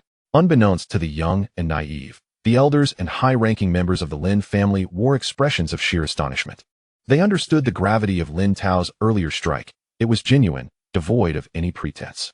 This meant that Lin Fan had indeed subdued Lin Tao with remarkable ease. Yet, how could this be? The entire clan was acutely aware that Lin Fan lacked the spiritual roots necessary for cultivation. How then? Could one explain the current scene unfolding before them? In that moment, the elders and leaders were engulfed in profound confusion, in stark contrast to the bewilderment surrounding him. The family patriarch, Lin Bingtian, was overtaken by jubilation. Lin Fan was no longer a mere wastrel. His strength was formidable. Observing Lin Haoyan and Lin Yu, their expressions mirrored that of someone who had seen a ghost, their astonishment refusing to fade, regardless of how many times they reassured themselves. Lin Fan's grip on Lin Tao's neck was unyielding. At that moment, the crowd exhibited a myriad of emotions, gasping in disbelief. Yet this commotion did not perturb Lin Fan. A cold smirk danced upon his lips as he regarded Lin Tao. As members of the same clan, what deep-seated enmity could possibly warrant such lethal intent? Feeling the iron-like grip around his neck and witnessing the stark transformation in Lin Fan, Lin Tao was nearly paralyzed with fear. This was not the Lin Fan he had once scorned. He now radiated the aura of a merciless harbinger of death. For the first time, he sensed an ominous presence he had previously dismissed. Lin Tao was gripped by an unsettling premonition. A single misstep could lead Lin Fan to take his life. A primal instinct for survival surged within him, prompting a desperate plea for mercy. "There is no enmity at all. I spoke in haste. I am the true beast, lesser than swine or dogs. Lin Fan, I was bewitched. I implore you, spare me." Realizing the futility of his pleas, Lin Tao, stripped of all dignity, continued, "This has nothing to do with me. It was all orchestrated by Lin Haoyan and his son. If there are grievances, seek them out." Pathetic, cowardly, shameless. The two were reduced to mere shadows of their former selves. Yet, in that moment, Lin Tao was unconcerned with pride or face. Nothing mattered more than his life. As Lin Tao begged for mercy with all his might, Lin Fan merely raised an eyebrow and replied nonchalantly, "That makes sense." Upon hearing these words, Lin Tao sighed in relief, believing he had narrowly escaped a dire fate. Little did he know. In the next instant, whoosh, a flash of light pierced through the air, and Lin Tao's left arm was severed at the shoulder. Chapter 66. The pressure overwhelms the room. With his arms severed, blood gushed forth, and Lin Tao could not contain his cries of anguish.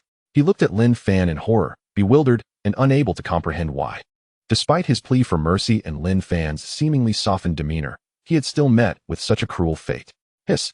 Not only was Lin Tao perplexed, but the members of the Lin family around them trembled in shock as they gazed at Lin Fan. The same scene had unfolded before. First, Lin Yu's hand was severed. And now Lin Tao's arm was brutally cut off. It dawned on them that Lin Fan had indeed transformed. He was no longer the person they once knew. He was decisive. He was ruthless. Just when they thought the horror had reached its peak, a shocking scene unfolded once more. As Lin Tao continued to wail, Lin Fan remained unmoved. Since there is no enmity between us, yet you still seek to harm me. Being a member of the Lin family and my elder, such bestial actions fill me with shame on your behalf. With that, as soon as Lin Fan's words fell, the cold light reappeared. Lin Tao's right arm was severed at the shoulder. Without pausing, Lin Fan's voice surged with indignation. Not only do we share no hatred, but my father is also your benefactor.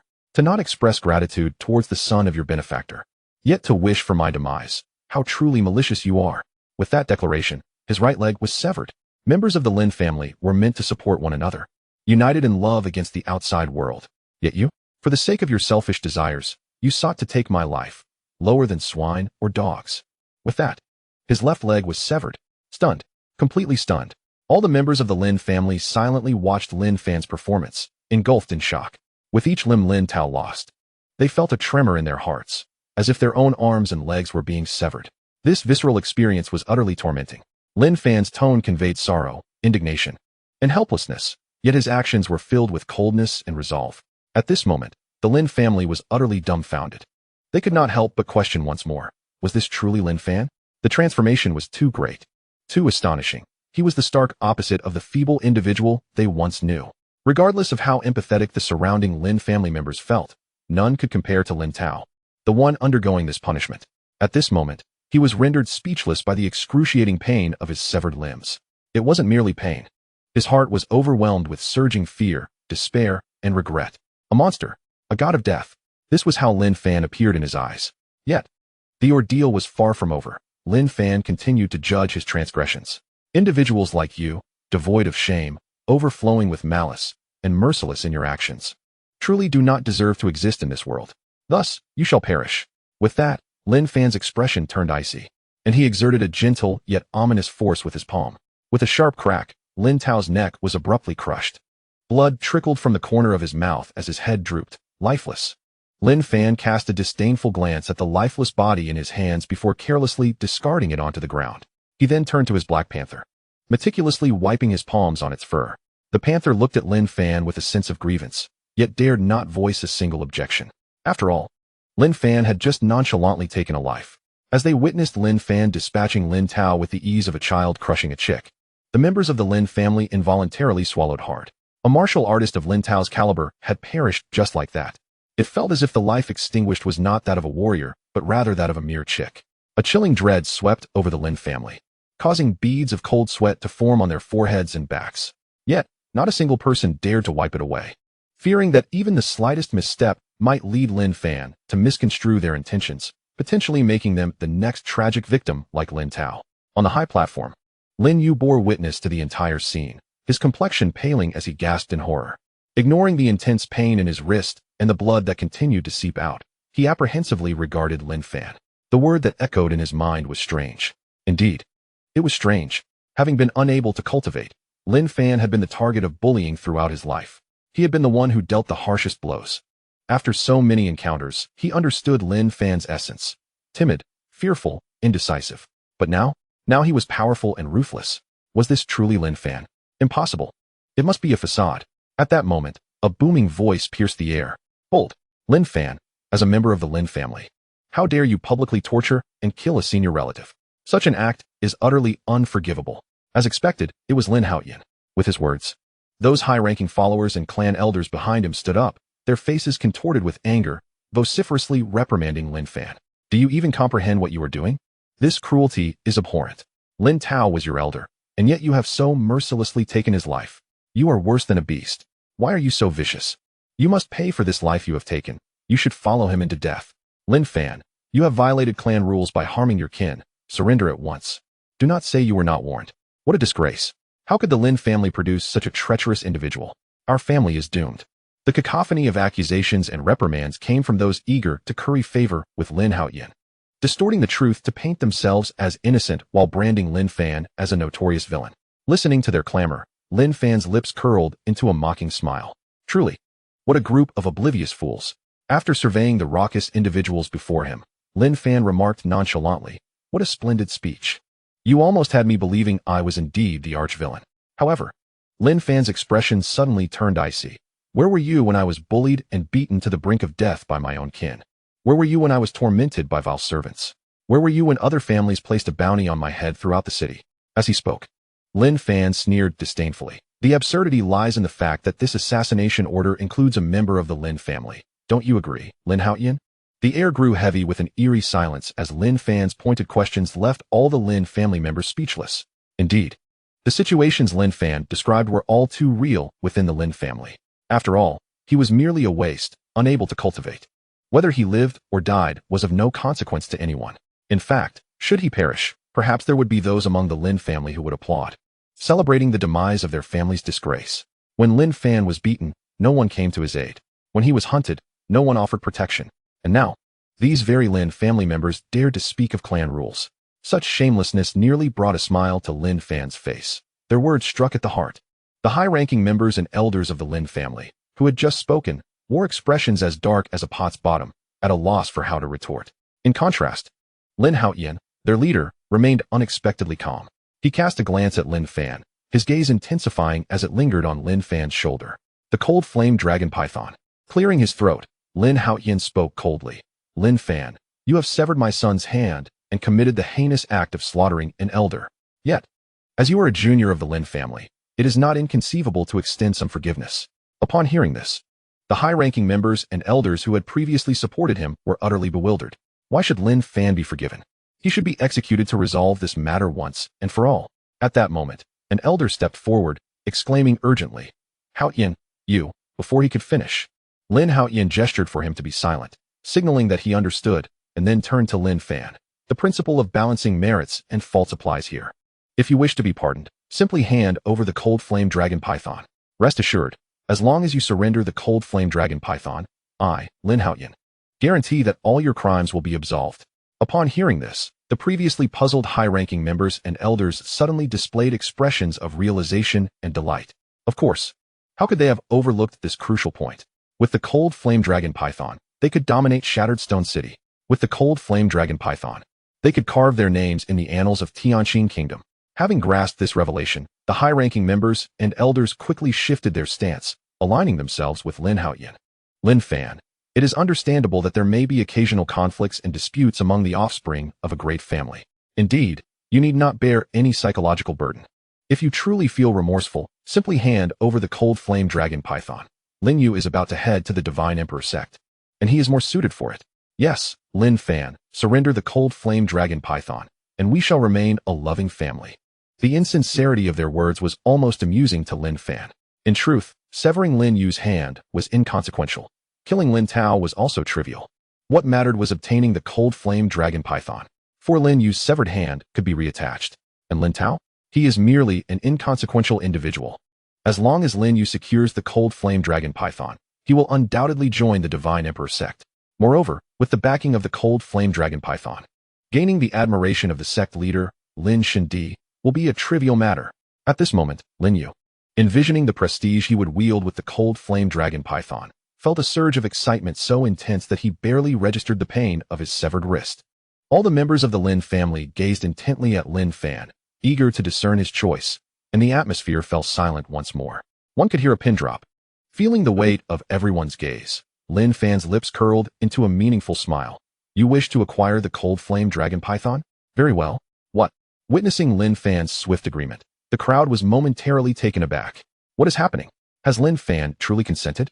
Is he really willing to part with such a rare and exceptional spirit beast? Just moments ago, Lin Fan had exhibited such ferocity. Was it all an act? A senior member of the Lin family cautiously confirmed, "Lin Fan, you cannot be serious. Are you truly willing to relinquish the cold flame dragon python?"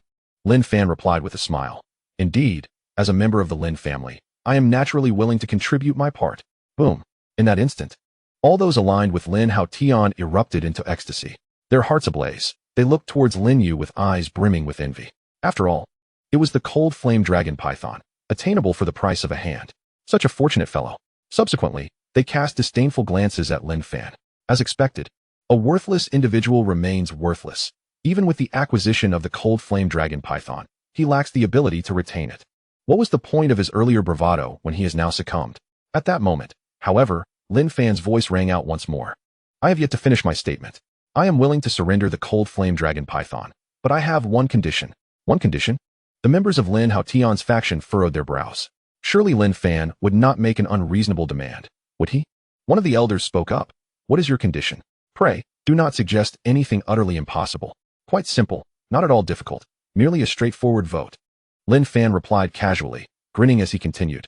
Those who agree to my handing over the cold flame dragon python to young Master Lin, you should step onto the high platform. If more than half of the Lin family members support this, I shall willingly seal the cold flame dragon python. Is that all? The members of Lin Tian's faction exchanged glances before bursting into laughter. They had anticipated a more intricate demand from Lin Fan. Immediately, a senior member stepped forward behind Lin Tian and declared, I accept your condition. I shall be the first. With that, he leisurely ascended the high platform. Once positioned, he scanned the crowd below and proclaimed loudly, those in favor of Lin Fan surrendering the cold flame dragon python to young Master Lin Yu, please come forth. At this announcement, individuals from the Lin family began to emerge from the crowd, their faces alight with pride. The numerous family members stepping onto the platform clearly illustrated the deep-rooted influence and power Lin Tian held within the Lin clan. Furthermore, these individuals shared a notable characteristic. They had, in one way or another, previously bullied Lin Fan, and naturally, they wished to prevent him from rising further in stature. Such a delightful opportunity for the ascendant Lin Haoyan and his son. How could they possibly relinquish it? In a mere moment, more than half of the Lin family's descendants had already gathered upon the high platform. Observing those on stage, a cold light flickered in Lin Fan's eyes. Familiarity. He knew them all too well. They were the very ones who had tormented him in the past. Now fearful that his continued control over the cold flame dragon python would bring them harm. What chilled Lin Fan even more was the realization that when he returned to the Lin family with the cold flame dragon python, those on the platform had not considered offering him protection. Instead, they wished for his immediate demise. Only with his death could they free themselves from any lingering concerns. After a while, aside from a handful of disciples remaining below, all others had ascended the high platform. Noticing that no more disciples were making their way up, the higher-ups and clan elders began to take action, much like the situation with the Lin family disciples. Apart from a few senior members loyal to the clan leader Lin Bingtian, the rest followed Lin Haoyan onto the stage. The numbers overwhelmingly surpassed the conditions set by Lin Fan. Lin Haoyan, at the forefront, glanced back at the throng behind him and revealed a mocking smile. Addressing Lin Fan, the outcome is abundantly clear. You have lost. Surrender the cold flame dragon python at once. Chapter 68, The Fiery Inferno. The awakening of the demon Lin Fan had indeed lost. The members of the Lin family on stage wore victorious smiles. At that moment, Lin Fan appeared to them as nothing more than a stray dog, a complete and utter failure. All eyes were fixed upon him, eagerly anticipating his submission and the surrender of the cold flame dragon python. Sensing the profound malice emanating from the platform, Lin Fan suddenly smiled wide. Very well. Since you are so eager, I shall oblige you. As the words left his lips, the dragon perched upon his shoulder surged to its feet, lunging forward. It had arrived. The cold flame dragon python. The Lin family members on the platform gazed upon the dragon, their faces ablaze with fervor. After their infatuation with the dragon, they turned their menacing gazes back toward Lin Fan. This fool. He truly intended to hand over the cold flame dragon python. Did he not realize that upon relinquishing it, he would be rendered a mere plaything, subject to their whims? Indeed, once deemed a waste, he would forever remain one. They savored the thought of Lin Fan, stripped of the cold flame dragon python, being mercilessly torn apart by Lin Haoyan and his son. However, just then, an overwhelming aura of death suddenly enveloped all on the platform. What is happening? A wave of confusion swept through the crowd as they traced the source of the oppressive force, only to meet the indifferent gaze of the dragon. A collective shiver ran through everyone. Oh no, disperse quickly. The ever-cautious Lin Haoyan watched intently. The cold flame dragon python was not seeking to ally with them. It intended to annihilate them all. Realizing the gravity of the situation, Lin Haoyan's scalp tingled, as if plunged into an icy abyss. He swiftly seized his son Lin Yu and bolted toward the edge of the platform. Although Lin Haoyan and his son reacted swiftly, the others on stage, still in a daze, were not so fortunate. With a piercing shriek, the dragon's mouth gaped wide, unleashing a sphere of fire, crimson tinged with blue, that surged towards the crowd upon the platform with the ferocity of a cataclysmic inferno. The heat was unbearable, almost igniting the very air surrounding it. Boom! The dragon's flame erupted at the heart of the throng, a myriad of fiery sparks raining down upon each and every individual. Ah, it's scorching, unbearable. I'm burning alive. Help, someone save me. My arm, it's disintegrating. Lin Fan, spare me. I am lower than a beast. I should never have tormented you before, and I certainly should not harbor murderous intent now. Ah, my face, my eyes, help. I can't see. Lin Fan, have mercy. Woe is me, Lin Fan. I was wrong, truly wrong. Spare me. I will serve you like a beast of burden. The Lin family members amidst the sea of flames screamed, wept, and howled in desperation, begging for mercy, though only a few embers touched their skin. This was the dragon's flame of the xuanhuan divine dragon, 1,000, a million times more potent than that so-called cold flame dragon python. Their skin cracked and melted, their limbs reduced to mere remnants. A scene of utter devastation, despair, regret, regardless of whether one was a martial novice or a master. None could escape the retribution of the xuanhuan divine flame. Sizzle. Under the horrified gaze of Lin Bingtian from below, all upon the stage erupted, melted, and transformed into ash. In mere moments, they were gone. Not only had everyone on the platform turned to a mound of black ash, but even the finely crafted platform of Qinggang rock was scorched through, revealing a gaping black hole. Then there was Lin Fan. Although he had reacted swiftly and avoided the crowd, he still felt the repercussions. A few sparks fell upon the back of his hand. However, Lin Fan was resolute. With a swift motion, he severed his own arm. Boom. The severed limb hit the ground, instantly turning to ash. Blood gushed forth, crimson and furious, as Lin Fan turned pale, desperately pressing to stem the flow of blood from his severed arm. Yet, he could not afford to linger on his wound. He turned his gaze towards the stage. What he saw sent shivers down his spine. The once sturdy Qinggang rock platform, weathered by time, had vanished without a trace. In its place was a yawning black chasm. All those who had stood upon the platform had disappeared, as if they had never existed in this world. Lin Fan understood that all had been utterly consumed by the flame of the cold flame dragon python. But, could the cold flame dragon python truly wield such power? At that moment, Lin Fan had no strength left to ponder the matter further. He collapsed to the ground, gazing silently at the heavens, a picture of utter desolation. No, this cannot be. They're all dead. The fortunate Lin Yu was equally distraught, staring at the ominous void, his mind unraveling as he cried out in madness. Those people, they were the staunchest supporters of the Lin family, the very foundation upon which his father and he could seize control of the Lin family's fortunes. But now, what remained? Everything has turned to vapor. Oh, Lin Yu, unable to bear it, let out a furious roar towards the heavens. Even Lin Fan and his son, who had gone mad, were rendered completely dumbfounded, as were Lin Bingtian and his clan, who had no grievances with Lin Fan. Each of them wore expressions of lingering fear, pondering how they would have turned to ashes had they stood on the stage moments ago, realizing the unbearable consequences. All the surviving members of the Lin family sealed their lips, afraid to utter a sound, lest they disturb the cold flame dragon python and its master, Lin Fan. Silence. In the Lin family's backyard, the sound of a falling needle could be heard. At that moment, Lin Fan smiled and, seemingly unconcerned, retrieved an object from his storage bag.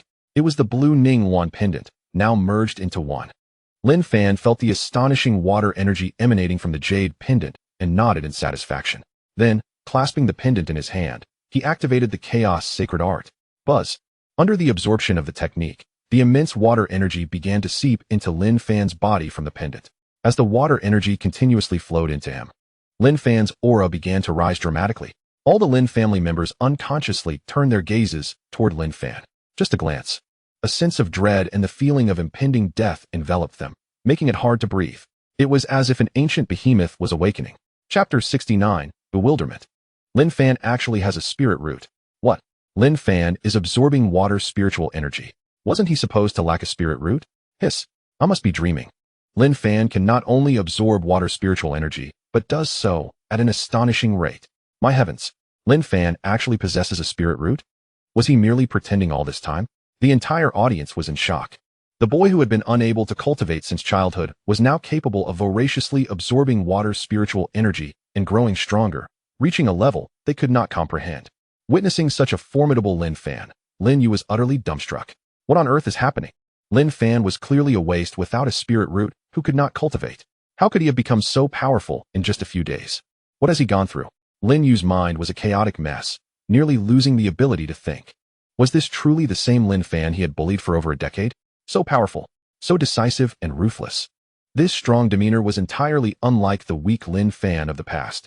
Yet, in the end, Lin Yu had no choice but to reluctantly acknowledge that the person before him was indeed Lin Fan. However, this acknowledgement did not last long. For as he recalled Lin Fan's overwhelming strength and his own past humiliations, an overwhelming fear washed over him. Alas, Xiaodian, I am sorry for forcing such a talented child like Lin Fan into this state. Lin Bingtian was filled with bitterness.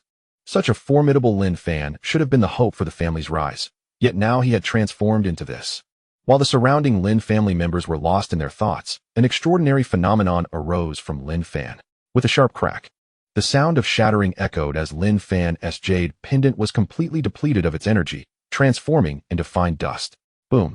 A thunderous roar erupted from within Lin Fan, causing his aura to surge dramatically once more. The 5 elemental roots, gold, wood, water, fire, and earth, were simultaneously activated.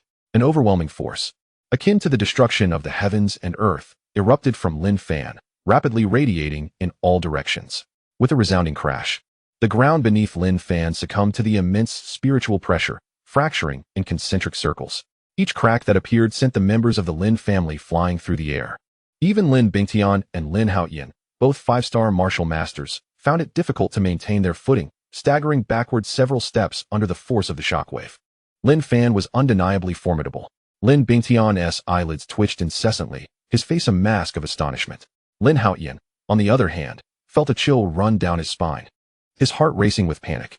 He was suddenly overcome by an urge to flee. The current Lin Fan, merely by unconsciously unleashing his spiritual power, was enough to render him defenseless. If Lin Fan truly decided to strike, could he withstand even a single blow? As this thought crossed his mind, Lin Haoyan's expression fluctuated between dread and uncertainty. All 5 elemental roots activated, as he felt the boundless and vigorous spiritual energy coursing through him. A glimmer of joy appeared on Lin Fan's face. He then focused his mind, retracting the terrifying aura that enveloped him into his body. In an instant, he transformed from an unparalleled powerhouse into an ordinary person devoid of any spiritual energy. Such astonishing control left all the members of the Lin family in a state of disbelief. Just moments ago, Lin Fan's aura had been reminiscent of an ancient beast awakening. Now, no matter how one perceived it, he exuded the essence of an ordinary individual. Was such a miraculous feat truly achievable by mere mortals? They cast their curious and expectant gazes toward Lin Fan, hoping he might elucidate this phenomenon. However, Lin Fan was in no mood for idle explanations. With measured steps, Lin Fan advanced toward Lin Yu.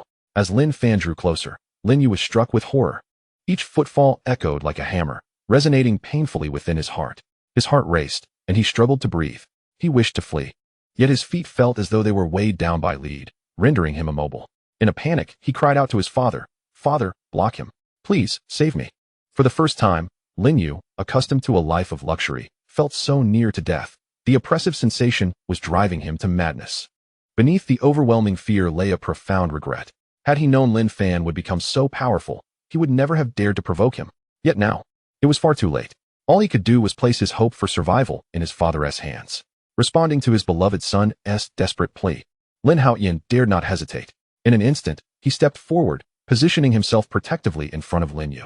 At this moment, he had long since lost the initial swagger and pride, now instead bearing a pale, weakened visage, his eyes filled with a mixture of terror and dread. "Lin Fan, halt!" he bellowed at the approaching Lin Fan. "Though I am unaware of what transpired in recent days that rendered you so formidable, strong enough to overshadow the entire Lin family, I, Lin Haoyan, concede that together, my son and I cannot match your strength. We acknowledge our defeat and are willing to apologize." However, in this dire situation, Lin Haoyan unexpectedly broke into a smile, continuing, "My son Lin Yu has emerged victorious in this clan competition and has been designated as an outer disciple of the Divine Emperor sect. Should you dare to harm my son, it would be a flagrant provocation against the authority of the Divine Emperor sect. The sect's leader, the Divine Emperor Lin, possesses immense power. To him, even a martial king is as insignificant as an ant, easily extinguished with a mere gesture. If you choose to challenge this, not even a Taoist immortal could save you." Upon finishing, a smug grin spread across Lin Haoyan's unpleasant countenance, certain that despite Lin Fan's might, he would not dare to provoke such a colossal entity as the Divine Emperor sect. The name of the Divine Emperor sect, and that of the Divine Emperor Lin, left all members of the Lin family momentarily stunned. They had almost forgotten this crucial detail. Lin Yu had indeed triumphed in the competition, and according to the rules. He was now a disciple of the Divine Emperor sect. It would not be long before the sect dispatched someone to escort Lin Yu back to the sect for training. If Lin Fan were to recklessly slay Lin Yu, who belonged to the Divine Emperor sect, he would undoubtedly be viewed as having committed an affront. They cared not for the past grievances Lin Yu had inflicted upon Lin Fan. They only understood that the dignity of the Divine Emperor sect was not to be trifled with. Should Lin Fan commit such an act, no matter where he fled, he would be hunted down by the sect's enforcers. Such was the arrogance of the Divine Emperor sect. Yet, would such rules hold any sway over Lin Fan? The answer was a resounding no. Hearing the names of the Divine Emperor sect and the Divine Emperor, an unusual expression crossed Lin Fan's face. This father and son duo were truly astonishingly foolish, attempting to intimidate him with the name of their sect and his own. At that moment, a playful thought sparked in Lin Fan's mind. Would slaughtering Lin Yu be considered a cleansing of his household? After all, his father had repeatedly touted Lin Yu as a disciple of the Divine Emperor sect. Chapter 70. The Gathering of the Four Great Families, the Divine Emperor sect. What an imposing title. Nevertheless, he must perish. Though a smile adorned Lin Fan's face, his words were chillingly cold. Lin Haoyan, Lin Yu, along with Lin Bingtian and the other members of the Lin family, were rendered completely dumbfounded by Lin Fan's declaration. Had he truly become so powerful that he no longer feared death? While they collectively stood in shock, Lin Fan's Azure Dragon Sword had already flashed silently into action. With a dull thud, a crimson line appeared around Lin Yu's neck. Only then did Lin Yu realize something was amiss. He felt a twinge of pain in his neck. Unable to see the wound, he turned to his father and said, "Father, my neck feels quite uncomfortable. Could you please see what has happened?" Lin Haoyan cast a wary glance at Lin Fan before turning his attention to the neck of his son. Indeed, there were traces of blood. Where could they have come from? Furrowing his brow in contemplation, he had yet to utter a word when a horrifying scene unfolded before him. His son, Lin Yu's head began to detach from his neck, slowly sliding away until, with a resounding thud, it fell to the ground and rolled a few paces. Gazing at the rolling head, the members of the Lin family stood in stunned silence, the atmosphere growing eerily still. After a prolonged moment, expressions of shock and disbelief filled their eyes. Lin Fan had indeed taken action. He had severed the head of Lin Yu, the esteemed disciple of the Divine Emperor sect. Madness. Truly, Lin Fan had gone mad. This was a blatant affront to the Divine Emperor sect. As the shock subsided, pity and sympathy etched themselves onto the faces of the onlookers. It was clear that Lin Fan's life was now in grave danger. The Divine Emperor sect was the largest faction within hundreds of miles, boasting thousands of disciples, with 5 or 6 formidable warriors at the martial king level alone, not to mention the unparalleled sect leader, the Divine Emperor Lin. Though Lin Fan had gained some strength, it was insignificant compared to such a colossal entity. In every conceivable way, it was a path leading only to death. Coming to this grim realization, Lin Bingtian, unwilling to see Lin Fan perish in vain, urgently called out, "Lin Fan, you must flee." While the Divine Emperor sect remains unaware of this incident, the farther you go, the better. Do not return. Lin Bingtian genuinely wished for Lin Fan's well-being. He could not bear to witness the untimely demise of Lin Fan, who had just begun to rise. Meanwhile, Lin Chongqing looked at Lin Fan with a complex expression, a mixture of admiration and fear within him. As the prodigal son of the Lin family, he had never regarded Lin Fan, who could not cultivate, with any seriousness. Although he had never bullied Lin Fan, he maintained a respectful distance, fearful of being tainted by any ill reputation. Yet now, the very Lin Yu who had once bested him had been so effortlessly decapitated by Lin Fan. The disparity in strength was staggering. Such a vast difference left the once arrogant Lin Chongqing in a turmoil of emotions, beyond articulation. Just then, a thunderous cry echoed, "You are!" Lin Haoyan, in disbelief, stared at the severed head and the lifeless body, spiraling into madness. He cradled Lin Yu's head in his arms, howling to the heavens, tears streaming down his face. Lin Yu was Lin Haoyan's cherished son, born late in life, and he had been doted upon since childhood, cultivating Lin Yu's arrogant disposition. Moreover, Lin Haoyan's relentless pursuit of power within the clan was aimed at paving a path for Lin Yu, hoping he would one day secure a place in the family, perhaps even ascend as the head of the household. Every recent endeavor, from the substantial bounty of spirit stones to the precious techniques and elixirs from the clan competition, was imbued with his profound expectations for Lin Yu. Yet, with a mere flick of Lin Fan's sword, all his hopes had been shattered into oblivion. Everything was gone. Nothing remained. In an instant, Lin Haoyan appeared to age a decade, his eyes ablaze with fury as he fixed a venomous glare upon Lin Fan. "Lin Fan, you wretched creature. I deeply regret not having eliminated you years ago. My son is dead. You shall meet the same fate. Just wait." The Divine Emperor sect will flay you alive, subject you to 1,000 tortures, and no matter where you flee, you will be slain. Lin Fan roared, unleashing a stream of vile curses at Lin Fan. Hoping to alleviate his grief over the loss of his son, he presumed that Lin Fan was trembling in fear, consumed by anxiety.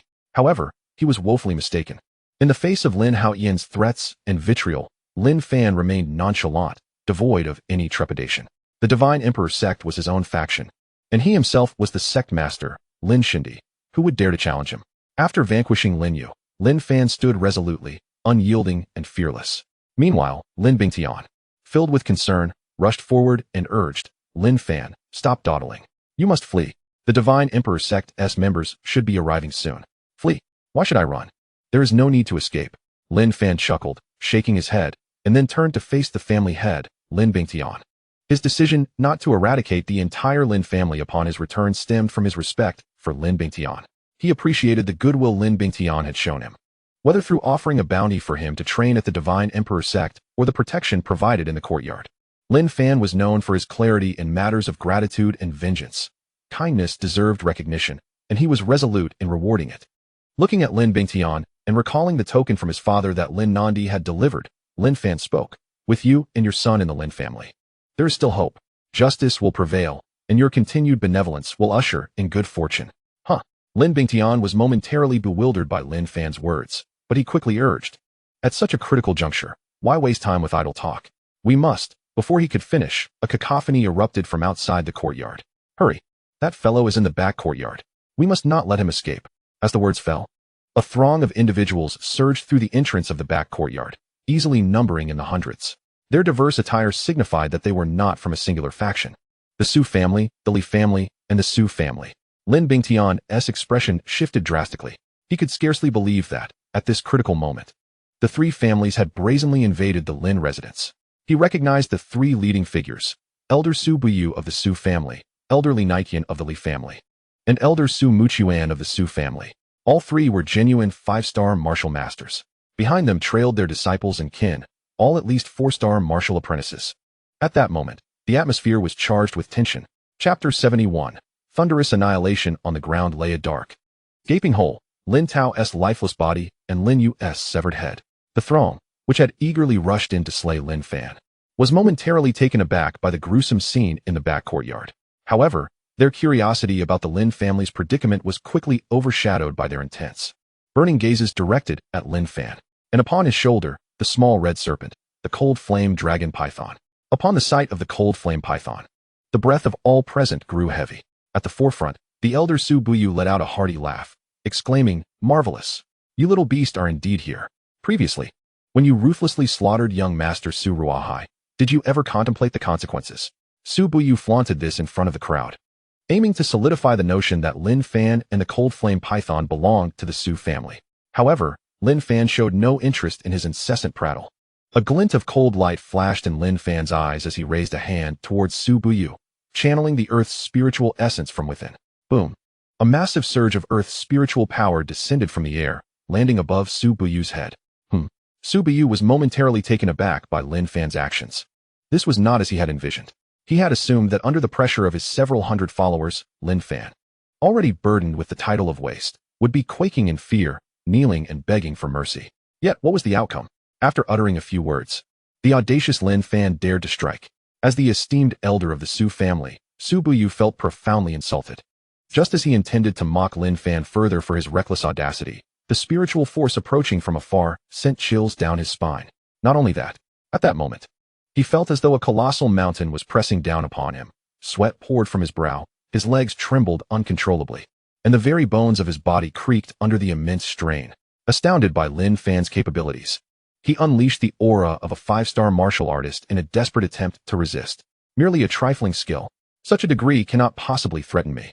Su Buyu's face flushed crimson, veins bulging as he gritted his teeth, and spoke intermittently. Although Su Buyu attempted to downplay his predicament, those around could clearly see he was on the verge of being overwhelmed by Lin Fan's casually released earth's spiritual power. And indeed, that was the case. After struggling to complete his sentence, he could no longer afford to pay attention to his surroundings, channeling all his spiritual energy to combat Lin Fan's technique. At that moment, he felt akin to a young turtle, frail and vulnerable, bearing the weight of a towering mountain upon its delicate shell. Helpless, insignificant, terrified. A multitude of complex emotions bore down upon him, rendering him breathless.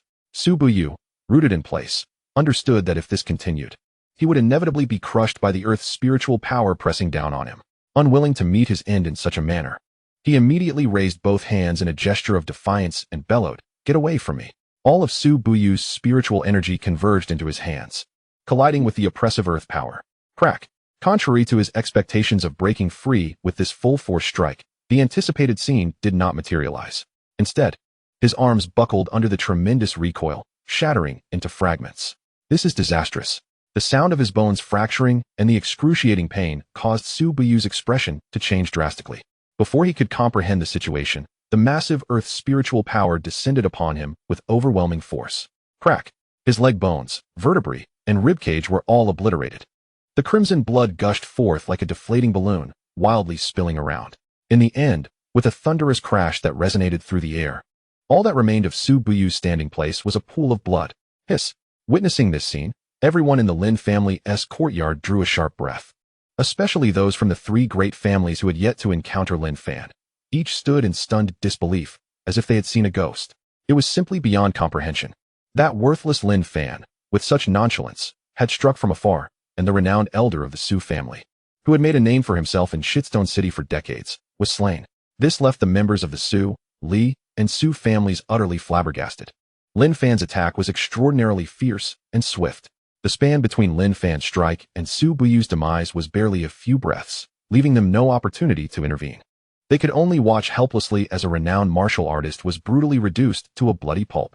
The Su family members were the first to react, as it was their esteemed elder who had fallen. Rage painted their faces, and they glared fiercely at Lin Fan. If glares could kill, Lin Fan would have been riddled with wounds by now. At that moment, an elder from the Su family, of similar age to Su Buyu, stepped forward. Grief etched across his face as he glanced at the blood-soaked ground. He then turned to Lin Fan, shouting in fury, "You beast, you are utterly unrestrained. Not only has young master Su Ruahua suffered your treachery, but now my old comrade has also been slain by you." Before the elder could finish his sentence, Lin Fan did not even spare him a glance, merely pressing down lightly in the air. Bang! Just like Su Buyu before him, he was effortlessly reduced to a puddle of flesh. The crowd erupted in astonishment. With such casual ease, Lin Fan had extinguished two martial artists from the Su family. The atmosphere grew heavy and silent. The witnesses' hearts weighed down. With the deaths of two elders in succession, the Su family dared not openly insult Lin Fan. A middle-aged man from the Su family stepped forward, fixing Lin Fan with a cold gaze. "Lin Fan, I never expected you to be so ruthless. After consecutively killing 3 members of my Su family, you shall pay this debt in blood." His eyes blazed with fury. "Enjoy your arrogance while it lasts. It won't be long before the true elites of the Su, Li, and Su families, along with their patriarchs and elders, arrive. At that time, your life will be forfeit, and the cold flame dragon python must be surrendered." Anger, hatred. The middle-aged man of the Su family felt as if flames would erupt from his eyes. Having encountered Lin Fan, they had already lost 2 martial artists without having done anything in retaliation. They were acutely aware of the immense difficulty and resources required to cultivate a martial artist. They were merely a family within Shitstone City, not a colossal entity like the Divine Emperor sect, nor did they possess a mentor of Lin Fan's caliber. The intelligence had been erroneous. Lin Fan was not a worthless wretch. Rather, his strength was formidable. Once their kin arrived, they would undoubtedly be reminded to proceed with caution. Indeed, it is not solely the Su family that harbors such thoughts. The members of both the Li and Su families share the same sentiments. They gazed at Lin Fan, their faces etched with profound apprehension and an unwillingness to acknowledge their trepidation. Just as the atmosphere grew tense, a frenzied voice suddenly pierced the silence. Chapter 72. A familiar figure, Lin Nandi, stunned Lin Fan. "Your current prowess is undeniably formidable, and your methods are ruthless. However, this is where it ends. Even if the Lin family spares you, the members of the Su, Li, and Su families stand against you. Most importantly, the disciples of the Divine Emperor sect are soon to arrive. Today, your demise is inevitable." The voice was filled with venom and was unbearable to hear. The crowd turned towards the source of the voice, revealing Lin Haoyan. At that moment, Lin Haoyan appeared utterly wretched, his headband shattered, hair disheveled, and the stump of his severed arm oozing blood. He fixed an insatiable, predatory gaze upon Lin Fan. Upon hearing these words, Lin Fan remained unperturbed. However, The members of the three prominent families seemed to connect the dots, their eyes igniting with astonishing realization. Elderly Nightkin from the Li family, with a hint of schadenfreude, looked at Lin Fan and declared, "When I first arrived, I was puzzled as to why the Lin family's clan competition had devolved into this. It turns out that Lin Yu was the victor of the Lin family's competition, automatically becoming a disciple of the Divine Emperor sect. Now that Lin Fan has slain Lin Yu, the Divine Emperor sect will undoubtedly seek retribution. He, Lin Fan, is doomed." Listening to Li Nightyan's words, the members of the three families nodded in agreement, their faces alight with joy. To provoke four families was already a reckless act, but to have also antagonized the Divine Emperor sect was sheer folly. Did Lin Fan not desire a swift demise? He was utterly foolish.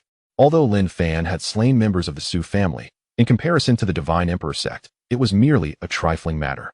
Despite the sect only being established for a few days, the Divine Emperor Lin's formidable reputation had already spread across hundreds of miles.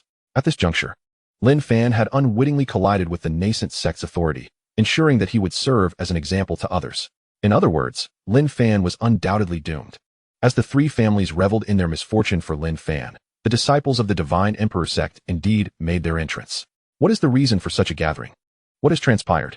As the voice resonated, the crowd parted to create a clear pathway. Two young men clad in azure robes approached, drawing nearer. The members of the three families, upon noticing the green tree embroidered on the left breast of their garments, were filled with delight. Disciples of the Divine Emperor sect. Moreover, the leading disciple was one they recognized. The one sent to welcome them was none other than Lin Nandi, the prodigy of the Lin family. Lin Fan's fate was sealed.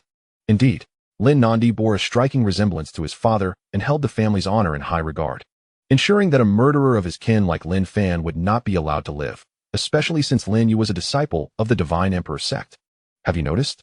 Lin Nandi is already a 6-star martial master at such a young age. Truly a prodigious talent. Did you only just realize that? This is because he had just received guidance from the Divine Emperor Lin a few days ago. Moreover, the disciple behind him is also a 5-star martial master. With the emergence of Lin Nandi, the members of the three major families were abuzz with fervent discussions, as if they could foresee Lin Fan meeting his demise on the spot. Listening to the murmurs of the crowd, the already frenzied Lin Haoyan regained his composure. Upon realizing that Lin Nandi was present, he was filled with immense joy. Lin Haoyan rushed to Lin Nandi, his face twisted with resentment, and exclaimed, "Nandi, your arrival is most opportune. That vile little wretch Lin Fan not only slaughtered a large number of our kin, but also killed my son, Lin Yu. In this clan competition, my son was to be the first and was to join the Divine Emperor sect as your junior brother. Despite my repeated warnings, Lin Fan remained unyielding and mercilessly took my son's life. This is a blatant affront to the Divine Emperor sect." With bloodshot eyes, Lin Haoyan spoke with fervor, tears streaming down his face, painting a truly tragic scene. Lin Fan actually killed Lin Yu, who was designated to be a disciple of the Divine Emperor sect.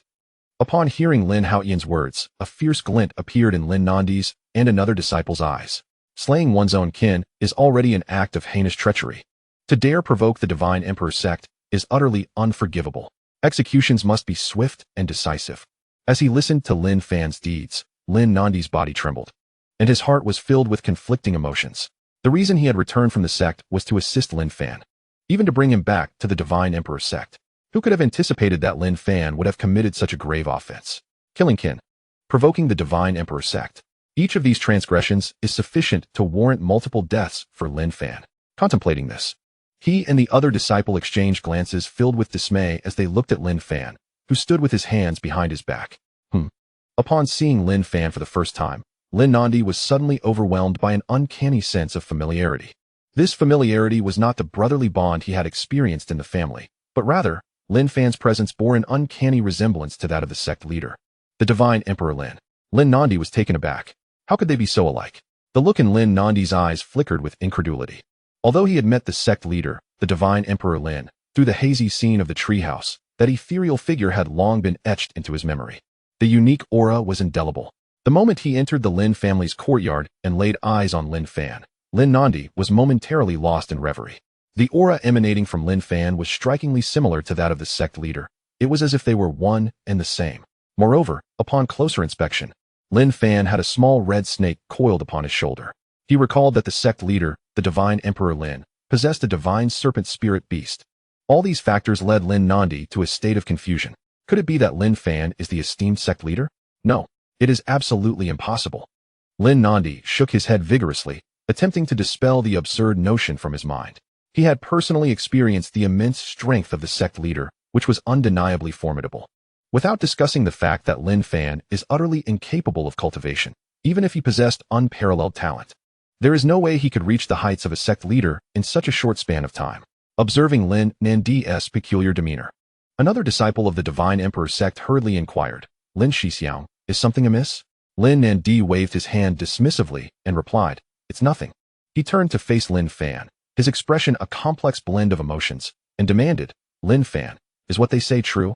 Did you truly massacre the members of the Lin family and slay Lin Yu, who had already attained the status of an outer disciple of the Divine Emperor sect? Indeed. Lin Fan responded with a smile and a nod. Lin Nandi's heart became a tumult of conflicting feelings upon hearing Lin Fan's admission. He genuinely did not wish to confront Lin Fan. After all, Lin Fan's father, Lin Xiaotian, had once assisted him greatly, and he had always held a deep sense of gratitude. He wanted to help Lin Fan, even if it meant living as an ordinary person without worries. Yet, fate had other plans. After a lingering gaze at Lin Fan, Lin Nandi and another disciple, their expressions devoid of emotion, drew their swords, aiming them at Lin Fan. No matter the circumstances, the honor of the sect must remain intact. No one could infringe upon it. Lin Yu had become a disciple of the Divine Emperor sect upon his victory in the clan competition, and killing him was a direct affront to the sect's dignity. He must be eliminated. Boom. The members of the three great families, witnessing Lin Nandi finally take action, erupted in expressions of unrestrained joy. In unison, they unsheathed their long swords, targeting Lin Fan. The atmosphere was thick with the intent to kill. Apart from their predatory gazes fixed on Lin Fan, the members of the three families also harbored a greedy longing for the dragon perched upon Lin Fan's shoulder. At last, the opportunity to seize the cold flame dragon python had arrived. Growing increasingly excited, Li Nai-Tian gleefully declared to Lin Fan, you little wretch, your demise is now certain. Not only will the esteemed disciples of the Divine Emperor sect not spare you, but the leaders and elders of our three great families will soon arrive as well.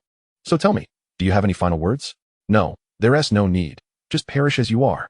His tone was filled with cruelty, as though Lin Fan had already been marked for death. The chilling aura of murder seemed to lower the temperature of the entire courtyard. Sensing the ominous atmosphere, the Black Panther instinctively shrank back behind Lin Fan, fearing it would be the first to be struck down amidst the impending chaos. In stark contrast, the dragon on Lin Fan's shoulder wore a sardonic expression, its eyes brimming with eagerness for battle. Sensing the dragon's fighting spirit, Lin Fan gently caressed it, offering a soft reassurance, before turning to the ravenous members of the three great families and teasingly asked, are the reinforcements from the clan leaders and elders what you speak of? Clap, clap. As soon as his words fell, Lin Fan lightly applauded. Boom, boom. In an instant, numerous corpses began to be hurled into the courtyard from beyond the walls. 5, 10, 100. The bodies, long deceased, continued to rain down. The once spacious Lin family courtyard grew increasingly cramped under the mounting pile of corpses, the stench of blood becoming ever more pungent. In that moment, the Lin family courtyard resembled a purgatory, as they gazed upon the multitude of lifeless bodies. The members of the three prominent families initially found themselves engulfed in shock and disbelief. However, as they regained their composure, a chilling realization dawned upon them. Each corpse was familiar. Patriarch. This is our esteemed patriarch from the Li family. How could this happen? Elder. Who could have committed such an atrocity against you? Young Master Li. Your demise is so tragic. Master Su. Our esteemed leader. Each anguished cry resonated from the lips of the members of the three families, Su, Li, and Su, leaving them in a state of utter confusion. These bodies represented the pillars of their households, the very foundation upon which their dominance over Shattered Stone City was built. Now they lay lifeless. Who could be responsible for such a heinous act? The ability to slay so many formidable individuals in one fell swoop suggested the emergence of an unspeakable evil. Suppressing their dread, they examined the faces of the deceased, yearning to uncover some hint of the truth within their expressions. Shock, terror, regret, and disbelief. The complexity of their visages offered no clues whatsoever. Such intricate expressions could only arise from hearing or witnessing something shockingly profound in their final moments. But what could it have been? Not only were the youths of the three families taken aback, but even Lin Nandi and another disciple of the Divine Emperor sect stood frozen in astonishment. The elite forces of the three families, numbering in the hundreds, had been completely annihilated. How could this be? Lin Nandi exchanged a glance with the other disciple, both reflecting the same disbelief. For reasons unknown, Lin Nandi's gaze inexplicably fell upon Lin Fan. Who could it be? Who could have perpetrated such a malevolent deed against our three families? Show yourself, demon. Why have you unleashed this upon us? Amid their despair, cries echoed, Patriarch, please do not leave us. Each member of the three families, staring at the ground strewn with corpses, raised their voices to the heavens, desperate to uncover the identity of the perpetrator responsible for this horror. At that moment, a thunderous voice erupted from the entrance of the backyard. By the decree of the Divine Emperor sect, we are here to cleanse Shattered Stone City of its treasonous families. The mention of the Divine Emperor sect silenced the cacophony of curses, wails, and screams that had filled the Lin family's courtyard. Their expressions froze in disbelief, struggling to comprehend what they had just heard. Impossible. It could not be the Divine Emperor sect. At that very moment, two disciples from the Divine Emperor sect were preparing to ambush Lin Fan. Thus, it could not be the handiwork of the sect. Such thoughts also crossed the minds of Lin Nandi and his companion, their faces darkening with anger. How dare anyone impersonate the Divine Emperor sect? They pieced together the situation, concluding that someone must have maliciously appropriated the sect's name to orchestrate the massacre of the three families in Shattered Stone City. This was nothing short of a provocation against the Divine Emperor sect. With this realization, Lin Nandi's eyes glinted with fury as he bellowed towards the source of the voice. Bold one, who dares to impersonate the name of the Divine Emperor sect? A series of footsteps echoed at the entrance of the backyard, and soon, a figure appeared, accompanied by three others. The four walked slowly and quietly, as if taking a leisurely stroll, and in a brief moment, they stood before the crowd. The leader was a young man of remarkable stature, tall and graceful, with a countenance akin to jade.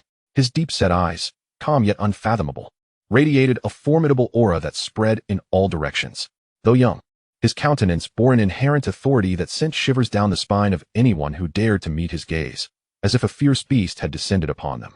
Behind the young man were three elderly figures, their hair as white as snow, faces etched with deep wrinkles that seemed to tell tales of impending mortality. Yet, within their slightly closed eyes flickered a terrifying brilliance. Those who inadvertently met their gaze felt as if pierced by needles, their hearts racing with trepidation. But that was not the most alarming aspect. What truly struck fear into the hearts of all present was the realization that these four were all formidable warriors of the Martial King realm. As they entered the Lin family's backyard, the atmosphere grew heavy, suffocating the breath from those present. The members of the three great families felt an overwhelming pressure, leaving them too afraid to even exhale, lest they inadvertently offend these martial kings. Although their identities were shrouded in mystery, the slightest move from them could lead to utter destruction. While the onlookers were oblivious to the newcomers' identities, Lin Nandi and another disciple of the Divine Emperor sect recognized them instantly. Cold sweat trickled down their foreheads as they knelt before the four, exclaiming, "Disciples Lin Nandi and Qin Song, pay their respects to the young sect master and elders." Chapter 74, Sect Master of the Divine Emperor Sect, Lin Fan Elders? Young Sect Master. Stunned silence enveloped the assembly. Lin Bingtian, Lin Haoyan, Li Naiqian, and everyone present were momentarily lost in a haze of confusion. How could this be? The young man before them was the young sect master of the Divine Emperor sect, the prodigious Li Xian, who had risen 15 ranks in just 4 days. What was he doing in the small town of Shattered Stone, uttering such words? Traitors? How could the three great families of Shattered Stone be labeled as traitors? The three figures behind Li Xian were the true power holders of the three great sections. What on earth had transpired? After a brief moment of stupefaction, everyone finally reacted, their faces reflecting shock as they bowed respectfully to the four. Head of the Lin family, Lin Bingtian, pays his respects to the young sect master and esteemed elders. Lin Haoyan pays his respects to the young sect master and esteemed elders. Li Naiqian. The chorus of greetings echoed continuously, creating a cacophony in the courtyard. Yet, despite their prostration, the doubts in their hearts lingered. What significant event could have prompted these powerful figures from the Divine Emperor sect to arrive in Shattered Stone? The crowd was left bewildered. However, what followed next nearly caused their eyes to bulge in astonishment. Li Xian and the three elders remained unfazed by the crowd's reverence and walked straight towards Lin Fan. And then, in a moment that left all onlookers utterly astounded, for individuals suddenly knelt down on one knee with a resounding thud. Their gentle kneeling produced a sound barely perceptible. Yet to the ears of the crowd, it reverberated like a thunderous clap. The assembly was collectively dumbfounded. At that instant, the four addressed Lin Fan, stating, "Disciple Li Xian pays homage to the master. We pay our respects to the sect leader. Esteemed sect leader, regarding the bounty for your affairs in Shattered Stone City, we have dealt with all the traitors." Hiss. These words prompted an audible gasp from everyone present. The scene then fell into an eerie silence. Master? Sect leader? Lin Shan Emperor? How could this be? The astonished martial artists, their mouths agape in shock, gazed at Li Xian and his companions. Then turned to the composed Lin Fan, utterly bewildered. Yet, the truth lay bare before them. The revered young master and elders of the Divine Emperor sect, once perceived as towering giants, were genuinely kneeling before Lin Fan. This must be a deception, surely? All were plunged into profound self-doubt. However, one individual experienced a sudden epiphany, Lin Nandi. Upon witnessing the highest-ranking quartet of the sect bowing before Lin Fan, he comprehended everything. His previous intuitions had not been mistaken. That sense of familiarity was indeed genuine.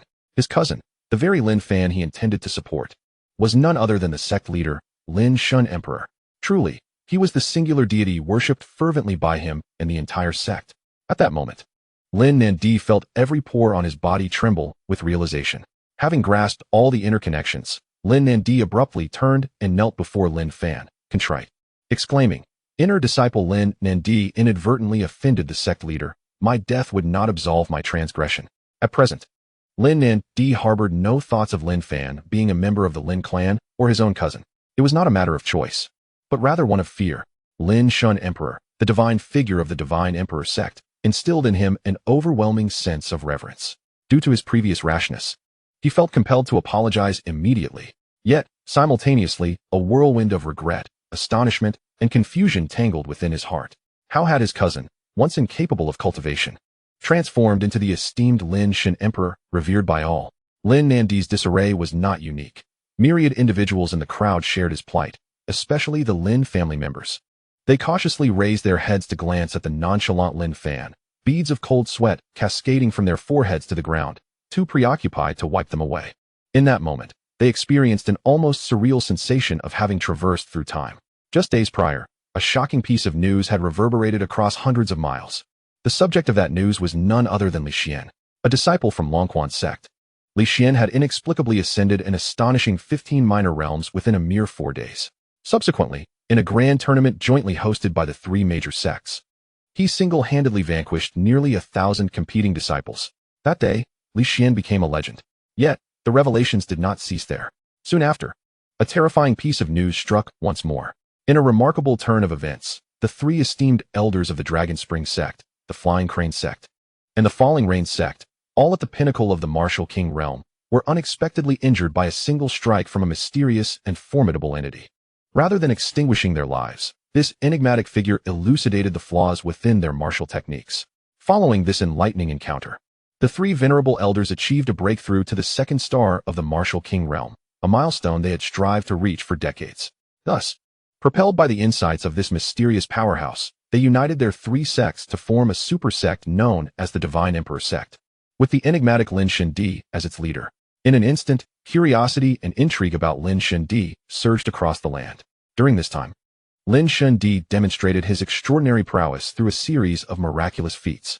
The former leader of the Dragon Spring sect, Longyuan, effortlessly ascended to the 1st star of the Martial King realm under Lin Shan Di's guidance.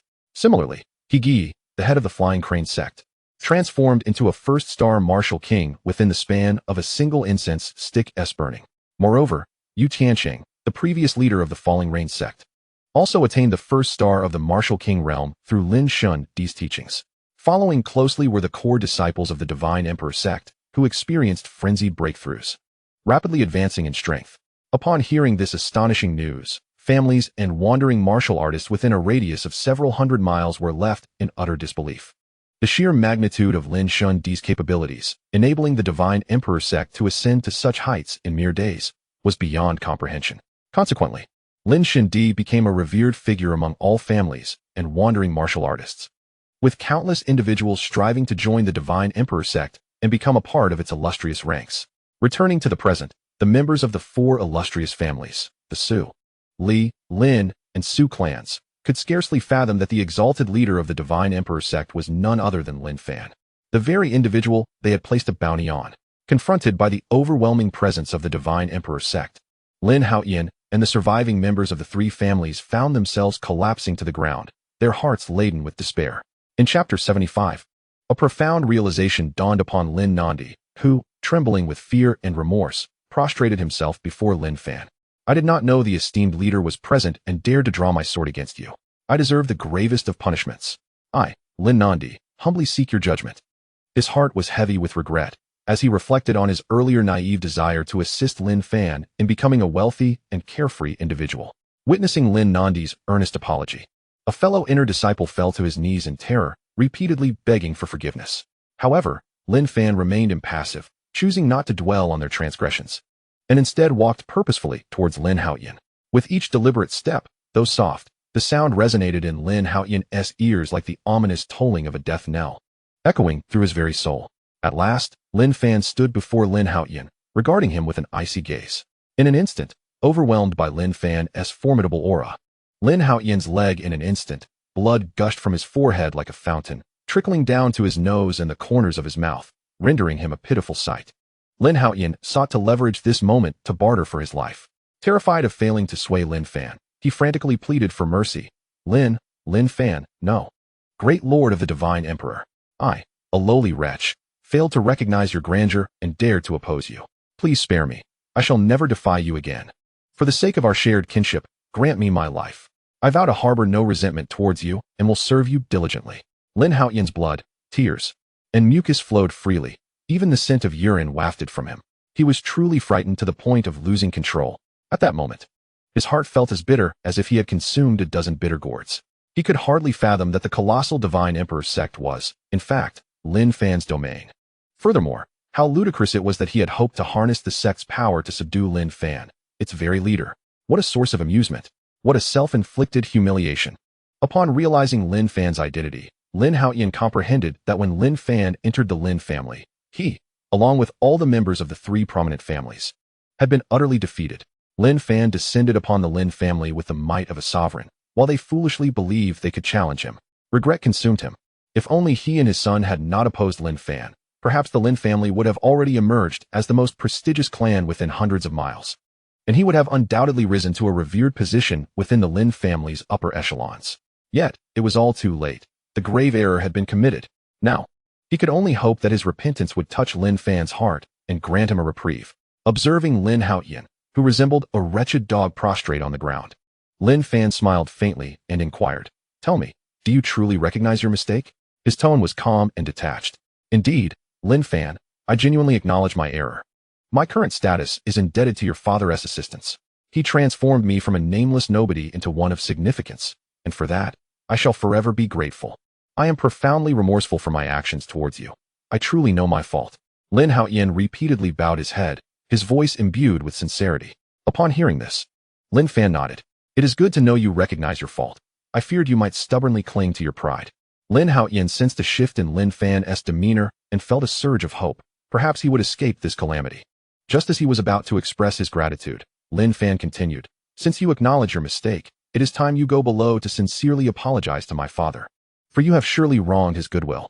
Below, Lin Haoyan's expression changed drastically upon hearing this. In a state of panic, he attempted to flee, but it was too late. With a swift sound, the azure dragon's sword flashed forth, striking like lightning at Lin Haoyan's throat. A crimson fountain erupted instantaneously. Moments later, his head rolled away from his body, tumbling to the ground, finally coming to rest before the members of the three prominent families. They gazed upon Lin Haoyan's face, still etched with expressions of terror and regret, and their hearts trembled. Suddenly, their bodies began to shudder, as if all strength had been siphoned away. One by one, they collapsed onto the ground, their eyelids fluttering, filled with a mix of fear and trepidation as they looked at Lin Fan. The realization dawned upon them. Lin Fan was simply too formidable. They finally understood that their continued existence was not due to Lin Fan's inability to defeat them, but rather because they were far too weak, so weak that Lin Fan didn't even deem them worthy of his attention. With this understanding, the faces of the members of the three great families were painted with regret and dread. Had they been out of their minds to provoke such a powerful foe? However, it was too late for regrets. Li Xian, standing silently to the side, stepped forward and softly inquired of Lin Fan, "Master, how shall we deal with the remnants of the three families?" At the sound of Li Xian's words, the members of the three families quaked in fear. Their faces drained of color as they looked toward Lin Fan, hoping to hear words of mercy. Yet, their hopes were destined to be dashed. Lin Fan frowned and waved his hand dismissively. "A bunch of eyesores. Just kill them all." With that casual remark, the words fell upon the ears of the three families like the harbinger of doom. Before they could respond, Li Xian turned to the members of the three families and coldly declared, "The master has issued an order. All members of the Su, Li, and Su families are to be executed." As soon as Li Xian conveyed this command, a chorus of affirmations sounded. Xuanhuan, we heed the master's decree. Feiya, we heed the master's decree. Luoyu, we heed the master's decree. No sooner had the words been spoken than formidable figures with rich, vibrant energy leaped over the courtyard walls, each clad in long robes adorned with intricate green patterns. These were the enforcers of the Divine Emperor sect. Kill, kill, kill. The disciples of the Divine Emperor sect wielded their swords with the ferocity of tigers among a flock of sheep, ruthlessly slaughtering the members of the three families, who were utterly incapable of mounting any resistance. Blades flashed and blood stained the heavens. Chapter 76. Clues from Father with overwhelming force. The disciples of the Divine Emperor sect faced off against the martial artists of the three families, resulting in a one-sided massacre. With each swing of their swords, members of the three families fell. Each thrust of the blade resulted in the ground being stained with their blood, swift and decisive.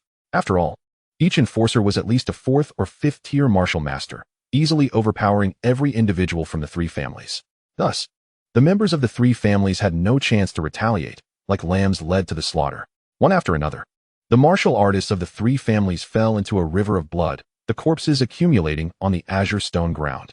The sheer volume of blood caused the entire rear courtyard to reek with a strong, acrid scent of carnage, resembling a bloody purgatory. With a final thrust, a disciple plunged his sword into the throat of elderly Nikian, marking the complete annihilation of all families in Shurta City, save for the Lin family. Silence.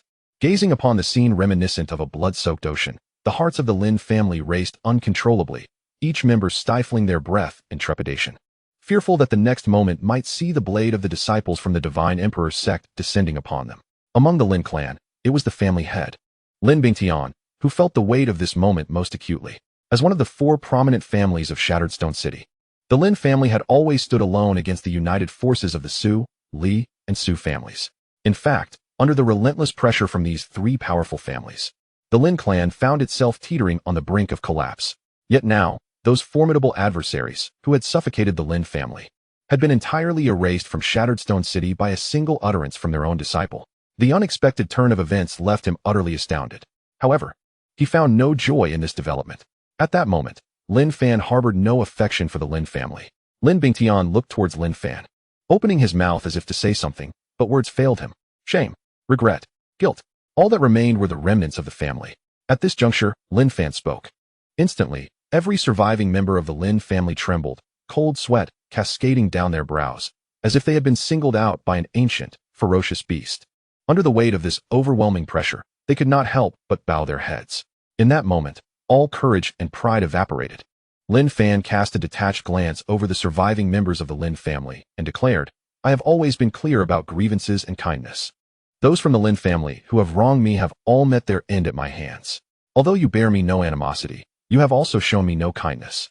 Therefore, from this day forth, you shall tread your own path." His voice was imbued with a sense of indifference and distance.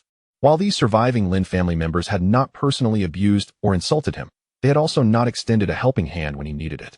Henceforth, there was no need for any ties between them. Having uttered these words, Lin Fan proceeded without hesitation, leading the disciples of the Divine Emperor sect away. As they watched his figure gradually recede, the Lin family, who had been holding their breath, finally exhaled, collapsing onto the ground, gasping for air. Their faces were a tapestry of complex emotions, mingling fear and dread with profound regret. For the Lin family had lost a chance that should have brought them boundless glory. After a prolonged moment of shock, Lin Bingtian was the first to regain his composure. With a deep sigh, he addressed his disciples. "Enough. Do not just stand there foolishly. Clear out the back courtyard." The Lin family members quickly responded in unison. As he observed their bustling activity, Lin Bingtian turned once more to the fading silhouette of Lin Fan. Suddenly, his expression shifted, as if struck by a revelation, and he hurriedly turned to sprint towards his own courtyard. With a forceful push, Lin Bingtian flung open his door and raced to the corner of his room, rummaging through every nook and cranny in search of something. After a while, he finally unearthed a dusty wooden box, gently blowing away the dust that had settled atop it. He opened the box with a decisive snap. Inside lay a silken pouch. As he beheld the pouch, a nostalgic expression crossed Lin Bingtian's face, and he murmured, "Shouty on." Without a moment's hesitation, he took off in pursuit of Lin Fan. "Lin Zhongzhu, please wait a moment." At the entrance of the manor, Lin Bingtian caught up with Lin Fan and called out to him. Lin Fan furrowed his brow and halted, remaining silent. Nearby, Li Xian turned around and inquired, Master Lin, what business do you have with my master? Li Xian's demeanor was frosty. Despite his master's association with the Lin family, there was no bond of affection between them. And thus, there was no need for pleasantries.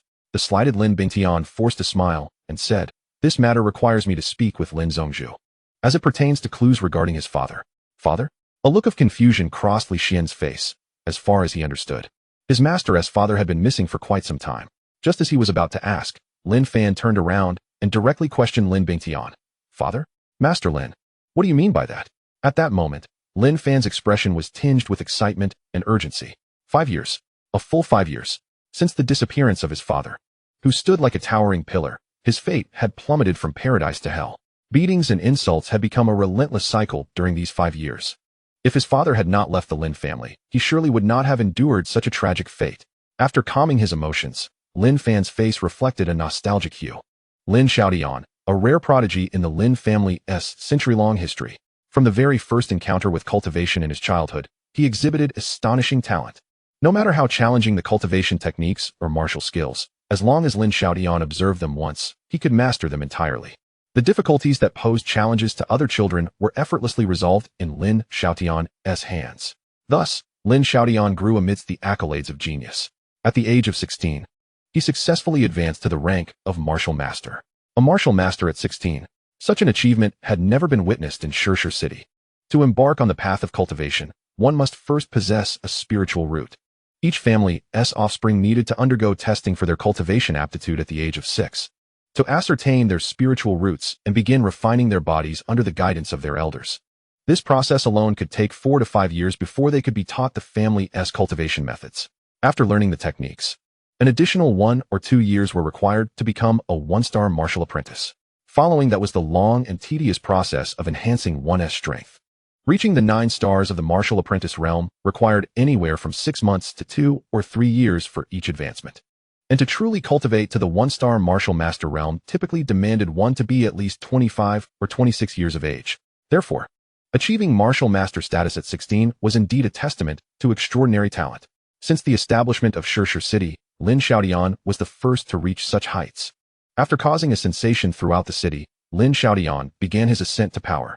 Under his leadership, the Lin family swiftly transformed from an obscure second-rate family into the most sought-after first-class family in Shurshur City. Subsequently, Lin Xiaotian gracefully withdrew from Shurshur City to travel the world. When he reappeared in the sights of the people of Shurshur City, they were astonished to see him cradling a still infant child. Chapter 77. The Past of Parents. Indeed, that infant is Lin Fan. Who is Lin Fan's mother? Why did she not return with Lin Xiaotian? These questions remained unaddressed by Lin Xiaotian. Although the circumstances surrounding that enigmatic woman are unclear, one can discern from Lin Fan's delicate features that she must be an ethereal beauty. Indeed, the other families in Shattered Stone City harbored apprehensions regarding Lin Fan's arrival. If such a formidable figure as Lin Xiaotian could stifle their breath, then his son, inheriting his illustrious lineage, would undoubtedly be even more powerful. Would they not be forever subservient to the Lin father and son? Amidst these concerns, the moment arrived when young Lin Fan was to be assessed for his spiritual roots at the age of 6, under the watchful eyes of the multitude. The people of Shattered Stone City anticipated witnessing yet another historical event, but an unexpected turn of events occurred. Lin Fan astonishingly turned out to possess no spiritual roots. Despite numerous attempts from the Lin family's overseer, the outcome remained singular. Lin Fan was merely an ordinary individual devoid of spiritual roots. The news sent shockwaves throughout Shattered Stone City. They could scarcely fathom that such a prodigious figure as Lin Xiaotian could have a son who was an ordinary person without spiritual roots. It was utterly unfathomable.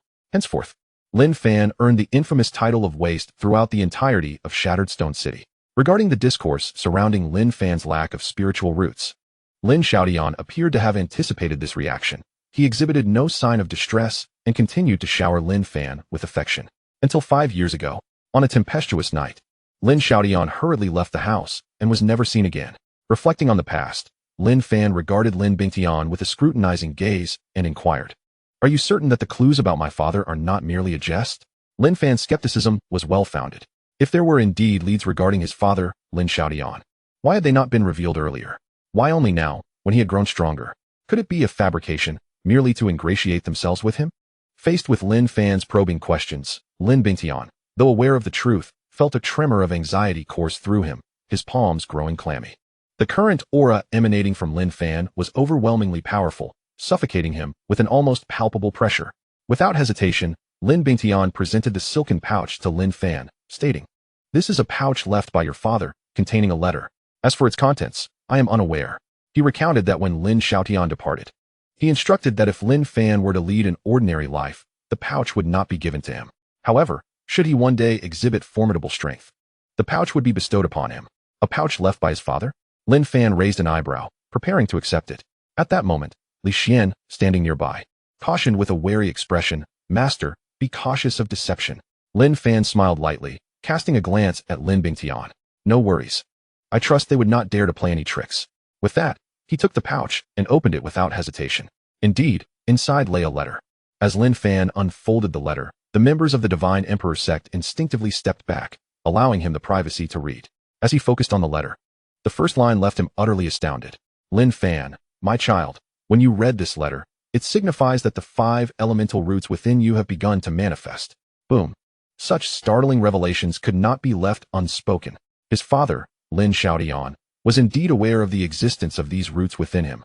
Although he only understood the basics of the 5 elemental roots, it was enough to leave Lin Fan in a state of astonishment. It is worth noting that the secret of these roots only became clear to him after his transmigration. How could his father possibly know? Why had he remained silent when Lin Fan was tested and found lacking in roots? What, pray tell, is going on? Lin Fan's face was a tapestry of shock intertwined with confusion, compelling him to hastily read on. Indeed, Lin Xiaotian elucidated the matter. "My dear Fan, you must be quite perplexed at this moment. When you were 6 years old, you were clearly devoid of roots, yet now you possess not only 1, but 5. The origins of this phenomenon trace back to your mother." Mother. Upon reaching this point, Lin Fan's heart quivered, his countenance adorned with profound astonishment. He had never harbored any memories of his mother, for he was brought back solely by his father, who had raised him alone. In his childhood, when other children taunted him for being motherless, he had rushed home in tears to inquire of his father. His father had comforted him, asserting that he did indeed have a mother, the most wonderful and beautiful mother in the world. However, she had departed to a distant place for some urgent matter, promising to return once it was resolved. As a child, he had believed this wholeheartedly, but as he matured and witnessed his father drowning his sorrows in alcohol, he ceased to inquire further. Now, unexpectedly, his father had chosen to broach the subject. A glimmer of delight sparkled in Lin Fan's eyes as he continued to read. "After leaving Shattered Stone City, your father traveled extensively across the 9 provinces, experiencing diverse landscapes and ultimately meeting your mother. From the very first moment I laid eyes upon her, I was utterly captivated. She was beautiful, kind, and delightfully whimsical, each attribute drawing me in deeper. As we grew closer, we embarked on countless adventures together. Those years were the happiest of my life." At this revelation, an involuntary smile crept upon Lin Fan's lips as he murmured, "So, this is how my father and mother met." He pressed on with the reading.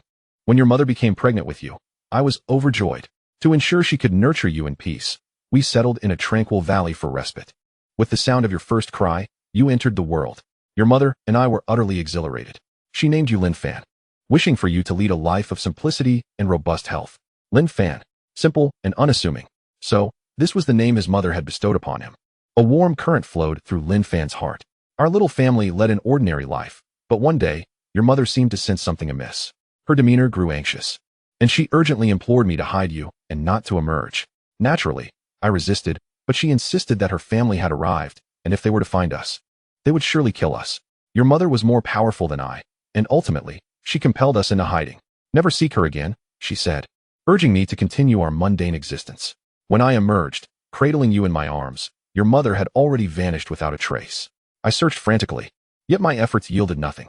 In desperation, I brought you back to our clan, resolved to care for you while I continued my search for your mother." Chapter 78. The Name of the Divine Bang. Lin Fan's fist struck the Lin family's gate with tremendous force, under the weight of his formidable spiritual pressure.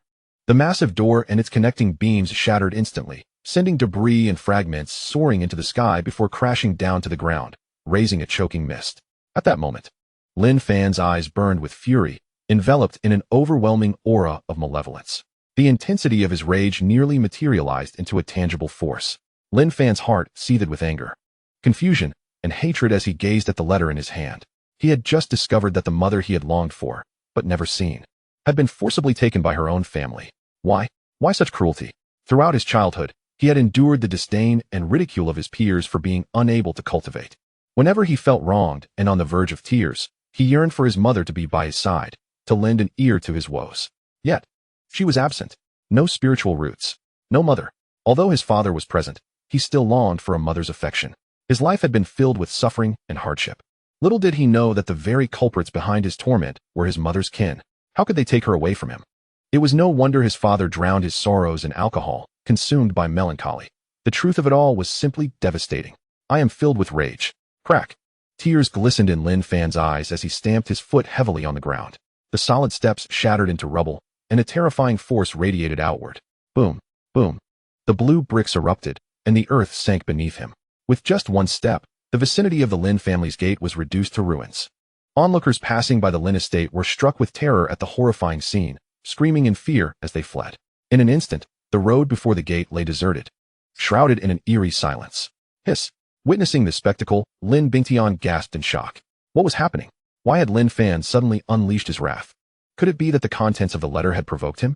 His eyelids twitched uncontrollably, and his hands trembled, fearing that Lin Fan might strike him down in the next moment. After all, it was he who had presented that letter. Indeed, before Lin Fan could utter a word, his loyal companion Li Xian and the three elders surrounded Lin Bingtian, regarding him as if he were already a dead man. They awaited Lin Fan's command, ready to extinguish Lin Bingtian's life at a moment's notice. At this point, Lin Bingtian's legs twisted in agony, unable to support him any longer, and he collapsed onto the ground. Sitting there, he implored Lin Fan, "Spare me, Master Lin. Please spare me. This letter was entrusted to me by your father, and I am genuinely unaware of its contents. I implore you to show mercy and spare my life. Although I feel a sense of injustice." Lin Bingtian continuously begs for forgiveness, driven by the instinct for self-preservation. It is these pleas that draw Lin Fan back from the tempest of anger. Observing Lin Bingtian surrounded, Lin Fan initially stands in shock, but soon comprehends the situation. With a wave of his hand, he softly commands, "Do not trouble the head of the Lin family. He is not at fault." Yes, Li Xian and the three elders bowed respectfully before releasing their hold on Lin Bingtian. With a sigh of relief, Lin Bingtian gasped for breath. In a mere moment, his back was drenched with perspiration. It is crucial to note that Li Xian and the others are formidable martial kings, and under their immense spiritual pressure, he nearly suffocated. After calming his racing heart, he turned gratefully to Lin Fan and expressed, "Thank you, Sect Master Lin." Lin Fan nodded and continued reading, eager to uncover what transpired next. "I have searched for your mother day after day, year after year, yet to no avail. Just when despair began to consume me, I stumbled upon a lead regarding your mother. However, this journey may be fraught with peril. Although your spiritual roots have been concealed by your mother's secret arts, they may awaken unexpectedly one day. The sealing of your spiritual roots was a precaution against persecution from her family. If they awaken, you will see this message. Remember to steer clear of the Duanmu clan. Distance yourself as far as possible. Remember." As the letter concluded, Lin Fan clutched the paper tightly, rendered speechless for an extended period. It dawned on him that his inability to reveal his spiritual roots was orchestrated by his mother, intended to safeguard him. Moreover, his father's disappearance was also linked to the search for his mother. Understanding all of this left Lin Fan with a bittersweet ache in his heart, and his eyes began to glisten with unshed tears. After a considerable time, his emotions finally began to stabilize. His gaze fixed firmly on the family name mentioned in the letter, Duanmu. Lin Fan's expression darkened, nearly dripping with resentment. It was this Duanmu clan that had shattered his family. Yet, he found himself utterly ignorant about them. After a moment of contemplation, he waved to summon the three elders. Upon their respectful arrival, old ancestor Longhwan cautiously inquired, "Sectmaster, do you have any instructions?" Lin Fan nodded and asked, "Have you ever heard of the Duanmu clan?" "The Duanmu clan?" Old ancestor Longhwan, along with old ancestor Feihe and old ancestor Lu Yu, exchanged glances and furrowed their brows, deep in thought. As time passed, just as Lin Fan was about to abandon his inquiry, old ancestor Feihe suddenly exclaimed with delight, "The Duanmu clan? I remember now." "Oh." Lin Fan's expression brightened immediately, and he eagerly questioned, "What exactly is the nature of this Duanmu clan?" Old ancestor Feihe responded with a bow, "In truth, my knowledge is limited, as this Duanmu clan is shrouded in mystery. I have only encountered a few notes about them in an ancient tome. In that tome, the Duanmu clan is referred to as a clan of the divine." A clan of the divine. Lin Fan was momentarily taken aback. then shook his head with a derisive laugh. God, such audacity. No wonder you are so tyrannical, tearing our family apart. As he spoke, Lin Fan's gaze turned icy, directed toward the distant sky. Regardless of whether you are a deity or a demon, anyone who dares to disrupt our family will face my wrath. If you are a god, I shall drag you down to the mortal realm. If you are a demon, I will cast you into the abyss of hell. He vowed to ruthlessly obliterate any obstacle that stood in the way of his reunion with his parents. Boom. His robes billowed as an immense spiritual pressure erupted from Lin Fan, centered around him. The force, equivalent to that of a 9-star martial king, enveloped the 3 elders and Li Xian, leaving them with a sense of suffocation. So powerful, truly overwhelming. Li Xian and the 3 elders struggled to maintain their composure. Their eyes filled with reverence as they regarded Lin Fan.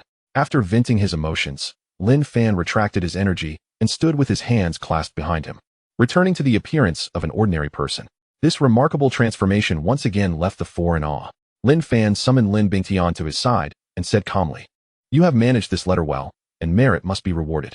Later, select some virtuous descendants of the Lin family to send to the Divine Emperor sect for training." Chapter 79. The Invasion of the Shadow Puppet Cult. Lin Bingtian was momentarily speechless upon hearing Lin Fan's words. It was his son, Lin Nandi, who, filled with excitement, urged him in a hushed tone, "The sect master has shown some favor towards our Lin family, preparing to nurture its virtuous youth. Father, why are you still dazed? Quickly agree." Lin Fan's declaration stirred the greatest excitement in Lin Nandi.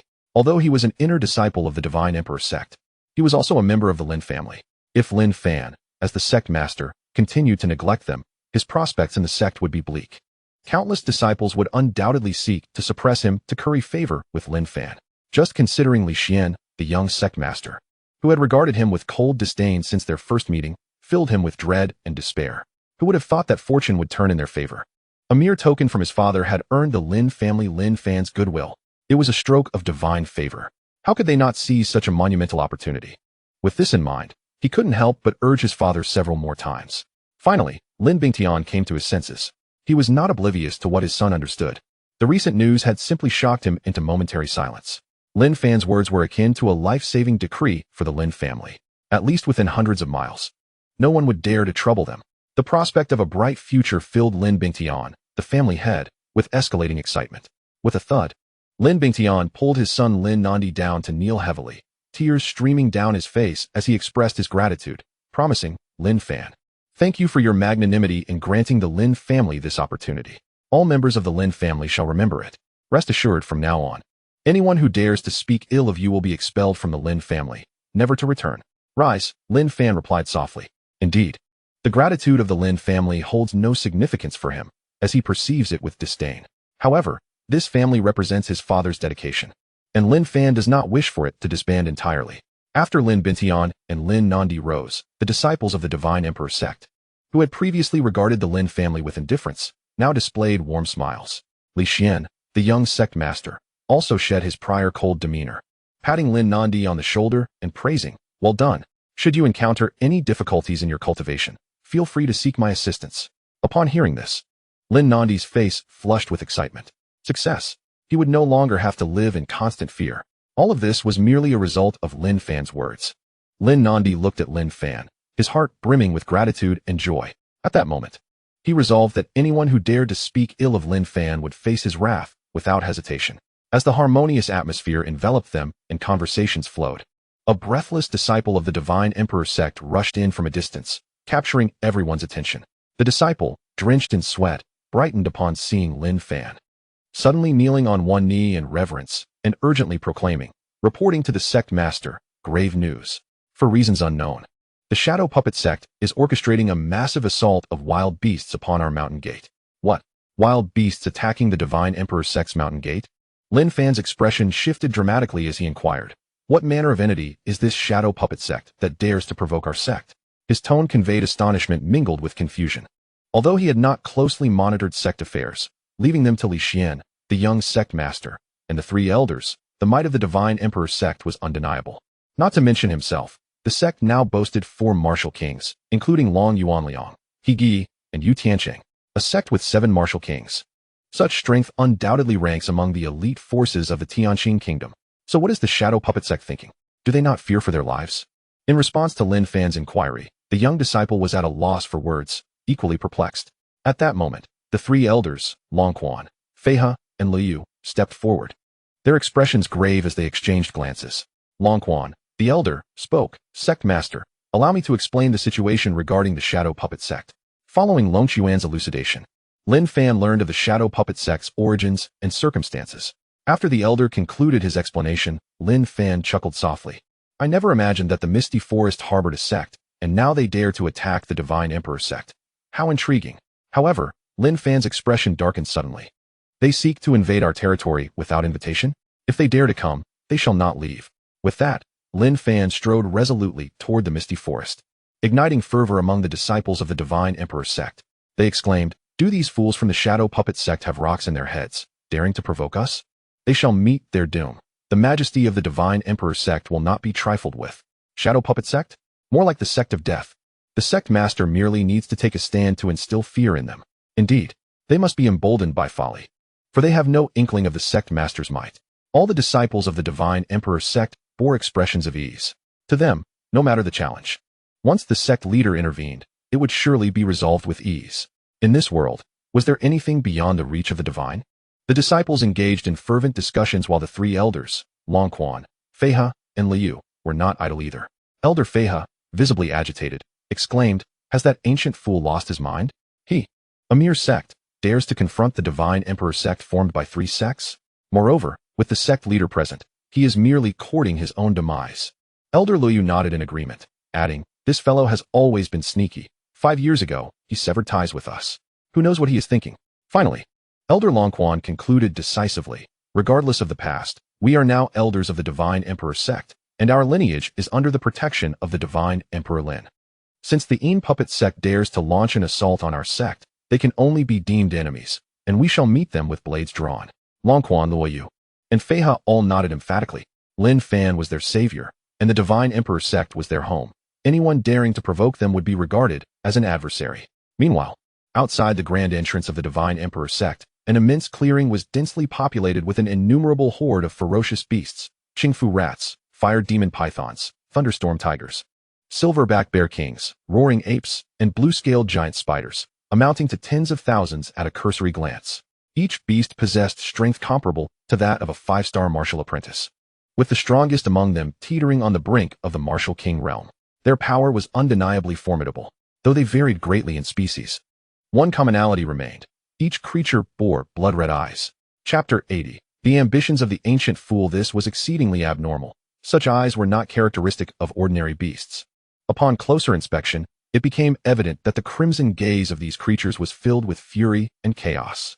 Indeed, these beasts had been controlled and enslaved. The puppeteers stood behind them in a line, cloaked figures clad in black robes. Their hoods concealed their faces, but the faint glow emanating from their fingers as they cast spells revealed their identity. They were disciples of the Een Puppet sect. The number of disciples from the Een Puppet sect was vast. In addition to those currently controlling the beasts, a dark throng of 2,000 to 3,000 disciples stood silently in the background. These black-robed disciples encircled a hastily constructed platform, still exuding the scent of fresh wood shavings. At the center of this platform sat the ancient fool, Een, flanked by 7 or 8 high-ranking members of the Een Puppet sect radiating formidable energy. He was leisurely observing the entrance of the Divine Emperor sect, where a group of disciples was on alert, led by Long Yuan, the head of the Longquan Hall, He Gi, the head of the Feiha Hall, and Yu Tiansheng, the head of the Liu Hall. Noticing the tense expressions on their faces, Een scoffed. How self-destructive. Rather than fulfilling the role of a proper sect leader, they choose to be lackeys for that unknown interloper. Divine Emperor Lin? Bah! Such arrogance. Een spat upon the ground. His face twisted in derision. However, he quickly became exhilarated, declaring, "This is even better. Upon my emergence from seclusion, my intent is to unify the entire Misty Forest and establish myself as the sole sovereign over the vast expanse of hundreds of miles. The 3 sects, having been amalgamated by an unknown force, shall be eradicated with expedience, thereby saving me the trouble of repeated efforts. The old ghost, Een, has remained dormant for 5 years. Yet this time he reappears with great fanfare, signaling to the powers within hundreds of miles that the Shadow Puppet sect has returned. Moreover, not only has the Shadow Puppet sect returned, but it also seeks to become the unparalleled dominator of this region. Over the past 5 years, he has not only bolstered his own strength, but has also undertaken a comprehensive enhancement of the Shadow Puppet sect. Now, Its power is several-fold greater than before. Currently, if we can obliterate the so-called Divine Emperor sect, the Shadow Puppet sect shall reign as the one true deity within this vast territory. And as for the pseudo-deity known as the Divine Emperor sect, it shall be annihilated. At this moment, the Grand Elder of the Shadow Puppet sect, Sun Buhui, gazed at the prepared beast battalion and inquired of Yin, sect leader, the disciples are ready. Shall we now launch an assault on the Divine Emperor sect's mountain gate? Yin squinted slightly and replied indifferently, yes, initiate the attack, and ensure that none are spared. Sun Buhui acknowledged with a nod, then rose and bellowed towards the beast as the atmosphere suddenly grew heavy. Yu Tianqing slammed his palm against the stone table before him. A fierce expression etched upon his face. Blast it! I am but a man. Can we not deal with these mindless beasts? He turned to the disciples of the Divine Emperor sect, who, though their faces bore concern, showed no signs of retreat. Fear not. The protective array of our sect has been personally reinforced by our esteemed sect master. Its defenses are undoubtedly sound. The immediate priority is to monitor every point of the array. Should any area reveal a weakness, we must swiftly repair and support it. Trust in me. Under the blessing of our sect master, victory shall surely belong to the Divine Emperor sect. At the mention of the sect master, a magnificent figure surged into the minds of all disciples. Indeed, sect master Lin, a person of celestial caliber, was present. With him here, the Divine Emperor sect would undoubtedly repel the invaders. With this thought, determination shone on each disciple's face, and they all harbored a singular resolve to hold their ground. They would await the return of the sect master to bring an end to all of this. With Yu Tianqing's stirring words, all disciples rallied their spirits, imbued with an unwavering belief in victory, fearlessly gazing at the approaching tide of beasts. Long Yuanliang and He Gi exchanged glances, their faces reflecting a sense of shame. Yet they quickly regained their composure, preparing for battle.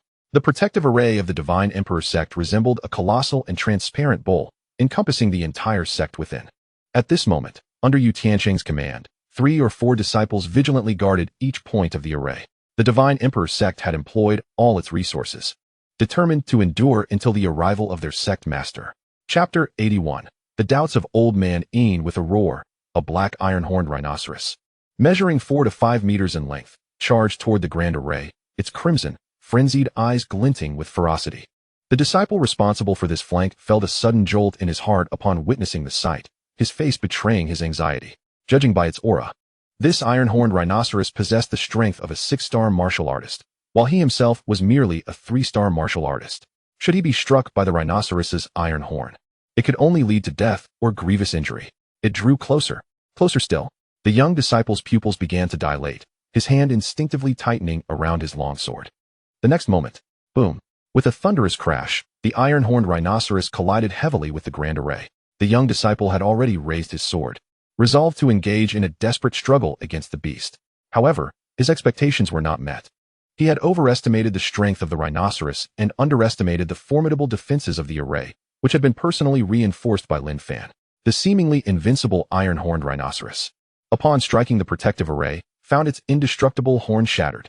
Yet, the array, which appeared weak, remained utterly unyielding. Faced with such a stark disparity, the iron-horned rhinoceros, now with its body's most rigid parts damaged, did not cease its assault. Instead, it threw its head forcefully against the array, with a resounding crash. The outcome was unmistakable. The head of the iron-horned rhinoceros shattered like a ripe watermelon, spilling forth a gruesome mixture of red and white. The young disciples stood in stunned silence, astonished not only by the formidable defenses of the grand formation, but also by the reckless abandon with which the iron-horned rhinoceros charged into it, seemingly disregarding its own life. Unbeknownst to them, this chaos was entirely orchestrated by the puppetry techniques of the Shadow Puppet sect, under the control of its disciples. These monstrous beasts had long since lost their capacity for independent thought, their minds consumed by a singular command, to engage in relentless slaughter, to breach the protective formation, and to annihilate every disciple of the Divine Emperor sect. As the young disciples gazed blankly at the lifeless body of the iron-horned rhinoceros, a sense of relief washed over them. Protected by the grand formation, they were assured that they could endure until the arrival of their sect leader. This rhinoceros was merely the beginning, a harbinger of what was to come. With its demise, the stench of blood filled the air, inciting the approaching beasts into a frenzy of violence. One after another, these creatures charged headlong into the grand formation, undeterred by the prospect of death. From atop the platform, the old ghost, Yin, watched the unfolding scene with keen interest, A look of delight etched upon his face as he savored the illusion of control. Do you see? These ferocious beasts are merely the first step towards the burial of the Divine Emperor sect. Once the formation is breached, those within will be as lambs to the slaughter. Boom, boom, boom. In an instant, the formation erupted with bursts of crimson. Below, the ground was littered with the corpses of various beasts, numbering in the hundreds. Such a simple charge had resulted in a horrific toll of lives. The excitement on Yin's face began to fade as he observed the heaps of beastly remains alongside the unscathed grand formation. Continue, he commanded, heeding Yin's orders. A second wave of hundreds of beasts, driven by the disciples of the Shadow Puppet sect, charged relentlessly towards the formation once more. Yet, the results were as dismal as before, failing to inflict even a scratch upon the protective barrier. With a dismissive wave of his hand, Yin urged them onward. Thus, wave after wave of beasts crashed against the formation, quickly succumb amidst the overwhelming spiritual pressure. The disciples of the Shadow Puppet sect felt as if an enormous mountain had descended upon them, rendering them utterly immobile. After a considerable interval, the Elder Yin finally dissipated this formidable aura, and the disciples of the Shadow Puppet sect, akin to drowning individuals grasping for air, found themselves drenched and gasping for breath. Elder Yin, of course, was well aware of his disciples' predicament. His visage bore a frown of anger, while his heart swelled with profound frustration. He harbored a meticulous plan for breaching the Divine Emperor sect, with the initial step involving the deployment of a vast multitude of demonic beasts to dismantle the sect's protective formation. Once the formation was breached, the Divine Emperor sect would be as vulnerable as a nest of eggs, left without any means of defense. With unwavering confidence, he believed that with the current strength of the Shadow Puppet sect, annihilation of the Divine Emperor sect was assured. However, to his utter dismay, what he perceived as the simplest of tasks had turned excruciatingly arduous. Thus far, the lives of 2,000 to 3,000 demonic beasts had been sacrificed. Yet not a single crack had marred the protective formation of the Divine Emperor sect. How could this not infuriate the self-proclaimed strategist, Elder Yin? After venting his frustrations, Elder Yin regained his composure, furrowing his brow as a thought crossed his mind. He turned to the Grand Elder, Sun Buhui, and inquired about the current situation of the sect's leader. He suspected that the formidable nature of the protective formation was directly linked to the leader of the Divine Emperor sect. A thread of vigilance arose within Elder Yin's heart. Could it be that the leader of the Divine Emperor sect truly possessed extraordinary prowess? Sun Buhui hastily recounted the intelligence gathered regarding the Divine Emperor sect. The sect leader was widely known as Lin, the Divine Emperor. Divine Emperor? Elder Yin scoffed, finding the title utterly ridiculous despite having heard it numerous times.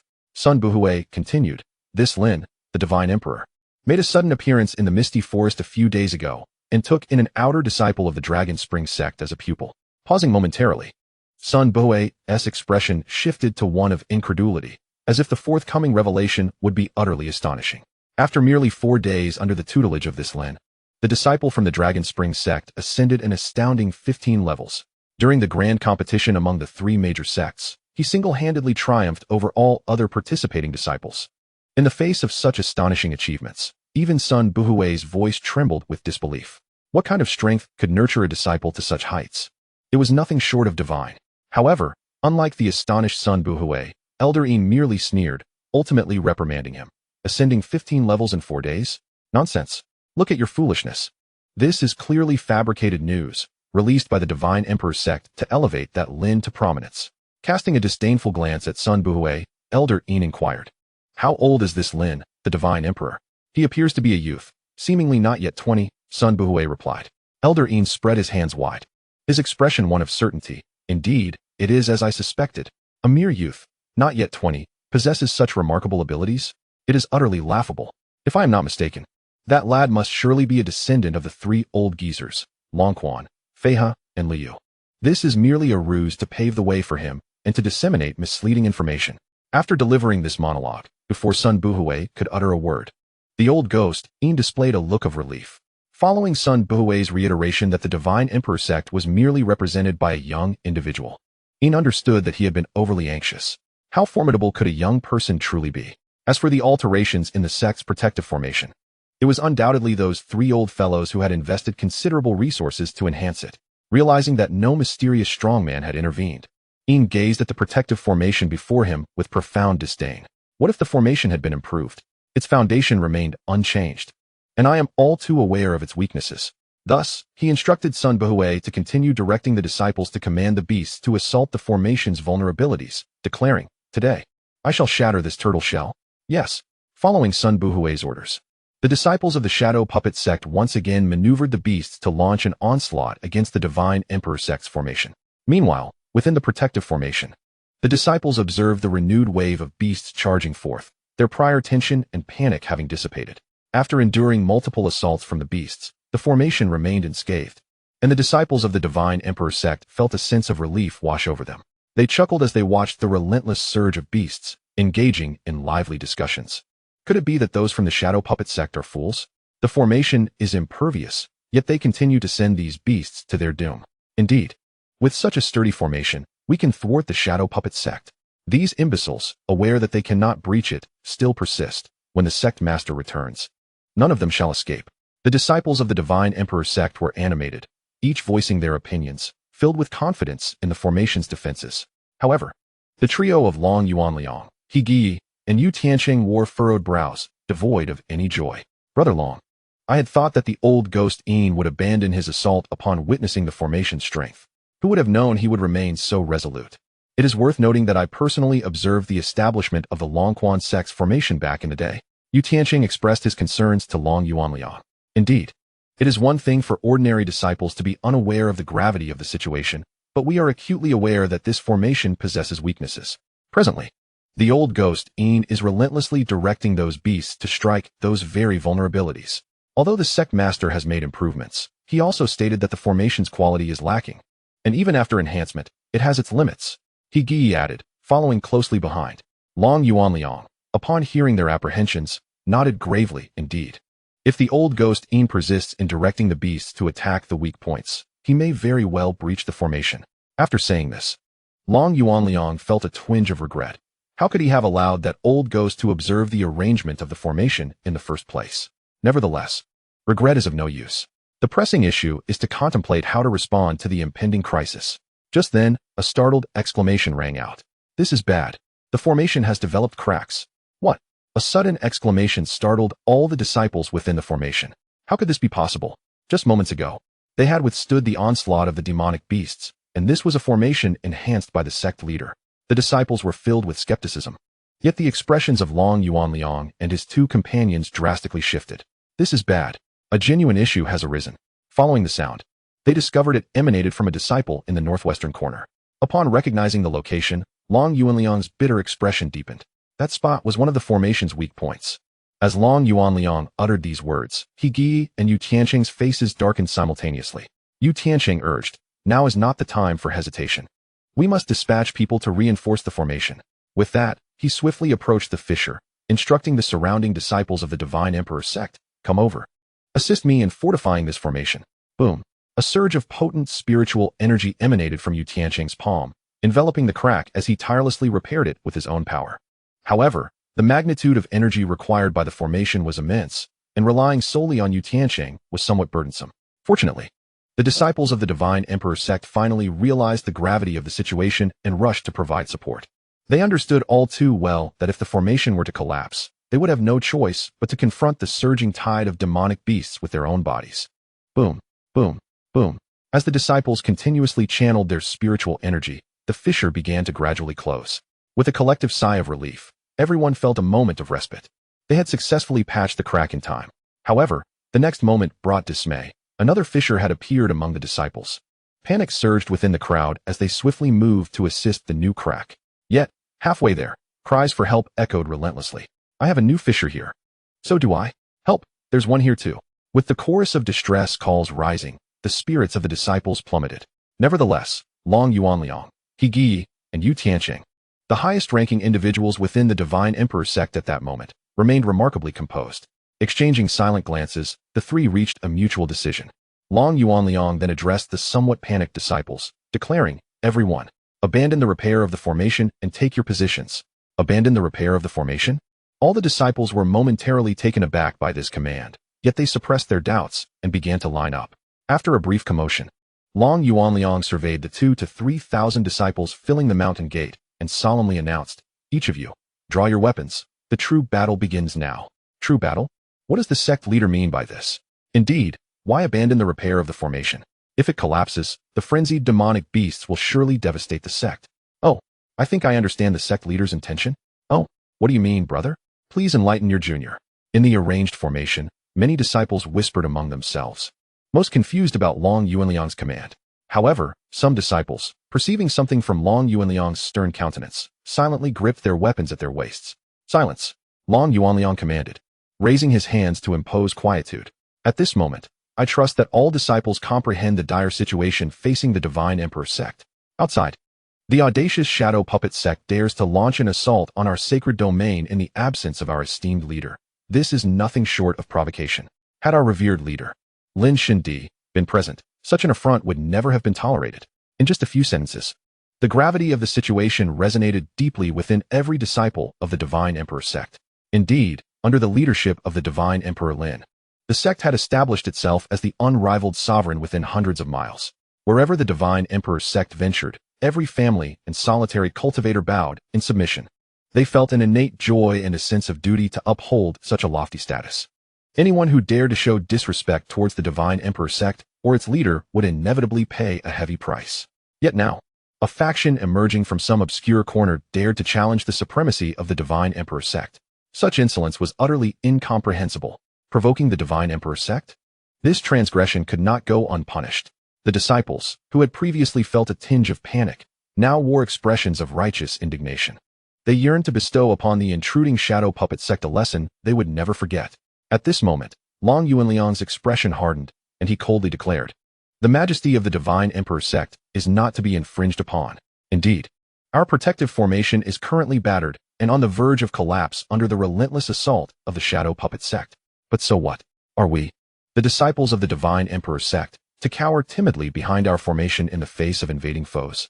Such cowardice would only bring disgrace upon our sacred sect and disappointment to our esteemed leader. We must not commit such a dishonorable act." At this juncture, Yu Tiansheng and He Gi arrived at Long Yuanliang's sides. After casting a glance at both, Long Yuanliang felt a surge of fervor rise within him. Empowered by his spiritual energy, he bellowed to the thousands of disciples of the Divine Emperor sect, "Our sect has been provoked. This is a disgrace. Only blood can cleanse this humiliation. Annihilate the shadow puppet sect." Boom. With Long Yuanliang's final proclamation, a flame of battle ignited within the hearts of all the disciples of the Divine Emperor sect. Clang. In unison, they drew their long swords from their waists, raising them high into the air as they roared in unison. "Blood shall wash away the disgrace. Annihilate the shadow puppet sect. The glory of the Divine Emperor sect shall endure forever." Seeing that the emotions of all the disciples had been stirred, Long Yuanliang, He Gi, and Yu Tiansheng nodded in satisfaction. The morale was palpable. Without hesitation, Long Yuanliang advanced to the heart of the protective formation. Then, under the watchful gaze of thousands of disciples, he proactively retracted the formation, which was on the verge of collapse. Rather than waiting for the formation to shatter and be ridiculed by the shadow puppet sect, it was far better to confront the enemy head-on. As the formation disc was retracted, the entire array emitted a soft pop and began to gradually fade. Moments later, it dissolved into nothingness. As the protective formation of the Divine Emperor sect vanished before their eyes, the disciples of the shadow puppet sect, who controlled the demonic beasts, were momentarily stunned. What on earth was happening? Deprived of their magical control, the attacking beasts came to an abrupt halt. Silence. The battlefield, once rife with bloodshed, had inexplicably fallen into an eerie stillness. The ever-perturbed Elder Yin, who had been growing increasingly agitated from the prolonged siege, could not help but notice this unusual turn of events. He rose abruptly, a look of suspicion crossing his face as he inquired, "What is the meaning of this? Why has the Divine Emperor sect willingly withdrawn their protective formation?" Such an anomalous act left the inherently suspicious Elder Yin baffled. Could it be that a sinister plot was afoot? At that moment, Sun Buhui, standing nearby, let out a scornful laugh and remarked to Elder Yin, "Sect Master, it seems to me they are preparing to surrender." "Surrender?" Elder Yin was taken aback. "What do you mean by that?" "Consider, Sect Master," Sun Buhui continued. "The formation of the Divine Emperor sect has already begun to crack. Even if they were to endure, it would be futile. Realizing their formation can no longer protect them, and witnessing the formidable strength of our sect, they must be ready to capitulate." Upon hearing these words, a look of realization spread across Elder Yin's face, followed by a burst of joyous laughter. Indeed, this so-called Divine Emperor sect was merely a facade. Faced with the likes of him, their true nature was laid bare. The Divine Emperor sect? Lin Fan? Bah! With a cold chuckle, Elder Yin gestured grandly, preparing to command his disciples to unleash the demonic beasts upon their foes. He had no intention of showing mercy to any captives. They were to be exterminated. However, before he could utter his command, a shocking scene unfolded before him. Under the leadership of Long Yuanliang, He Gi, and Yu Tianqing, the disciples of the Divine Emperor sect surged fiercely towards the demonic beasts controlled by the Shadow Puppet sect. In the blink of an eye, the once stationary beasts were struck down by the hands of the Divine Emperor sect's disciples, with over 1,000 of them falling in mere moments. Boom! Witnessing this spectacle, Elder Yin's fury ignited instantly, and he felt as though his heart was bleeding. He had anticipated the disciples of the Divine Emperor sect to be like lambs to the slaughter, withdrawing their protective formation as a prelude to surrender. To his astonishment, they had taken the initiative to attack, especially as they seized the opportunity to eliminate over 1,000 of his precious demonic beasts. Heaven knows the resources the Shadow Puppet sect had expended to gain control over those beasts. Countless disciples had perished in the process. Ultimately, they had managed to control just over 9,000 various demonic beasts. Each one was invaluable. The earlier waves of beasts that had perished in their futile assault on the protective formation had already caused him considerable distress. After all, he intended to use these beasts to assert dominance over rival factions in the future. With this in mind, Elder Yin's temples throbbed with rage as he bellowed at the disciples controlling the demonic beasts. Fools! Counterattack! Strike back at once! Eliminate those disciples of the Divine Emperor sect! Kill them all! Under the weight of Elder Yin's wrath, the disciples of the Shadow Puppet sect finally sprang into action.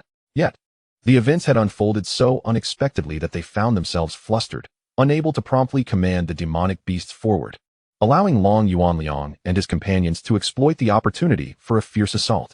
Chapter 84. The Silent Assault. Once again, thousands of demonic beasts met their demise. Yin Laogui was on the verge of fainting from rage. Fools! A bunch of imbeciles!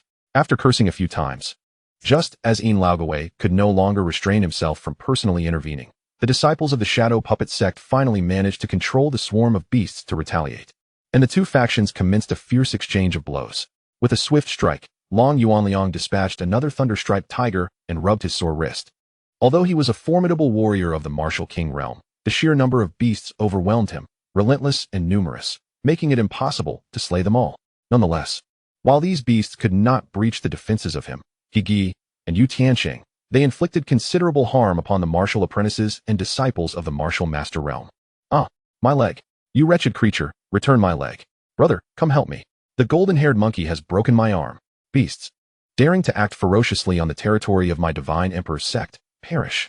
Despite the unwavering determination etched on the faces of every disciple as they bravely fought back, the injuries they sustained were all too real.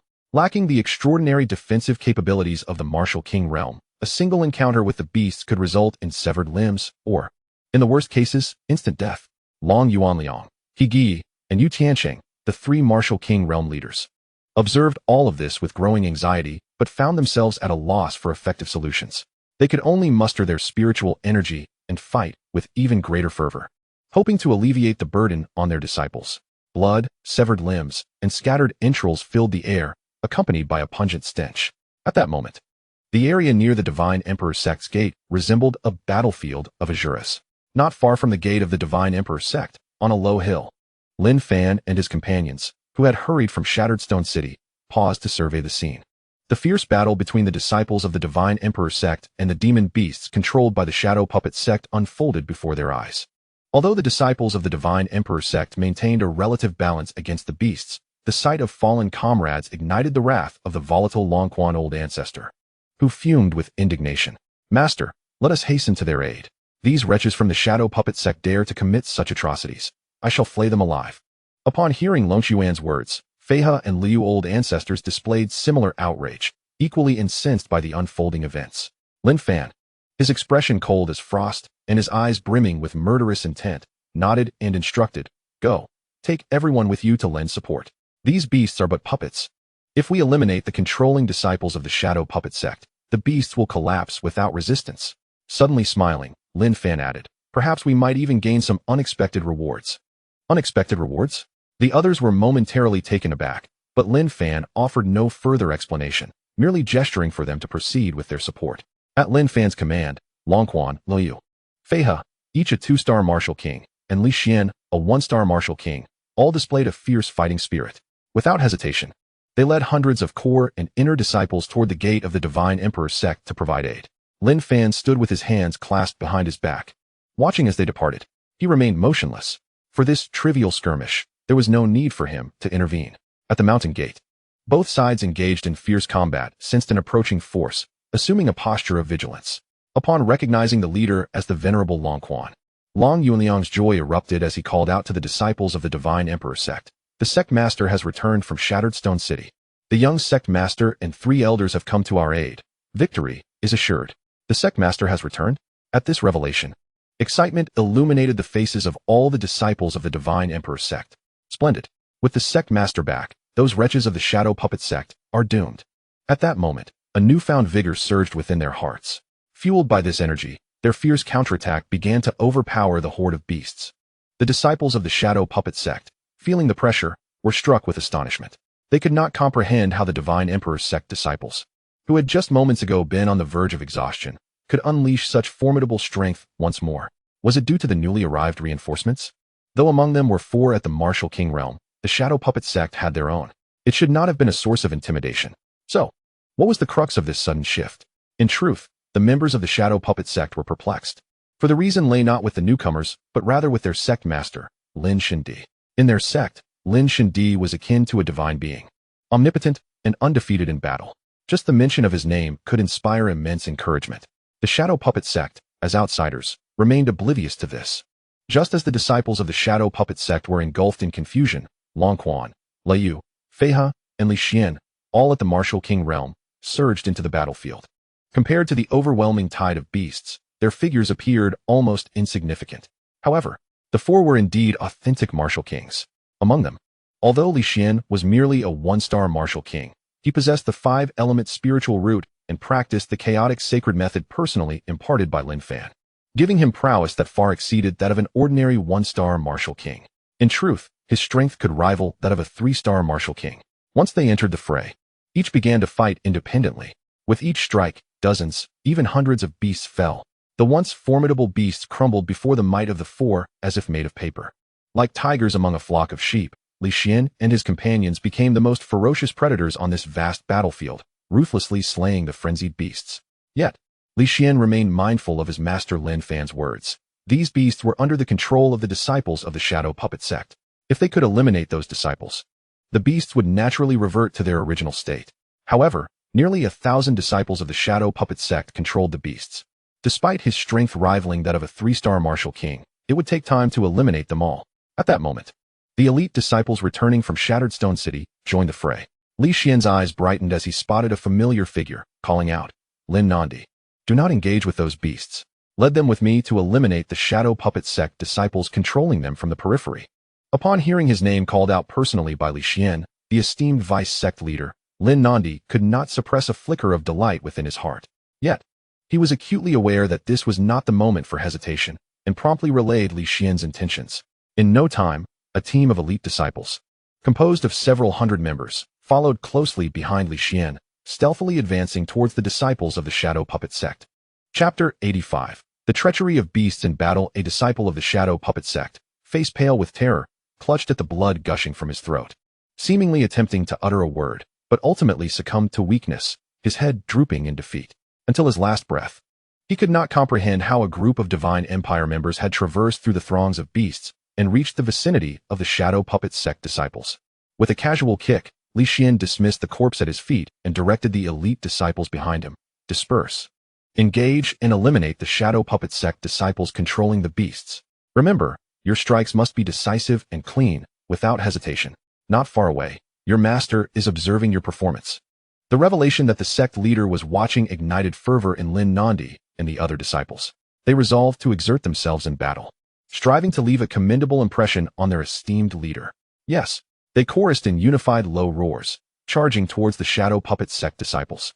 Li Xian led the charge, swiftly targeting the nearest disciple of the Shadow Puppet sect, his sword slicing through the air with a whistling sound as it aimed for the adversary's throat. Quickly. It was astonishingly fast. The Shadow Puppet disciple had no time to react, releasing but a faint cry before meeting his demise. Without sparing a glance at the fallen, Li Xian deftly sheathed his sword and advanced towards the next disciple of the Shadow Puppet sect. With a single thrust, the second disciple fell. Then came the third. the 5th, the 10th. In that moment, Li Xian seemed to transform into an emotionless assassin, mercilessly reaping the lives of one shadow puppet disciple after another. With his cultivation at the martial king level, his subordinates found no worthy opponent. Beyond Li Xian, similar scenes unfolded elsewhere. The disciples of the shadow puppet sect were quietly dwindling in number. After a while, the assassination squad led by Li Xian had already slain over 600 or 700 shadow puppet disciples controlling the beasts. Freed from their manipulation, the beasts began to grow restless. The crimson hue in their eyes faded, revealing their true appearances. They had regained their clarity. Moreover, they evidently recognized who had brought them to this place and enslaved them. Roar, roar, roar. One by one, the beasts raised their heads and howled at the sky. Then, under the leadership of a remarkably majestic emerald elephant king, they turned their direction, thundering towards the disciples of the shadow puppet sect with resounding footsteps. Their eyes burned with righteous fury and murderous intent. These accursed black-clad figures dared to enslave them so. They deserved nothing less than death. A reckoning was at hand. Thousands of demon beasts surged forward in unison, an awe-inspiring spectacle to behold. On a nearby hill, Lin Fan observed this scene with a faint smile, murmuring to himself, "Ah, the grand performance is finally about to unfold." Meanwhile, atop the high platform, Yin Laogwei and the senior members of the shadow puppet sect began to realize that something was amiss. With a look of disbelief etched on his face, Yin Laogwei gazed at the suddenly rebellious demon beasts and muttered, "What on earth is happening?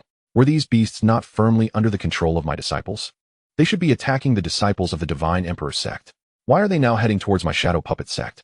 Confusion clouded Yin Laogwei's mind as he grappled with the unfolding chaos. Beside him, Sun Buhui seemed to have stumbled upon a shocking revelation. Trembling, he directed his gaze towards Yin Laogwei, stammering, "Sect Master, you must look there." Yin Laogwei paused momentarily before following Sun Buhui's pointing finger. What he beheld ignited a fury within him. Unbeknownst to him, a pair of disciples from the Divine Emperor sect had infiltrated his very domain, mercilessly slaying his controlled demon beasts. Sensing the scrutiny from above, Li Xian halted his actions. He glanced at the approaching horde of demon beasts. His face illuminated with genuine admiration. So this unexpected delight is what my master spoke of. Indeed, these beasts are notoriously unruly. And now that they have been manipulated by the shadow puppet sect, it is only natural for them to retaliate. I had foreseen that once they broke free, they would seek vengeance against the disciples of the shadow puppet sect. Thus, we took the initiative to eliminate their controllers. My master is truly insightful. After internally praising his master, Lin Fan, Li Xian signaled to Lin Nandi to prepare for a retreat. The freed demon beasts had entered a frenzied state, and being so close to the disciples of the shadow puppet sect posed a significant risk. However, before making his exit, he needed to accomplish one final task. As he watched Lin Nandi and the other disciples withdraw, Li Xian met Yin Laogwei's gaze with a chilling smile and then made a swift gesture across his throat, signifying a grim fate. Ignoring Yin Laogwei's reaction, he darted towards the gates of the Divine Emperor sect. Boom! In response to Li Xian's blatant provocation, Yin Laogwei erupted with fury, shattering the table before him. "This little beast dares to provoke me so brazenly. How dare he? How dare he?" A surge of uncontainable rage ignited within him, threatening to consume him entirely. With his anger boiling, Yin Laogwei's dantian surged, pouring spiritual energy into his limbs, ready to pursue Li Xian. Yet, at the crucial moment, he was halted by Sun Buhui's urgent plea. "Sect Master, those freed demon beasts are rampaging against our disciples." "What?"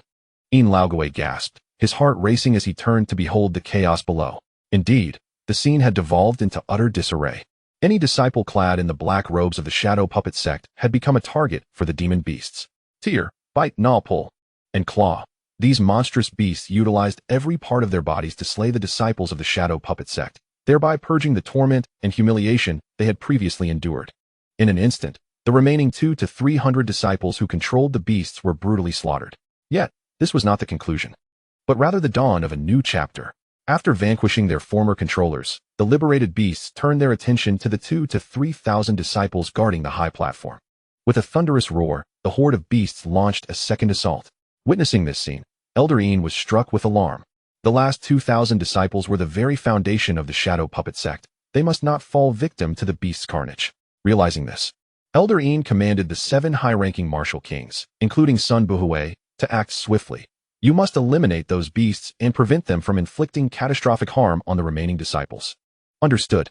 The 7 formidable figures of the shadow puppet sect bowed and leaped from the high platform, ready to engage the monstrous flock. At that moment, a voice, dripping with confidence, rang out. Old relics of the Shadow Puppet Sect, your opponents are us. Chapter 86. Five-star Martial King. This proclamation forcefully halted the 7 leaders of the Shadow Puppet Sect. Who dares? They turned toward the source of the voice, only to discover that it belonged to Li Xian, the young master of the Divine Emperor Sect. Beside him stood 6 others, the 2-star Martial Kings, Long Quan, Fei He, and Luo Yu, and the 1-star Martial Kings, Long Yuanliang, He Gi, and Yu Tianqing. Furthermore, Li Xian, though a 1-star Martial King, possessed strength comparable to a 3-star Martial King, rendering the Divine Emperor Sect's lineup quite formidable. Noticing the gazes directed at him, Li Xian smirked and remarked, "You old geezers are all Martial Kings. Why stoop to bullying those beasts? By the decree of our sect master, today you shall be slain, and the dark mist forest will be cleansed." Slain us? Sun Buhui erupted with rage upon hearing this, shouting at Li Xian, "You arrogant little brat. I shall take your life today." Boom. As his words faded, Sun Buhui's spiritual power surged forth violently. The energy billowed his robes, while a confident and menacing smile adorned his face. He could easily discern that Li Xian's strength was mere. Upon witnessing this scene, Sun Buhui could no longer contain himself, cruelly smirking at Li Xian as he declared, "Boy, your time of reckoning has arrived." With a thunderous roar, Sun Buhui leapt towards the motionless Li Xian like a soaring eagle. His fingers curled into claws, viciously aimed at Li Xian's throat. Given the overwhelming spiritual power emanating from his hand, should he succeed, it would undoubtedly result in a shattered throat and a suffocating demise. To everyone's astonishment, Li Xian remained undeterred in the face of such peril, prompting a wave of laughter from Sun Buhui. Was he rendered foolish by fear? Perfect. Just as Sun Buhui's hand was about to make contact with Li Xian's throat, Li Xian's figure began to blur and fade away, vanishing from sight. While Sun Buhui stood in stunned disbelief, Li Xian reappeared beside him.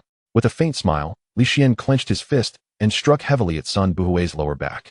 Alarmed, Sun Buhui's expression shifted dramatically as he pivoted to evade Li Xian's cunning blow. However, everything transpired far too swiftly, too late to avoid the attack. Sun Buhui could only redirect his spiritual energy to his lower back in a desperate attempt to absorb the impact of the strike. With a resounding thud, Sun Buhui was sent staggering back several meters before barely managing to regain his footing. Ignoring the blood trickling from the corner of his mouth, he gazed at Li Xian with disbelief, exclaiming, "Impossible. This cannot be. You are merely a 1-star Martial King. How could you withstand my power? I am a 3-star Martial King." Astounded, unable to comprehend, Sun Buhui could not fathom how Li Xian, with the strength of a 1-star Martial King, could withstand his might. This was utterly absurd, a reality Sun Buhui found hard to accept. Cracking his wrist nonchalantly, Li Xian replied, "A frog at the bottom of a well becomes accustomed to believing the world is no larger than the mouth of the well. Little do they know, beyond the heavens, there are heavens, and beyond humanity, there are beings." He continued, "If you wish to provoke the Divine Emperor Sect, be prepared to pay the ultimate price. Beyond the heavens, there are heavens?" Sun Buhui was momentarily taken aback, but suddenly seemed to grasp something as he turned to the higher-ups of the Shadow Puppet Sect. The sight that met his eyes left him utterly aghast. Without exception, they were all being overwhelmed by the Martial Kings from the Divine Emperor Sect, utterly incapable of mounting any resistance. This was impossible. Sun Buhui's face contorted into a grimace. In his mind, the Shadow Puppet Sect was the most powerful faction within hundreds of miles. Nothing was beyond the realm of possibility. If blame were to be assigned, it could only fall upon those who had provoked the wrong individuals. Li Xian sneered, his spiritual energy erupting forth, its intensity far exceeding that of a 1-star Martial King. Even the aura of Sun Buhui, a 3-star Martial King, paled in comparison to the richness of Li Xian's energy. With a swift motion, Li Xian charged at Sun Buhui once more. Now aware of Li Xian's formidable prowess, Sun Buhui dared not confront him head-on. Reciting a mantra in his mind, he began to employ his signature agility, desperately dodging and evading within the arena. In an instant, all 7 Martial Kings of the Shadow Puppet Sect found themselves at a distinct disadvantage. Upon the elevated platform, the ancient specter Een was nearly driven to the brink of fury at the sight before him. His fists clenched tightly as he bellowed at the crowd below. "Incompetence. Truly a band of useless fools. All the heavenly treasures and miraculous elixirs I have bestowed upon you over these past 5 years have been squandered, consumed by dogs." The indignation within Een was palpable. It must be noted that the Martial Kings of the Een Puppet Sect were meticulously crafted from the vast resources of the sect, honed through countless hours of dedication over 5 long years. He had believed that even without intervening himself, These 7 martial kings could sweep through all the forces residing in the misty forest. But what was the outcome? In just a single encounter, they were ruthlessly subdued by the disciples of the Divine Emperor sect. How utterly humiliating. Not wishing to witness the disgrace any longer, Yin's gaze shifted toward the battle between the ferocious beasts and the disciples of the puppet sect. This glance only intensified his fury, igniting an inferno of wrath within him.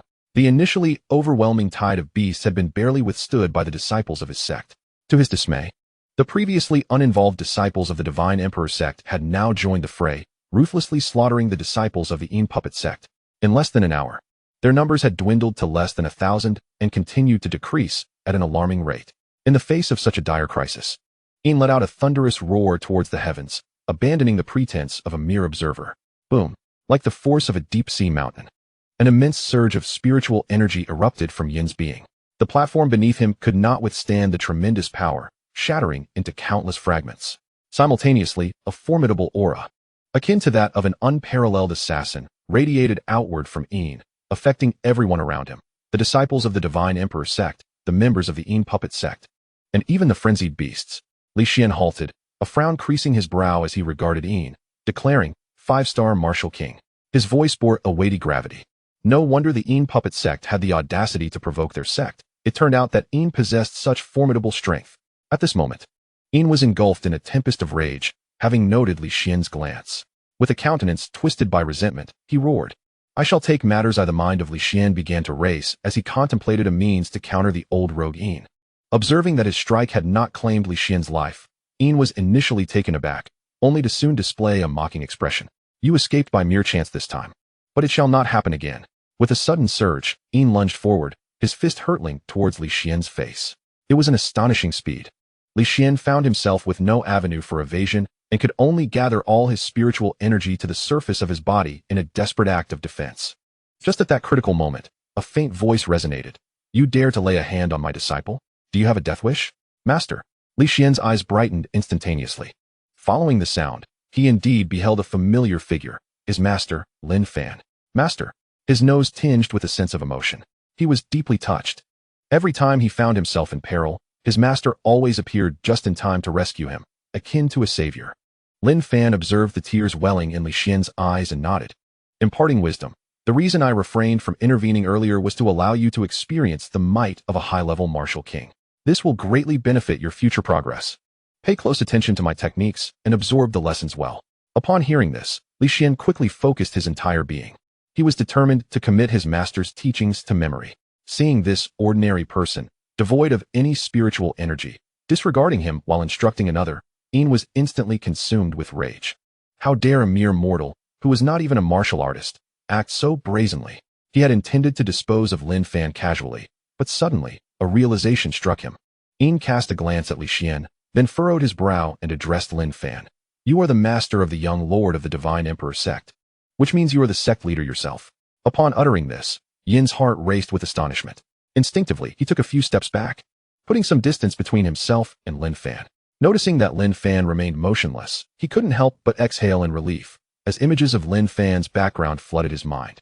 His exact age was unknown, but he had suddenly appeared in the misty forest a few days prior, taking a 1-star outer disciple of the Dragon Spring sect as his pupil, and had astonishingly ascended 15 levels in just 4 days. Ultimately, with the support of the 3 senior elders of the major sects, he had become the sect leader of the Divine Emperor sect. It was said that the 3 elders had been utterly convinced after being defeated by Lin Fan in a single move. To this, Yin scoffed disdainfully. 1 move? Against 3 martial kings? Nonsense. Even as a 5-star martial king, I could easily eliminate 3 1-star martial kings, but it would never be achieved with just a single strike. Facing 3 renowned martial kings with decades of experience would surely require considerable effort. He had previously doubted Lin Fan's capability, and now he was absolutely certain that the latter could not have accomplished such a feat. For Lin Fan bore not an ounce of spiritual energy. He was an entirely ordinary person. With this thought, Yin lowered his guard entirely, diverting his gaze from Lin Fan and instead mocking Li Xian. You spineless wretch. Although your 1-star martial king status is insignificant, at least you are a martial king. Unexpectedly, you have chosen a master who is utterly incapable of cultivation, a disgrace to all warriors. If the Divine Emperor sect is filled with such obsequious weaklings, then its existence is indeed questionable. Cold words dripped with scorn. At this moment, The old ghost Yin spat venomous remarks, rendering Lin Fan and the Divine Emperor sect worthless. Boom. Upon hearing the old ghost Yin dare to speak ill of Lin Fan, Li Xian was immediately consumed by fervor. With a swift motion, his sword was drawn. Pointing menacingly at the old ghost Yin, his countenance fierce and predatory. Those who insult my master shall face death, without mercy. No sooner had he spoken than Li Xian, disregarding his own injuries, lunged forward with his sword aimed at the old ghost Yin. Witnessing Li Xian's fury, the old ghost Yin neither flinched nor dodged. Instead, he waved his sleeve with great force, unleashing a torrent of spiritual energy towards Li Xian's sword. Bang! The tremendous backlash caused Li Xian to lose his grip, and the spiritual sword flew from his hand. Faced with an unarmed Li Xian, the old ghost Yin did not pursue his advantage. Rather, he mocked. I did not expect this dog to be so loyal. Since that is the case, I shall first put an end to your so-called master, so you can witness just how worthless he truly is. With that, he cast a malicious glance at Lin Fan and sneered. Boy, your days of tyrannizing at my expense are numbered. This is no place for a wretch like you. Perish. The old ghost Yin casually reached for Li Xian's neck, intending to snap it with ease. An ordinary person, indeed, required no exertion of spiritual power. His raw strength alone sufficed to obliterate him. As the old ghost Yin approached, Lin Fan shook his head with a wry smile. How is it that I keep encountering such brainless fools wherever I go? Since you are so eager to meet your demise, allow me to expedite your wish. Expedite my wish. The old ghost Yin laughed in fury. Initially, he intended to torment Lin Fan for his amusement, but now his wrath was ignited. He glared at Lin Fan with a sinister smile, even at death's door. You dare to speak? Truly infuriating. Very well, then you shall be reduced to dust. Boom. The old ghost Yin's dantian erupted, an overwhelming surge of spiritual power instantly filling his body, gradually converging into his fist. Witnessing the might of his fully charged blow, the old ghost Yin bellowed at Lin Fan. To die beneath my full power is a privilege you should cherish. With a thunderous roar, his fist, accompanied by a howling wind, sped towards Lin Fan's heart. The old ghost Yin's smile widened, envisioning the moment Lin Fan would be reduced to mere pulp. Upon witnessing this scene, both the members of the Divine Emperor sect and the Yin puppet sect instinctively halted their combat, holding their breath in anticipation. The clash of sect leaders, who would emerge victorious? Closer, inexorably closer. As the fist neared Lin Fan, the old ghost Yin's grin grew ever broader. Finally, the moment was upon them, and an exhilarating delight erupted in the old ghost Yin's eyes. But just then, a slender, elegant hand appeared, seizing the old ghost Yin's fist, which contained the devastating blow, in its grasp before the eyes of all. Chapter 88. Not enough to strike silence. The arena fell utterly still. Even the frenzied beasts seemed to sense that something was amiss. Silencing their roars to an eerie stillness, the sound of a falling needle could be heard. Old Ghost Yin lowered his gaze to his clenched fist, which was firmly grasped by a hand. He struggled to pull away, yet remained utterly immobile. His spiritual energy surged, but he could not break free. Old Ghost Yin was bewildered.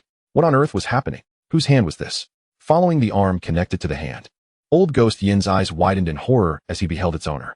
His pupils constricted sharply. It was Lin Fan of the Divine Emperor sect. It was his hand that had thwarted my full-force strike as a 5-star martial king. Old Ghost Yin's mind was in disarray. Wasn't Lin Fan merely an ordinary person devoid of spiritual power? How could he possibly withstand my full-strength blow? He was engulfed in profound confusion. Not only was Old Ghost Yin perplexed, but even the high-ranking members and disciples of the Shadow Puppet sect were left in a state of utter shock. Was this truly the sect master of the Divine Emperor sect? Wasn't he supposed to be just an ordinary individual? How could he block the full-force strike of a 5-star martial king? This must be a deception. The sect master was a 5-star martial king, the most formidable being within hundreds of miles. How could this be? It must be false. The disciples of the Shadow Puppet sect stood dumbfounded, unable to come to terms with such an outcome. Among the higher-ups, particularly the Grand Elder Sun Buhui, was most profoundly shaken. He gazed at Lin Fan, who held the fist of their sect master, his heart tumultuous with turmoil. How formidable was Old Ghost Yin, the sect master of the Shadow Puppet sect? Sun Buhui knew all too well. Possessing the might of a 5-star martial king, a mere strike could cleave mountains and split seas. Not even all the martial kings and disciples of the Shadow Puppet sect combined could contend with Old Ghost Yin. This was the absolute dominion of a 5-star martial king. Yet now, the master, once deemed the strongest within hundreds of miles, had unleashed a full-force punch that was inexplicably halted by someone devoid of any spiritual power. Had the world transformed into such an incomprehensible state during the 5 years the Shadow Puppet sect had remained dormant? Sun Buhui rubbed his eyes vigorously. He was not mistaken. Sect Master Old Ghost Ian had been stopped. With that thought, a profound fear welled up within him, compelling him to flee. However, he ultimately restrained himself. In his mind, grasping the fist was merely a sign of the sect master's carelessness. After the initial shock, most disciples of the Shadow Puppet sect shared a similar sentiment. For Old Ghost Yin's might was deeply ingrained in their hearts. At that moment, Old Ghost Yin finally regained his composure, only to be consumed by a wave of fury.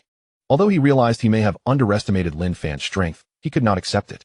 How could he, a dignified 5-star martial king and sect master, be unable to best a mere youth?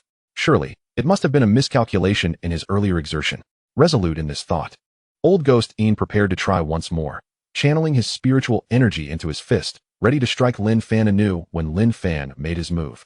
With a disdainful laugh, Lin Fan grasped the hand of the ancient ghost, Yin, and instantly unleashed a torrent of formidable spiritual power.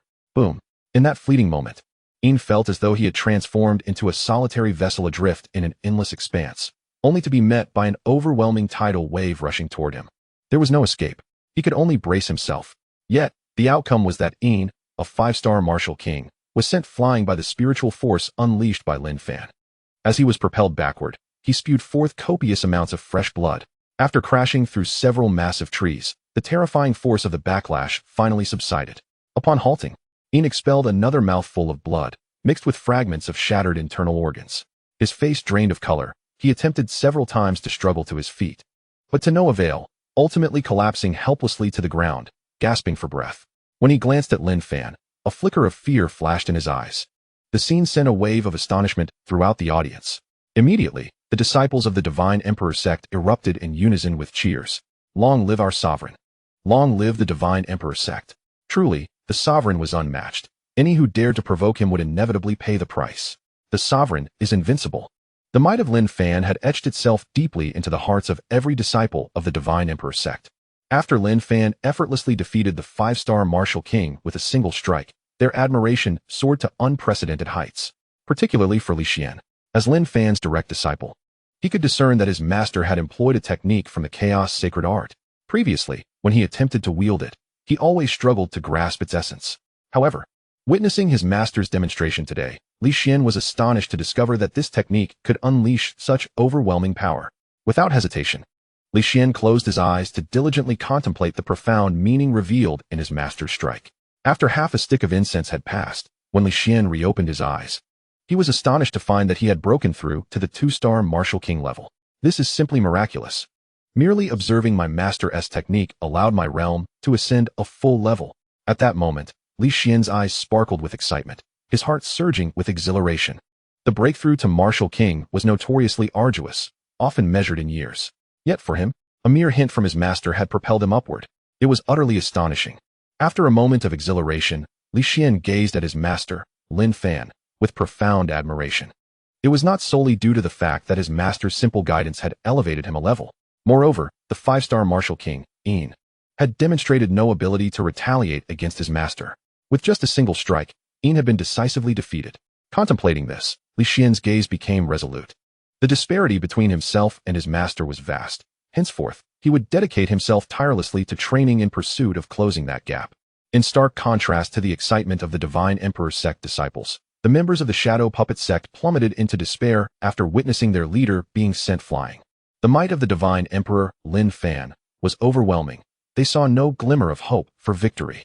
As negative emotions swirled within them, they were met with a ferocious assault from the ravenous beasts lurking nearby. After a thorough examination, it turns out that the disciples of the Shadow Puppet sect number less than 100, even among the higher echelons of the martial kings within the sect.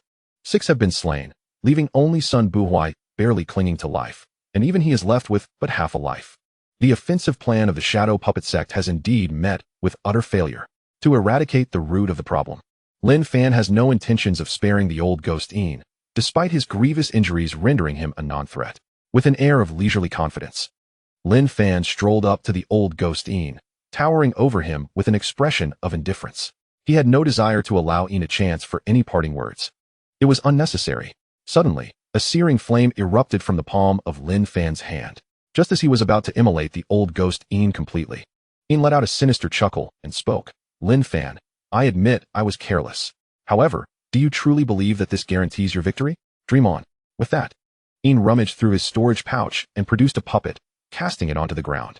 Strangely enough, upon hitting the earth, the puppet began to grow taller and larger with the wind. In mere moments, it transformed into a golden-armored guardian wielding a spear. The instant the golden guardian appeared, an immense pressure engulfed the entrance of the Divine Emperor sect, leaving both the disciples of the sect and the shadow puppet sect gasping for breath. The beasts were particularly overwhelmed, letting out cries of distress before hastily retreating into the depths of the forest, clearly terrified. Lin Fan extinguished the flames and regarded the towering golden guardian with intrigue, casually inquiring, "A mechanized puppet?" "Indeed," Ian exclaimed, his voice filled with pride. "This golden mechanized puppet was bestowed upon me by a senior as a means of preserving my life. It is my secret weapon. Its power is comparable to that of a 9-star martial king." A 9-star martial king? The disciples of the Divine Emperor sect collectively gasped in shock. They could scarcely believe that just as victory was within their grasp, such a formidable high-level martial king puppet had emerged. This was indeed a 9-star martial king, the strongest force beneath the martial emperor. It was likely that the combined strength of everyone present would not match that of this puppet. Concerned glances were cast towards Lin Fan, as they pondered whether their sect leader could contend with a 9-star martial king puppet. The tides of battle had turned. Morale among the disciples of the Divine Emperor's sect dwindled, while excitement surged among the disciples of the Shadow Puppet sect. "Indeed, our sect leader possesses hidden cards," they murmured in anticipation. "Surely, the leader is doomed," they proclaimed. "Master, command the puppet to eradicate all those from the Divine Emperor's sect. The Shadow Puppet sect shall emerge victorious." Listening to the cheers of his disciples, Ian felt an exhilarating rush. Casting a venomous glare at Lin Fan as he taunted, "You little wretch, you dared to injure me so severely. However, if you kneel and offer me a few respectful bows, proclaiming yourself my servant, I may yet spare your life." What Ian deemed an act of mercy was, in fact, a veiled intent to torment Lin Fan before delivering the final blow. Little did he know, in the face of this 9-star martial king puppet, Lin Fan remained undeterred. Mockingly retorting, "What is there to boast about but a pile of worthless wood?" Upon hearing Lin Fan audaciously refer to his 9-star martial king puppet as mere broken wood, the old ghost, Ian, could no longer contain the fury that simmered within him. He immediately unleashed a spell. "Go, kill that ignorant fool." Yet, before Ian could finish his command, a shadow darted before his eyes, followed by a resounding crash. Lin Fan casually kicked the remnants of the shattered golden-armored puppet, languidly remarking, "Wood is but wood, it truly cannot withstand a blow." Observing the horror-stricken expression on Yin's face, Lin Fan chuckled and inquired, "Are there more such puppets? If so, bring me several. One is simply insufficient for a fight." Chapter 89. The Jade Ring. The crowd erupted in astonishment. "Bring more? One is not enough for a fight." Every individual present, be they from the Divine Emperor sect or the Shadow Puppet sect, stood agape at Lin Fan's nonchalant demeanor. Their faces were painted with disbelief and shock. Some disciples even dropped their swords, oblivious to the act. It is crucial to understand that these were not mere scraps of wood, but authentic 9-star martial king puppets. Even if they could not rival a true 9-star martial king, they were far beyond the capabilities of the 1-star, 2-star, and 5-star martial kings present. To be blunt, even if all the martial kings in attendance united, they might not withstand a single punch from this 9-star martial king puppet. Yet, the outcome was astonishing. A puppet, capable of cataclysmic destruction, was effortlessly obliterated by Lin Fan's singular strike, and he claimed it was insufficient for a fight? Was this truly no jest? Yet, witnessing the equally dumbfounded Ian, everyone understood that this was indeed reality. In contrast to the bystanders, Ian, the central figure, struggled to maintain his previous composure. The moment the golden-armored puppet exploded, his heart nearly shattered from terror. Previously, his confidence in dominating the surrounding hundreds of miles stemmed from this very 9-star martial king puppet. With the martial emperor absent, who could challenge him? He had expected an easy victory, only to be met with a series of unforeseen calamities. First, the disciples controlling the beast horde were stealthily ambushed by the Divine Emperor sect, causing the beasts to turn against them. Next, he intended to dispatch the higher-ups of his sect to suppress the disciples of the Divine Emperor sect, only to find himself being overwhelmed by their martial kings. He had been confident that, with his 5-star martial king prowess, he could dominate the battlefield. Instead, he was subdued by Lin Fan. Even his final trump card, the puppet, was shattered by Lin Fan's fist. After such a string of events, the once seemingly fragile Divine Emperor sect had transformed into an insurmountable obstacle for the Shadow Puppet sect's ambitions. This was an outcome Ian could never have anticipated. In that instant, He was engulfed in profound confusion. Yin's transformation did not escape the notice of the shadow puppet sect disciples, who exchanged glances, a shared thought igniting within them. This operation had utterly failed. Their leader was unable to protect himself, rendered powerless. Panic swiftly filled their hearts. They realized that the current leader, Yin, was no longer dependable. Remaining here would only lead to certain death. Flee. Only by fleeing from this place can there be a glimmer of hope. Sun Buhui discreetly exchanged a glance, and the surviving disciples of the shadow puppet sect nodded in unison, beginning to stealthily retreat towards the periphery of the battlefield. 1 step, 2 steps, 3 steps. Upon noticing that the members of the Divine Emperor sect had not detected their movements, Sun Buhui's face blossomed with a look of joyful surprise. We can survive. In the fleeting moment of thought, Sun Buhui prepared to lead the disciples of the shadow puppet sect away from this treacherous land at an accelerated pace. However, fate had other plans. A mocking voice echoed in Sun Buhui's ear. Elder Sun, where do you think you're going? The moment Sun Buhui heard this, his body stiffened, and he slowly turned his head to find Li Xian, wearing a half-smile, standing right behind him. His expression instantly fell. Despair enveloped him as he resignedly led the disciples of the shadow puppet sect back. It was precisely Li Xian's unexpected words that jolted the contemplative old Yin. Upon seeing his disciples, who resembled lambs awaiting slaughter, old Yin was suddenly drenched in cold sweat. How could he have lost focus at such a critical moment? Regaining his composure, he looked up to find Lin Fan's indifferent demeanor.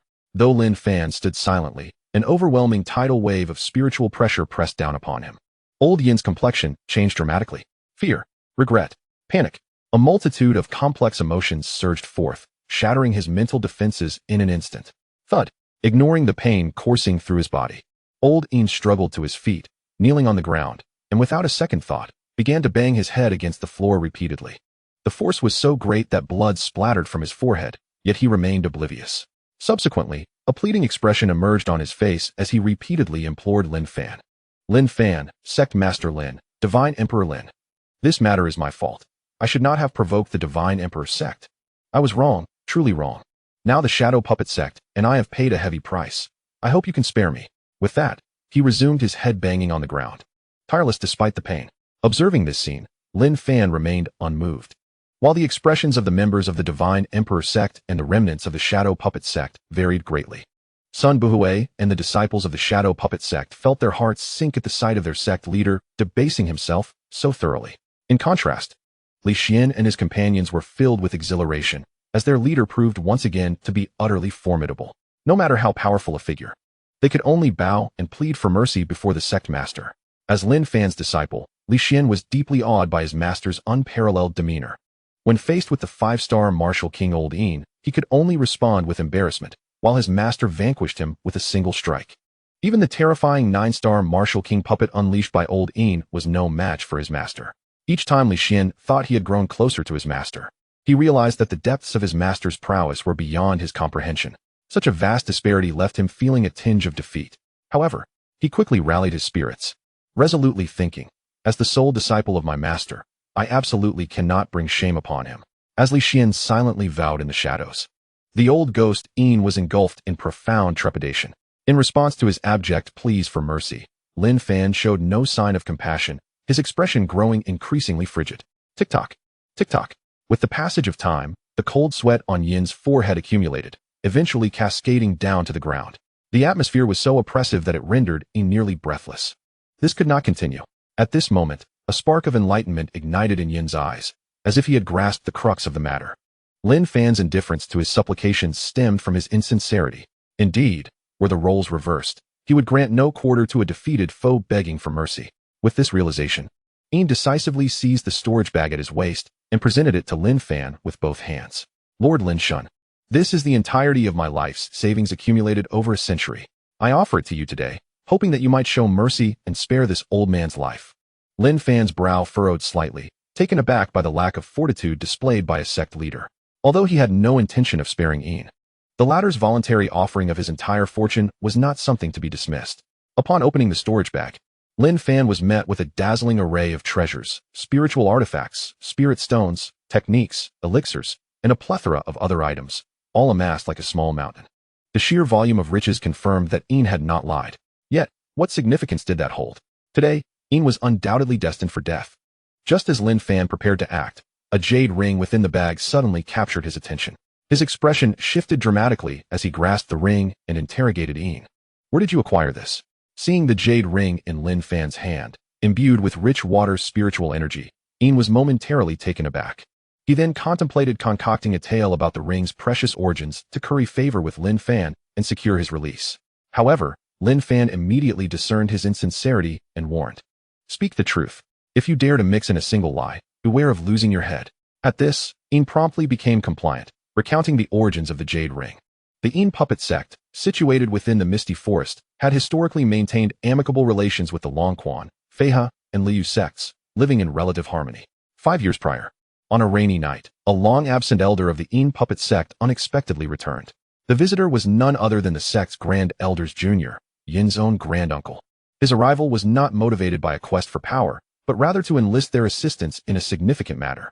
Upon its completion, immense benefits awaited them. At that time, the Ian puppet sect was nearly equal in strength to the other 3 sects, with the Grand Elder at the 1st star of the Martial King realm, while Ian himself was at the 9th star of the Martial Master realm. Yet, the prowess of his granduncle instilled a deep-seated fear within Ian, leading him to suspect that his granduncle's strength had perhaps surpassed even that of the Martial King realm. Driven by the disparity in power and the allure of immense benefits, the old ghost Ian and the Grand Elder acquiesced to the plan. The task was straightforward: to disseminate a false message in Shattered Stone City on behalf of their revered ancestor, and to assist in besieging the individual lured by this misinformation.